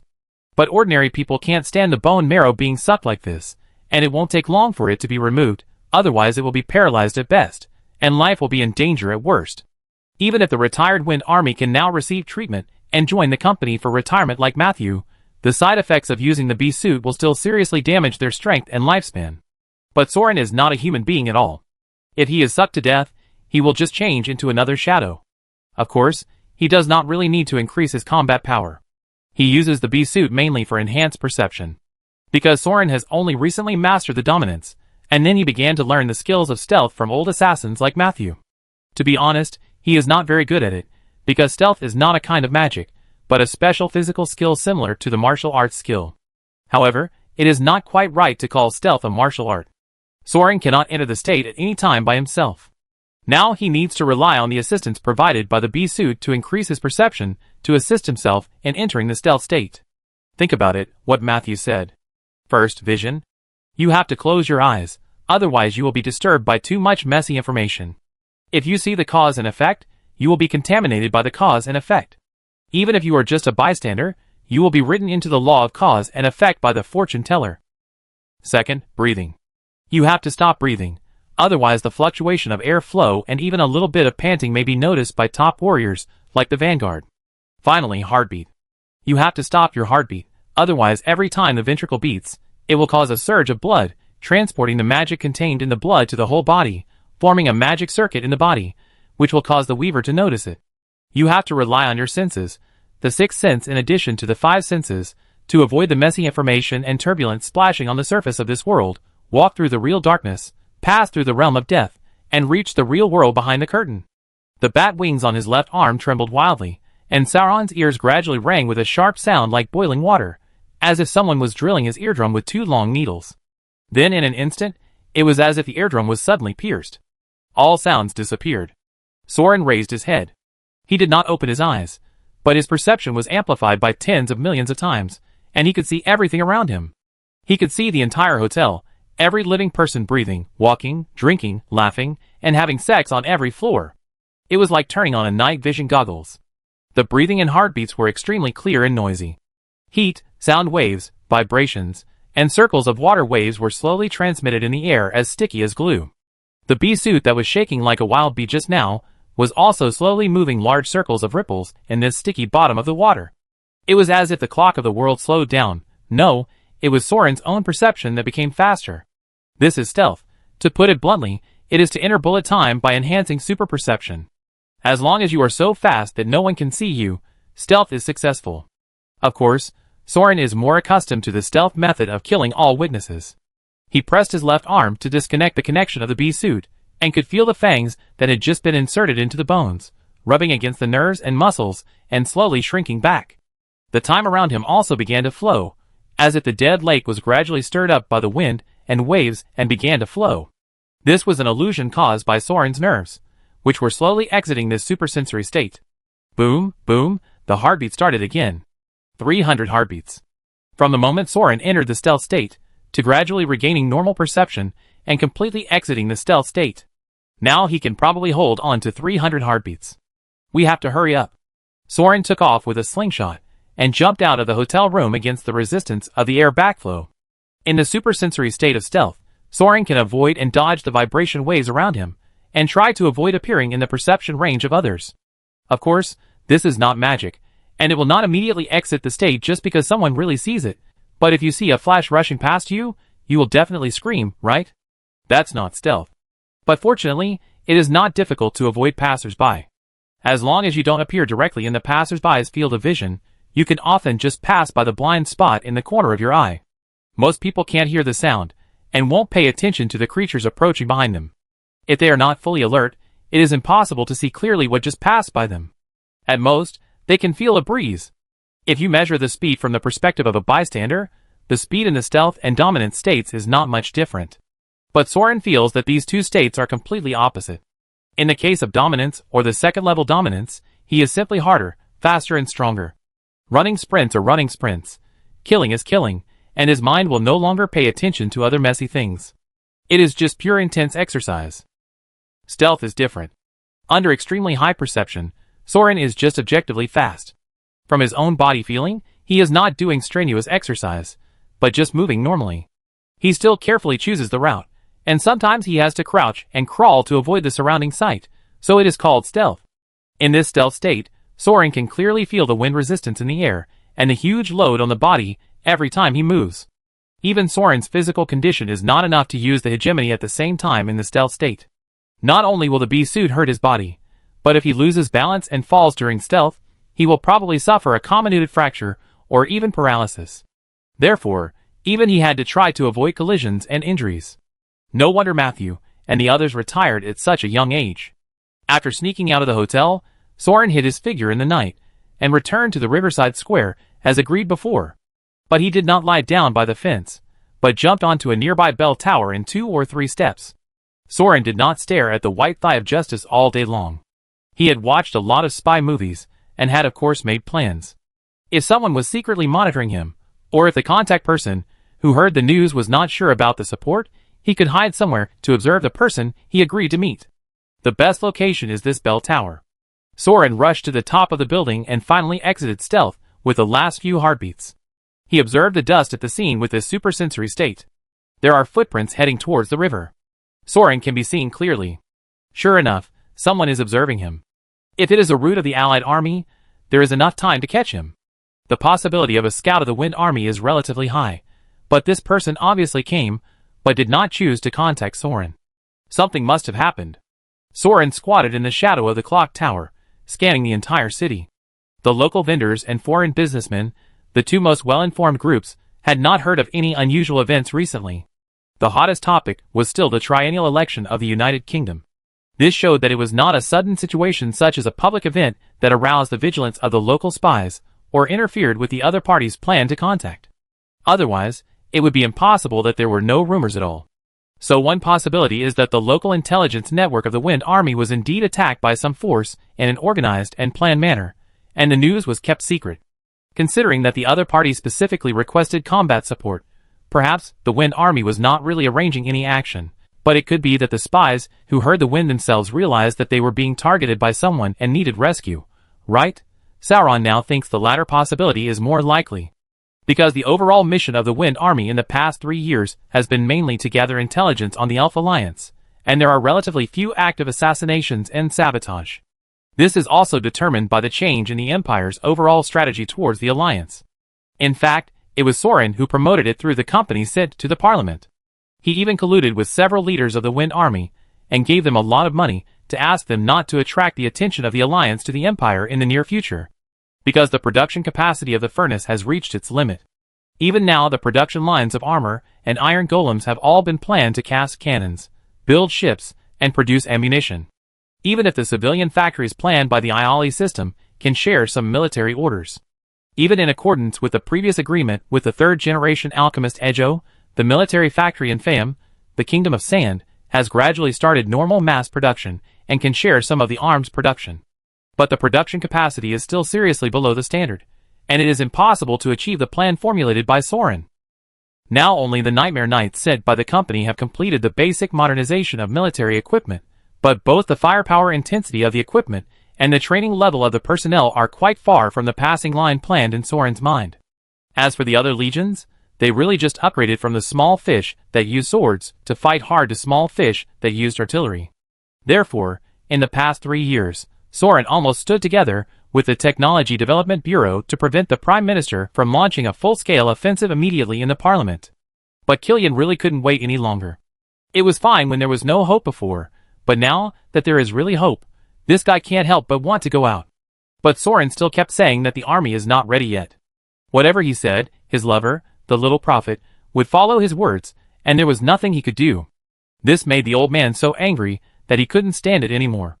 Finally, he took the initiative to talk to Soren, inspected the army, watched the exercises, and then confirmed what Soren's passing line was. After that, as the highest leader of the Empire, he gave instructions. Are you sick in the brain? So Soren was sent here to see with his own eyes what level the Allied forces were at, and whether it was worth waiting until the whole army was at the passing line level before fighting a decisive battle. In summary, after careful consideration, Soren decided to abandon the original plan to support or rescue the Wind Army. He even did not plan to contact other contact points and safe houses, and try to contact the local Wind Army, so as not to be targeted. After all, the worst-case scenario is that the Wind Army spies in Libra City will be wiped out. In the past, it was considered a particularly large loss, and a rescue method must be found, but now, this kind of marginal conspiracy is actually irrelevant to the overall situation. Soren had seen a lot of local customs and people on the way here, and he roughly understood what Killian meant. Perhaps, he did overestimate the hard power of the Elven Alliance. Of course, the Elven Alliance is stronger overall. It is safer to continue to develop for a while. But it does not mean that you must wait until you can end the game in one wave before pushing forward. Even if there is still room for development, you can completely fight first after you have relatively strong strength, plunder resources, weaken the opponent, and let the scales of victory tilt further towards your side. At least from this particularly backward mobilization method, all people in places close to the front line are mobilized, and countries far from the front line are heavily taxed. It can be seen that the overall strategic and logistics level of the alliance is really quite backward. For 3 years, they can't even pull all the main forces to the border. Still slowly gathering. It is absolutely impossible to say that the gods have planned everything for a brave man, but have no preparation for their old rival, the Empire. The only possibility is that they have never placed hope on the allied army below. So that's it. When it gets light, Soren plans to go directly to the west district of Libra City and the military camp of the United Kingdom to have a look. The traitor who calls himself the Holy Sword King is training the army for the Holy War.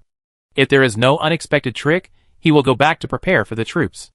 It was still light when a fat old man with gray hair and beard got up from the bed, stretched and washed his face, and carried a bucket and scissors to the garden behind the small yard to take care of the peonies he raised.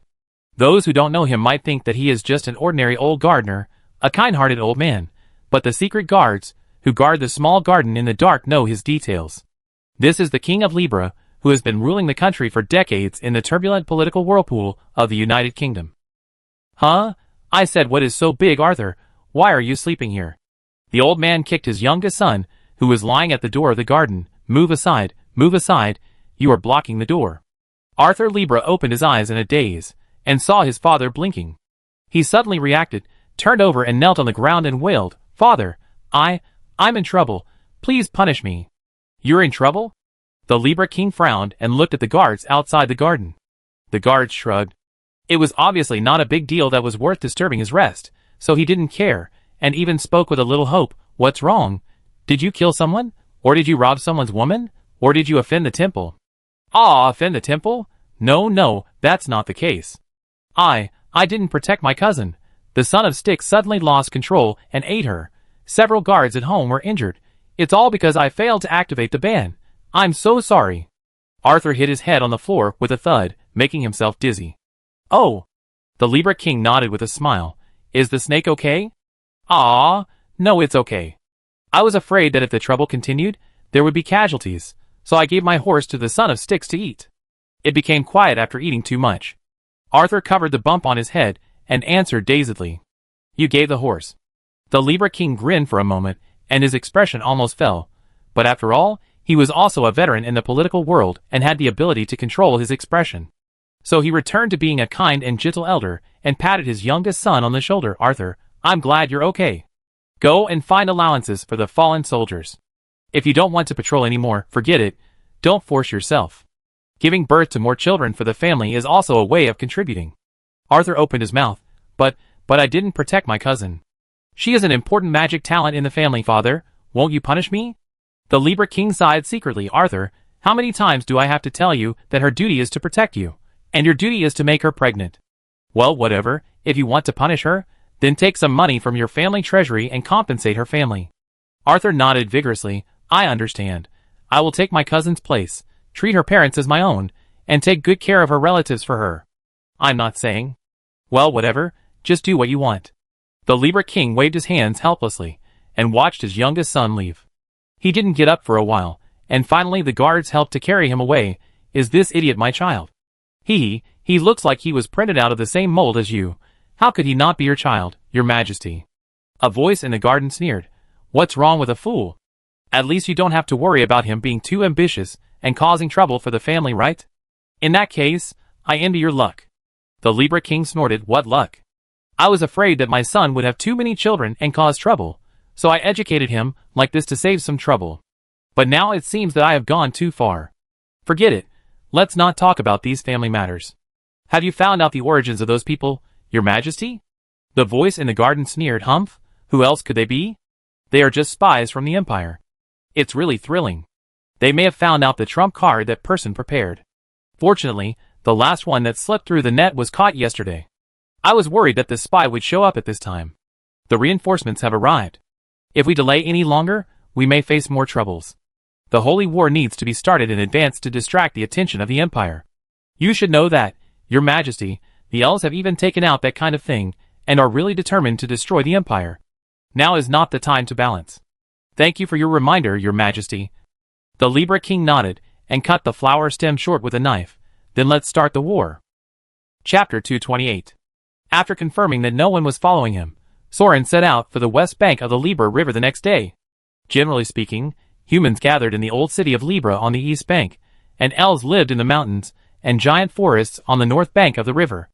On the west bank, various races lived together, and humans also built a new city here, and developed the resources of the west bank under the protection of the Holy Sword King of the Saba family. Although it is said that under the rule of the United Kingdom, humans and humanoids live in harmony, it is actually pure nonsense.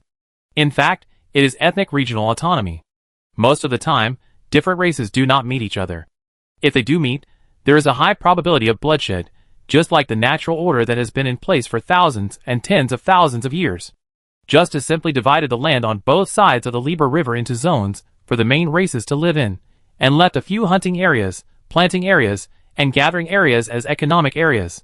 Strictly speaking, only the few settlements allocated to humans are considered the territory of the United Kingdom, and they pay taxes and labor service to the temple. Other humanoids do not need to pay taxes. As long as they submit and believe in the goddess, they will be regarded as allies of the people. The forests and snow-capped mountains on the north bank, with the richest resources, are completely occupied by the elves of justice. After all, they are the strongest race today. But half of the land on the west coast is occupied by other races, whose total population is less than 1/10 of that of humans, which is a big problem.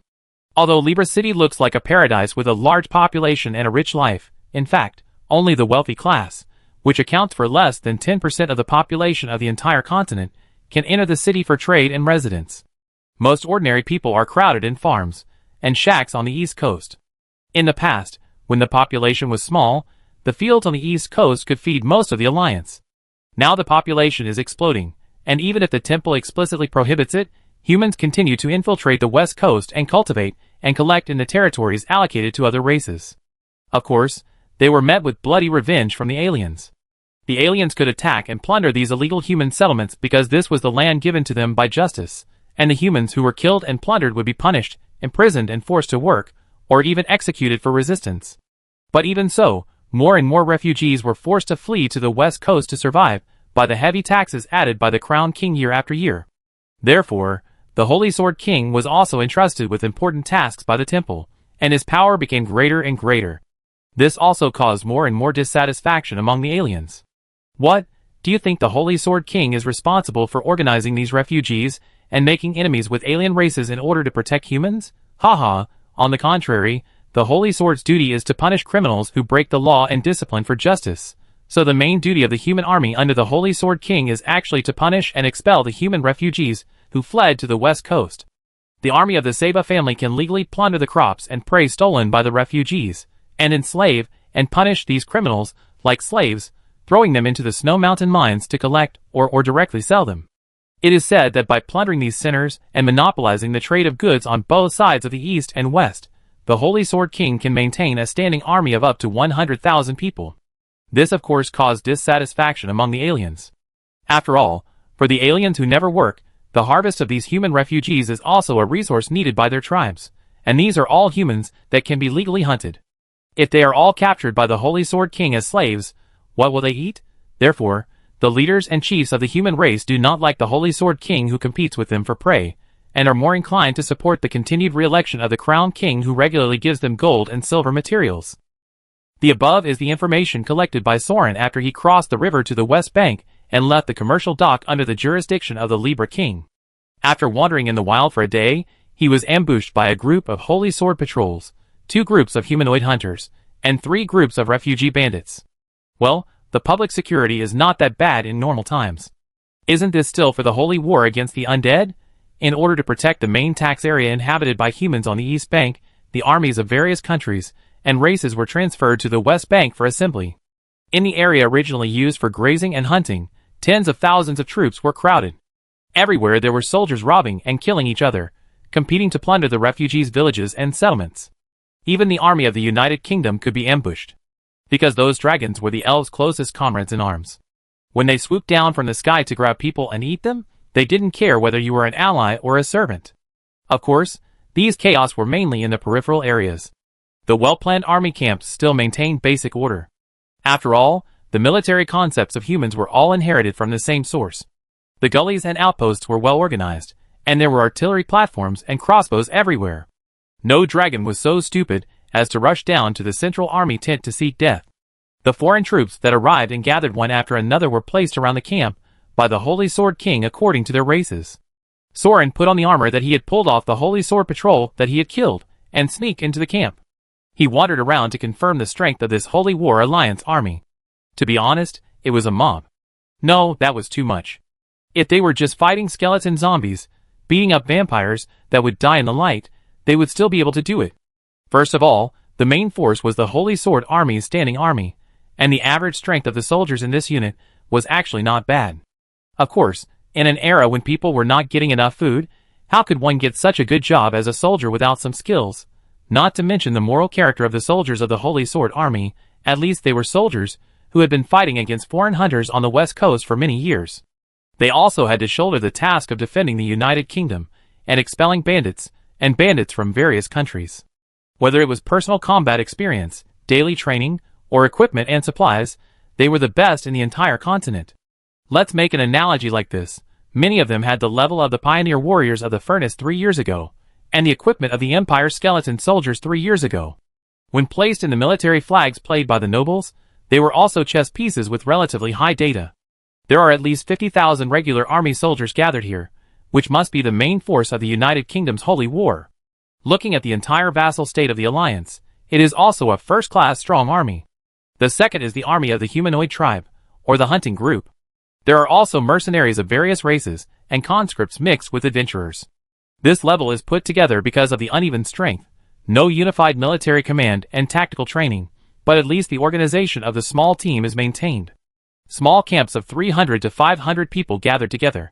Some teams were shining with magic, and they were obviously famous adventure teams. There were also some small fish who came to do business with trucks. Anyway, they all came for the purpose of making money. Added together, there were 20,000 to 30,000 people. The combat effectiveness of these people was very difficult to quantify. Most of them might be useless, but there might be 1 or 2 teams that were top-notch, just like the last battle at Franny Pass, when Bluetooth suddenly appeared and slaughtered the dragon. The third unit is the magic beasts. Controlling magic beasts is probably a special local magic. The nobles of the United Kingdom seem to have a magic method called Forbidden that can control magic beasts to fight for them. So all kinds of basilisks, Asian dragons, magic wolves, 2-winged dragons, war pigs, and other messy things were arranged together. There are special elves in the temple priests and archers to guard against rampage. The whole place is like a wild animal park. Many species have not even been recorded in the library of the Empire. From a distance, you can smell all kinds of feces and urine, and the stench is overwhelming. This combat power is even more difficult to estimate, but judging from the number alone, there are probably thousands of them. If it was 3 years ago, without magic, at least 2 or 3 skeletons or a dozen golems would be needed to deal with one, which is roughly equivalent to 100,000 soldiers. However, there is another kind of monster that needs to be distinguished from these beasts, and formed into an army, that is, dragons. Soren looked up and saw 5 dragons circling in the sky. They are all green dragons, living in the Libra Mountains in the north of the United Kingdom. They are the Green Dragon clan of the Earth, the followers and allies of justice. Judging from the magic power of these dragons, they are still relatively immature by dragon standards. They are probably not old enough to freely transform into human form. They should all be young dragons. Perhaps they are newborns participating in the war for the first time. They are so excited that they chase and train in the sky, and occasionally dived to grab a handful of sheep or people from the ridges to eat. Soren narrowed his eyes and lowered his head. He couldn't resist the urge to exterminate this race, and continued to scout the military situation. Dragons are rarer than elves, and grow and develop more slowly. With 5 young dragons, this Earth-Green Dragon clan is really a large group of dragons. But there must be more than that. He could see from afar that in the army account in the center of the army, there were more than one pillar of magic light gathering together. But for the time being, it is unclear whether it is an elven wizard or a dragon clan, but it is probably the top-level combat force for this expedition. The tribal leaders and generals at all levels, who are discussing the expedition, with the Holy Sword King in the command center. It can be seen that the United Kingdom attaches great importance to the holy war called by justice this time, and so many people are sent out for the expedition at once. And it is clear that this is not the full strength of the United Kingdom. It may be that the number of troops sent is controlled due to the long distance. The proportion of the sharing may be that the military expenses shared by the United Kingdom through logistic supply are the largest compared to the military strength provided. And there is another point. The regular army of the elves is not at the assembly point. Because of the quick action, as early as 3 years ago, when the Western Front was defeated, the elven army directly under Justice was immediately transferred to the front to maintain the front line. With Justice's strength and status, her elven army will not be less than the 4 corps of the Fearless Legion with 20,000 people. In this way, the entire Justice Legion plus the Holy War Army composed of the United Kingdom's Holy Sword Army will have a scale of 100,000, which is enough to form considerable strategic pressure on any main battlefield between the Allied empires. With other countries arriving at the front line, the alliance will once again gain an overwhelming advantage. If the empire is still the empire of 3 years ago. That's all, just some old generation troops. After personally going to the alliance camp, and looking around with his magic eyes for a long time, Soren finally had to admit it. He didn't find any unexpected super magic weapons, or secret cards, just like the information that Feng Jun and the company had found out. As the main Holy War Army of the Lord God Justice, the assembled troops were just this, exactly the same as the 3 great wars hundreds of years ago, only with a slightly larger number. None of them could fight, and the Allied forces were all trash. We could take the initiative. In this way, just when Soren was about to make up his mind, he suddenly saw a team of noble knights holding flags and rushing into the barracks. These knights had bright armor, 6 on each side, holding the purple Libra flag and the purple, white, and red kingdom flag with the Verbena emblem, and they entered the barracks one after another and rushed straight into the barracks.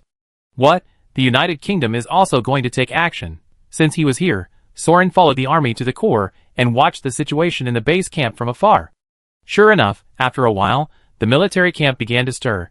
Generals and wizards filed out, messengers holding flags galloped on horses, and the whole army began to make noise. People and horses neighed. This is to move the camp and go to war. What a coincidence, he ran into it. The elven wizards began to open the portal in the center of the military camp. Yes, the portal, since etiquette is dead, the elf temple is also open, directly remove the protective magic of each country, so that the expeditionary army can move quickly through teleportation magic. But it is not so awesome that you can go wherever you want. The magic power consumed to transport the army is amazing, and it must rely on a clear and stable ground vein as the source of magic. It can only transport a few hundred people to the country at a time, or even to the nearby city. Sometimes it has to take a detour because of the flow of ground vein magic. If a magic error occurs, there are also cases where hundreds or thousands of people are killed at once. However, this is not a direct one-way transmission.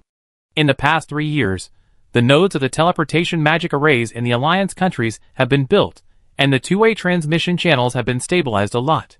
The possibility of magic out of control is relatively small. And no matter what, it is much faster than the 11th route. Once this teleportation magic array is deployed, the soldiers and supplies gathered in various places will be continuously transported to the front line one by one. Therefore, the Empire constantly sends miscellaneous troops to harass neighboring countries, and create buffer zones to prevent the elf army from jumping over too many troops to gather at the front line for a general attack. Of course, one of the main tasks of the Wind Army is to confirm the information of the teleportation points of the Allied countries, and find opportunities to destroy the teleportation gates. Try to destroy the supply chain of the Allied army. The elves will not ignore this point. Not only are there so many dragons in the sky, but there are probably many elven assassins gathered near the teleportation gate to guard. This teleportation magic gate can be repaired if it is destroyed, and it will consume a huge amount of magic stones. Sending these chicken troops to the front line will also be fatal, so Sauron is not worried. So he just watched the show leisurely, and confirmed the organization by the speed and order of the United Kingdom's army marching through the portal. After watching for a day, it was too bad, really too bad.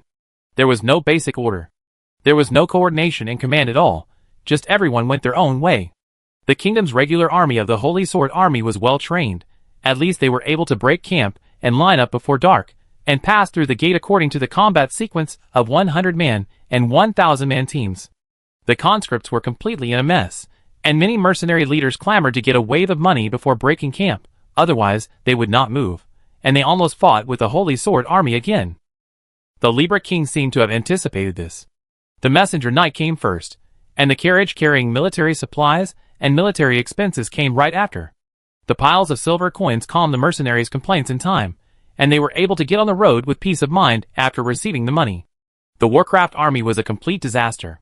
Many Warcraft did not want to go into the magic circle with huge magic power, and the nobles' prohibitions were sometimes effective and sometimes not. After all, once etiquette died, the magic bonus of the title was gone, and they could only rely on the magic power of the nobles themselves. How many nobles can receive formal magic education? As a result, several magic beasts went berserk on the spot, fighting and making a lot of noise. In the end, a wizard guarding the portal was so anxious that he turned into a green dragon and threatened the whole audience. Then he bit a Tyrannosaurus to death and threatened the whole audience. Then he grabbed the beasts that didn't want to pass through the portal and threw them all to the other side of the teleportation array. In short, it was a farce. Sauron almost laughed out loud when he saw this army. There were not many pieces of proper magic armor. It was a one-sided massacre to use them to attack the Empire's defense line. No, with the firepower density and range of the Empire's newly formed legions during the recent exercises, these miscellaneous soldiers couldn't even see the Empire's defense line. It can be seen that the elves have done a good job in balancing and restricting the combat power of these servant races under the Alliance. In other words, if we only fight these people, we can completely leave the front line of defense to the Golden Lion. Perhaps Killian's idea is not bad. Instead of letting the Alliance come in waves, gathering the restless factors in the territory and throwing them to the Empire's position to kill them all and consume artillery shells, it is better to catch the opponent off guard first, such as suddenly hitting the Alliance's weaknesses hard, so that the humans here know that the era when the gods rule the world will soon be gone. It just so happens that all the assembled troops have set out, and the core area of the United Kingdom and the Elf Alliance is at its most empty moment. The horn of the counterattack will start from this God-given scale. Chapter 229. Boss, let's eat. Is there any seat available without reservation? Arthur Libra walked into the noisy hotel exhausted. Usually, he would eat at the luxurious restaurant in the noble district of the northern city, but today, he had been paying compensation to the families of soldiers injured by the rampaging demon snake all day, which really made him hungry, so he could only make do with filling his stomach. Welcome, sir. There are so many people recently that the whole private room is gone. Can we share a table? The boss didn't recognize that this was a prince. He only guessed that he was probably a servant or shopkeeper of the Libra family from his exquisite silk clothes and purple and gold Libra-marked robe. There were already many lower-class nobles like this in the East City district, so they didn't care much. Hey, you guy. The guard knight who followed was about to hit him with a stick to teach this untaughty person a lesson and let him clear the field for the young master of the Libra family. But just as he was about to make a move, Arthur, who knew how his men would react, pulled him aside and stuffed a purse into his arms, saying, "Hey, stop making trouble, okay? I'm almost starving. Let's share the table here. Thank you all for your hard work today. Let the brothers share and have something good." The guards looked at each other, thinking that although their fourth young master was a little weird, there was really no one in the city who had a grudge against him, so they nodded and dispersed, going to the lobby to share a table for dinner. "Thank you for your understanding, sir. Please come this way." The boss was also very perceptive, grinning and inviting Arthur to a spacious seat. He said to the traveler, who was also busy all day and was eating bread while writing and drawing in a notebook, "Guest, is it okay for this young master to share a table with you?" This big guy shared the table with everyone last night and could chat with everyone. He seemed to be a cheerful and sunny person. The boss didn't have to worry that he would take the initiative to cause trouble and offend the guests. "Oh, whatever, bring the pork elbow quickly." Sauron was busy recording the information of the military camps, magic circles, defense arrow towers, and urban defenses inside and outside Libra City, and didn't pay attention. Instead, Arthur recognized him first. Huh? Are you the one who saved the mother and daughter from the mouth of the son of Styx yesterday? Sauron looked up and had an impression of this fat white man. Of course, how many people can eat to become fat these days? We have been discovered. The ambush has probably been set. Let's force our way out of the city. Oh, I wonder who it is. This person is not from the Libra family. Sauron smiled and closed his notebook. He secretly reached out to touch the hilt of the sword hidden under the cloak. Oh, it's rare to meet here. Arthur interrupted him hurriedly, so as not to expose his identity and not be able to eat. He took out a purse from his arms and handed it to the boss. This brother's meal is on my account. Prepare 4 all-meat sandwiches, 3 roast chickens, 6 roast pigeons, for pork elbows, 2 dragon steaks if you have them, a pot of tomato beef stew, oatmeal bread for the main course, boiled potatoes are also fine, and 2 bottles of beer to moisten your throat. Sauron and the boss, Arthur scratched his head. Why don't you have enough money? Then I asked the guard to borrow some. The boss nodded with a smile. Don't worry, I asked the kitchen to prepare it right away. Soren was a little hesitant about turning the table over and starting a fight. A voice in his heart said, I really want to see if this fat guy can finish all the food he ordered. Arthur sat down very familiarly and said to Soren, thanks to your help yesterday, my demon snake didn't hurt the mother and daughter. Are they okay? Are you using the mother and daughter as a handle to threaten me? Threaten him, Soren? How can a fat guy who is powerless be so courageous? Soren narrowed his eyes and smiled, looking around for the other party's guards or assassins hiding in the dark. Fortunately, don't worry. Arthur nodded and said apologetically, my cousin has just come to the city and has been acting too naughty and perverse. Alas, I failed to teach her well. He took out a piece of gold foil from his arms, put a seal of Libra on the paper with the ring on his finger, and handed it to Soren. This gold note can be exchanged for 10 gold bars in the gold shop of Libra's family, which is about 50,000 silver coins. It is my compensation to the families of soldiers injured by the demon snake. However, if you hadn't saved the mother and daughter, they would probably have been killed by the monster. I think you are a trustworthy knight who dares to take the risk to drive away the demon snake. Please pass it to the mother and daughter to express my apology. Fuck? Are you serious? Are you really going to give this gold note to the civilian mother and daughter? Sauron stared at the fat man in front of him. Arthur looked apologetic. I know this amount of money is not much. Well, it is not small, but my cousin's parents are still crying very sadly. After all, no amount of money can bring their daughter back. But the son of Styx is a contracted monster that protects my family. I have no right to punish it severely. I can only try my best to make up for the damage it has caused. Soren thought about it and decided to provoke this guy again. Who told you to take the monster out for a walk? With so many passers-by, it's only a matter of time before something happens. It's just that your cousin and your soldiers happen to be in trouble this time. But did the Libra King compensate the passers-by and civilians who were eaten before? Arthur looked embarrassed. No, your excellency is right. The compensation is just my own decision. In fact, nothing can be changed. I am such a waste. As he spoke, his mood fell into a trough. Just then the boss brought the pork elbow that Soren ordered, and Arthur took it and wiped it in his mouth, and it was gone. Soren and the boss, Arthur reacted and swallowed the meat in his mouth. Gulp. Sorry. I like to eat it when I'm unhappy. Sorry. It's okay, make me another one. Well, I tried the flying dragon steak too. Soren didn't let the boss embarrass him, turned his head, and looked at Arthur and said, Sir, hey, sir of the Libra family. What? Arthur raised his head, and suddenly exchanged a glance with Soren. He was dazzled by the silver light in Soren's eyes for a moment. He felt that the traveler in front of him, who he had never met before, was kind and friendly, like an old friend who had not seen him for many years. Sauron used suggestion to control the other party's mind, while observing the protection on the other party. Well, he has learned a lot in the past 3 years. In addition to mastering the hegemony and learning stealth, he has also practiced suggestion magic. With the magic eye, Soren could see that there were multiple layers of protective magic effects in Arthur Lieber's pupils to resist mind control magic. Even though the noble's protection was much weaker after the etiquette magic failed, this fat man was the son of the Libra king after all, and he was more or less protected by magic. The Libra family must also avoid the possibility of this legitimate son being kidnapped to gather intelligence, so they would use some special spells to prevent him from leaking secrets. Generally speaking, these protective spells are triggered by keywords, such as Libra King, Justice, House of Libra, Snake, Artifact, etc., to activate the effect of the protective magic, allowing him to resist mental control, or at least sound an alarm, or even die directly. And Soren's suggestion magic was practiced by Zygen. He didn't dare to say that he was a master, but it was not a big problem to fool this fat man in front of him, who didn't know whether he had no social experience, or was really a little silly. "Sir, I'm curious. You seem to care too much about the common people, don't you? As a noble, you think that mortals are just your servants, or even slaves and ants, right? How did you develop this kind of value? Is it innate?" For double insurance, Soren took out the pearl jewelry for polygraph and asked kindly like an old friend.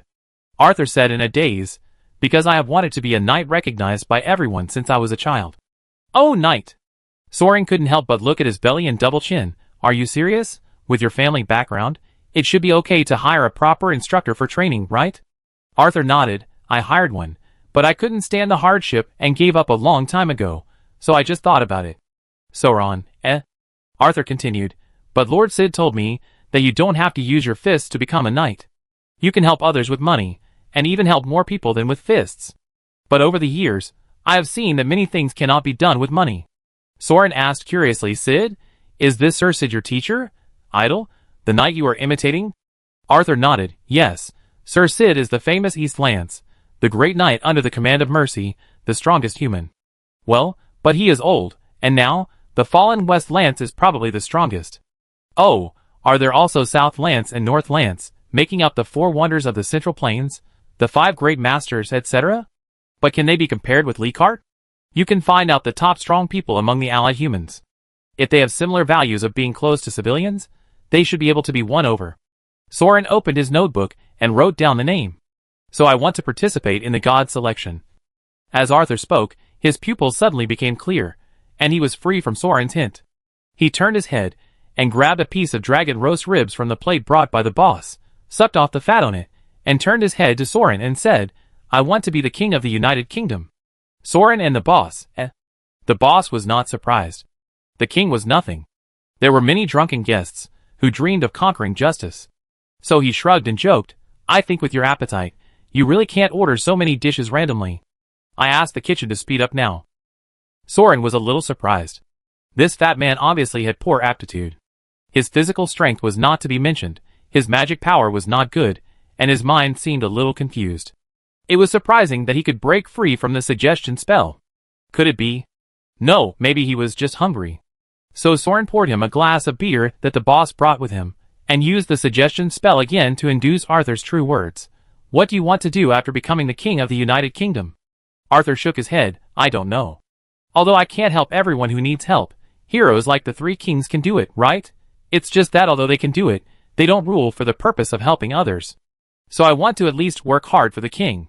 If one day I can grow up to the point where I can participate in the king's divine election, I will be like them, with the ability to help others and be recognized by everyone, right?" Soren nodded in confirmation. Sure enough, this fat man is a naive idealist. Maybe he read too many night novels when he was a child and his brain was confused. At this time, the boss brought the food, and Arthur ate happily, saying, "Today, we hit it off and had such a good chat. I wonder if you are interested in joining my team and building a career with me." Sauron laughed. "Are you recruiting me?" Arthur nodded. "Yes, although I don't know martial arts, I also know that most people don't have the courage to face the son of Styx alone. I don't deny that I am not a wise lord worthy of loyalty, but from the little things, I can see that you are also a knight with a sense of justice. I think your talent and character should not be buried among the people. Tomorrow I will go to war for the Libra family, and deliver military rations to the Holy War Army. If you are willing, I can take you to the front line. Or I can introduce you to join the regular army, which is a rare opportunity to stand out. Perhaps you can be appreciated by the goddess, and have a bright future." Sauron stared at him.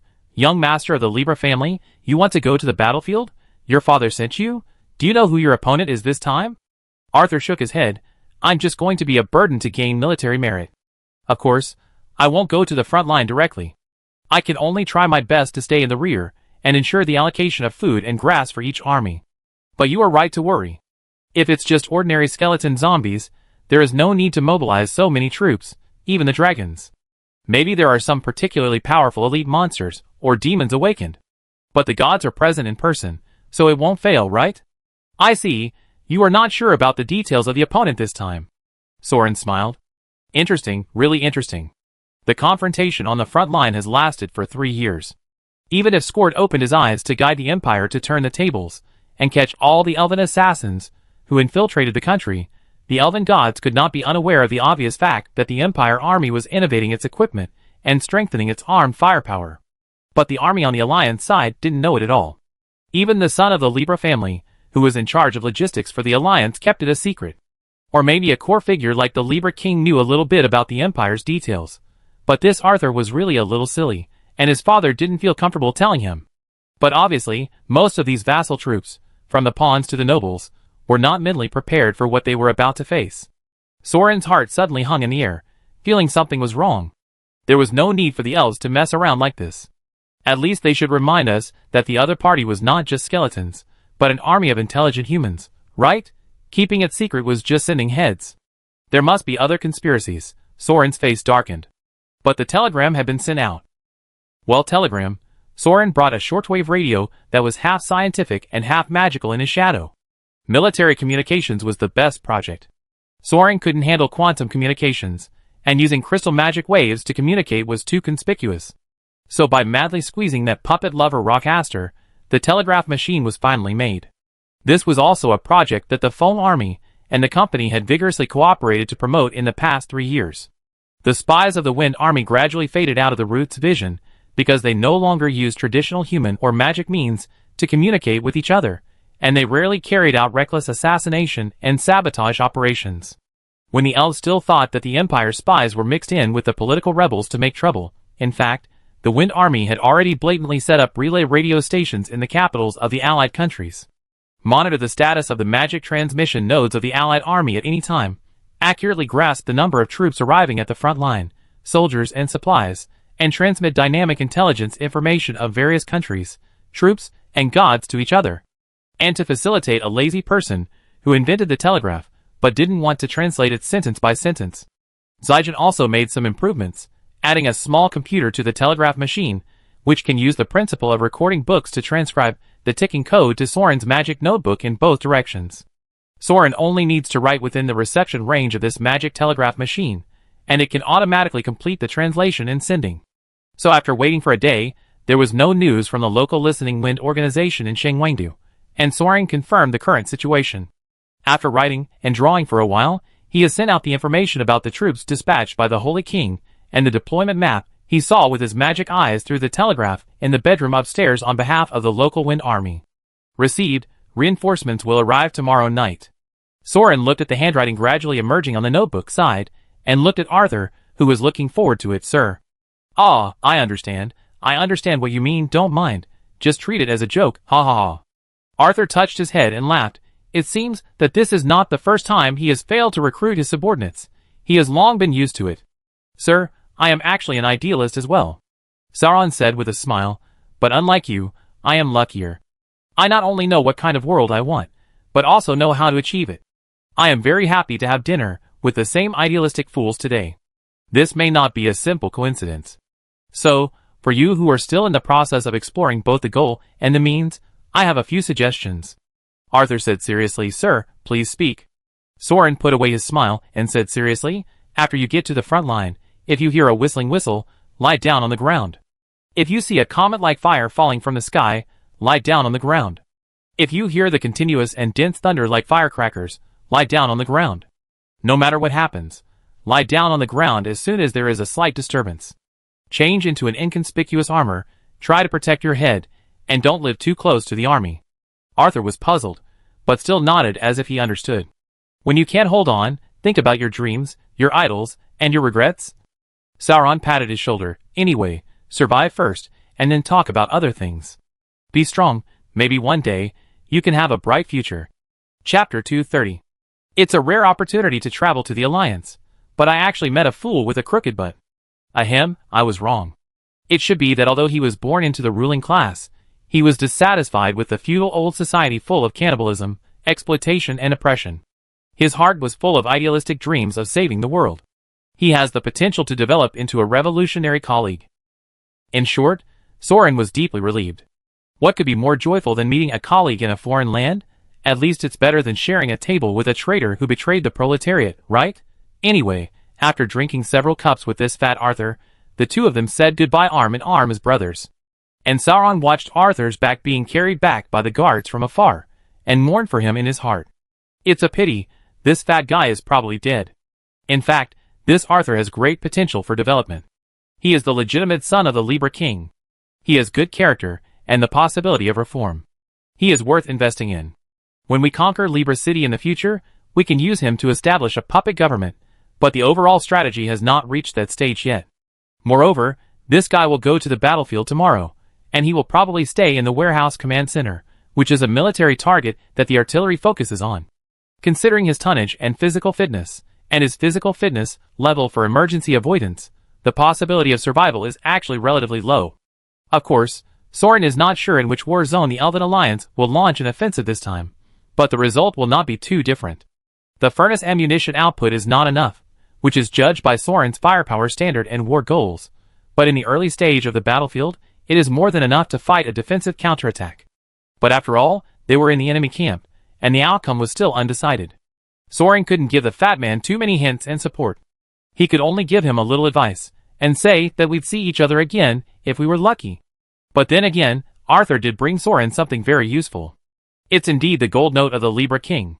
The elven guard guarding the checkpoint looked at the rustic tall warrior in front of him with a look of contempt, and threw the gold note that he had studied for a long time without finding any flaws on the ground.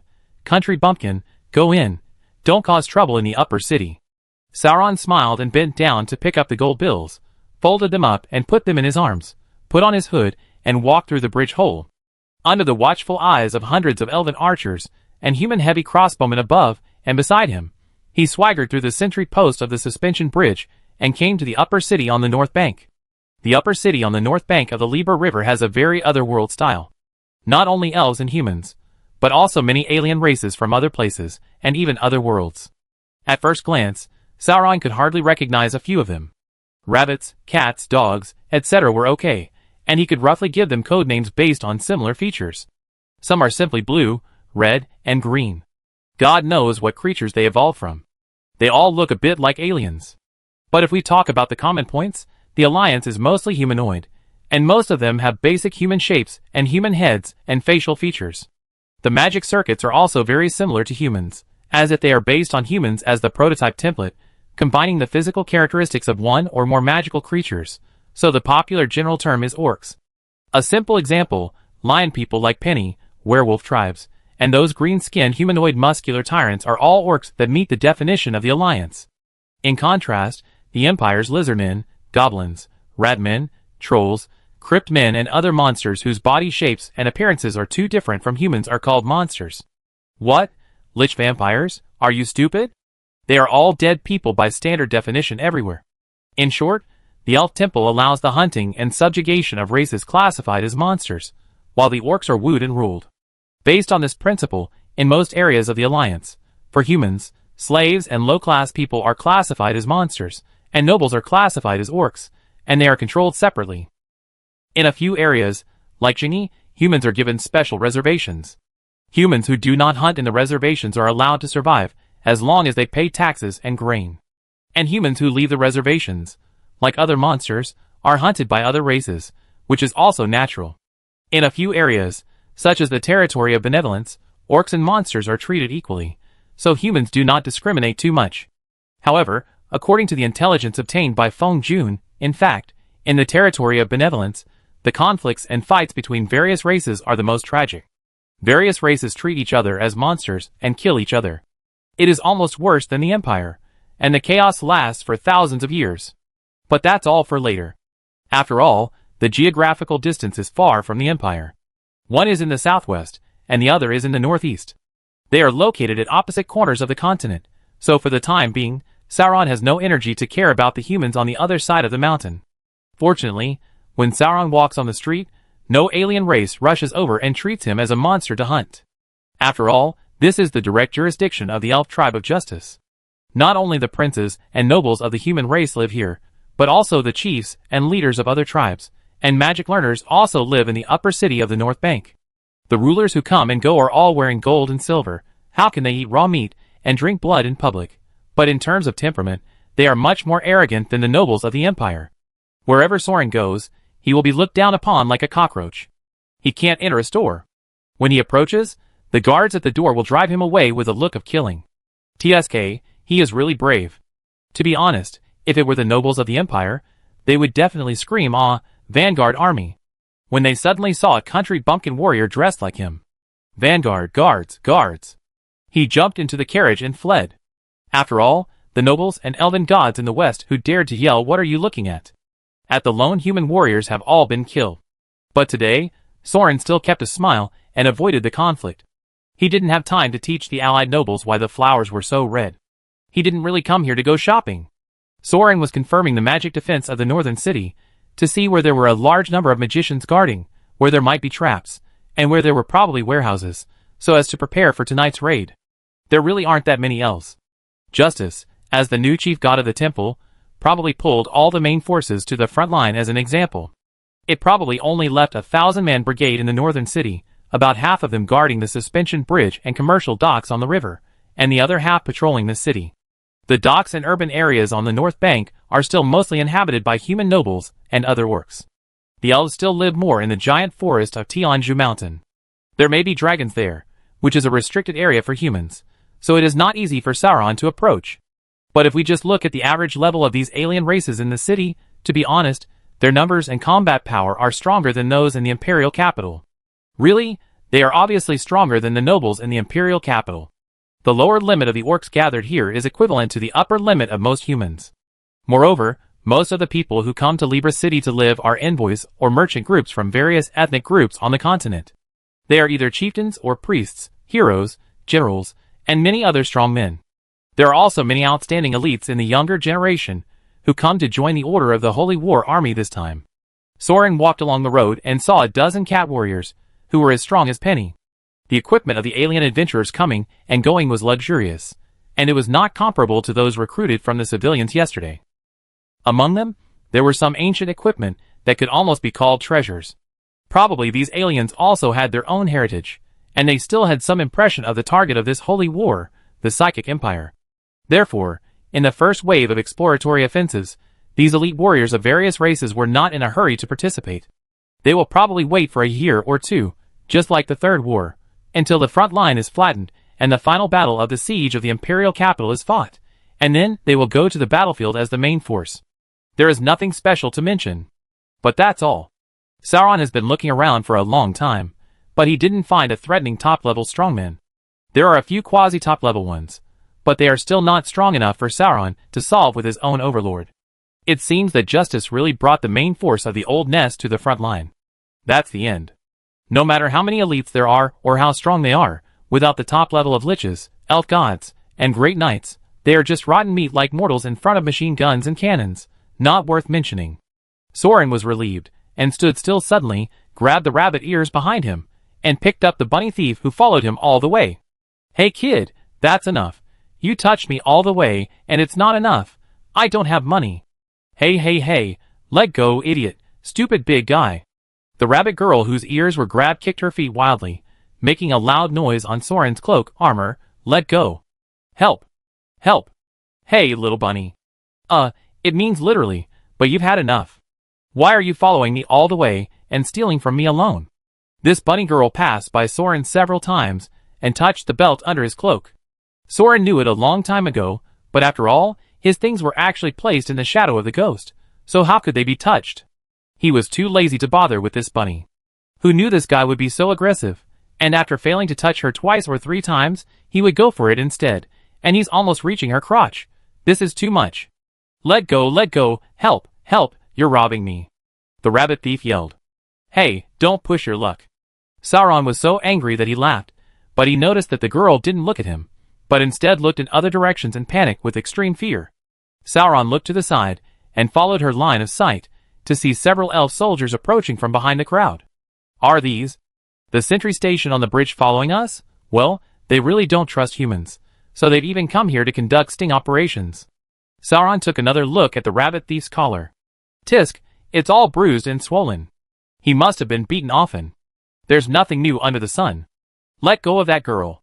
Before Soren could make any move, another person suddenly rushed out of the crowd and blocked his way.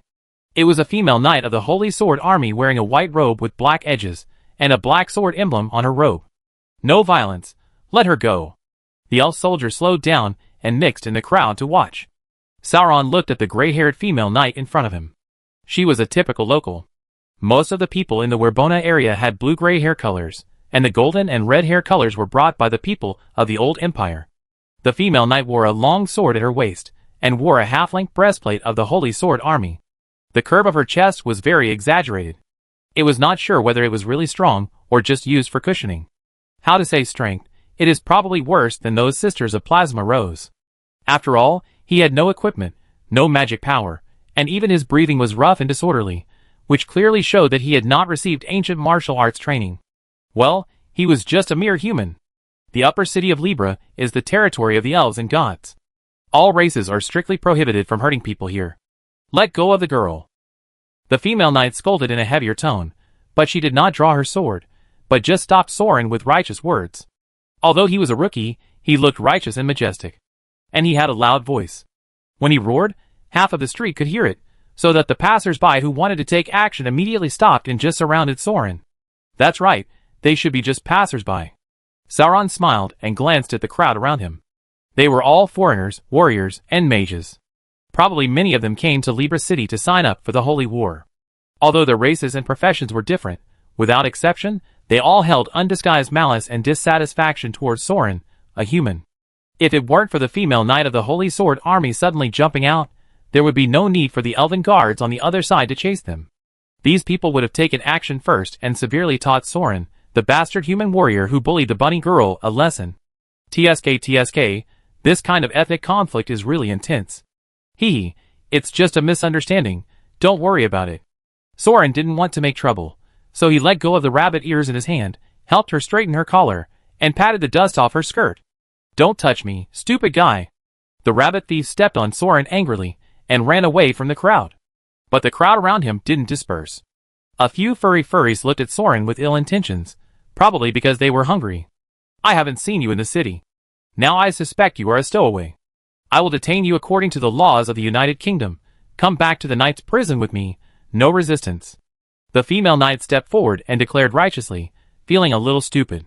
Don't seek death, stranger. Then Soren heard her say this in a low voice. Soren opened his mouth, but seeing the people around him with ill intentions, and the elf soldiers, who were watching coldly, he seemed to understand something, and did not resist. He shrugged and said, Okay, I surrender. The female knight seemed to be relieved and walked up to tie Soren's arms, whispering, Follow me? Don't play tricks. Okay, officer, I mean Sir Knight. Sauron gave a friendly smile to the orcs, who were not satisfied, and followed the female knight to be led away from the crowd. The adventurers who wanted to fight had to disperse with a sense of dissatisfaction, while cursing and criticizing the humans for being so cowardly, not daring to resist when there were so many people, bullying the weak and fearing the strong. Ugh. The leading elf captain watched the target being taken away by the Holy Sword Army Guard Knight, who interfered, and frowned. He actually dared to look directly at us. There must be something wrong with this guy.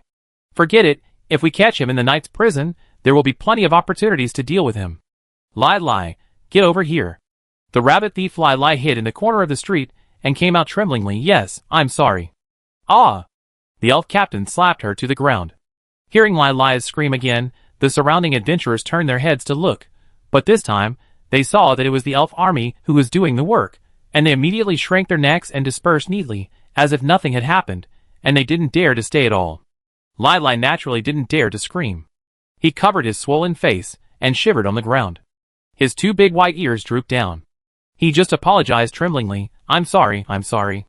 Nonsense, you've wasted half a day, you can't even do a small thing. The captain of the elves said impatiently, What did you steal from him? Take it out. Yes, I'm sorry, I have nothing. Lai subconsciously reached into his pocket, wanting to take out today's harvest to pay tribute to the captain of the guard, but only then did he realize that he had been wandering around with this big fool for a long time without stealing anything, and he would be beaten up soon. He was so scared that he wanted to cry, and then he touched a gold note from his arms. Huh? Humph, I finally got the thing. Get out of here. The captain of the guard snatched the gold note and put it in his trouser pocket. Damn, we have been wandering around for a long time. Let's get back together. Lai stared blankly at the elf soldier, who was cursing and walking away, and turned his head without knowing why, looking at the back of the big fool, who was being taken away in the distance. Chapter 231. Did Soren say before that this female knight was just a mere human? I take back my words. This is a female gorilla with super strength. If she didn't use her dominance, her arms would be bent. Luckily, the female gorilla didn't bend him all the way to the prison. In fact, she let Soren go halfway out of the crowd sight at a river beach. Go ahead. If you can swim, wade across here. The beach is shallow. The upper city is not a place for ordinary humans to live. Soren rubbed his arm and looked at the female knight. He guessed that this policewoman, well, female knight, was actually helping to rescue him just now, but her grip was really not light or heavy. Is it okay for you to let me go like this? Are you worried about me? No, worry about yourself. To be honest, don't be too confident in your own strength. You are a human being. If you look directly at the orc strongman like you did just now, it will be mistaken for a contemptuous provocation to them, and you will be besieged. The female knight waved goodbye to Soren and turned to leave. Mother, your excellency the knight, I don't know what to call you. Soren stopped her. It's a female knight, not a female knight. Really, are you a new adventurer who just came out of the country to make a living? The female knight rubbed her eyebrows and said, Don't fall in love with me just because I helped you. I'm not interested in a country boy like you. Forgive me, just treat it as a beautiful dream.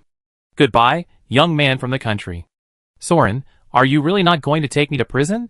Just now, there were elf guards nearby who saw you arrest me, right?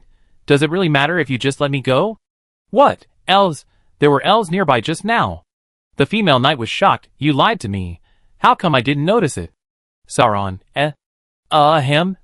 sorry, maybe, perhaps, probably, I still need to trouble you to register with the knights.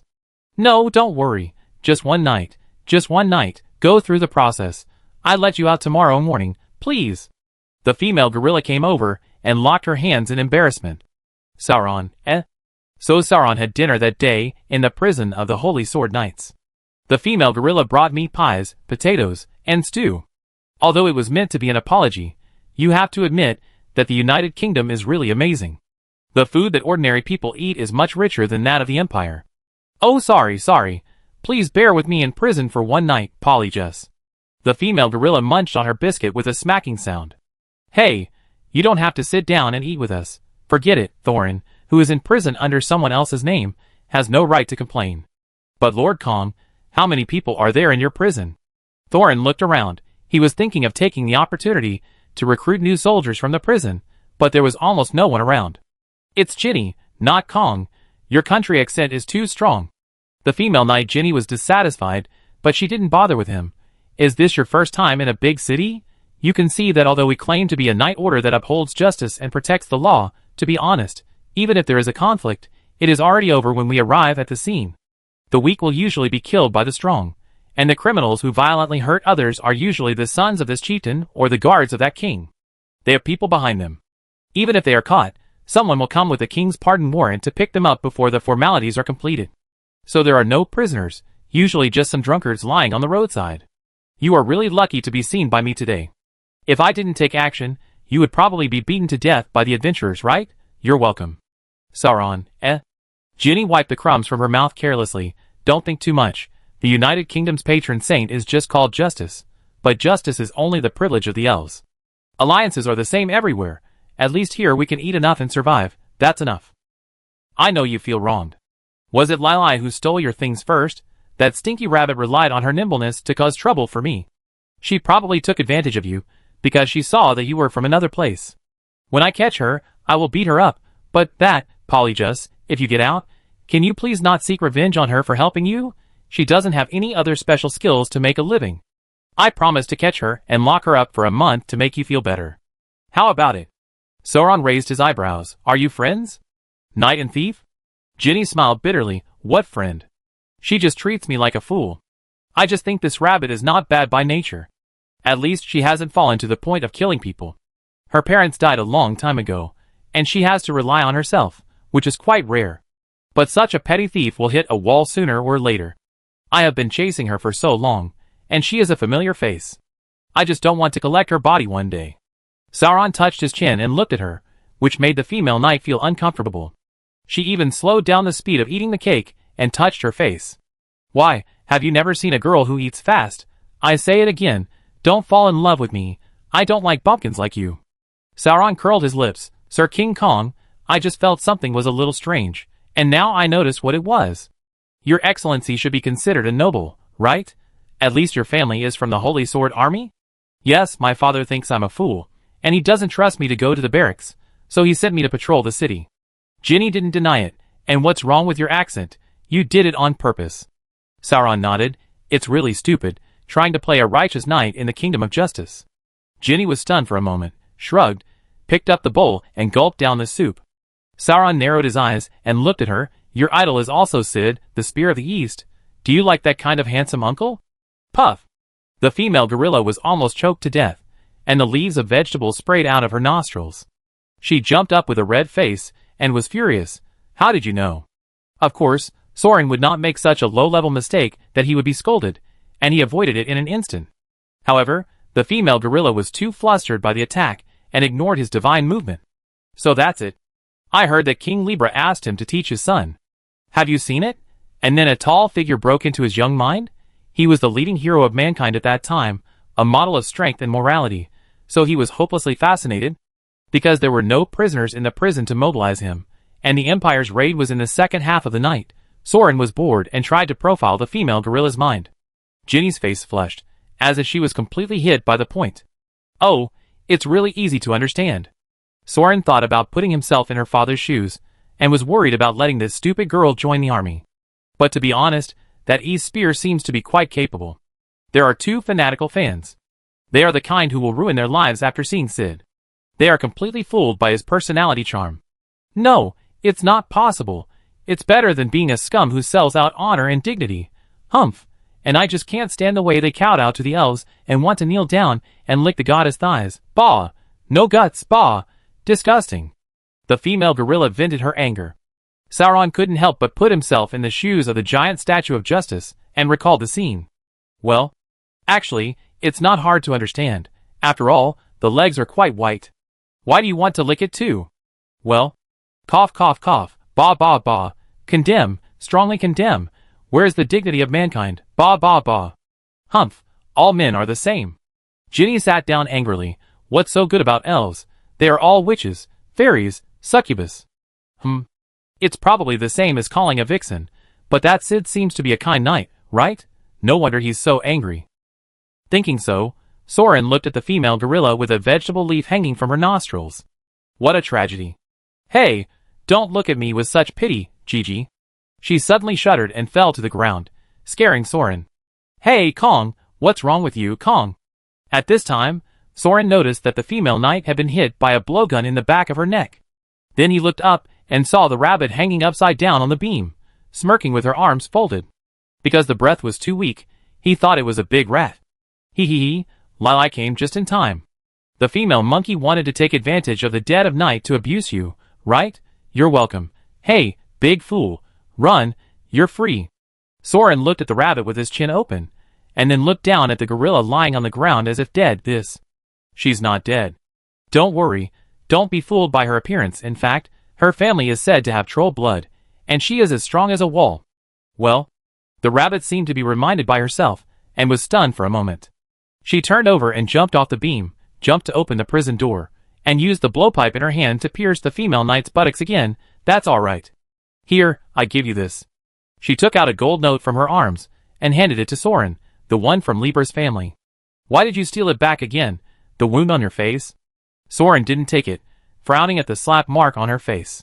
Lili sniffed. Don't worry, those scumbags are all drunk, and I'm not the only thief in the city. Don't worry about it. Worry about yourself instead of me. Those elves don't plan to let you go. I heard them say that they will come to the prison to deal with you in 2 days. Hey, do you really not want it? You can exchange it for 10 gold bars. If you really don't want it, I won't be polite. Anyway, I saved you, and I don't owe you a favor. Soren sighed, took the gold bill in his hand and looked at it, and wiped it with his finger, revealing 2 magic emblems. Huh? Are you a magician, big guy? Lael blinked curiously, and her long ears pinched like scissors. Soren pointed to the golden emblem of the scimitar hammer, and said to her, This is my emblem, used to mark the bomber. Who knew you stole it back again? Emblem? Bomber? Mark? Lael was puzzled. Soren wiped off the golden emblem and pointed to another colorful verbena magic emblem. You must recognize this. Oh, the emblem of justice. Hey, hey, hey! The rabbit reacted suddenly and trembled with fear. This emblem must have been set up by the captain of the Elven Guard. It's over, it's over, it's trouble, I have to run away immediately. I don't have time to care about you, big guy, run too. Don't be so flustered. Sauron sighed, holding the collar of the rabbit, who almost flew out, and pulled her back, wiped off the verbena emblem, and handed her the gold note. Here, it's your reward for rescuing me. The rabbit was stunned. Then he said, wow, ha ha ha, yes, you can make it disappear. Ah, the magician is very rich, right? Then Lili will not be polite, rob the rich and give to the poor, ha ha ha. Sauron crossed his arms and looked at her. You are still a chivalrous thief who robs the rich and gives to the poor? Lili hid the gold bills in his clothes and patted his chest. Of course, you rich masters will never understand the difficulties of the poor. We can't survive without mutual support. Why? The products of the Heavenly River are very rich, right? The Libra King's treasury is also very rich. I don't see how much he has given to help the poor. Lili looked like a lively rabbit who couldn't calm down. She bent over and walked around Soren, picked up a few leftover biscuits on the table and chewed them. Everything on this land is the property of justice. It's yours only if she says she will give it to you. What can I do if she refuses to give it to you? I can only steal it. This female monkey just keeps chasing me. Humph. Okay, I won't talk to you about this. Anyway, I got you arrested during the day, and I rescued you at night, and we're even. You gave me this gold note yourself. I'm not being polite to you. She packed up the leftovers and tried to escape, but Soren grabbed her ear. Hey, hey, hey, what are you doing, you big fool? Lili jumped up in frustration to protect her ears. Her face changed drastically. Could it be? No, no, no. I won't sell my body. Give it up, pervert. Soren sighed. There is also a magic mark on your ear. I will help you remove it. Huh? Lili was stunned and couldn't help but fold her ear to have a look. It is the same as the verbena mark just now. It was placed by the same person. Sauron touched his chin. Your aura is very weak, and it is actually difficult to be discovered. But the magic mark is very obvious, so I can easily grab your ear during the day. I guess you are working for them, because they have something on you? Why, have you been caught by the elves before? Lili's face turned pale. No wonder. No wonder I can always catch me even if I go around the tunnel and the whole city. I can't get rid of it. Okay. Big guy, help me remove the mark. I owe you another favor, if you want to steal something. You are familiar with Libra City, right? Then I do want you to help me with something. Soren touched the rabbit's ears and removed the mark. Lili blushed and endured. Okay, go ahead. But I make it clear in advance. I don't do that kind of thing. Sauron curled his lips. Why are you all so mysteriously confident? I'm not interested in washboards and female gorillas. Put your hands on this book. Sauron took out his notebook and unfolded it. Please imagine the map of the city. This is a magic book, and someone may write and ask you where the city is, where the military camp is, where humans live, and where elves live. Don't be afraid, just point it out directly. Map? City defense map? What do you want this for? Ah, forget it. It's a noble matter anyway. I help you for the sake of the gold note. Oh, this magic is quite interesting, ha ha ha. Lili watched the ink flow from her 5 fingers with a little excitement, and according to her own memory, she automatically drew rivers, cities, streets, secret passages, tunnels on the notebook. Huh? So many tunnels? Sauron frowned. There are several layers below. Yes, it seems to be an ancient human city. The poor are hiding underground, like rats. Lili's ears drooped in frustration. Get out, you long-eared rat. At this time, there was a loud noise above his head. It was the captain of the Elven Guards holding 2 swords, who kicked open the door and rushed into the knight's prison with a strong smell of alcohol. Behind him, the drunken elven soldiers with red eyes filed in, cursing and mad because their drinking mood was disturbed. Hey, hey, hey! Lili was so scared that she almost let go, but was held down by Soren. Don't be afraid. It's okay. They must have been awakened by the removal of the magic mark, and they have been chasing all the way here. You keep pressing the notebook and don't let go. Soren took out a soul crystal and pressed it on the notebook for power. When the map is finished, this gem will also be given to you. I'll be back soon. Lili looked up at Soren. You big fool, where are you going? Of course I'm killing elves. Don't worry, I'm a professional. Soren smiled at her and disappeared into the shadows in an instant. Chapter 232. Get out of here, thief. You're tired of living like a dead rabbit. You stole something from me. The drunken elf soldier kicked the door open and rushed into the knights, making a lot of noise, like a mob, smashing tables and chairs, kicking down armor and knife racks, and making a drunken scene. When the Holy Sword Army's patrol guards saw that it was the elf master, they dared not come out to stop him. They held their heads and slipped out through the side door. Those who ran slowly were kicked by the captain to vent their anger. Fuck, you've become more powerful. You can even remove the tracking traces. How come there's none? Is it in the dungeon? The captain was so angry that he smashed open the office of the knights, but he didn't see anyone, so he turned and walked towards the stairwell. The drunk guards laughed behind him. Ha ha ha, boss, you've spent a lot of money today.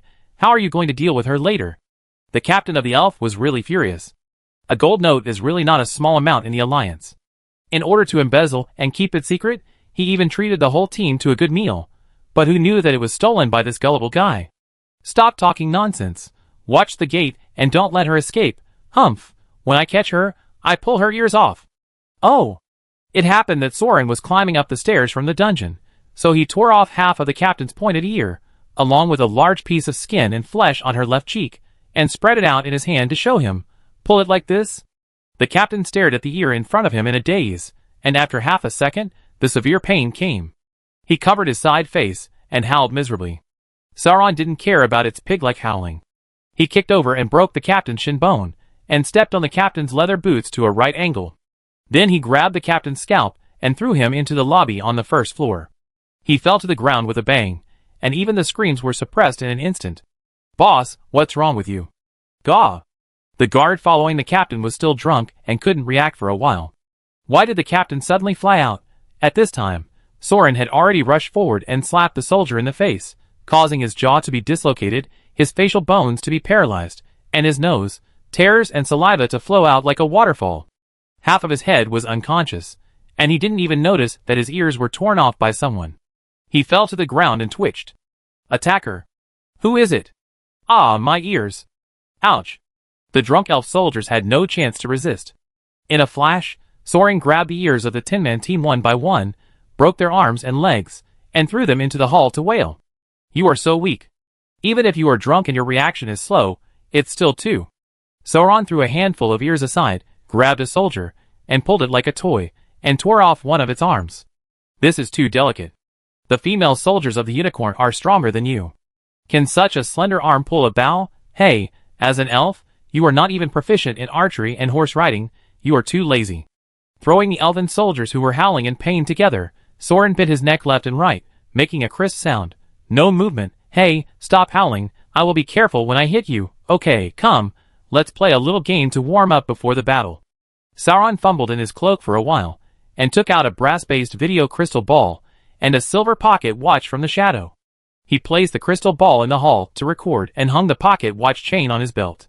The name of the game is Attack Me with Magic. Soren stood there and spread his hands. Everyone has a chance. You can attack together. If you can knock me down with magic, you win. It's simple, isn't it? But if the magic attack doesn't work, I will break one finger of the caster. If all 10 fingers are lost, I will break the head. So in theory, each of you has 11 chances. Well, some people only have 6. Anyway, try to make the most of them. Let's start. If you don't attack by the count of 10, I will tear off the other ear. Some of the 10 elf soldiers were still in shock, some were still crying and wailing, and some were probably pretending to be injured and looking for a chance to escape. But someone still responded to the game's request. Quarry. Clear Spring Barrier. Fire Snake Combo. 3 elves use spell slots to cast spells instantly, and use very interesting tactical coordination. They did not directly attack Soren himself. Obviously, after losing one ear in an instant, they had a very clear understanding of the gap in strength between the enemy and us. Therefore, a Quagmire spell was used to trap Soren's actions, a Clear Spring Barrier was used to block the line of sight, and even the third Fire Snake combo was directly swept onto the rising water curtain. Water and fire blended, and in time, a large area of steaming water vapor was created in the entire knight's headquarters. Yes, it was all to cover the escape. Didn't I tell you to attack me? Sauron was so dissatisfied that he pulled the 3 guys back and tore off their remaining ears as a punishment. In order to prevent the elves from having any crooked thoughts of escaping again, and just in case Sauron crushed the ankles of all the soldiers, he emphasized again. Hey, stop howling. Listen, you don't want to die, right? The elves have a long life. There are still hundreds, thousands, or even tens of thousands of years of good days waiting for you, right? Even the holy apostles, the proud, strong and brave warriors, cried so sadly when I stepped on them and chopped off their heads. They begged me to let them go, and spared me, and I would do anything for them. They cried and snot, so miserable and pitiful. But would I let them go? I wouldn't. This is the life they dream of having. So don't be ungrateful, okay? Okay, don't refuse my toast and attack me quickly. Knock me down with the strongest magic. Knock me down and you win. So under Soren's strong request, the second wave of magic attack finally looked like it. Ice lightning, firebird, lava breath, advanced poison cloud transformation. Elves are elves after all. Even the poorly trained gatekeepers still have powerful attack magic. And it is slightly different from the conventional magic used by the Imperial Wizards. Although it is based on the magic theory of the 4 elements, it has further evolved into 2 or even 3 magic elements. For example, from the elemental level, water and wind form hail and blizzards, fire and wind form lightning, water and earth form poisonous miasma swamps, fire and earth form lava, and all kinds of messy and fancy deformations, snakes, birds, and dragons. Let's not talk about the actual power in killing. After all, they were hastily thrown out with spell slots at the strong request of Sauron. But at least this gorgeous light and shadow special effect looks a bit magical. Various deformation changes lead to different killing ranges and ballistic trajectories for each magic. In daily adventure team level battles, it is still quite unexpected to deal with monsters or ordinary warriors. Although it was useless to Soren. He held the silver pocket watch in his left hand and held it in front of him. So all the magics fired by the elves turned into colorful magic beams about 2 meters in front of Soren, which were visible to the naked eye and quickly converged to the surface of the palm-sized ornament, were blocked and then absorbed. Yes, all magic, whether it was the flying bird of lightning, or the whirlwind of fire, or the unicorn of hail, or even the toad of lava, the magic of the elves could not cause any actual harm to Soren. No matter what trajectory or form the magic energy particle flow was released, it seemed to touch an invisible arc-shaped barrier in front of him, and the pocket watch in his hand, disintegrating, spreading, and dissipating into pure light and heat. It was like hot water poured outdoors in the winter, suddenly turning into particles like snowflakes, and disappearing in the blink of an eye. The basic magic energy particles of water, fire, earth, and wind spread out, and finally all kinds of light, ice, flames, and particles were absorbed by the silver pocket watch in Soren's hand. So the elf soldiers gradually stopped casting spells. Their ears were torn off, their fingers were broken, their ankles were crushed, but their eyes were not blinded. And the alcohol had already been excreted from their bodies along with the cold sweat of severe pain, so they began to realize what kind of shocking fact they were witnessing. Magic shield. The elves' faces, which had already lost a lot of blood, became even paler and lifeless. There was no pure magic shield in this world. There may be various powerful forbidden spells that can resist impact, transfer damage, avoid risks, treat wounds in time, or even resurrect, but there is no magic that can purely resist magic damage. Not having the means to attack through magic is nothing, but there is no way to defend against magic. This is also the reason why elves have become the supreme gods and humans have become mortals in the mud.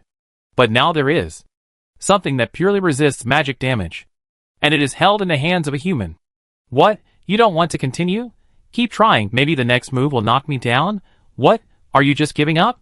No way, no way, no way, Master Elf, are you just giving up? But no matter how Sauron said it, the elves' magic attack stopped. They were all in a state of despair, completely defeated, and their eyes lost focus. They refused to believe it. It seemed that the soldiers were expecting that this was just a nightmare, and they were still sleeping soundly in the hotel or the barracks dormitory, and they would wake up soon. Really give up, then forget it. Sauron took the silver pocket watch in his hand and checked it. What a pity, it's already more than half full. By the way, this can't be called a shield, it's too unskilled. Sauron was very proud and showed the pocket watch to the elves, revealing the mithril case, obsidian dial, and the calculation movement made of silver shining moon marrow, which was filled with 4 purple, blue, white and gold gems. Driven by the spring, it was like a compass, and the silver needle with a red needle tip was moving clockwise to the 10 o'clock mark. This is a new gadget that the Technology Development Bureau has just made. It can be called a magic meter. Of course, this only refers to the scale on the dial. The key is the movement of the moon marrow calculator inside. Soren's fingers traced the mithril chain connecting his belt and the magic meter. When a directional magic targeting the wearer of the magic meter appears, this causal thread will be triggered, activating the Moon Marrow calculator and applying the annihilation magic array recorded in it. It's very simple to say. As long as the magic is based on the framework of elf magic, it is the 4 elements of water, fire, earth and wind. No matter whether the spell is transformed into a toad or a butterfly, whether it is thrown in a straight line or a curve, and finally explodes, it can't escape the damage methods of kinetic energy, thermal energy, electromagnetic energy, light radiation, and overpressure. So, in fact, as long as the magic composition formula recorded in the computer is matched, the corresponding matching magic power of annihilation and destruction magic effect is automatically applied. It can be dissociated into basic magic energy elements before the destructive effect of the spell actually occurs. At the same time, it will absorb the excess magic generated by the destruction of magic in the surrounding area and store it in the Eden Stone to achieve the effect of Magic Shield. Due to the special effect of the Eden Stone, the 4 elements can be converted and complemented at will, so there will be no imbalance and loss of control caused by excessive absorption of a certain magic. In addition, when the magic overflows and reaches the upper limit of the Eden Stone, the mechanism of the computer will automatically lock, and the computer will automatically transform into a battery for magic output, turning the magic previously absorbed by others into its own use. Soren held the silver pocket watch in his hand, gathering magic power, watching the pointer jump to 12, and then the 4 gems flashed at the same time, emitting brilliant colorful brilliance. Simply put, it is a magic shield, and it also has the function of self-charging magic battery. Although people like me who have no lack of magic power don't really need the auxiliary function of this thing, I think even you understand the strategic significance of this thing, right? Yes, even if you don't have any magic talent, with a magic meter, you can be like me. Wind Flying Cannon. The magic meter in Soren's hand flickered, and the Eden Stones emitting colorful light changed color at the same time. The 4 gems all flashed purple starlight, and then a vortex-like strong wind swept out from the magic meter in Soren's hand, like a fire hydrant that suddenly exploded, and the vortex of magic was blown out, which smashed the flesh and blood on the elves' heads and faces, and even the skin and bones mixed with blood plasma and organs were shredded into slag, which was stuck on the walls of the Knight's Order into large lumps of human-shaped tissue and bone and flesh remains. TSK. Sauron frowned. It should be the wind cannon, but in the end, it was a bunch of wind cannons mixed together, like a tornado, blowing each other away. As a result, the chaotic winds interfered with each other, the magic power did not condense together, and the penetrating power was not enough, and it broke through the wall of the knight's fortress in one go. He looked down at the dial, and 2 gems lost their luster at once, turning into gray-white stones, like ordinary marble. He turned to the video crystal and said, "Tell me about your feelings." This time, the output of the second prototype is increased compared to the first version, but it is too much. Did you see it just now?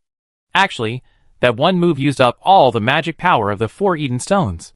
These 2 are still lit, which is actually the recharge of the magic power that was used up. Perhaps the wind flying cannon is not suitable as a standard magic formula for pouring out magic power. It is unstable and difficult to control. There is still a lot of room for improvement. Moreover, although it is so exaggerated, the key materials of Eden Stone and Moon Marrow are being watched by dozens of project teams, and they are not enough to arm all mankind. Forget it, the boat will naturally straighten out when the time comes, so let's do it bit by bit. Soren put away the magic meter and the video crystal and returned to the dungeon. Hey Rabbit, what's wrong? Oh, I'm fine. I've finished drawing. Big guy, are you okay? The screams up there are so terrible and terrifying. Lili held the notebook and huddled under an open floor tile, trembling as he emerged from the ground. It's okay, just a small fry. It's not worth dying in my hands, so I just treat it as an experimental film. Oh, there are tunnels in the prison. You came from here, right? Soren poked his head into the secret passage and looked at the traces. It had been built for a long time, so he could squeeze in by squatting. Where does this lead to? It can lead to anywhere. There are many paths down there. Lili saw that Soren was not dirty at all, and he did not look injured. He pricked up one ear to be alert. He was relieved when he did not hear the sound of the elves upstairs. Then I'm leaving. I give it back to you. Soren took the notebook handed to him by Rabbit, but did not take the soul crystal. He smiled and teased her. This crystal is for you. You definitely don't have it here. It's worth a lot of money. Lili rolled his eyes. What's so valuable about this? There are plenty of these stones underground. Sauron was stunned and shook his head. You don't understand. It's different. This is a magic crystal. Why is it different? Lai Lai rubbed the soul crystal, and the crystal lit up and emitted a faint white light. He took out a small black stone from his waist bag, rubbed it on the ground twice, and handed it to Soren to see. Look, it's the same. I have stolen a lot of gems. I know they are the same just by touching it. There are a lot of these stones underground, and they are useless except for lighting. Yours is more crystal clear, and it is just cut beautifully. Besides, it is illegal for untouchables to mine and sell magic ores, and they will be beheaded. Do you know how troublesome it is to resell gems? It is better to just give me the money, ha ha ha. Soren put away his smile, and looked at Lai Lai's prismatic columnar stone. It was pitch black as if there was a ball of ink mixed in the middle, but with friction, it also lit up with sparkling white light at the tip. If he hadn't held it in his hands and looked at it with his own eyes, Soren would probably have mistaken it for an ordinary stone, right? But Lai Lai was right, it was the same thing. It was a soul crystal. A soul crystal that had suffered so much suffering and torture, so much misery and despair, that the color of its memories was almost dark. A lot, right? Take me to see it. Chapter 233. In fact, the spies of the Wind Army had naturally collected the local map information of Libra City. But this is a world where magic can be used to forcibly explain what happened, so Soren insisted on confirming it with his own eyes. And he repeatedly compared the information with the local residents before finalizing the attack plan. Now it seems that this caution is indeed justified. After walking out of the secret passage of the Knights, what appeared in front of him was not the dark and low sewer, but the extremely wide and magnificent lava cave, as if it was artificially excavated. The shadows of ancient buildings could be vaguely seen in the darkness, but there was only the limited light source provided by the magic crystal, and it was not clear from a distance. This is very strange. According to Soren's common sense, if Libra City was built at the confluence of rivers, there should be a dense underground water network or muddy ground. How can there be such a large underground space? This is a bit like the taste of the imperial capital. Wait, the imperial capital, that is, the capital of the ancient kingdom of Stairs, and Libra City of the Welbona United Kingdom are really similar. Both are ancient human empires built by the water, and both have large-scale underground cities. Later, they were occupied by elves. They are obviously a tribe living in the forest, but they came to occupy the human city. Is there any origin behind it? Go this way, through this canal directly to the opposite building complex. It's a shortcut, be careful not to fall down. You can't fly. Rabbit Lai Lai walked in front to lead the way, while turning his head to remind Soren, I say, you are not interested in the female monkey. Why do you carry her with you? Oh, my people are going to attack the North Bank tonight. If you leave her in the Knights, you might be implicated. By the way, if you have friends in the North City, notify them to take shelter as soon as possible. Soren carried the female knight on his shoulders. The anesthetic was really strong, and she was still sleeping soundly. Huh? Attack the upper city on the North Bank? How to attack? Are you crazy to challenge the temple? Can you beat the elves? Well, it seems that you can beat them. Never mind. The killing of the nobles is none of my business. Anyway, I don't have any friends in the North City. Lai Lai raised his arms and staggered, walking across the sewer like walking on a balance beam. Why, this gorilla, or monkey, is not your friend. Sauron patted the female knight's hip on his shoulder. Armor. Ha, if you put it that way, it's not a bad idea. Lai Lai put her hands behind her back, turned around and chatted with Soren while walking backwards. This idiot is not bad. No, she is much better than the bastards of the Holy Sword Army. She often treats me to meals. Although I guess it's because I don't eat much, but the knight's meals can be reimbursed, so she finds opportunities to eat 2 portions by herself. Soren, who was also treated to a meal but didn't get to eat anything, glanced at the gorilla on his shoulder. It's a pity that although she is a nice person, most of the Holy Sword Army are a bunch of scumbags. They only help the elves bully the poor. I don't want to get too involved with these white dogs. The bunny girl jumped over the canal. Her posture was very light and swift, and she didn't care that she might fall into the bottomless abyss if she took a wrong step. Perhaps it was because of this racial talent that she could come and go freely in this underground secret passage. It would be impossible for an ordinary human girl to do it. White dogs. Even Soren, carrying the female knight across such a long and high canal, felt a little nervous. The 3 king symbols are white, purple and red, and they have the family beasts of wolf, snake and ladybug. The Holy Sword King is the boss of the white dogs. This guy is the worst. He only robs the poor. If you run into them on the west bank of the river, it's like seeing the plague god. You will definitely die. But the east side of the river is not much better. After all, They are in charge of the security of the entire kingdom. When the Libra King was here, they would deduct the relief food. When the Crown King collected taxes, these white dogs would extort more money. Of course, the Crown King was not a good guy either. The poor people in the south were starving to death. They watched helplessly as carts of food were sent to other elven kingdoms. If you attack the upper city, you should take care of these two scumbags if you have the chance. Lai stopped from time to time to wait for Soren, lighting him with crystals, while muttering indignantly. Oh, the King of the Holy Sword is a scumbag. The King of the Crown is a bastard. So the King of Libra is very wise, right? Sauron wanted to laugh. The King of Libra is not good either, but at least he doesn't have to steal money from the poor.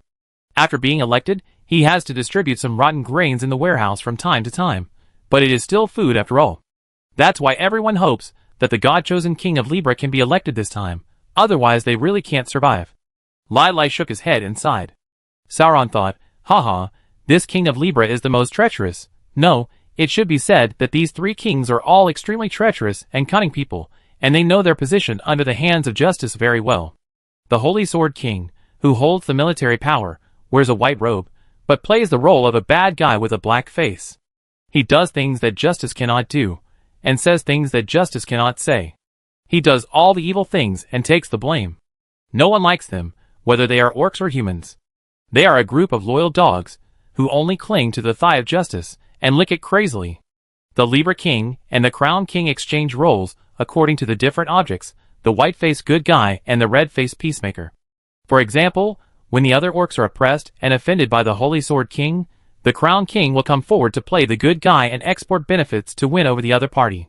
If the ordinary humans are oppressed and exploited, the Libra King will provide relief and disaster relief to appropriately ease the conflicts at the bottom. In this way, every ethnic group in the United Kingdom is actually under the exploitation and oppression of the elves, but they all feel that there is a king above to speak for them, so they can always tell themselves to be patient and wait for the king to take over in 3 years, and the situation will get better. Even if this kind of political checks and balances fail one day, justice can always dispose of the Holy Sword King and pass the buck. Anyway, the selection of the three kings and even the roles they play can be changed at any time, but the rule of the elf gods is as stable as Mount Tai and will never change. But to be honest, this is probably not a political method that the elves can think of. The human breath is too strong. In all likelihood, it was the ancestors of the three traitors who gave justice advice in order to replace their original masters. And justice relied on the support of these traitors to hold his position firmly, and used the huge resources of the River of Libra for his own use, so that today, he can rely on the strength of the strongest United Kingdom in the Alliance to control and integrate the entire Alliance, and almost single-handedly launch a holy war against the Empire. To be honest, it's not that Soren is bragging. If he hadn't helped the Empire, justice alone plus these three cunning and treacherous kings would definitely beat the Parliament of the Psychic Empire. After all, the Prime Minister here has a negative political ability. You see, it's a ruin, there's not even a bug.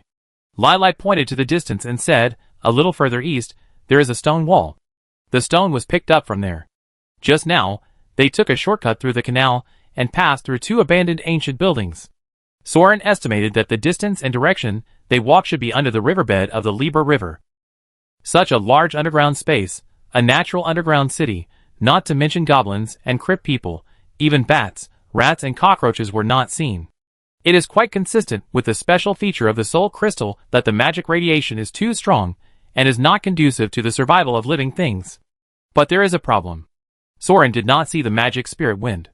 If the crystal is really exposed, it is impossible for the air not to be stained by magic.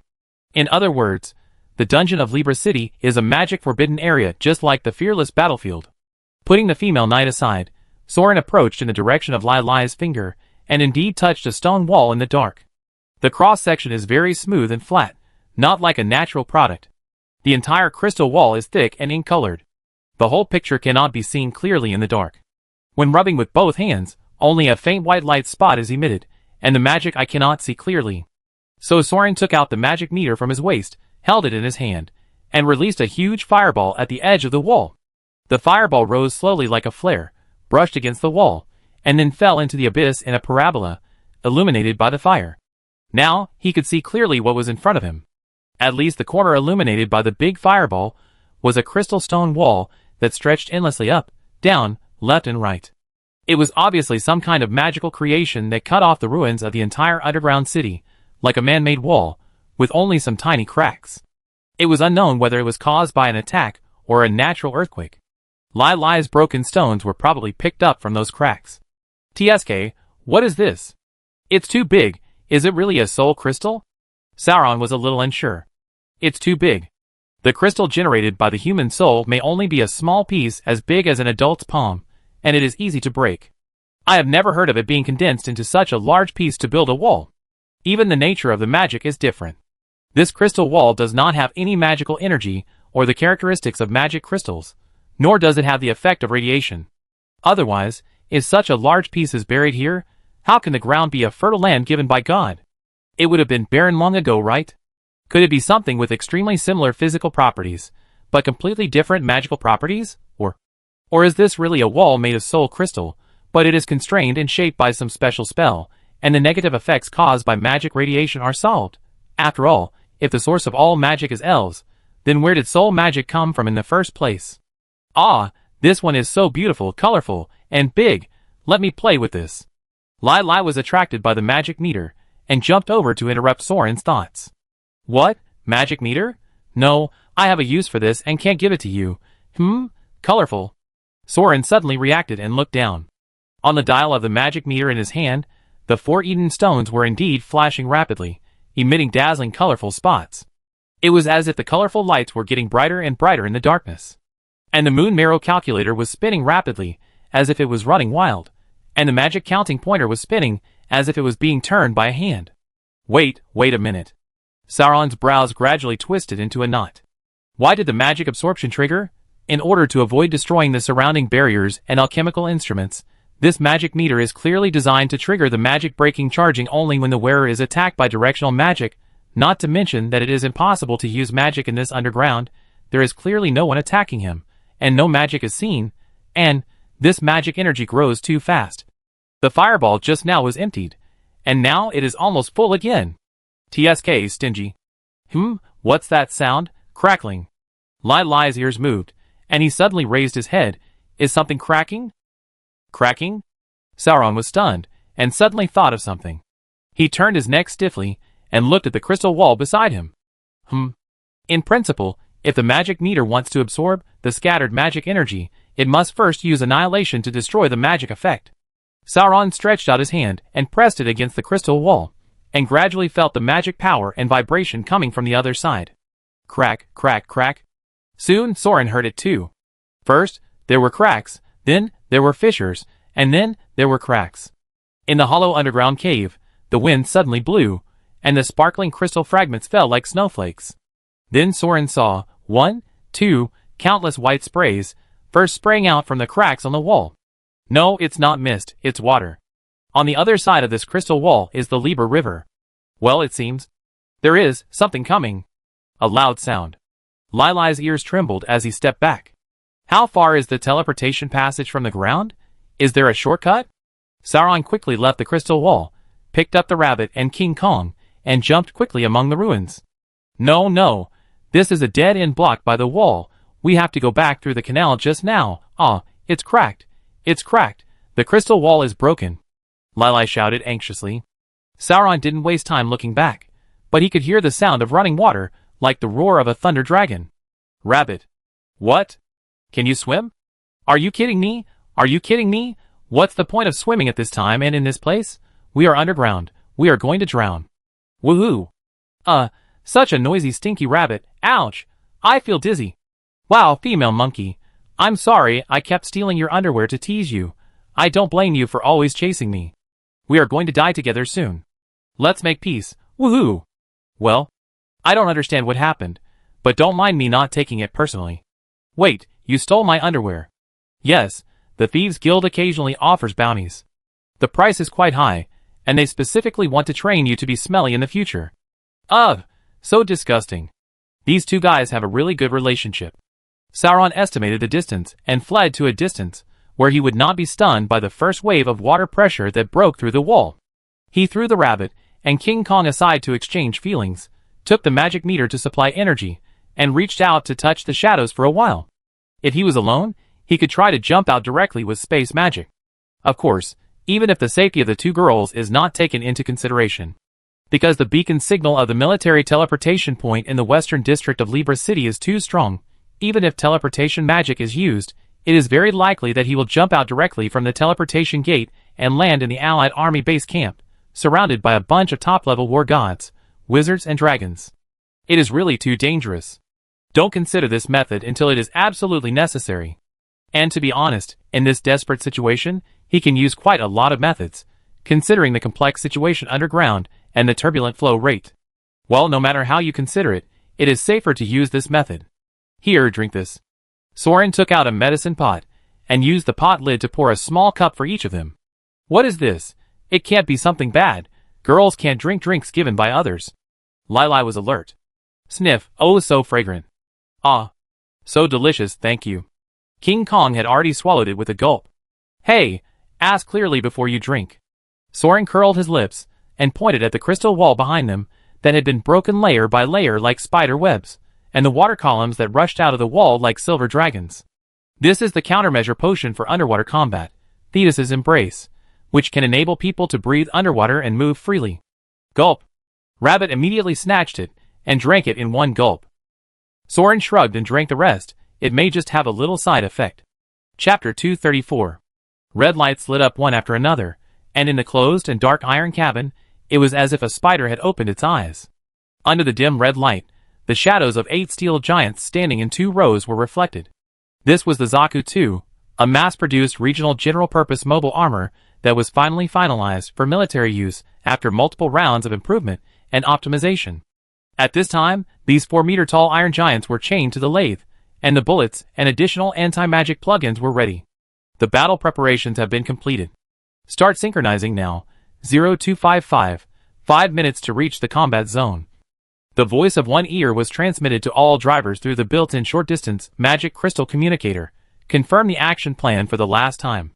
Our Alpha Team's mission is to raid the palace and capture the current United Nations King, target codename Crown. Beta Team is expected to launch a raid at the same time, attack the royal capital's noble district, and capture the head of the god-chosen Ho Libra family, target codename Libra. Gamma Team is the reserve team, sniping the invading enemy and providing fire cover. After the mission is completed, according to the commander's judgment, execute the 3 retreat plans ABC. You have memorized the map just now. Once you leave the team, go to the evacuation point by yourself. In case the Zaku 2 is shot down, self-destruction will be prioritized. Remember that the second wave of attacks will start at 0500, and you must evacuate the bombing area before then.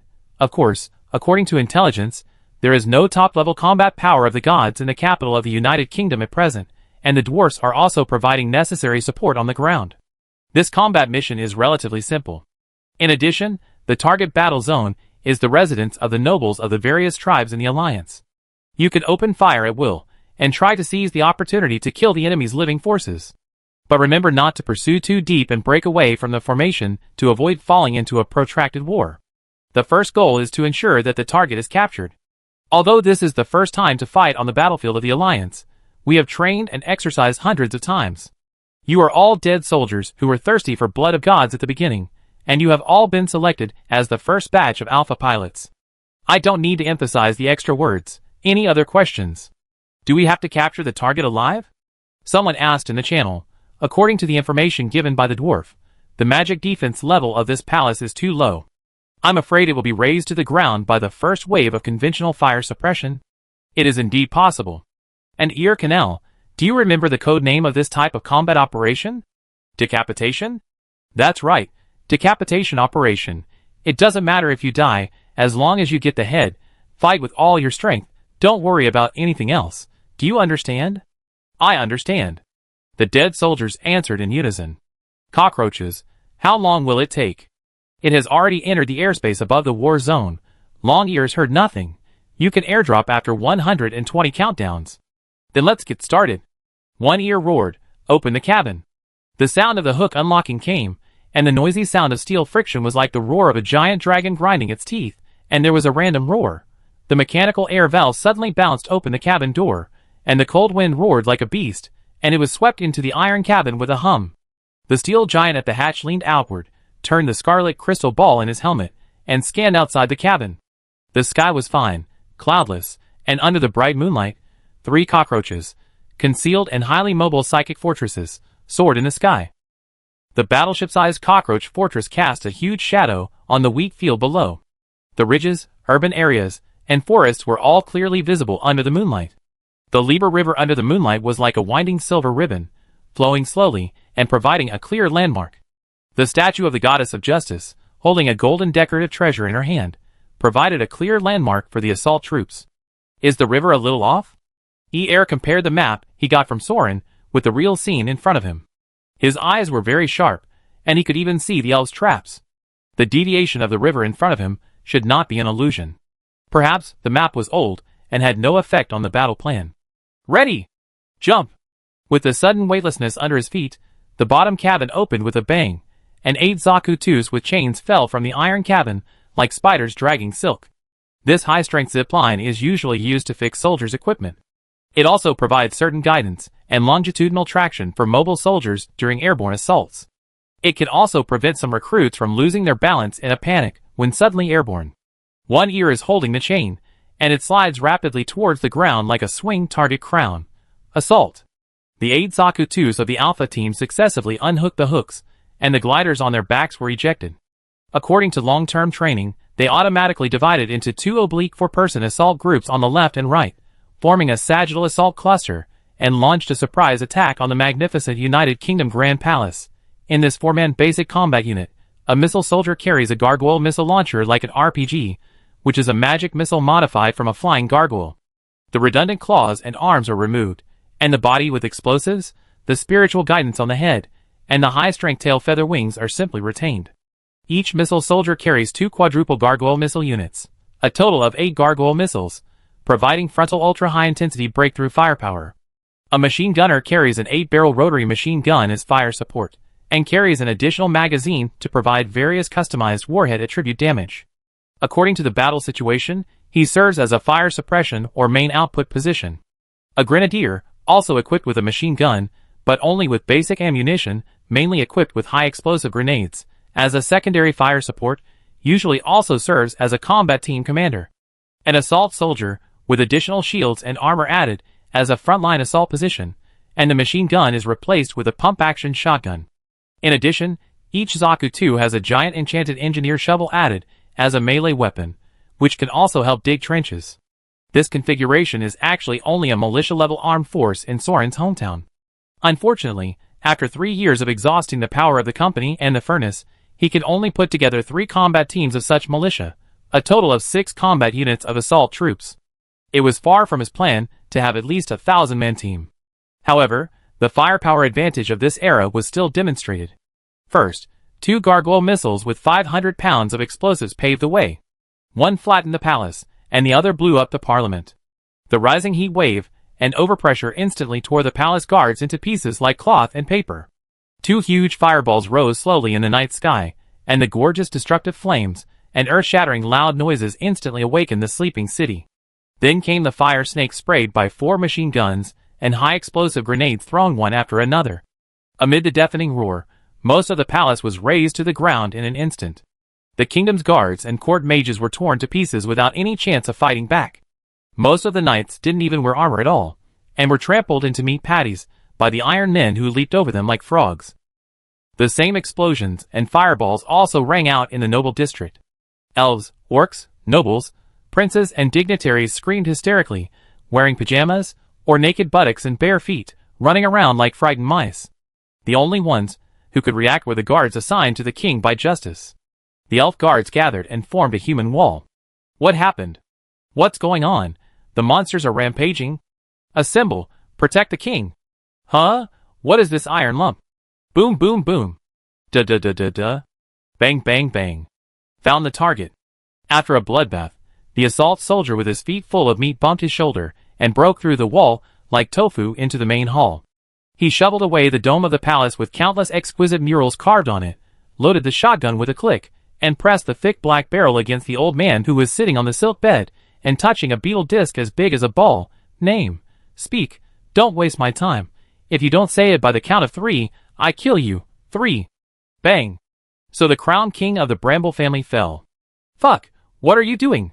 Heir arrived a step late, and most of the old king's body, and the beetle in his hand, had been blown to pieces. It's none of my business. It was that bug that used mental magic on me just now. I was so scared that my hand shook. Damn, you're so old and you're still afraid of bugs. Where's your head? Fortunately, the first mission almost failed. Recover the head, send the signal, mission completed. So the skull tentacles stretched out from Zaku 2's crotch, grabbed Lao Wang's spine, and stuffed his head into the box. This part is made into a storage box for important items, mainly because all drivers will subconsciously protect this part. Cough cough. This kind of design details do not need to be explained too clearly. So the assault team fired a green flare into the sky, quickly entered and exited, blasted open the side door of the palace and retreated. Less than 30 seconds later, the green flare of the beta team in the east, indicating that the mission was completed, also broke through the night sky. In less than 15 minutes, the assault missions of the two teams were completed. The Gamma team had just airdropped to seize the suspension bridge between the North City and the West City and built a sniper position. The Alpha and Beta teams, who were responsible for covering and supporting them, had already finished their work and ran over to join the retreat as planned. Because in such a surprise attack, no one could organize an effective defense, and no one could contain the actions of the assault team. Even the whole city didn't know what happened. All they saw were explosions and fires in the kingdom and the noble district, and people were shouting in panic. After all, who could have thought of this? Using special forces driving Zaku, sneaking in from the stratosphere, launching special strikes for surprise attacks, and using decapitation operations to deal with the noble king of the feudal slave era. Well, this is one of the exercises that Killian commented, as this kid has a brain disease. Okay, so after seeing the level of the United Kingdom with his own eyes, Soren himself felt that he had gone too far.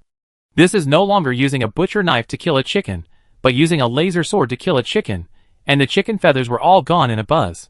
Beta team? What's going on? How did you capture so many people? After the reunion, Eir felt a headache. Team Alpha only captured one head, and Team Beta tied up 5 people at once. Oh, don't mention it. Libra, that old ghost, has doubles in several bedrooms. I don't have the time to distinguish them one by one. Just capture them all. There must be one that is the real thing. Mothman was speechless. It's okay for you, a noble, to use a double to prevent assassination, but why does each double have the original wife to sleep with him? Even if one is genuine, the others are fake. Even the noble ladies themselves can't tell them apart. Alas, the happiness of the rich is really incomprehensible. Then catch them all and interrogate them. The cockroaches just dropped us off, and they have to go around and come back to pick us up. One Ear calculated the time. Everyone on alert. Be prepared to be besieged. Hold on for 20 minutes. So the 3 teams relied on the bridgehead on the west bank of the upper city, and established a triangular position with crossfire. Start to hold on, and defend against possible sieges. Why is no one coming? Mothman looked at the quiet river surface, with a bit of loneliness. The Holy Sword army on the west bank did not move at all. Even if the main force was teleported away, there were still garrison troops, and there were also many masters, but no one came to reinforce. In sharp contrast to their quiet bridgehead position, the royal palace and the noble district on the east side, as the screams of "The king has passed away" spread throughout the city, the chaotic situation intensified. The orc and human nobles began to pack their bags and flee in their pajamas and underwear. Although the nobles of the United Kingdom did not know what happened, they knew where to flee if something serious happened. They are all running to the elf forest in the north to seek justice and shelter. Eir contacted the mobile fortress through the communication channel.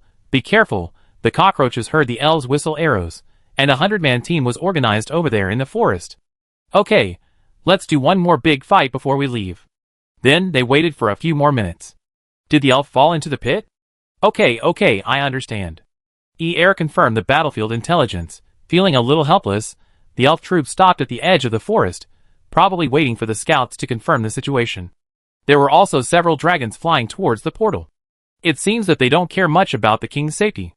Let's retreat too. The cockroaches are already in place, and we will evacuate to point A as planned. It's really boring.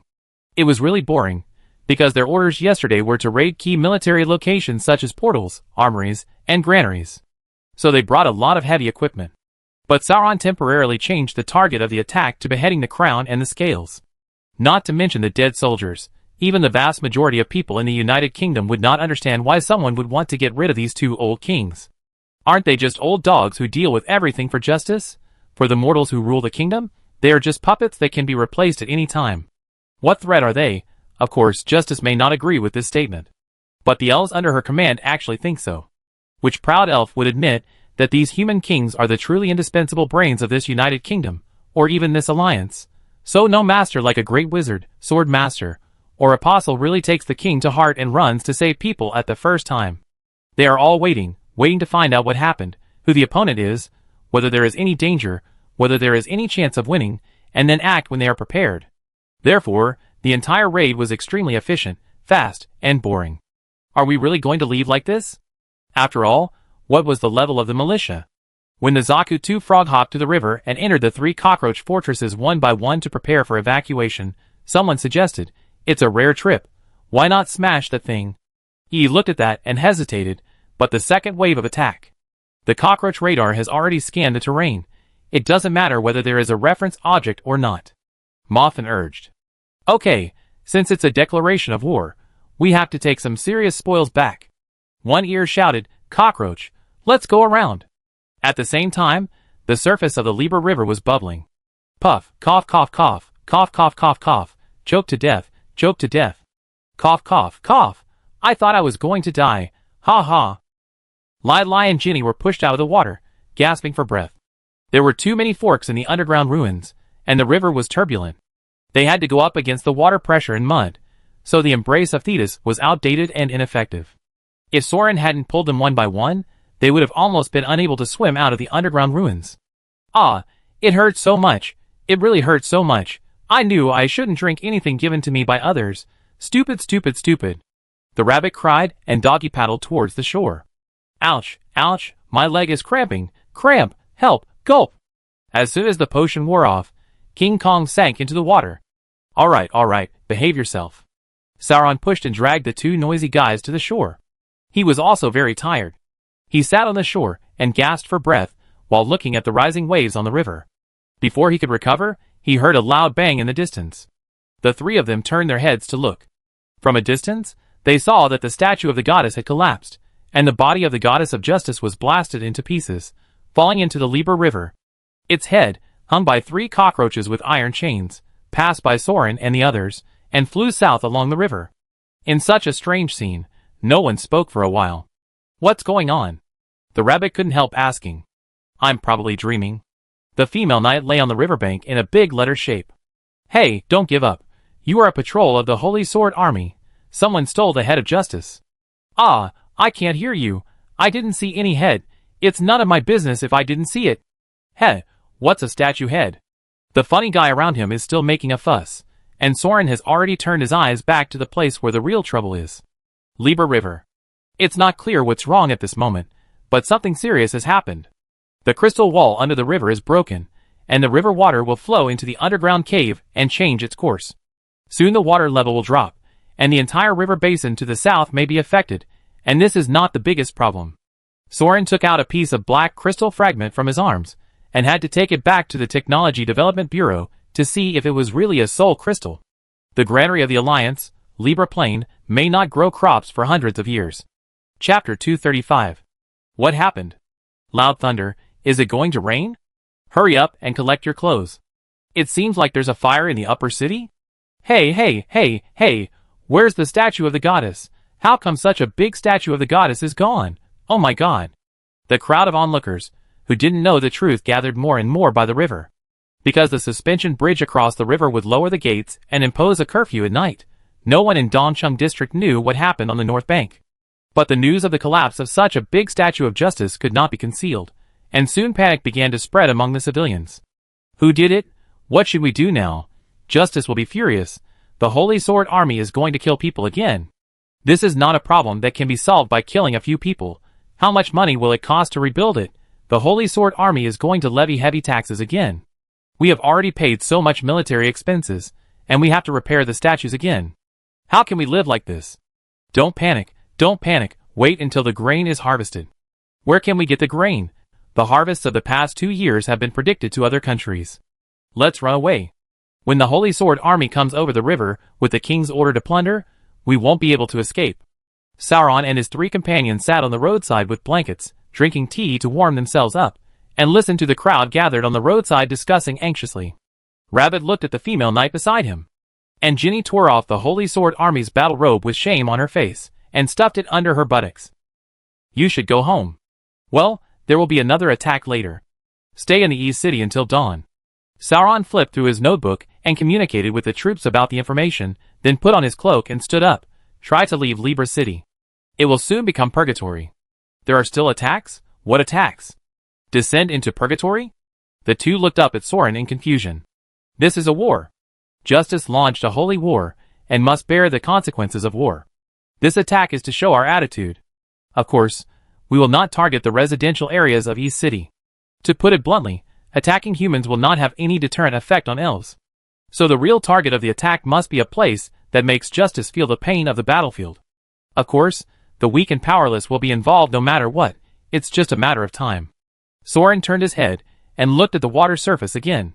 Sure enough, the water level dropped again, but no one in the crowd around noticed this fatal detail. But after dawn, it will probably be seen. Big fool, are you leaving? The rabbit seemed a little reluctant. Maybe it's fate that I met you, Soren thought for a while, took out the bee badge from his arms, and threw it to the rabbit. Store more food, and this is the identification mark of the Wind Army. Hide it well. If you encounter any trouble, inject magic into the badge. Maybe someone will receive the signal and help you. But in the war years, I can't tell for sure. I can only wish you good luck. Sauron took out a small booklet and handed it to the female knight. Knighthood is outdated. If you really want to uphold justice, join us. Believe me, the people here will soon need your help with this knowledge. Ginny took the booklet in confusion. What are you? Where are you? Sauron activated the bee suit and flew across the city at a high speed. Although Ysir and the others messed around in the end, the first wave of attack mission was completed. The surprise beheading and the capture of the Crown King and the Libra King would unbalance the stable power balance of the United Kingdom. The only king who could succeed the throne was the Holy Sword King, who had the worst popularity and the lowest political ability. With the reputation and methods of the Holy Sword Army, they could blow up this powder keg by themselves even without the Empire's operation in the dark. What's more, the Empire would add fuel to the fire tonight. Or the beheading operation was just an appetizer, and this one was the main course. 3 cockroaches carried mobile infantry to conduct battlefield reconnaissance. After circling the battlefield and detecting the local terrain, wind direction, weather, and the deployment of the Elven army, the relevant information would be transmitted back through the magic network to guide the bomber group that arrived later to launch an attack. Yes, bomber, to be honest, the technical content of this thing is much lower than that of the secret mobile psychic fortress cockroach Type 2. It is a 2-legged dragon bomber built purely for long-range bombing, using the iron-bone steel dragon mold of the Iron Front Dragoon Regiment, plus a new design of high-strength flying wings, removing the redundant melee armor and pendants of the Iron Front Dragon, and directly transforming the ribs into a bomb bay. The Boom Dragon can fly higher than the average high-altitude gargoyle, and has a longer range. The bomb bay can carry 8 500-pound high-explosive bombs, or other ammunition of equal mass. When there are 3 cockroaches psychic towers connected to the network and charged on the battlefield, it can more accurately guide the targeted bombing through the magic network. Even if the magic network contact is lost for a while, the person in charge of driving the Boom Dragon is a professional pilot carefully selected from the Lizardman pterosaur hunters in the lair, who is capable of driving the Boom Dragon to complete the dive bombing. Such a Hyperion is composed of 4 aircraft in a unit, and the standard 3 units form a bomber squadron of 12 fighters. In addition, there is the assault squadron of the mobile Zaku 2, all of which belong to the sequence of the Special Training Battalion, which is presided over by the Empire Centurion Soren and is piloting military reform. This battalion is a model for the future military reform of the Empire. As a training unit for new weapon experiments and military exercises, after showing its strength in the exercises, it not only received recognition from the Prime Minister of the Empire, but also received unanimous praise from the Parliament and the officers and generals. It looks like it's powerful. But it's too damn expensive. Well, although it's a bit like using a laser cannon to kill a mosquito, we have to let the Parliament elders see the effect of this generational war mode in order to deceive, to get orders, right? Otherwise, with Zaku and Dragonite, the investment in mold layout and production line will almost bankrupt the company, and what's the point of defeating the gods?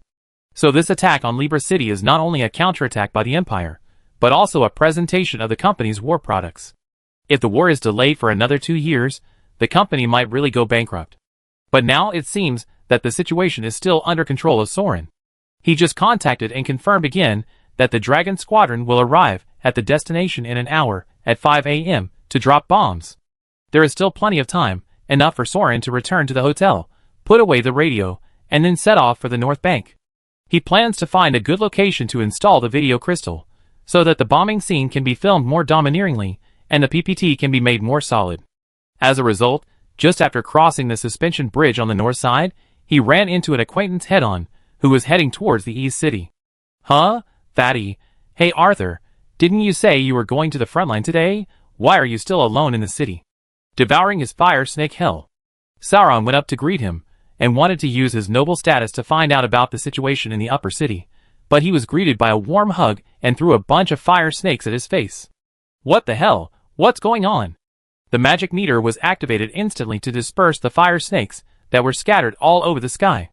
Soren patted his robe to sweep away the sparks and dust on his body. Fuck, what's going on? The fat man on the opposite side was also holding a magic scroll that he had just torn open, which he had spent millions to buy, but only produced a pile of dust. He stared blankly at the spot with his eyes wide open. Huh? How come you seem to have aged after not seeing you for a day, and the glow on your face? Sauron took a closer look at the other party, and his magic eyes immediately saw through the other party's magic disguise. Oh, you are his father. Damn, these guys are really unreliable. Wind blade violence AA. The fat man wanted to pull another scroll, but Soren broke his right arm and almost lifted him up. Oh, don't waste your money. This scroll is not smuggled from the Imperial capital, is it? It's not cheap. Soren looked at the king's dress. Hey, it's no wonder that the commando didn't catch him. The Libra King, one of the three kings, was only wearing coarse linen clothes, like a fat slave. And he didn't even bring a guard with him, and sneaked away to the East City district. Who would have thought that he was the king of the United Kingdom? Of course, this must be the real king of Libra. Besides the fact that he looks almost exactly like his son Arthur. Ah! Tracing the trace of magic, Soren tore off the fat old man's thumb and took off the ring inlaid with an emerald the size of a pigeon egg. Sure enough, the magic disguise on the other person's face was removed. Is this an invisible ring? Or is it an illusion of changing appearance? Justice gave you a life-saving equipment, right? Well, no wonder it can escape Zakutu's detection magic and get here. It must be some kind of artifact. Ah, you, who are you?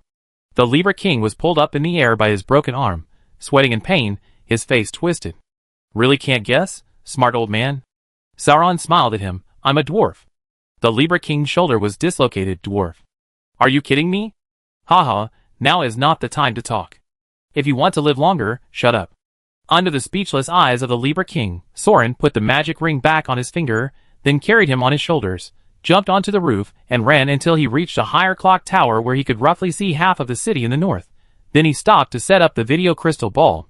Don't say it, the Libra King is a quick-witted old man. He left behind a bunch of stand-ins, his family business, his wife, his son, and the guards, who might have problems, and ran away to the East City alone. If he hadn't run into Soren head-on, he would have escaped. Most of the nobles in the upper city hadn't reacted yet. Not to mention the defenders, even those who lived a little further away from the palace, and the Libra King's mansion didn't know what had happened except for a few loud noises. Many people didn't run to the forest, but gathered outside the palace wall that was broken by the surprise attack to watch. Oh, you have a lot of substitutes. I heard that 5 have been captured, and there are still more. From a distance, Soren could see the kind-hearted Libra King, who was surrounded by guards and magic snakes, comforting the frightened nobles around him. The Libra King was lying on the ground pretending to be dead, and he didn't say anything to defend himself. But Soren didn't let him go. He squatted down and pinched the fat old man's face, asked him to look into his eyes, and used suggestive magic to hypnotize him.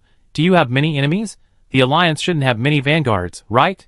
And I heard that the Libra King has a good reputation. Why are you so careful? Let the substitute enjoy the money and women, and dress yourself like a servant. Is it necessary? The Libra King still didn't speak. Soren smiled instead. Hints don't work, you are the real deal. Then I'm relieved. He took out a dagger from under his robe, grabbed the scalp with one hand, and cut open half of the old man's neck. Blood spurted out. Ah, wait a minute. Stop, stop. You. Don't mess around. You are the Wind Army of the Empire, right? Take me to see your superior. I am the chosen one of God after all. I am the Libra King. If I surrender, at least there should be an officer to receive me. When facing life and death, most people will reveal their true heart. Moreover, the Libra King personally experienced the skilled head-cutting action that Sauron practiced on the battlefield, and was exposed in an instant, howling like a pig being slaughtered. Pretend, continue to pretend. Sauron smiled and stopped, wiped the blood on the dagger with his robe, and the wound on the old man's neck began to heal. This is not unexpected. Justice must give his finance minister some healing blessings, so as not to cut his fingers when counting money. Oh, why didn't you tell me earlier? It's a misunderstanding, a misunderstanding. I'm a parliamentary officer, the Lord of the Empire, the hero of the INT Neil. Is this in accordance with etiquette, Sir Libra? You? The Libra King covered his neck, still in shock as he looked at the murderer in front of him, who attacked without any warning. Why don't you believe it? Sauron casually took out a contract to sign. You are rich. Even the parliamentary officer and the Wind Army know about it, so you must recognize the contract of the Empire, right? Have you heard of the company? The old man looked at the contract that Sauron unfolded in front of him with trembling eyes, and accepted the surrender of the god-chosen Lord Libra King Libra family, in the name of Sauron and her hero Lord Nair. Company. I have heard of it. This trick scroll was bought from the company. But I can't surrender, nor can I leak the secret. The god-chosen king and the arbiter have a covenant. But don't kill me. I can still be useful to you. I can tell you the secret trump card prepared by the arbiter. Only me and the crown king know, and he has really been killed by you. The Libra King hurriedly took out a small box from his arms, and there was a dead ladybug in the box. This is the insect magic of the Bramble family. He uses this magic insect to monitor the whole country and to contact us. He always carries the mother insect with him, and now all the larvae are dead, which means that the mother insect with his soul contract is also dead. Why, didn't the Crown King prepare a bunch of substitutes like you? Sauron took the ladybug and checked it. This is true. The insect magic is indeed a powerful magic with interesting effects and a wide range of functions. It's just disgusting to learn. Those are not my stand-ins. They are my sons. Some are illegitimate children, but they are all sons. What? Sauron glanced at the old man in front of him with a critical eye. The Libra King looked indifferent. I help her manage money, so I also got the blessing. I have lived for almost 300 years, so I must have many descendants. It may be the effect of this blessing. Anyway, the sons I gave birth to after becoming the chosen king of God all look very similar to me. It's not that I specifically asked them to be stand-ins, but whether it's the Alliance, the Kingdom, or the Libra family, there are a lot of things to do, and it's easier to let them help with my title. Then Arthur, is it your son, grandson, or great-grandson? Sauron interrupted. It should be son? The Libra King didn't seem to be sure. Grandsons usually don't look like me. Then, are those your wives or your daughters-in-law, or granddaughter-in-law? Sauron couldn't help gossiping. The Libra King was also angry. Hey, sir, why don't you ask what the trump card that person prepared is, and ask about my private affairs here? Sorry. What trump card did you prepare? Sauron hurriedly brought the topic back. I can't say that. There is a magic covenant. The old man spread his hands. You are fooling me. Sauron almost couldn't help kicking this cunning guy out. Wait a minute. I can take you to see it. The Libra King begged for mercy. It's in the forest to the north. I swear. She really prepared a trump card to deal with you. You will regret it if you don't see it. Sauron looked at the old man coldly, wondering whether what he said was true or false. Maybe he just wanted to trick himself into the forest of elves and find a chance to escape. No. I definitely don't mean to run away. She led the army to the front line, and now there are only some old people, children, women and children in the forest. Those who can fight are guarding the teleportation magic circle. This guy is quite good at observing people's words and expressions. But if there is such a trump card, why didn't the old sly King Libra hide in the forest, but fled to the East City district in a different way, so that he was bumped into by Sauron? Sauron smiled at him. Of course I believe you, but to go to the forest in the north, we have to wait until the fire is out. The King of Libra was stunned. Fire? Oh, a thank you gift specially prepared for long ears. Napalm bombs specially transported from the Iali system. You will see it soon. Sauron looked up at the sky, looking at the 12 black shadows flying over the North City district, and swooping down towards the giant tree forest where the elves live. It is 5 o'clock in the morning, and the gift from the Empire has arrived on time. Holy war, right? Okay, let's start the fight. Chapter 236. Boom! Ouch! Arthur fell off the bed and sat on the ground, waking up. It hurts, oh. Fighting is so hard. The beds in the barracks are so small. Master! Master! There was thunder just now! The guard of the Libra family, an old military leader specially assigned by King Libra to his son, rushed into the tent in a hurry. Ah, it's too much to say it was thunder. I just fell off the bed. Is it that exaggerated? Arthur got up groaning. No! There was real thunder. It seemed like a great wizard was attacking. Attack? Before Arthur could react, there was a sudden commotion outside the military tent. The portal exploded. Arthur finally woke up, and ran out of the tent with the knight without even putting on his shoes. The barracks were in a state of turmoil, and the knights and soldiers also ran out of the tents. The fireball could be seen rising from a distance, and it was indeed the direction of the portal. What's going on? Is there really something wrong with the portal? Someone attacked? Bandits? Dark magician? Which dark magician came to attack the army? Is he crazy? Arthur and other noble officers gathered together to inquire. These were all nobles from various countries, who responded to the call of the gods for a holy war. They were children of noble families from all over the continent. Although the first batch of them went to the battlefield, which meant that they were not as important as the legitimate heirs, but they were arranged to come here to gain military merit, which meant that they were more or less worthy of being cultivated by the family. Therefore, they also took the initiative to contact each other, and form a group to increase some foreign aid worth associating with. Don't panic, there is no enemy attack, it's just that the teleportation magic circle responsible for logistics supply has an accident. It is inevitable that there will be mistakes when it is always in operation. Soon, someone who was well informed asked, go back and rest, the attack will be launched tomorrow. There will be a military ceremony on the first day, the goddess of justice will come, and everyone has to show up on the front line. The teleportation array for logistics supply? Arthur's heart skipped a beat, and he stepped forward to grab the well-informed officer. Isn't it the United Kingdom's line? Oh, you are from the Libra family, right? The officer did not hide it from him. I heard from the elf wizards that the teleportation array on the United Kingdom side has deviated, the environmental magic has changed, and the earth vein magic must be recoordinated or something. Ah! Suddenly, a shriek came from afar, and the shock wave of magic energy spread like a wave, lighting up all the magic gems in the entire frontline military camp, and some gems with poor quality were directly blown to pieces.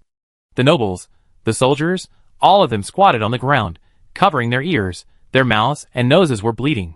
They were just in a commotion caused by the explosion of the teleportation array, and in an instant they were shocked by greater fear. After the screams, no one spoke for a long time. The whole military camp was completely quiet. Everyone turned their eyes from the teleportation gate, where the explosion occurred, to the battlefield on the other side.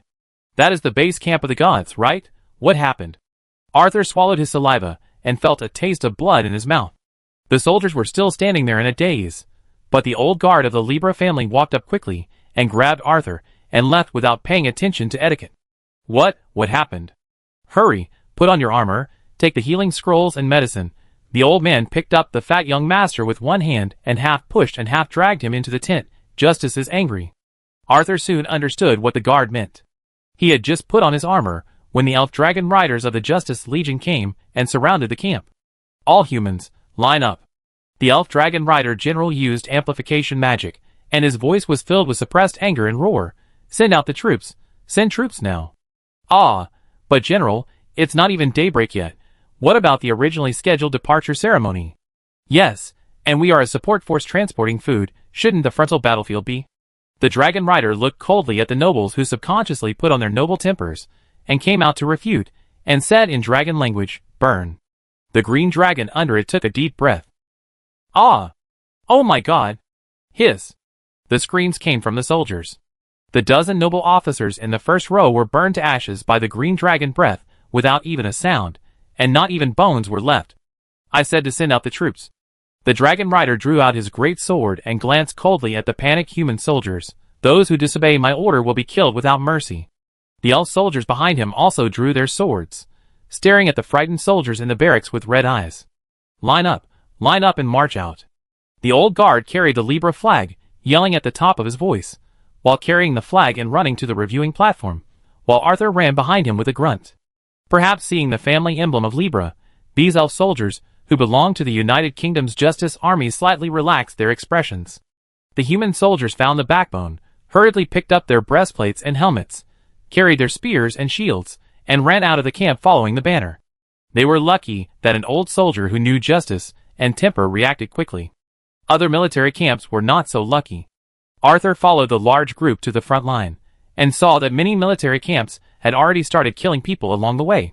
They really started killing, not to mention the fools who blatantly disobeyed orders. Even those who reacted a little slower were shot down by arrows. It was just like driving a flock of sheep.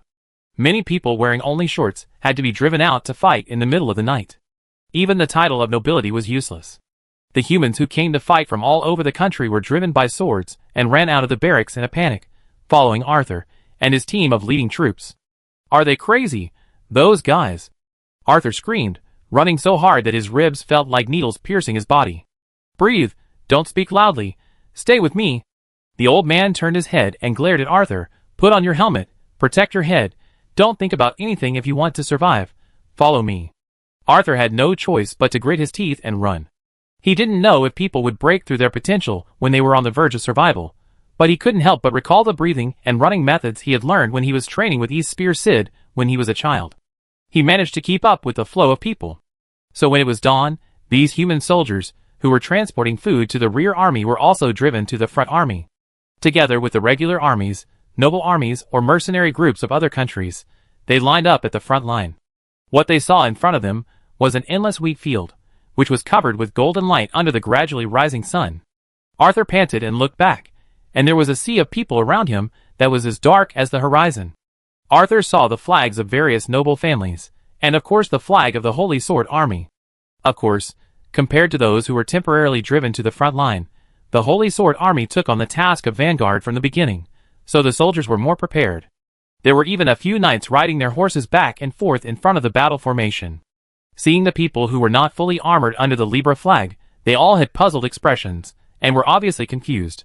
It was unclear why the gods had to temporarily change the battle plan and arrange all human soldiers to fight on the front line. Even the escorts of grain and grass were sent up. But obviously no one dared to ask. The elves arranged a whole legion to supervise the battle in the rear, with flying dragons and horned eagles circling overhead. Rows of magic archers took off their quivers and inserted them in front of them as the whistle arrows came one after another, and began to string the bows. At this time, a middle-aged warrior with gray hair, holding a magic sword in his hand, rode a white wolf and jumped into the air. It was the Holy Sword King of the United Kingdom. "Everyone! This holy war! It is a great honor and gift for us humans to lead the charge. Don't let the gods down. Let us dedicate the glory of victory and infinite loyalty to the gods. March! March! March!" As the whistle arrows were fired, the horns and drums resounded across the fields, and a dark sea of people began to step over the wheat fields. Arthur followed the old soldier forward. No matter how confused he was, he couldn't stand still at this moment. Otherwise, he would be trampled to death by the crowd without waiting for the elves behind him to shoot arrows. I don't know how many people were swept forward in confusion, stepping through the wheat fields higher than their knees, marching to the west. This wheat is really good. Arthur picked a wheat ear and looked at it in his hand. He was the son of the Libra family, and he could tell at a glance that this was wheat ripened by magic. Although this variety grows very fast and has full grains, it will consume too much fertility in the land. Only countries that are often at war will plant it to grab military rations. That is to say, except for a few peaceful countries such as the United Kingdom, this thing is planted everywhere in human settlements. Obviously, this is military rations sown for the supply of holy war. But why plant it on the front line? It stands to reason that it should be planted behind the defense line, right? And isn't it all grown? Why haven't you harvested it yet? They even had to use a teleportation magic circle to transport food from a long distance, and the door was broken? Is there something wrong? And the most important point. Where are the enemies? Arthur looked up, but he didn't see any undead at all. Didn't they say they were here to fight skeletons and zombies? They gathered tens of thousands of troops, so they should be here to deal with tens of millions of undead, right? Why can't I see anything? Watch your step. The old soldier turned his head and pulled Arthur, almost knocking him down. Watch the road, don't fall. Look at the road? At this time, Arthur lowered his head and saw the bumpy round pits hidden behind the wheat field. The ground of this plain was not flat at all, but the wheat grew too fast and covered the ground. At first, Arthur didn't pay attention and walked around the pits, but who knew that the more he went forward, the more strange pits there were, so that the formation of the march was scattered. Don't stop, forward, speed forward. The elf commander riding on a horned eagle flew across the sky, whipping people with his whip. Damn it, it's easy to say, why don't you get off and walk one by one? How can you walk so far with full armor? You didn't even see the shadow of the undead. Arthur, who was so good-tempered, couldn't help but want to curse. He felt that he was cheated by the veteran. The armor was thick and hot, which consumed his physical strength quickly. Moreover, after walking so far, his feet were worn out with blisters. The soldiers who were forced to go out also complained.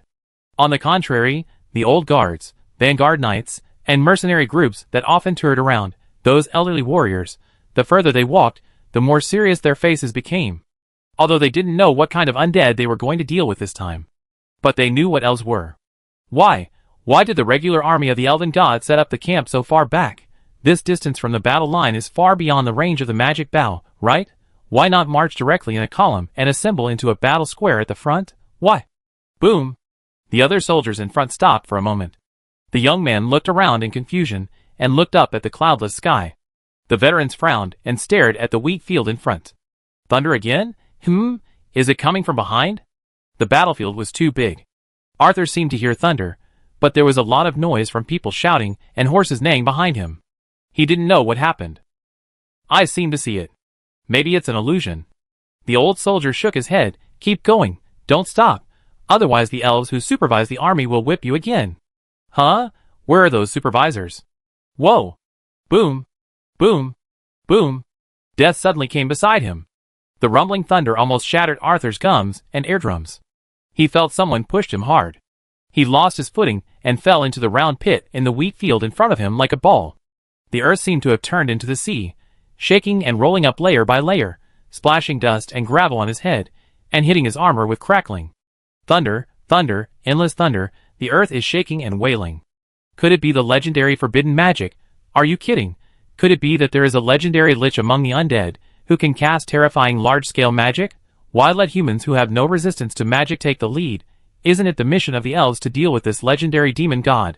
Arthur lay in the pit holding his head, closing his eyes tightly, and not daring to move. It was unknown how long it took for the thunder to stop. Arthur crawled out of the dirt pile, his nose filled with a pungent burnt smell. Then he saw the old guard lying on his back beside him, holding the Libra family's battle flag tightly in his hand. Unfortunately, only half of the person was left.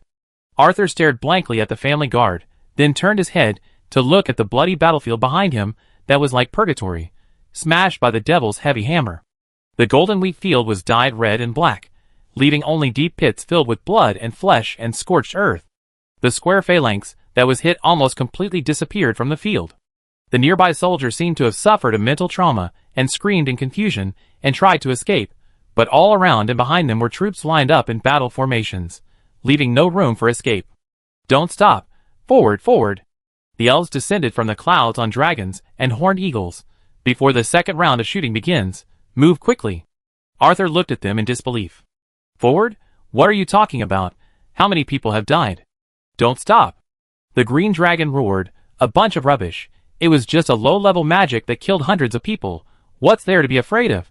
Do you want to taste what a real forbidden spell looks like? Charge forward. Anyone who deserts the battlefield will be killed. It roared like this, and with a breath of dragon's breath, it turned a dozen soldiers who survived the bombardment and were in a panic in a square formation of 100 people into ashes. In the sea of people, the soldiers gradually restored order, silently watching the gods and dragons from the sky slaughtering the panic remnants like killing chickens to scare monkeys.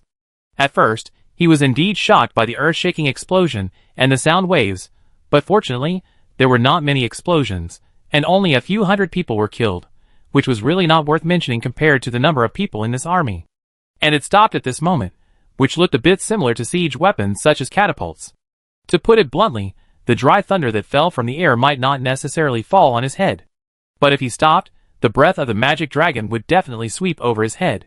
So the army rolled forward again, stepping on the flesh and blood of his compatriots and the golden ears of wheat.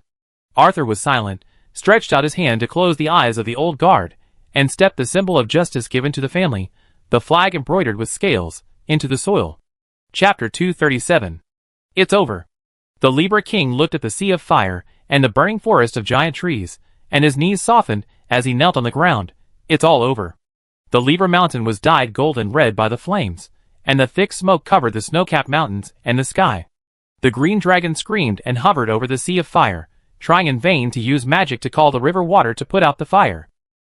But the water-bombed glacier poured on the flames, and the flames burned even more vigorously, even raising more steaming smoke and heat, igniting a larger area of the forest. Sometimes 1 or 2 baby dragons flew too low and fell into the sea of fire, suffocating. Then the mother dragon screamed and threw herself into the hell of fire, and then she didn't fly up again.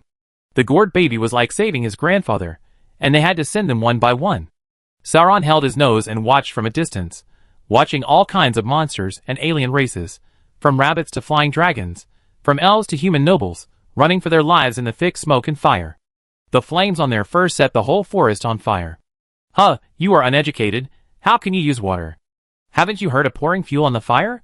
Oh, you haven't heard of it. The bomb dropped by the dragon squadron during this raid was a solution developed specifically for the elf forest, a complex map for guerrilla warfare and cold arrows, which would inevitably be attacked in the future war. The solution was napalm incendiary bombs. In principle, the flame temperature of gasoline is 800 to 1000 degrees, and it is lighter than water. Using water not only cannot effectively cool it down, but also will dissipate the fuel and expand the fire.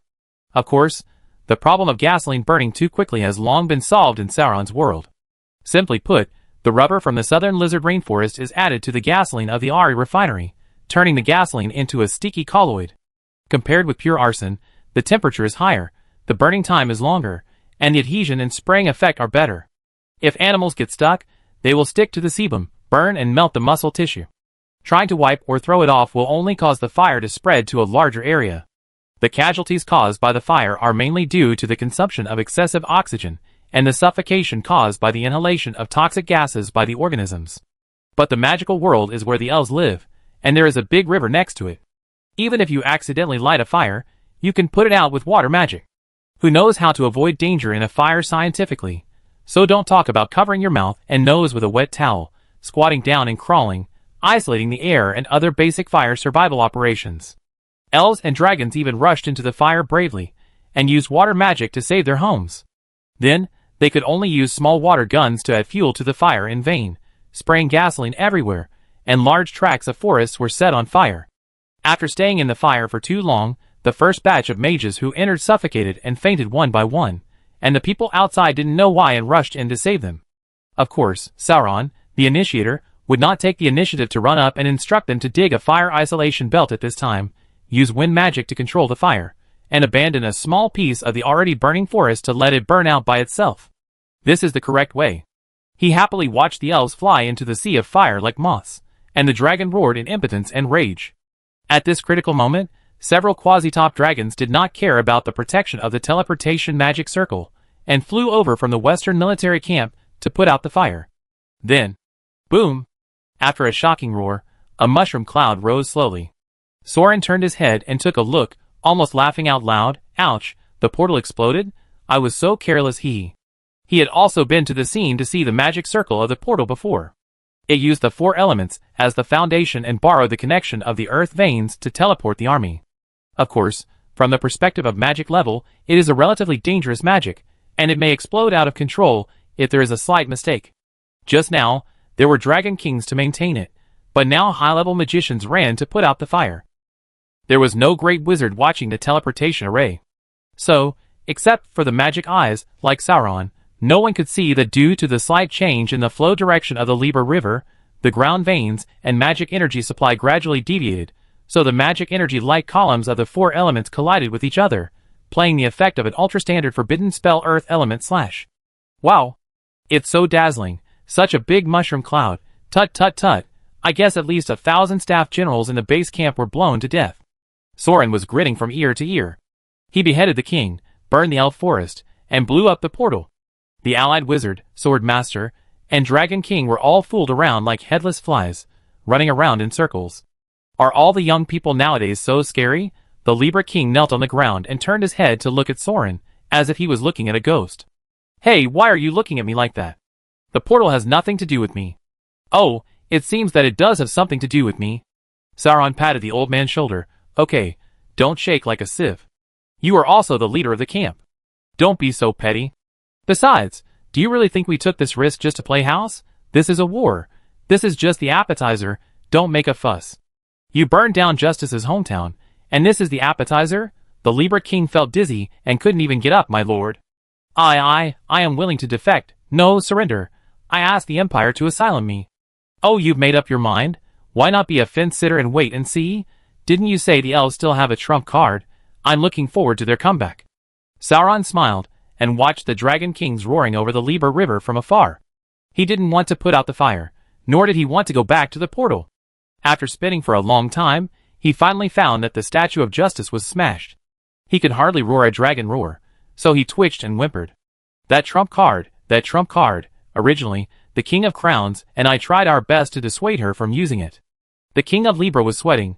We made her believe that with the national strength of the United Kingdom, it would not be a problem to organize a military holy war with half of the alliance.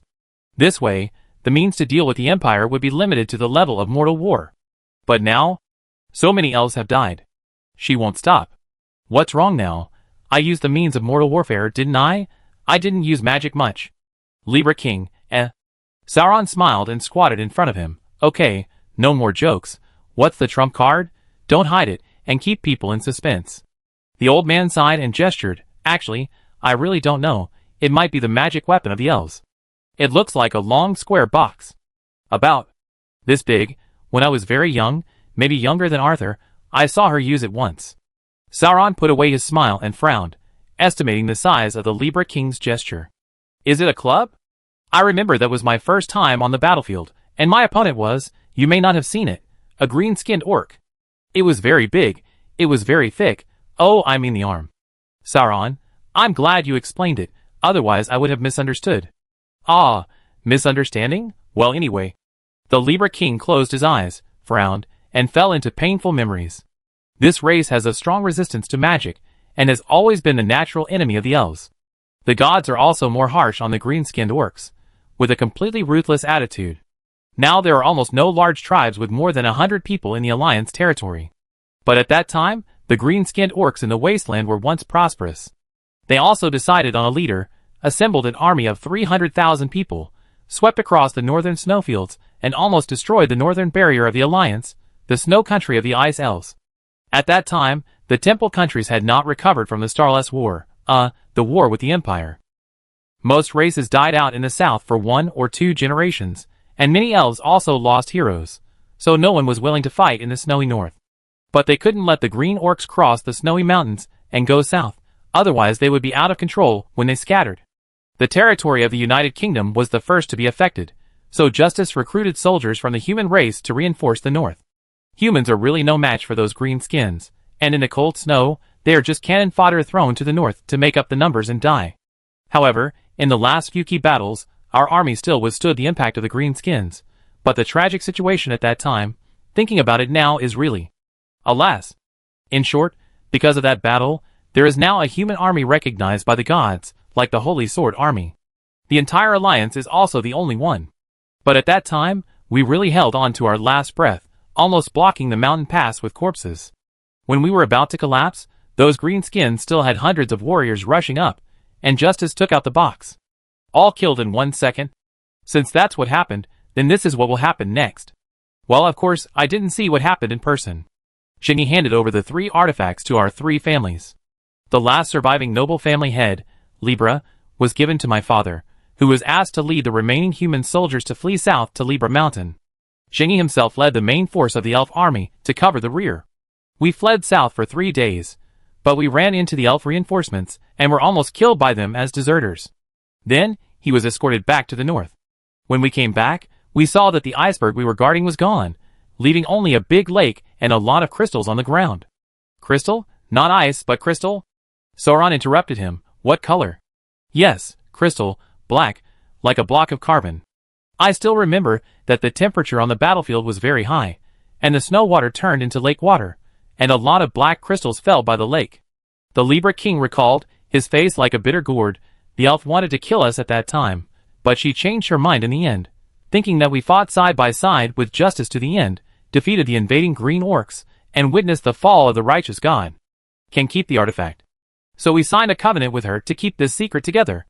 So the box could be some kind of weapon or magic item, After dealing with 300,000 green skins, the crystal wall under the ground was also made by this thing.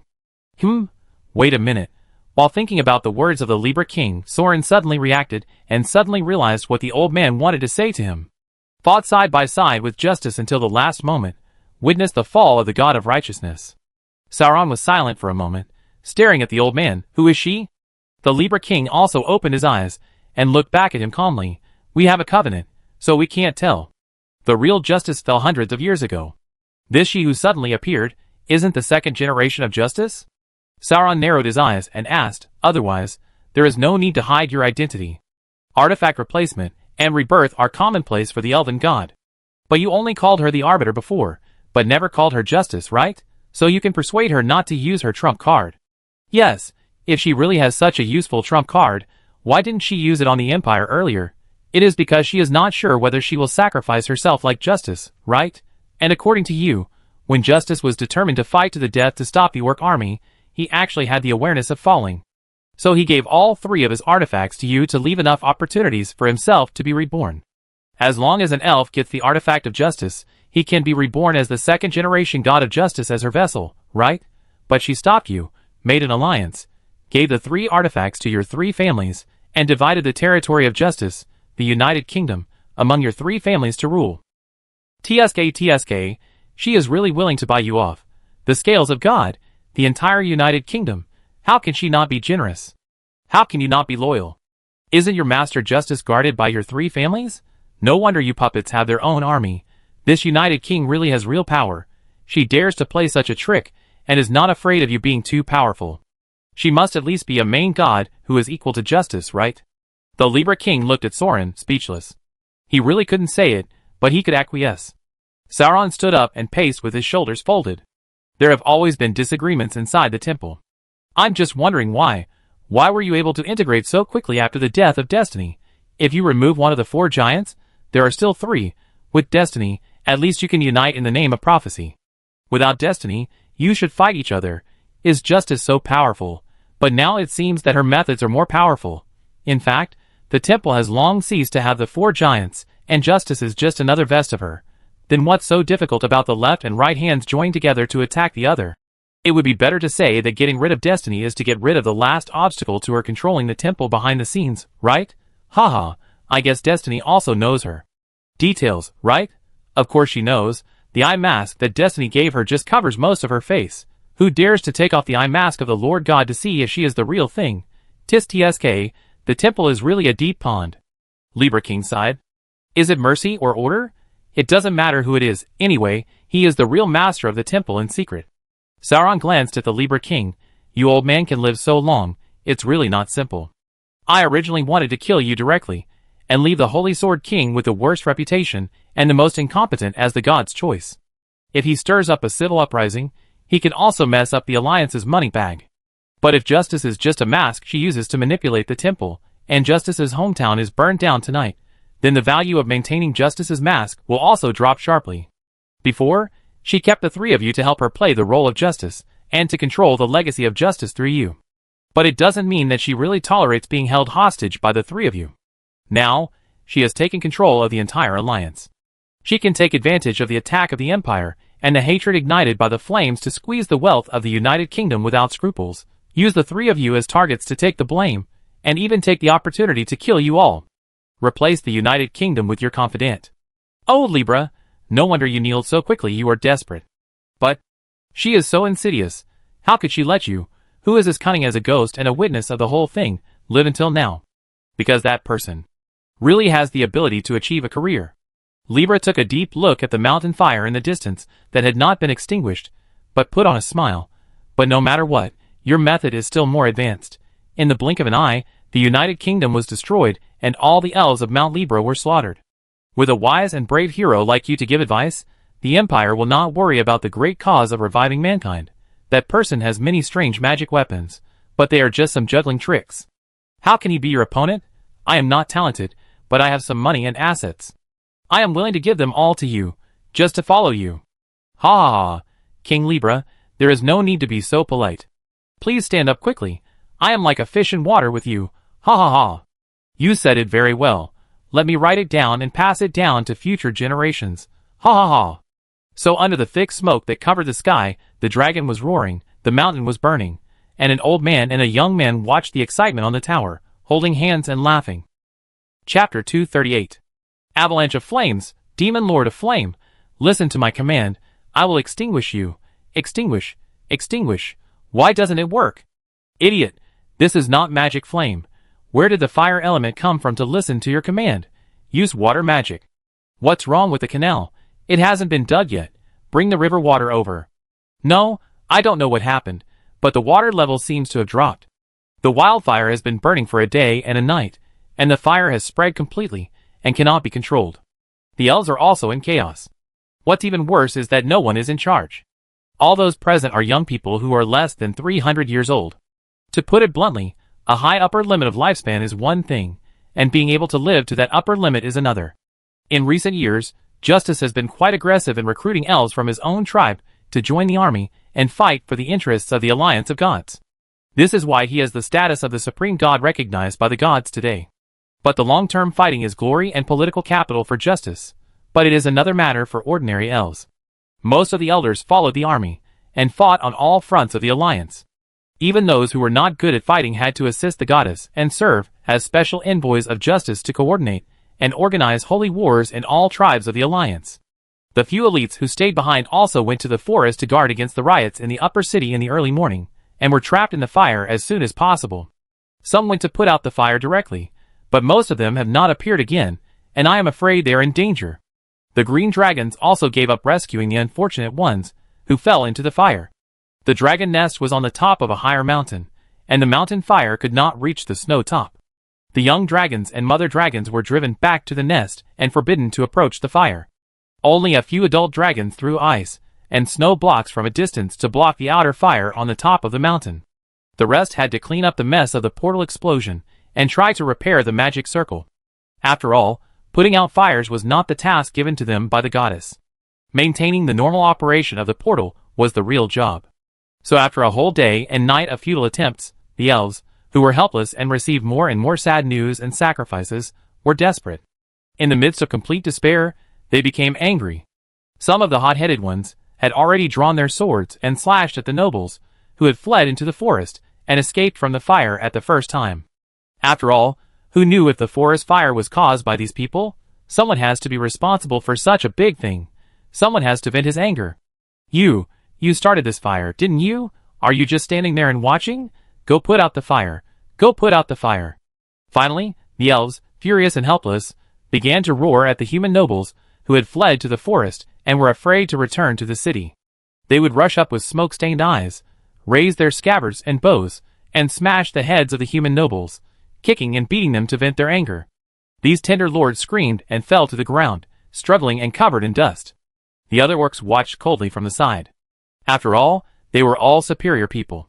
When it came to internal oppression, they only looked at strength and race. Who cared about your identity? The noble guards present did not dare to come over to stop them. After all, the elves were really furious. They had already started to grab the soldiers wearing the Holy Sword army robes from the crowd and stab them to death one by one. Because they should be responsible for the city defense, but now they neglected their duties and caused the elf forest to turn into a sea of fire. Isn't it the fault of these patrolling city guards? Don't they deserve to die? Once the killing spree begins, it's hard to stop when the emotions are so intense. So the wildfire raged like this, and the young elves were powerless, so they killed people to vent their anger. Unsurprisingly, the violence got out of control on the spot. At first, it was a small-scale beating, and then someone couldn't help but draw a knife, so the conflict gradually escalated and expanded, and then they started to kill directly with magic, martial arts, and battle formations. Driven by grief and rage, the elves slaughtered hundreds of nobles, but they were not satisfied, and they went to the upper city with murderous intent. The orcs of other races also enthusiastically helped, and even shouted, "This is not a magical fire. Could it be that humans set the fire? I saw it. It was set by humans. It's all humans' fault." They continued to add fuel to the fire. After all, although the humans of the United Kingdom are the lowest race, the nobles are really rich, which makes the chiefs and patriarchs jealous. However, they couldn't do anything before because they were protected by the goddess. But now, the elves are taking the lead, so they can't help but make a fortune. So the young elf soldiers, who were so angry that they were blinded by anger and no one cared about them, rushed into the upper city and began to burn, kill and loot, with the help of the orc chieftains. The flames that rose to the sky obscured the sun, and the goddess, who was high above, disappeared. The order of the entire kingdom had been destroyed. As soon as the news of the assassination of the crowned king spread throughout the city, the elves and orcs rushed into the city with the heads of the nobles to rob, and the upper city was completely collapsed and in chaos. The people fled in panic, almost filling the suspension bridge to the east city. They were even forced to jump into the river and swim across the shore to escape. The elves and the orcs were targeting crowded places and killing them. Everyone had to feel the same pain as themselves. The elves felt that their reasons were justified. What kind of people are humans? Why are they so rich? The orcs felt that their claims were justified. At this time, many gentlemen could understand the facts that they had been paralyzed and blinded to. Do you think that you are superior to others just because you flatter the elves and act as an accomplice to justice? Bullshit. Even if you lick your feet, you are still a fish on the chopping board, and at this moment, a fat figure with a broad body and a bright and majestic appearance appeared on the other side. I am the God-chosen king of the United Kingdom, King Libra. The king of the crown was killed by the rebels. The king of the holy sword is not in the country. Now I will take over the throne. All armies, listen to my orders. The king of Libra held up the shining treasure, the scale of heaven, in his right hand, and instantly attracted the attention of everyone on the north and south of the river. The Libra king held a treasure in his hand, so his identity was naturally true. He was the legitimate king after all, and his appearance also made the elves and orcs regain some clarity in their eyes. Of course, an old king of human origin was not enough, but the army behind him made these chaotic soldiers truly regain their sanity. Yes, the army. Thousands of humans, wearing armor and holding strong weapons, densely packed spears, halberds and swords, poured out from the streets on the other side of the river like a torrent of steel. Soldiers holding heavy crossbows climbed up the towers along the shore, and aimed the crossbows at the chaotic army on the other side. The arrowheads still gleaming coldly in the thick smoke stopped the actions of the foreign soldiers, who were killing and looting civilians. Not to mention the elves and orcs, even the nobles who jumped into the river to escape were puzzled. Where did this army come from? Wasn't the main force of the Holy Sword army transferred away? In fact, the answer to this question is very simple. Is Dongcheng short of people? Is the Libra King short of money? Does the United Kingdom, the headquarters of the Allied Holy War, lack swords, armor, and clothes? None of them? Then it's over.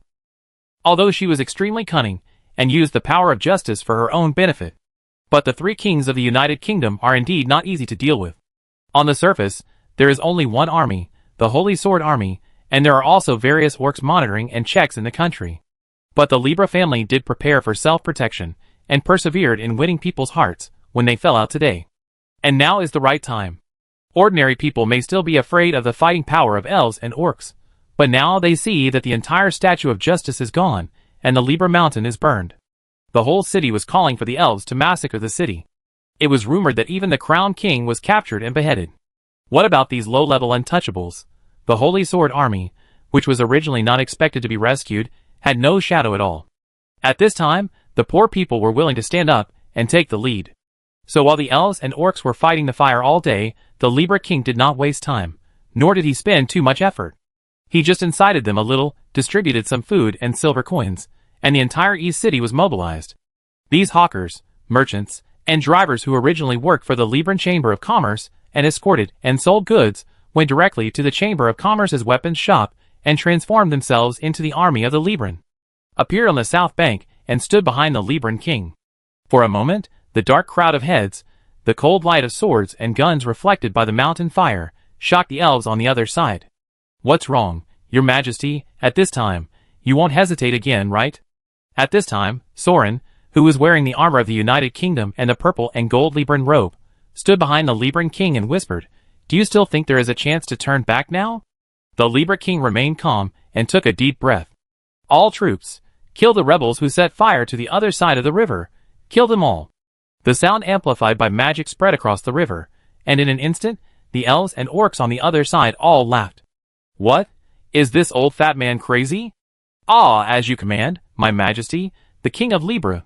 So a warrior of the Libra family, holding a double-headed spear, jumped to the top of the suspension bridge tower, and immediately became the focus of the whole scene. "Please look," he posed, Tata, the Vanguard's dragon spear. I begged and tried my best. I spent 3 years to get it back. Cool, right? There was silence. TSK, no applause at all. Is it true that no one recognized it? The audience this time is not good. Soren waved his hands and danced with the spear unwillingly, and suddenly swung the spear to sweep a half-moon arc. Including the Libra King, the soldiers on the south bank who were civilians yesterday and put on a layer of skin today, only felt a gust of wind blowing in their faces, and couldn't help squinting their eyes. Indistinctly, it seemed that a black shadow swept across their eyes. Then they raised their eyes, and saw that the other side of the river had turned into a bloody hell. The soldiers on the north bank of the river were cut down in large numbers, like wheat ears, and their throats and chests were all cut in two by the suddenly surging gun tips. In the short open space in front of the suspension bridge, the most violent soldiers standing in the front row who were chasing civilians, about 30 to 50 people, were killed by the first shot. The orcs and elves behind them were still chasing the fleeing nobles in groups, chasing them along the main road. They were blocked on the street by the corpses in front of them, and they made strange excited noises for no reason, not knowing that the end was approaching. Okay, then I let you see it, remember it, the fear hidden in the genes. Since these ignorant guys didn't run away, Soren had no choice but to test his gun on them. So he blinked his eyes, his pupils showed a bright red blood color, and he stepped forward and slammed the tower of the suspension bridge. The whole person turned into a black shadow and crashed head-on into the flesh and blood of the alien soldiers. The crushed bricks and stones had not completely fallen into the water, and Soren had already gone against the flow of people, holding the dragon spear and fighting back from the middle of the street, stirring up a sea of blood. With his hegemony fully activated, enchantments fully filled, and potions digested to the 10th bottle, today's Soren is finally not too far behind his fellow countrymen. After 3 years of coming to the alien world, he has become a top-level fighter after 3 years of training on the battlefield. The moment Soren's figure rushed into the chaotic soldiers, it was like a cannonball thrown into the crowd, rolling up a burst of steaming and exploding meat and disappearing. Others could only vaguely see the afterimage left in the smoke and dust, when the dragon spear threw blood and flesh from the flying limbs and broken arms. The long spear that sometimes expanded and sometimes contracted seemed like a living thing, and was swung like a long whip until it was almost deformed. The air around it was swept by the rapid spear piercing, making a crackling sound. Not to mention the dragon spear's own properties of breaking demons and killing, the spear dance accompanied by this pure violence, the flesh rain and blood wind, the whistling spear wind, and even the hot wind from the mountain fire, all rolled back to the north. The spear was like a dragon, and the man was like a tiger. The tyrannical warrior pushed forward like a steamroller, leaving only a vague and hideous bloody path under his feet. Woo! God of War. The Libra King had lived a long life. Seeing the purgatory in front of him, the streets were completely dyed red. He couldn't help but tremble his teeth and bit his tongue to wake himself up. At least, he was a wise man and reacted in time. Now was not the time to hide aside in awe and sigh. All troops, follow me, the Libra King, follow me, the Libra King. Using magic to amplify the sound, he woke up the militiamen around him, who were stunned by the killing in front of him. Follow me. Kill the rebellious bandits. Separately control the vault, magic stone warehouse, arsenal, sentry tower, and suspension bridge. The soldiers woke up as if from a dream, and crossed the river under the leadership of the Libra Knights, servants and shopkeepers. Although they were just a militia hastily organized with the structure of the caravan. But with hundreds of people gathered together with guns and crossbows, who would dare to mess with the elves and orcs, a rain of javelins and arrows would be enough. Of course, if they met the warrior who was so strong that he was scary just now, it would be another matter. God, the King of Libra.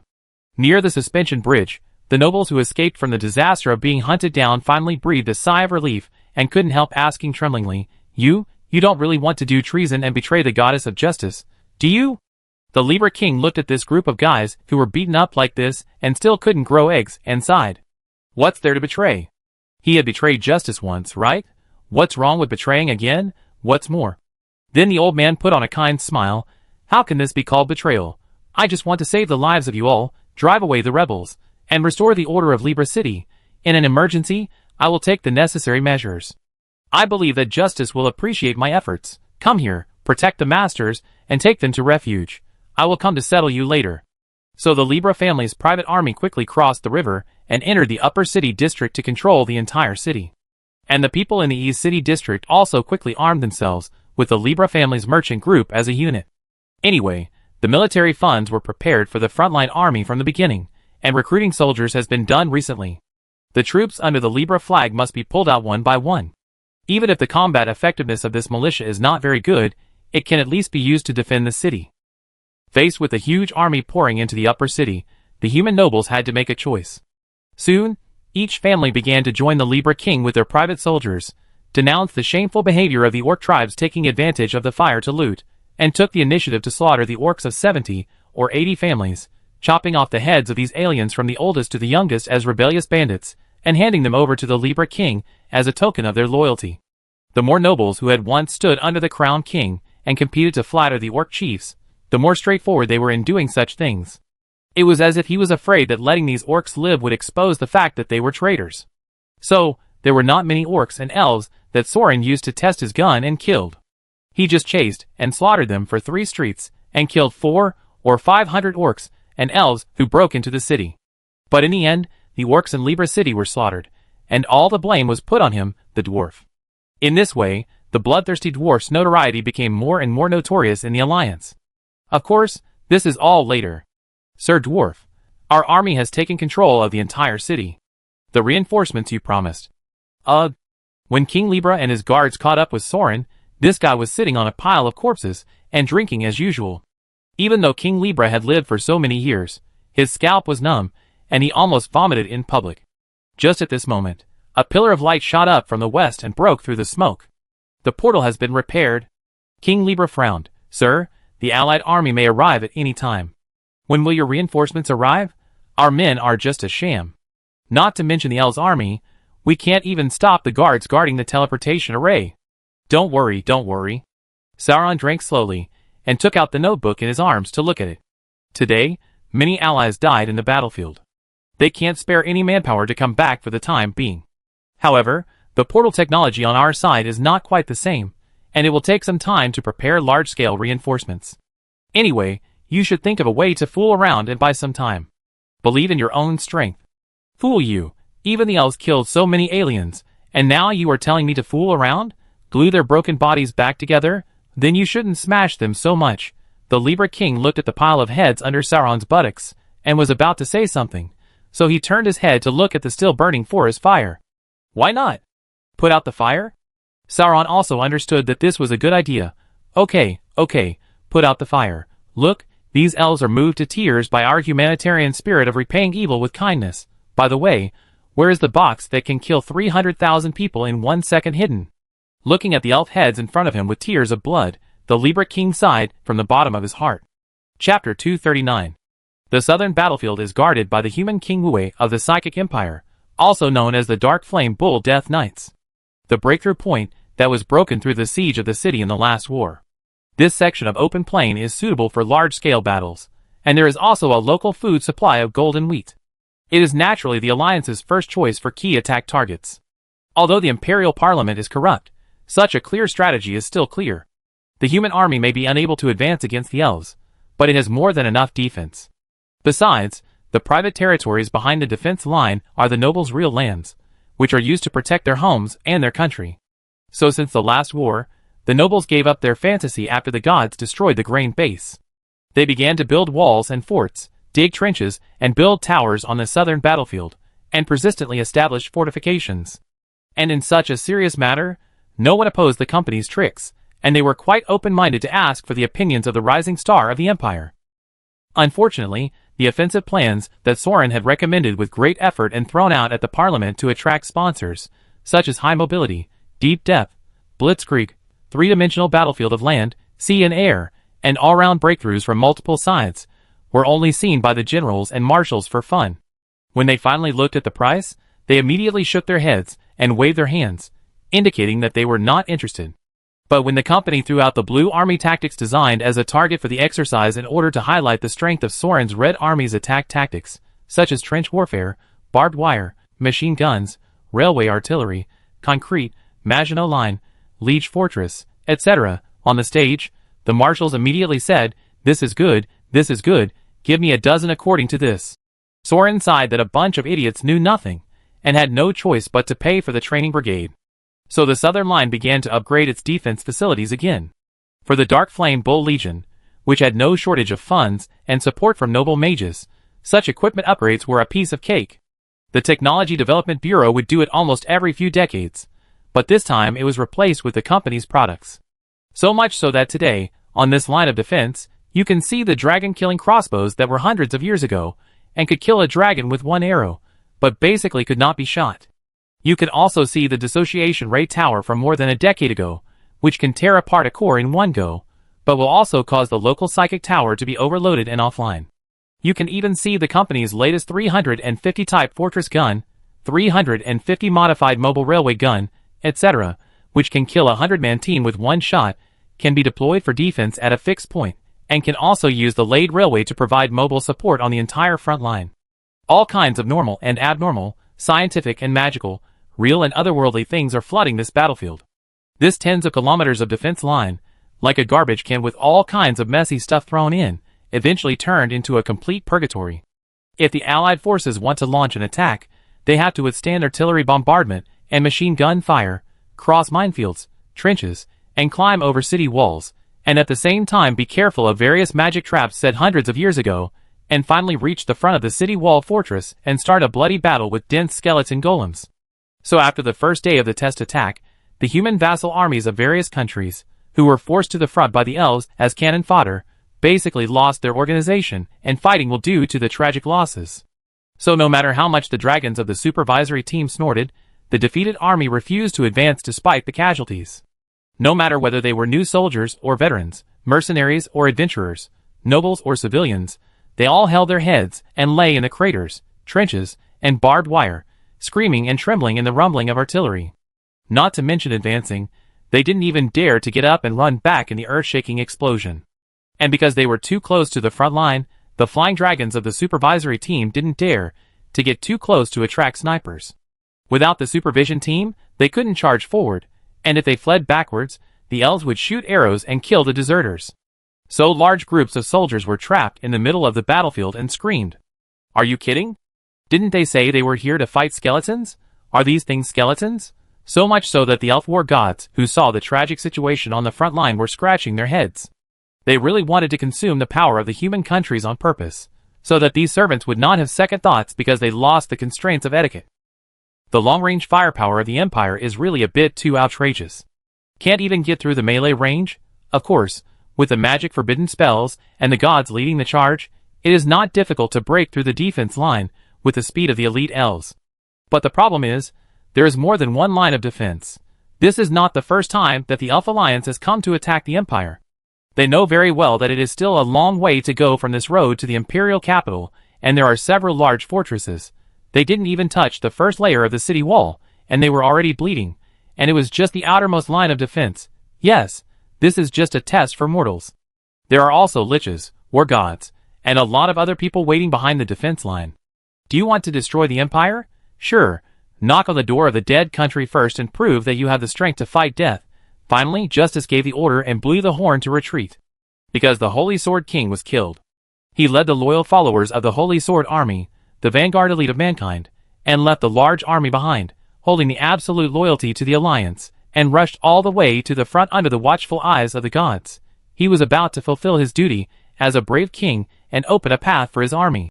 He was then hit by the crossfire of the machine gun fortress and the concentrated attack of several 150mm flatfire cannons, plus a bunch of magic thrown by the liches on the battlefield of the Empire, and was killed in seconds. 5,000 Holy Sword Army, thousands of knights, and the Holy Sword King who inherited the God of War were killed in seconds. To be honest, is this strong? As a human noble, he is one of the best in the entire Alliance, but in the Empire, he is just average. So the first day of the Alliance army's test ended with the death of the Holy Sword King. It took a long time for the defeated army to gradually withdraw. Because many people were frightened by the bombardment and explosions and had mental breakdowns, they could not even move, so they had to be thrown on the battlefield. In the end, the defeated soldiers returned to the camp in disarray, and the tragic scene almost shocked the troops of other races. The morale of the Allied Crusade army dropped to the bottom. The leaders of the orcs, and even the dragons could not help but start to worry. If every battle had to be fought to the point where the leader died, who would dare to fight for the gods in the future? The elves were not fools.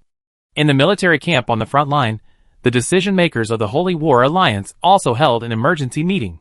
Of course, they were called decision-makers, but in fact, the gods were only providing suggestions. Especially after the temples were unified, the previous decision-making method of the main god proposing, and the gods voting was basically changed to the supreme god Justice making the final decision. In this war era, the gods did not have much objection to centralization, but at this time, no one could make any good suggestions. They all waited for the goddess in the first seat to speak. The commander of the Holy War Army, the supreme god of the temple, Justice, was now dressed in military uniform. He was not like the other elf warriors, who mostly relied on magic to build bikini armor, but a formal full-body plate armor, a golden armor, and a golden helmet, and even a golden visor, which completely covered his face, as airtight as a can. Of course, the other gods of war present were similar. After all, everyone knew that the Psychic Empire had a prime minister who had no manners and bottom line, and could be backstabbed at any time. Whoever dared to wear a transparent silk dress with a chest cut and split to the hips on the battlefield was a pure fool without a brain. The teleportation array in Libra City has been repaired. Justice spoke first, but said something else. The Empire launched sabotage in an attempt to disrupt our army's supply lines. But don't worry, my apostle, Libra King, escaped the assassination with a substitute and has maintained order. Food and armaments will be supplied normally. The kingdom has also organized manpower to help put out the forest fire. With him coordinating in the rear, the army will have no worries. Hearing what Justice said, many people breathed a sigh of relief, and the severe atmosphere in the military tent eased a lot. The old king had been famous for a long time, and had friendships with all countries. When they heard that he had escaped the assassination of the empire, and was in charge of the logistics of the coalition, the gods were relieved. So the war god chiefs put down their worries about accidents in the rear and began to discuss the war. The human army suffered too much loss, especially the Holy Sword army, which rushed to the front. Almost all the backbones below the Holy Sword King were killed. It has reached the point where it cannot be used and must be pulled back to the rear for reorganization. But now the transmission channel is harassed by the Empire's spies, and it also needs to transport supplies, but there is no room for transporting wounded soldiers. But if we don't transfer them back to the rear as soon as possible, there won't be enough medicine and food for so many people. Why not give them some military pay and let them disband on the spot and go back to their hometowns by land? But if the wounded soldiers are infected with the zombie plague again, like last time, letting them return to their homeland at this time will spread the plague of the undead. This war will not be over in a short time, and it will definitely lead to more troubles. It's better to burn them all. The chattering quieted down again, and the eyes focused on a male elf with green eyebrows and eyes. Of course, the status of male elves in the Alliance is quite low. Except for a few who have been deified, most sword masters and mages are only destined to work as laborers. The one who can stand here to discuss matters is not a male elf. This is the second-generation Dragon King of the Libra Mountain Green Dragon Clan, the Lord of Dust, a humanoid magic transformation. Burn it all, clean and clear. The Dragon King's eyes were emitting green flames, like flames, and he turned his head to show a provocative look. Of course, it was not for the justice of wearing a mask on his face, and his true expression could not be seen, whether he agreed or opposed. Instead, he set his eyes on the only human who attended the meeting in the outermost corner on the other side of the military tent. This was a human warrior with silver hair and silver beard. Although he was old, he was handsome in appearance and demeanor. Although he had long since disarmed and was unarmed, he was still surrounded by 4 sword masters sitting and guarding him. It was the Divine Guard Knight under Mercy, the East Spear, Sid, who came as Mercy's messenger to support the Holy War. Facing the obvious malice, the old knight said calmly, "Okay, I agree. Just burn to death all the humans who are willing to join the temple and fight side by side with the Alliance." Green magic fire was oozing out of the Dragon King's mouth and nose. "Why shouldn't you bastards die?" The old knight also looked at him. "Old reptile, if you make another sound, I twist your head off. Come and try." The Dragon King jumped up and stepped forward. Sheeta laughed. The 4 elven sword masters around him were sweating coldly. "Enough." Justice's voice came over without any fluctuations, stopping the battle that was about to break out in the military tent. "Lord of Dust, if you are so worried about your young dragon, I will allow you to go back to the mountain to check. No need to hold it in here. East Spear, you want to challenge the old human's martial arts skills, so just sit there and save your energy. You will have a chance to fight soon." The Supreme God spoke, and the 2 top troublemakers barely kept quiet. Justice slowly turned the golden mask and scanned the chiefs and generals of the various tribes in front of him. The Holy Sword King, as a pioneer, died in the first battle, and the human army has also tested the current Empire's combat power for you, which is enough to prove their loyalty to the Alliance, right? Or is there any other tribe that thinks that their army is much stronger than the Holy Sword Army and the Imperial Army, and can serve as the vanguard and charge the enemy? Is there anyone who volunteers? No one spoke. Although the leader of the Allied army despised humans, to be honest, they were bombarded so hard that they didn't even see the shadow of the enemy, and their organization was broken up. The Holy Sword King who was in the front didn't even have time to exert his martial god-level strength, and was severely injured by the oncoming shells. In the end, he was drowned by the magic special effects of water, fire, earth and wind. Everyone saw it. Vanguard, forget it. Then I will take full command and reorganize the army before the battle. Justice took in the dissatisfied but helpless expressions of the orc leaders. Then she nodded to the priest beside her. So the priest came out, unfolded a piece of parchment and read, "Don't rush to launch an offensive. First find out the attack mode and position of the Empire's long-range weapons.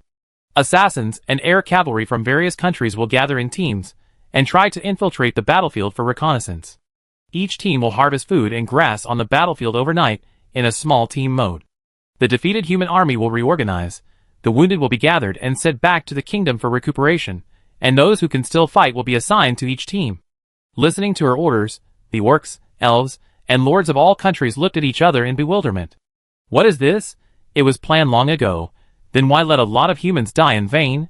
Or did she deliberately use the humans' tragic defeat to warn the coalition forces? She even abandoned the Holy Sword Army under her command, which was really cruel. "Don't worry," Justice concluded. "I have prepared a trump card that will win. The Alliance will win this battle. Justice will win. The Alliance will win. Justice will win. The Alliance will win. Justice will win." Bang! Sauron kicked open the sealed tomb. Covering his mouth and nose with a wet towel, he entered the tomb in the thick smoke. I never thought that the elves would hide their trump cards in the tombs of ancient human nobles. Why not carry a weapon that can kill 300,000 orcs in seconds and blow a snowy mountain into a lake? With such doubts and curiosity, Sauron, who was adventuring in the forest against the mountain fire, finally wanted to find out. According to the map information provided by the Libra King, he found this unknown noble tomb in the Forest of Elves. The ancient human nobles of Libra River had a unique tradition. They would make a contract with the elves in the forest and ask the elves, that is, the tribe of Justice, to help guard the family's cemetery. There are quite a lot of such noble cemeteries in the dense forest. Since their ancestors were buried in the forest, the nobles would naturally prohibit civilians from entering and leaving the forest to hunt and cut down trees at will. This is also good for protecting the habitat of the elves. Therefore, the humans and elves of Libra Mountain have formed such a strange friendship. The elves only used ancient magic to hide the location of the tomb and basic dust prevention, and it is impossible for them to take care of you carefully for so many years. So Sauron simply looked with the magic eye and poked with the dragon's spear, and found the target. Of course, the family that Sauron sneaked into was called the Nameless Tomb, because the family had long been extinct, and the family name was lost. Walking down the tunnel for more than 10 floors, we came to the bottom floor of the family tomb, the tomb of the first generation. There was a stone coffin in the center, and on the coffin board was a stone carving of the owner when he was alive. Of course, it was too old and basically no details could be seen. The murals around had long since been oxidized and faded, and it was hard to tell who had lived there before. Of course, after so many years, the bones inside had long since disappeared. Soren lifted the lid of the coffin, and saw at a glance that inside the empty coffin was a square box as described by the Libra King. This task is quite simple.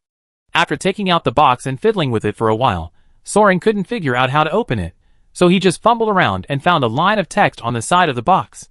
The ability of telepathy was automatically activated. Soren felt a small lightning jump on his forehead. He subconsciously read the words he touched in a language he could understand. Magnetic flux pressure piston implosion generator. Hey, he really knew it.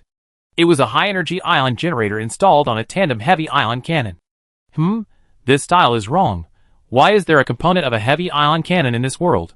Isn't that a theoretical weapon? You have to know that in Soren's previous life, humans had begun to colonize and transform the solar system, but they had not yet installed this advanced weapon, because the energy consumption load was too large. Ordinary aircraft carriers and starships could not install it. At least they had to go to Tai. Go to Tai. Damn it. Soren suddenly understood, and then his knees softened, and he knelt down. Titan. Titan is also a direct translation of telepathy. He subconsciously thought it was a Titan giant. There might be a pure Titan-class Star Destroyer on this planet. Chapter 240. The Libra King is also a courageous man. He only brought a few followers to interpret, and calmly went to the portal of the West City District to explain. He said that the bloody conflict in the Upper City District was caused by a small number of orcs, who took advantage of the fire to riot and loot, but now it has been quelled. In order to maintain the order of the kingdom, he has acted as the king and temporarily arranged for the various chambers of commerce to organize people to put out the fire. So if you find a large group of people being mobilized, don't panic, they are all for disaster relief. The explosion of the Western Defense Portal killed a large number of Magic Corps soldiers, staff officers and logistics officers who maintained the supply lines and magic circles. The elite mages who stayed behind did not dare to leave their posts and run around. No matter how big the alliance was, it could not withstand the portals exploding again and again. If they cut off the army's food, they would lose their heads. So they could only watch their homes burn down and still have to work. It was simply despair. This time, someone finally brought good news. So the remaining troops were like drowning people grabbing a life-saving straw. Immediately put the hope of firefighting and disaster relief on King Libra.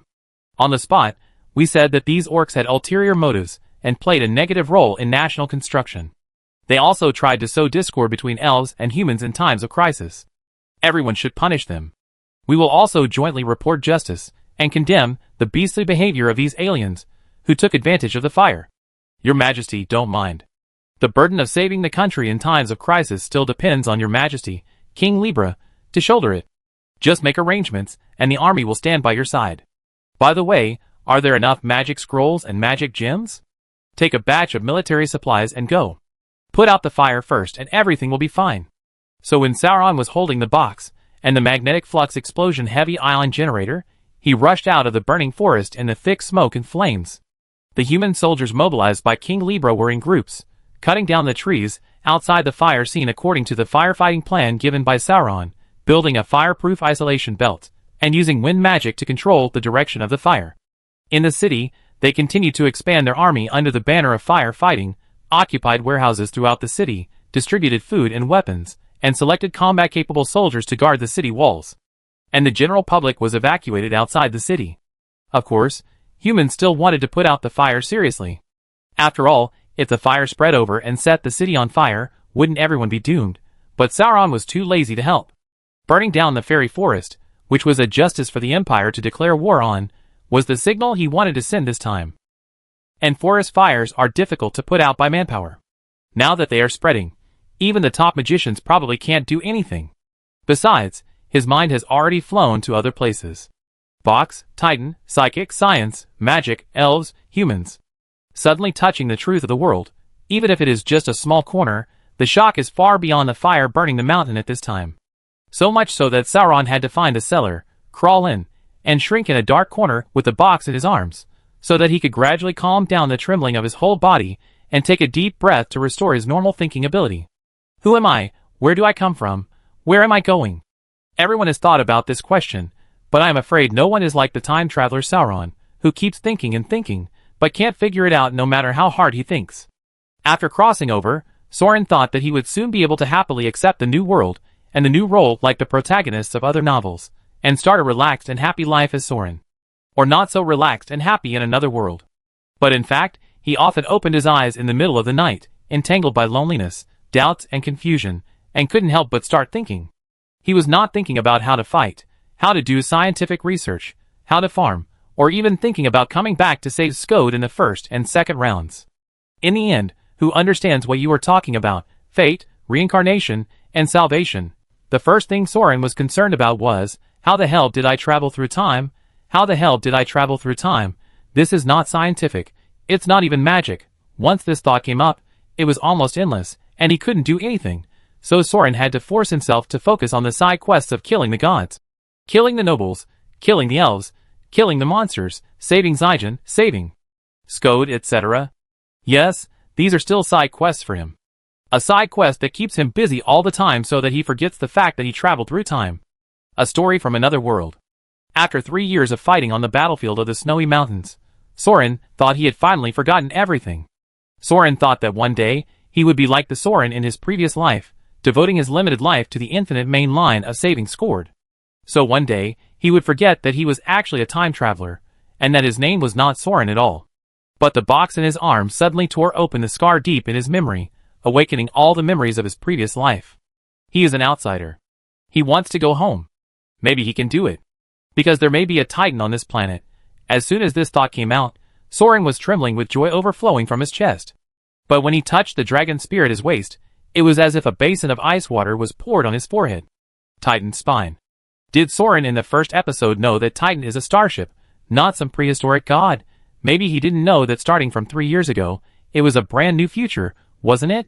And if Sauron hadn't seen the box with his own eyes, he would have always assumed that it was a so-called Titan. After all, wasn't the sword of the fearless deified because it cut off the head of a Titan? And this dragon spear, with its spinal cord and flesh and blood, what is this Titan? Shipborne intelligent robot. In short, it's hard to associate it with a starship, but maybe Sauron knows. If the gods are being manipulated by Sauron, there's no reason why they wouldn't know this trump card, right? Then why not tell him?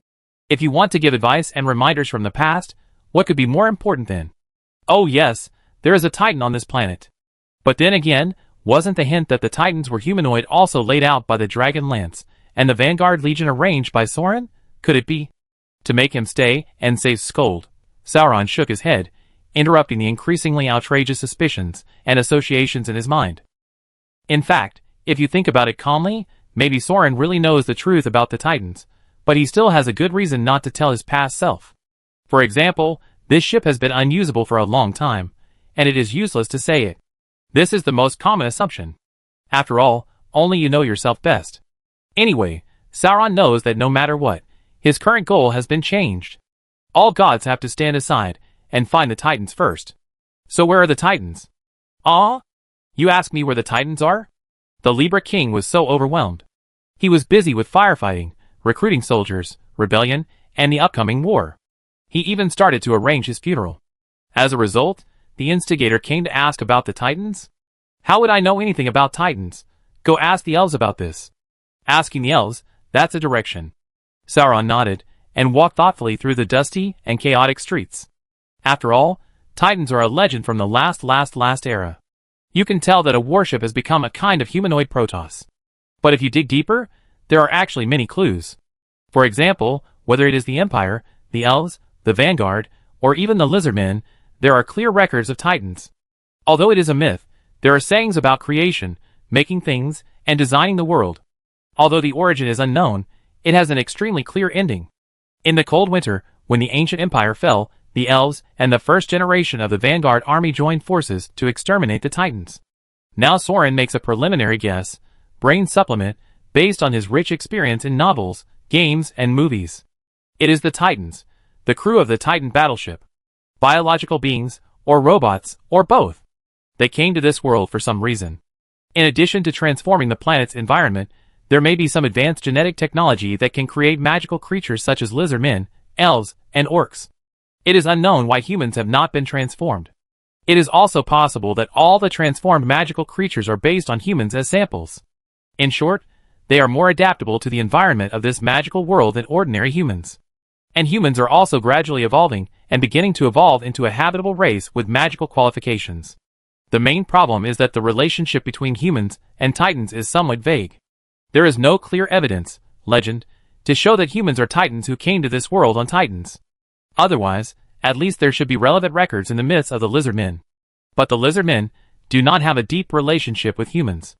The legends of the ancient human empire, although it is implicitly said that humans also came from other worlds and therefore do not know magic, do not mention things like Titans creating humans. The inheritance of the Vanguard army is also that until the fall of the ancient empire and the mass exodus, the royal guards joined forces with the elves for the first and only time, and were inserted into the mythical ending of the Titans. They also got 7 spine dragon spears. In this way, perhaps the Titans are more likely to be aliens. At least they may have nothing to do with the indigenous humans of the ancient empire. In short, the ones who know the secrets of the Titans best should still be the elves. Especially the 19 main gods, who survived the war against the Titans. But now even the main gods of the elves have changed several times. Soren knows that there are three who clearly participated in that battle and died, namely, Etiquette, Destiny, and Fearless. The second generation of alchemy may not have participated, but the first generation of alchemy, Chief Archmage Yogg, should have been present at the time. Unfortunately, the old man disappeared after meeting him 3 years ago, and never appeared on the battlefield again. In addition to those who died in the past war with the Empire, there are also those who were killed by their own people, such as Justice. Now there are fewer and fewer gods who know the secrets of the Titans. However, probably the true and false Justice were both insiders at the time, and they did know the secrets of the Titans, otherwise it would be impossible to use the box as a trump card without understanding the principle. But to be honest, even Sauron only knew the term magnetic flux implosion heavy ion generator through the translation of psychic cheating, and roughly understood the principle and application of this device. If he really had to use this trump card, to be honest, Soren didn't know how to use it.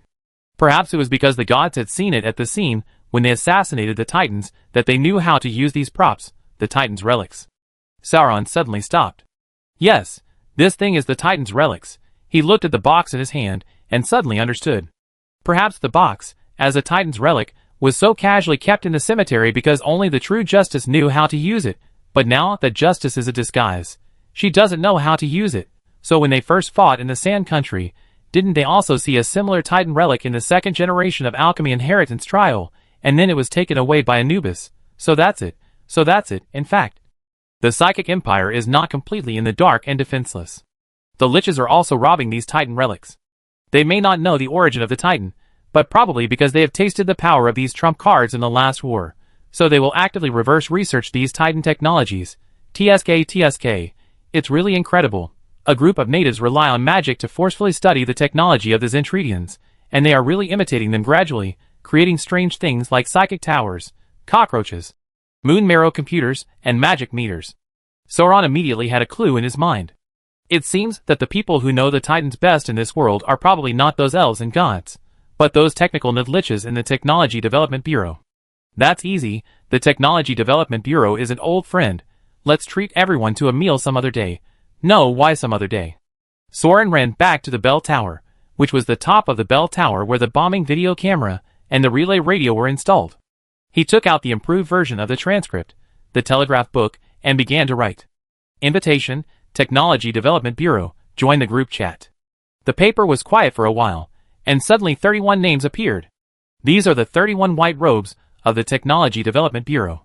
By the way, there were originally 32 people, but the traitor of the Gons family was trampled to death, and now a group of black robes are still conducting research on the subject, and new white robes have not been selected yet. After waiting for a while, a line of ink appeared.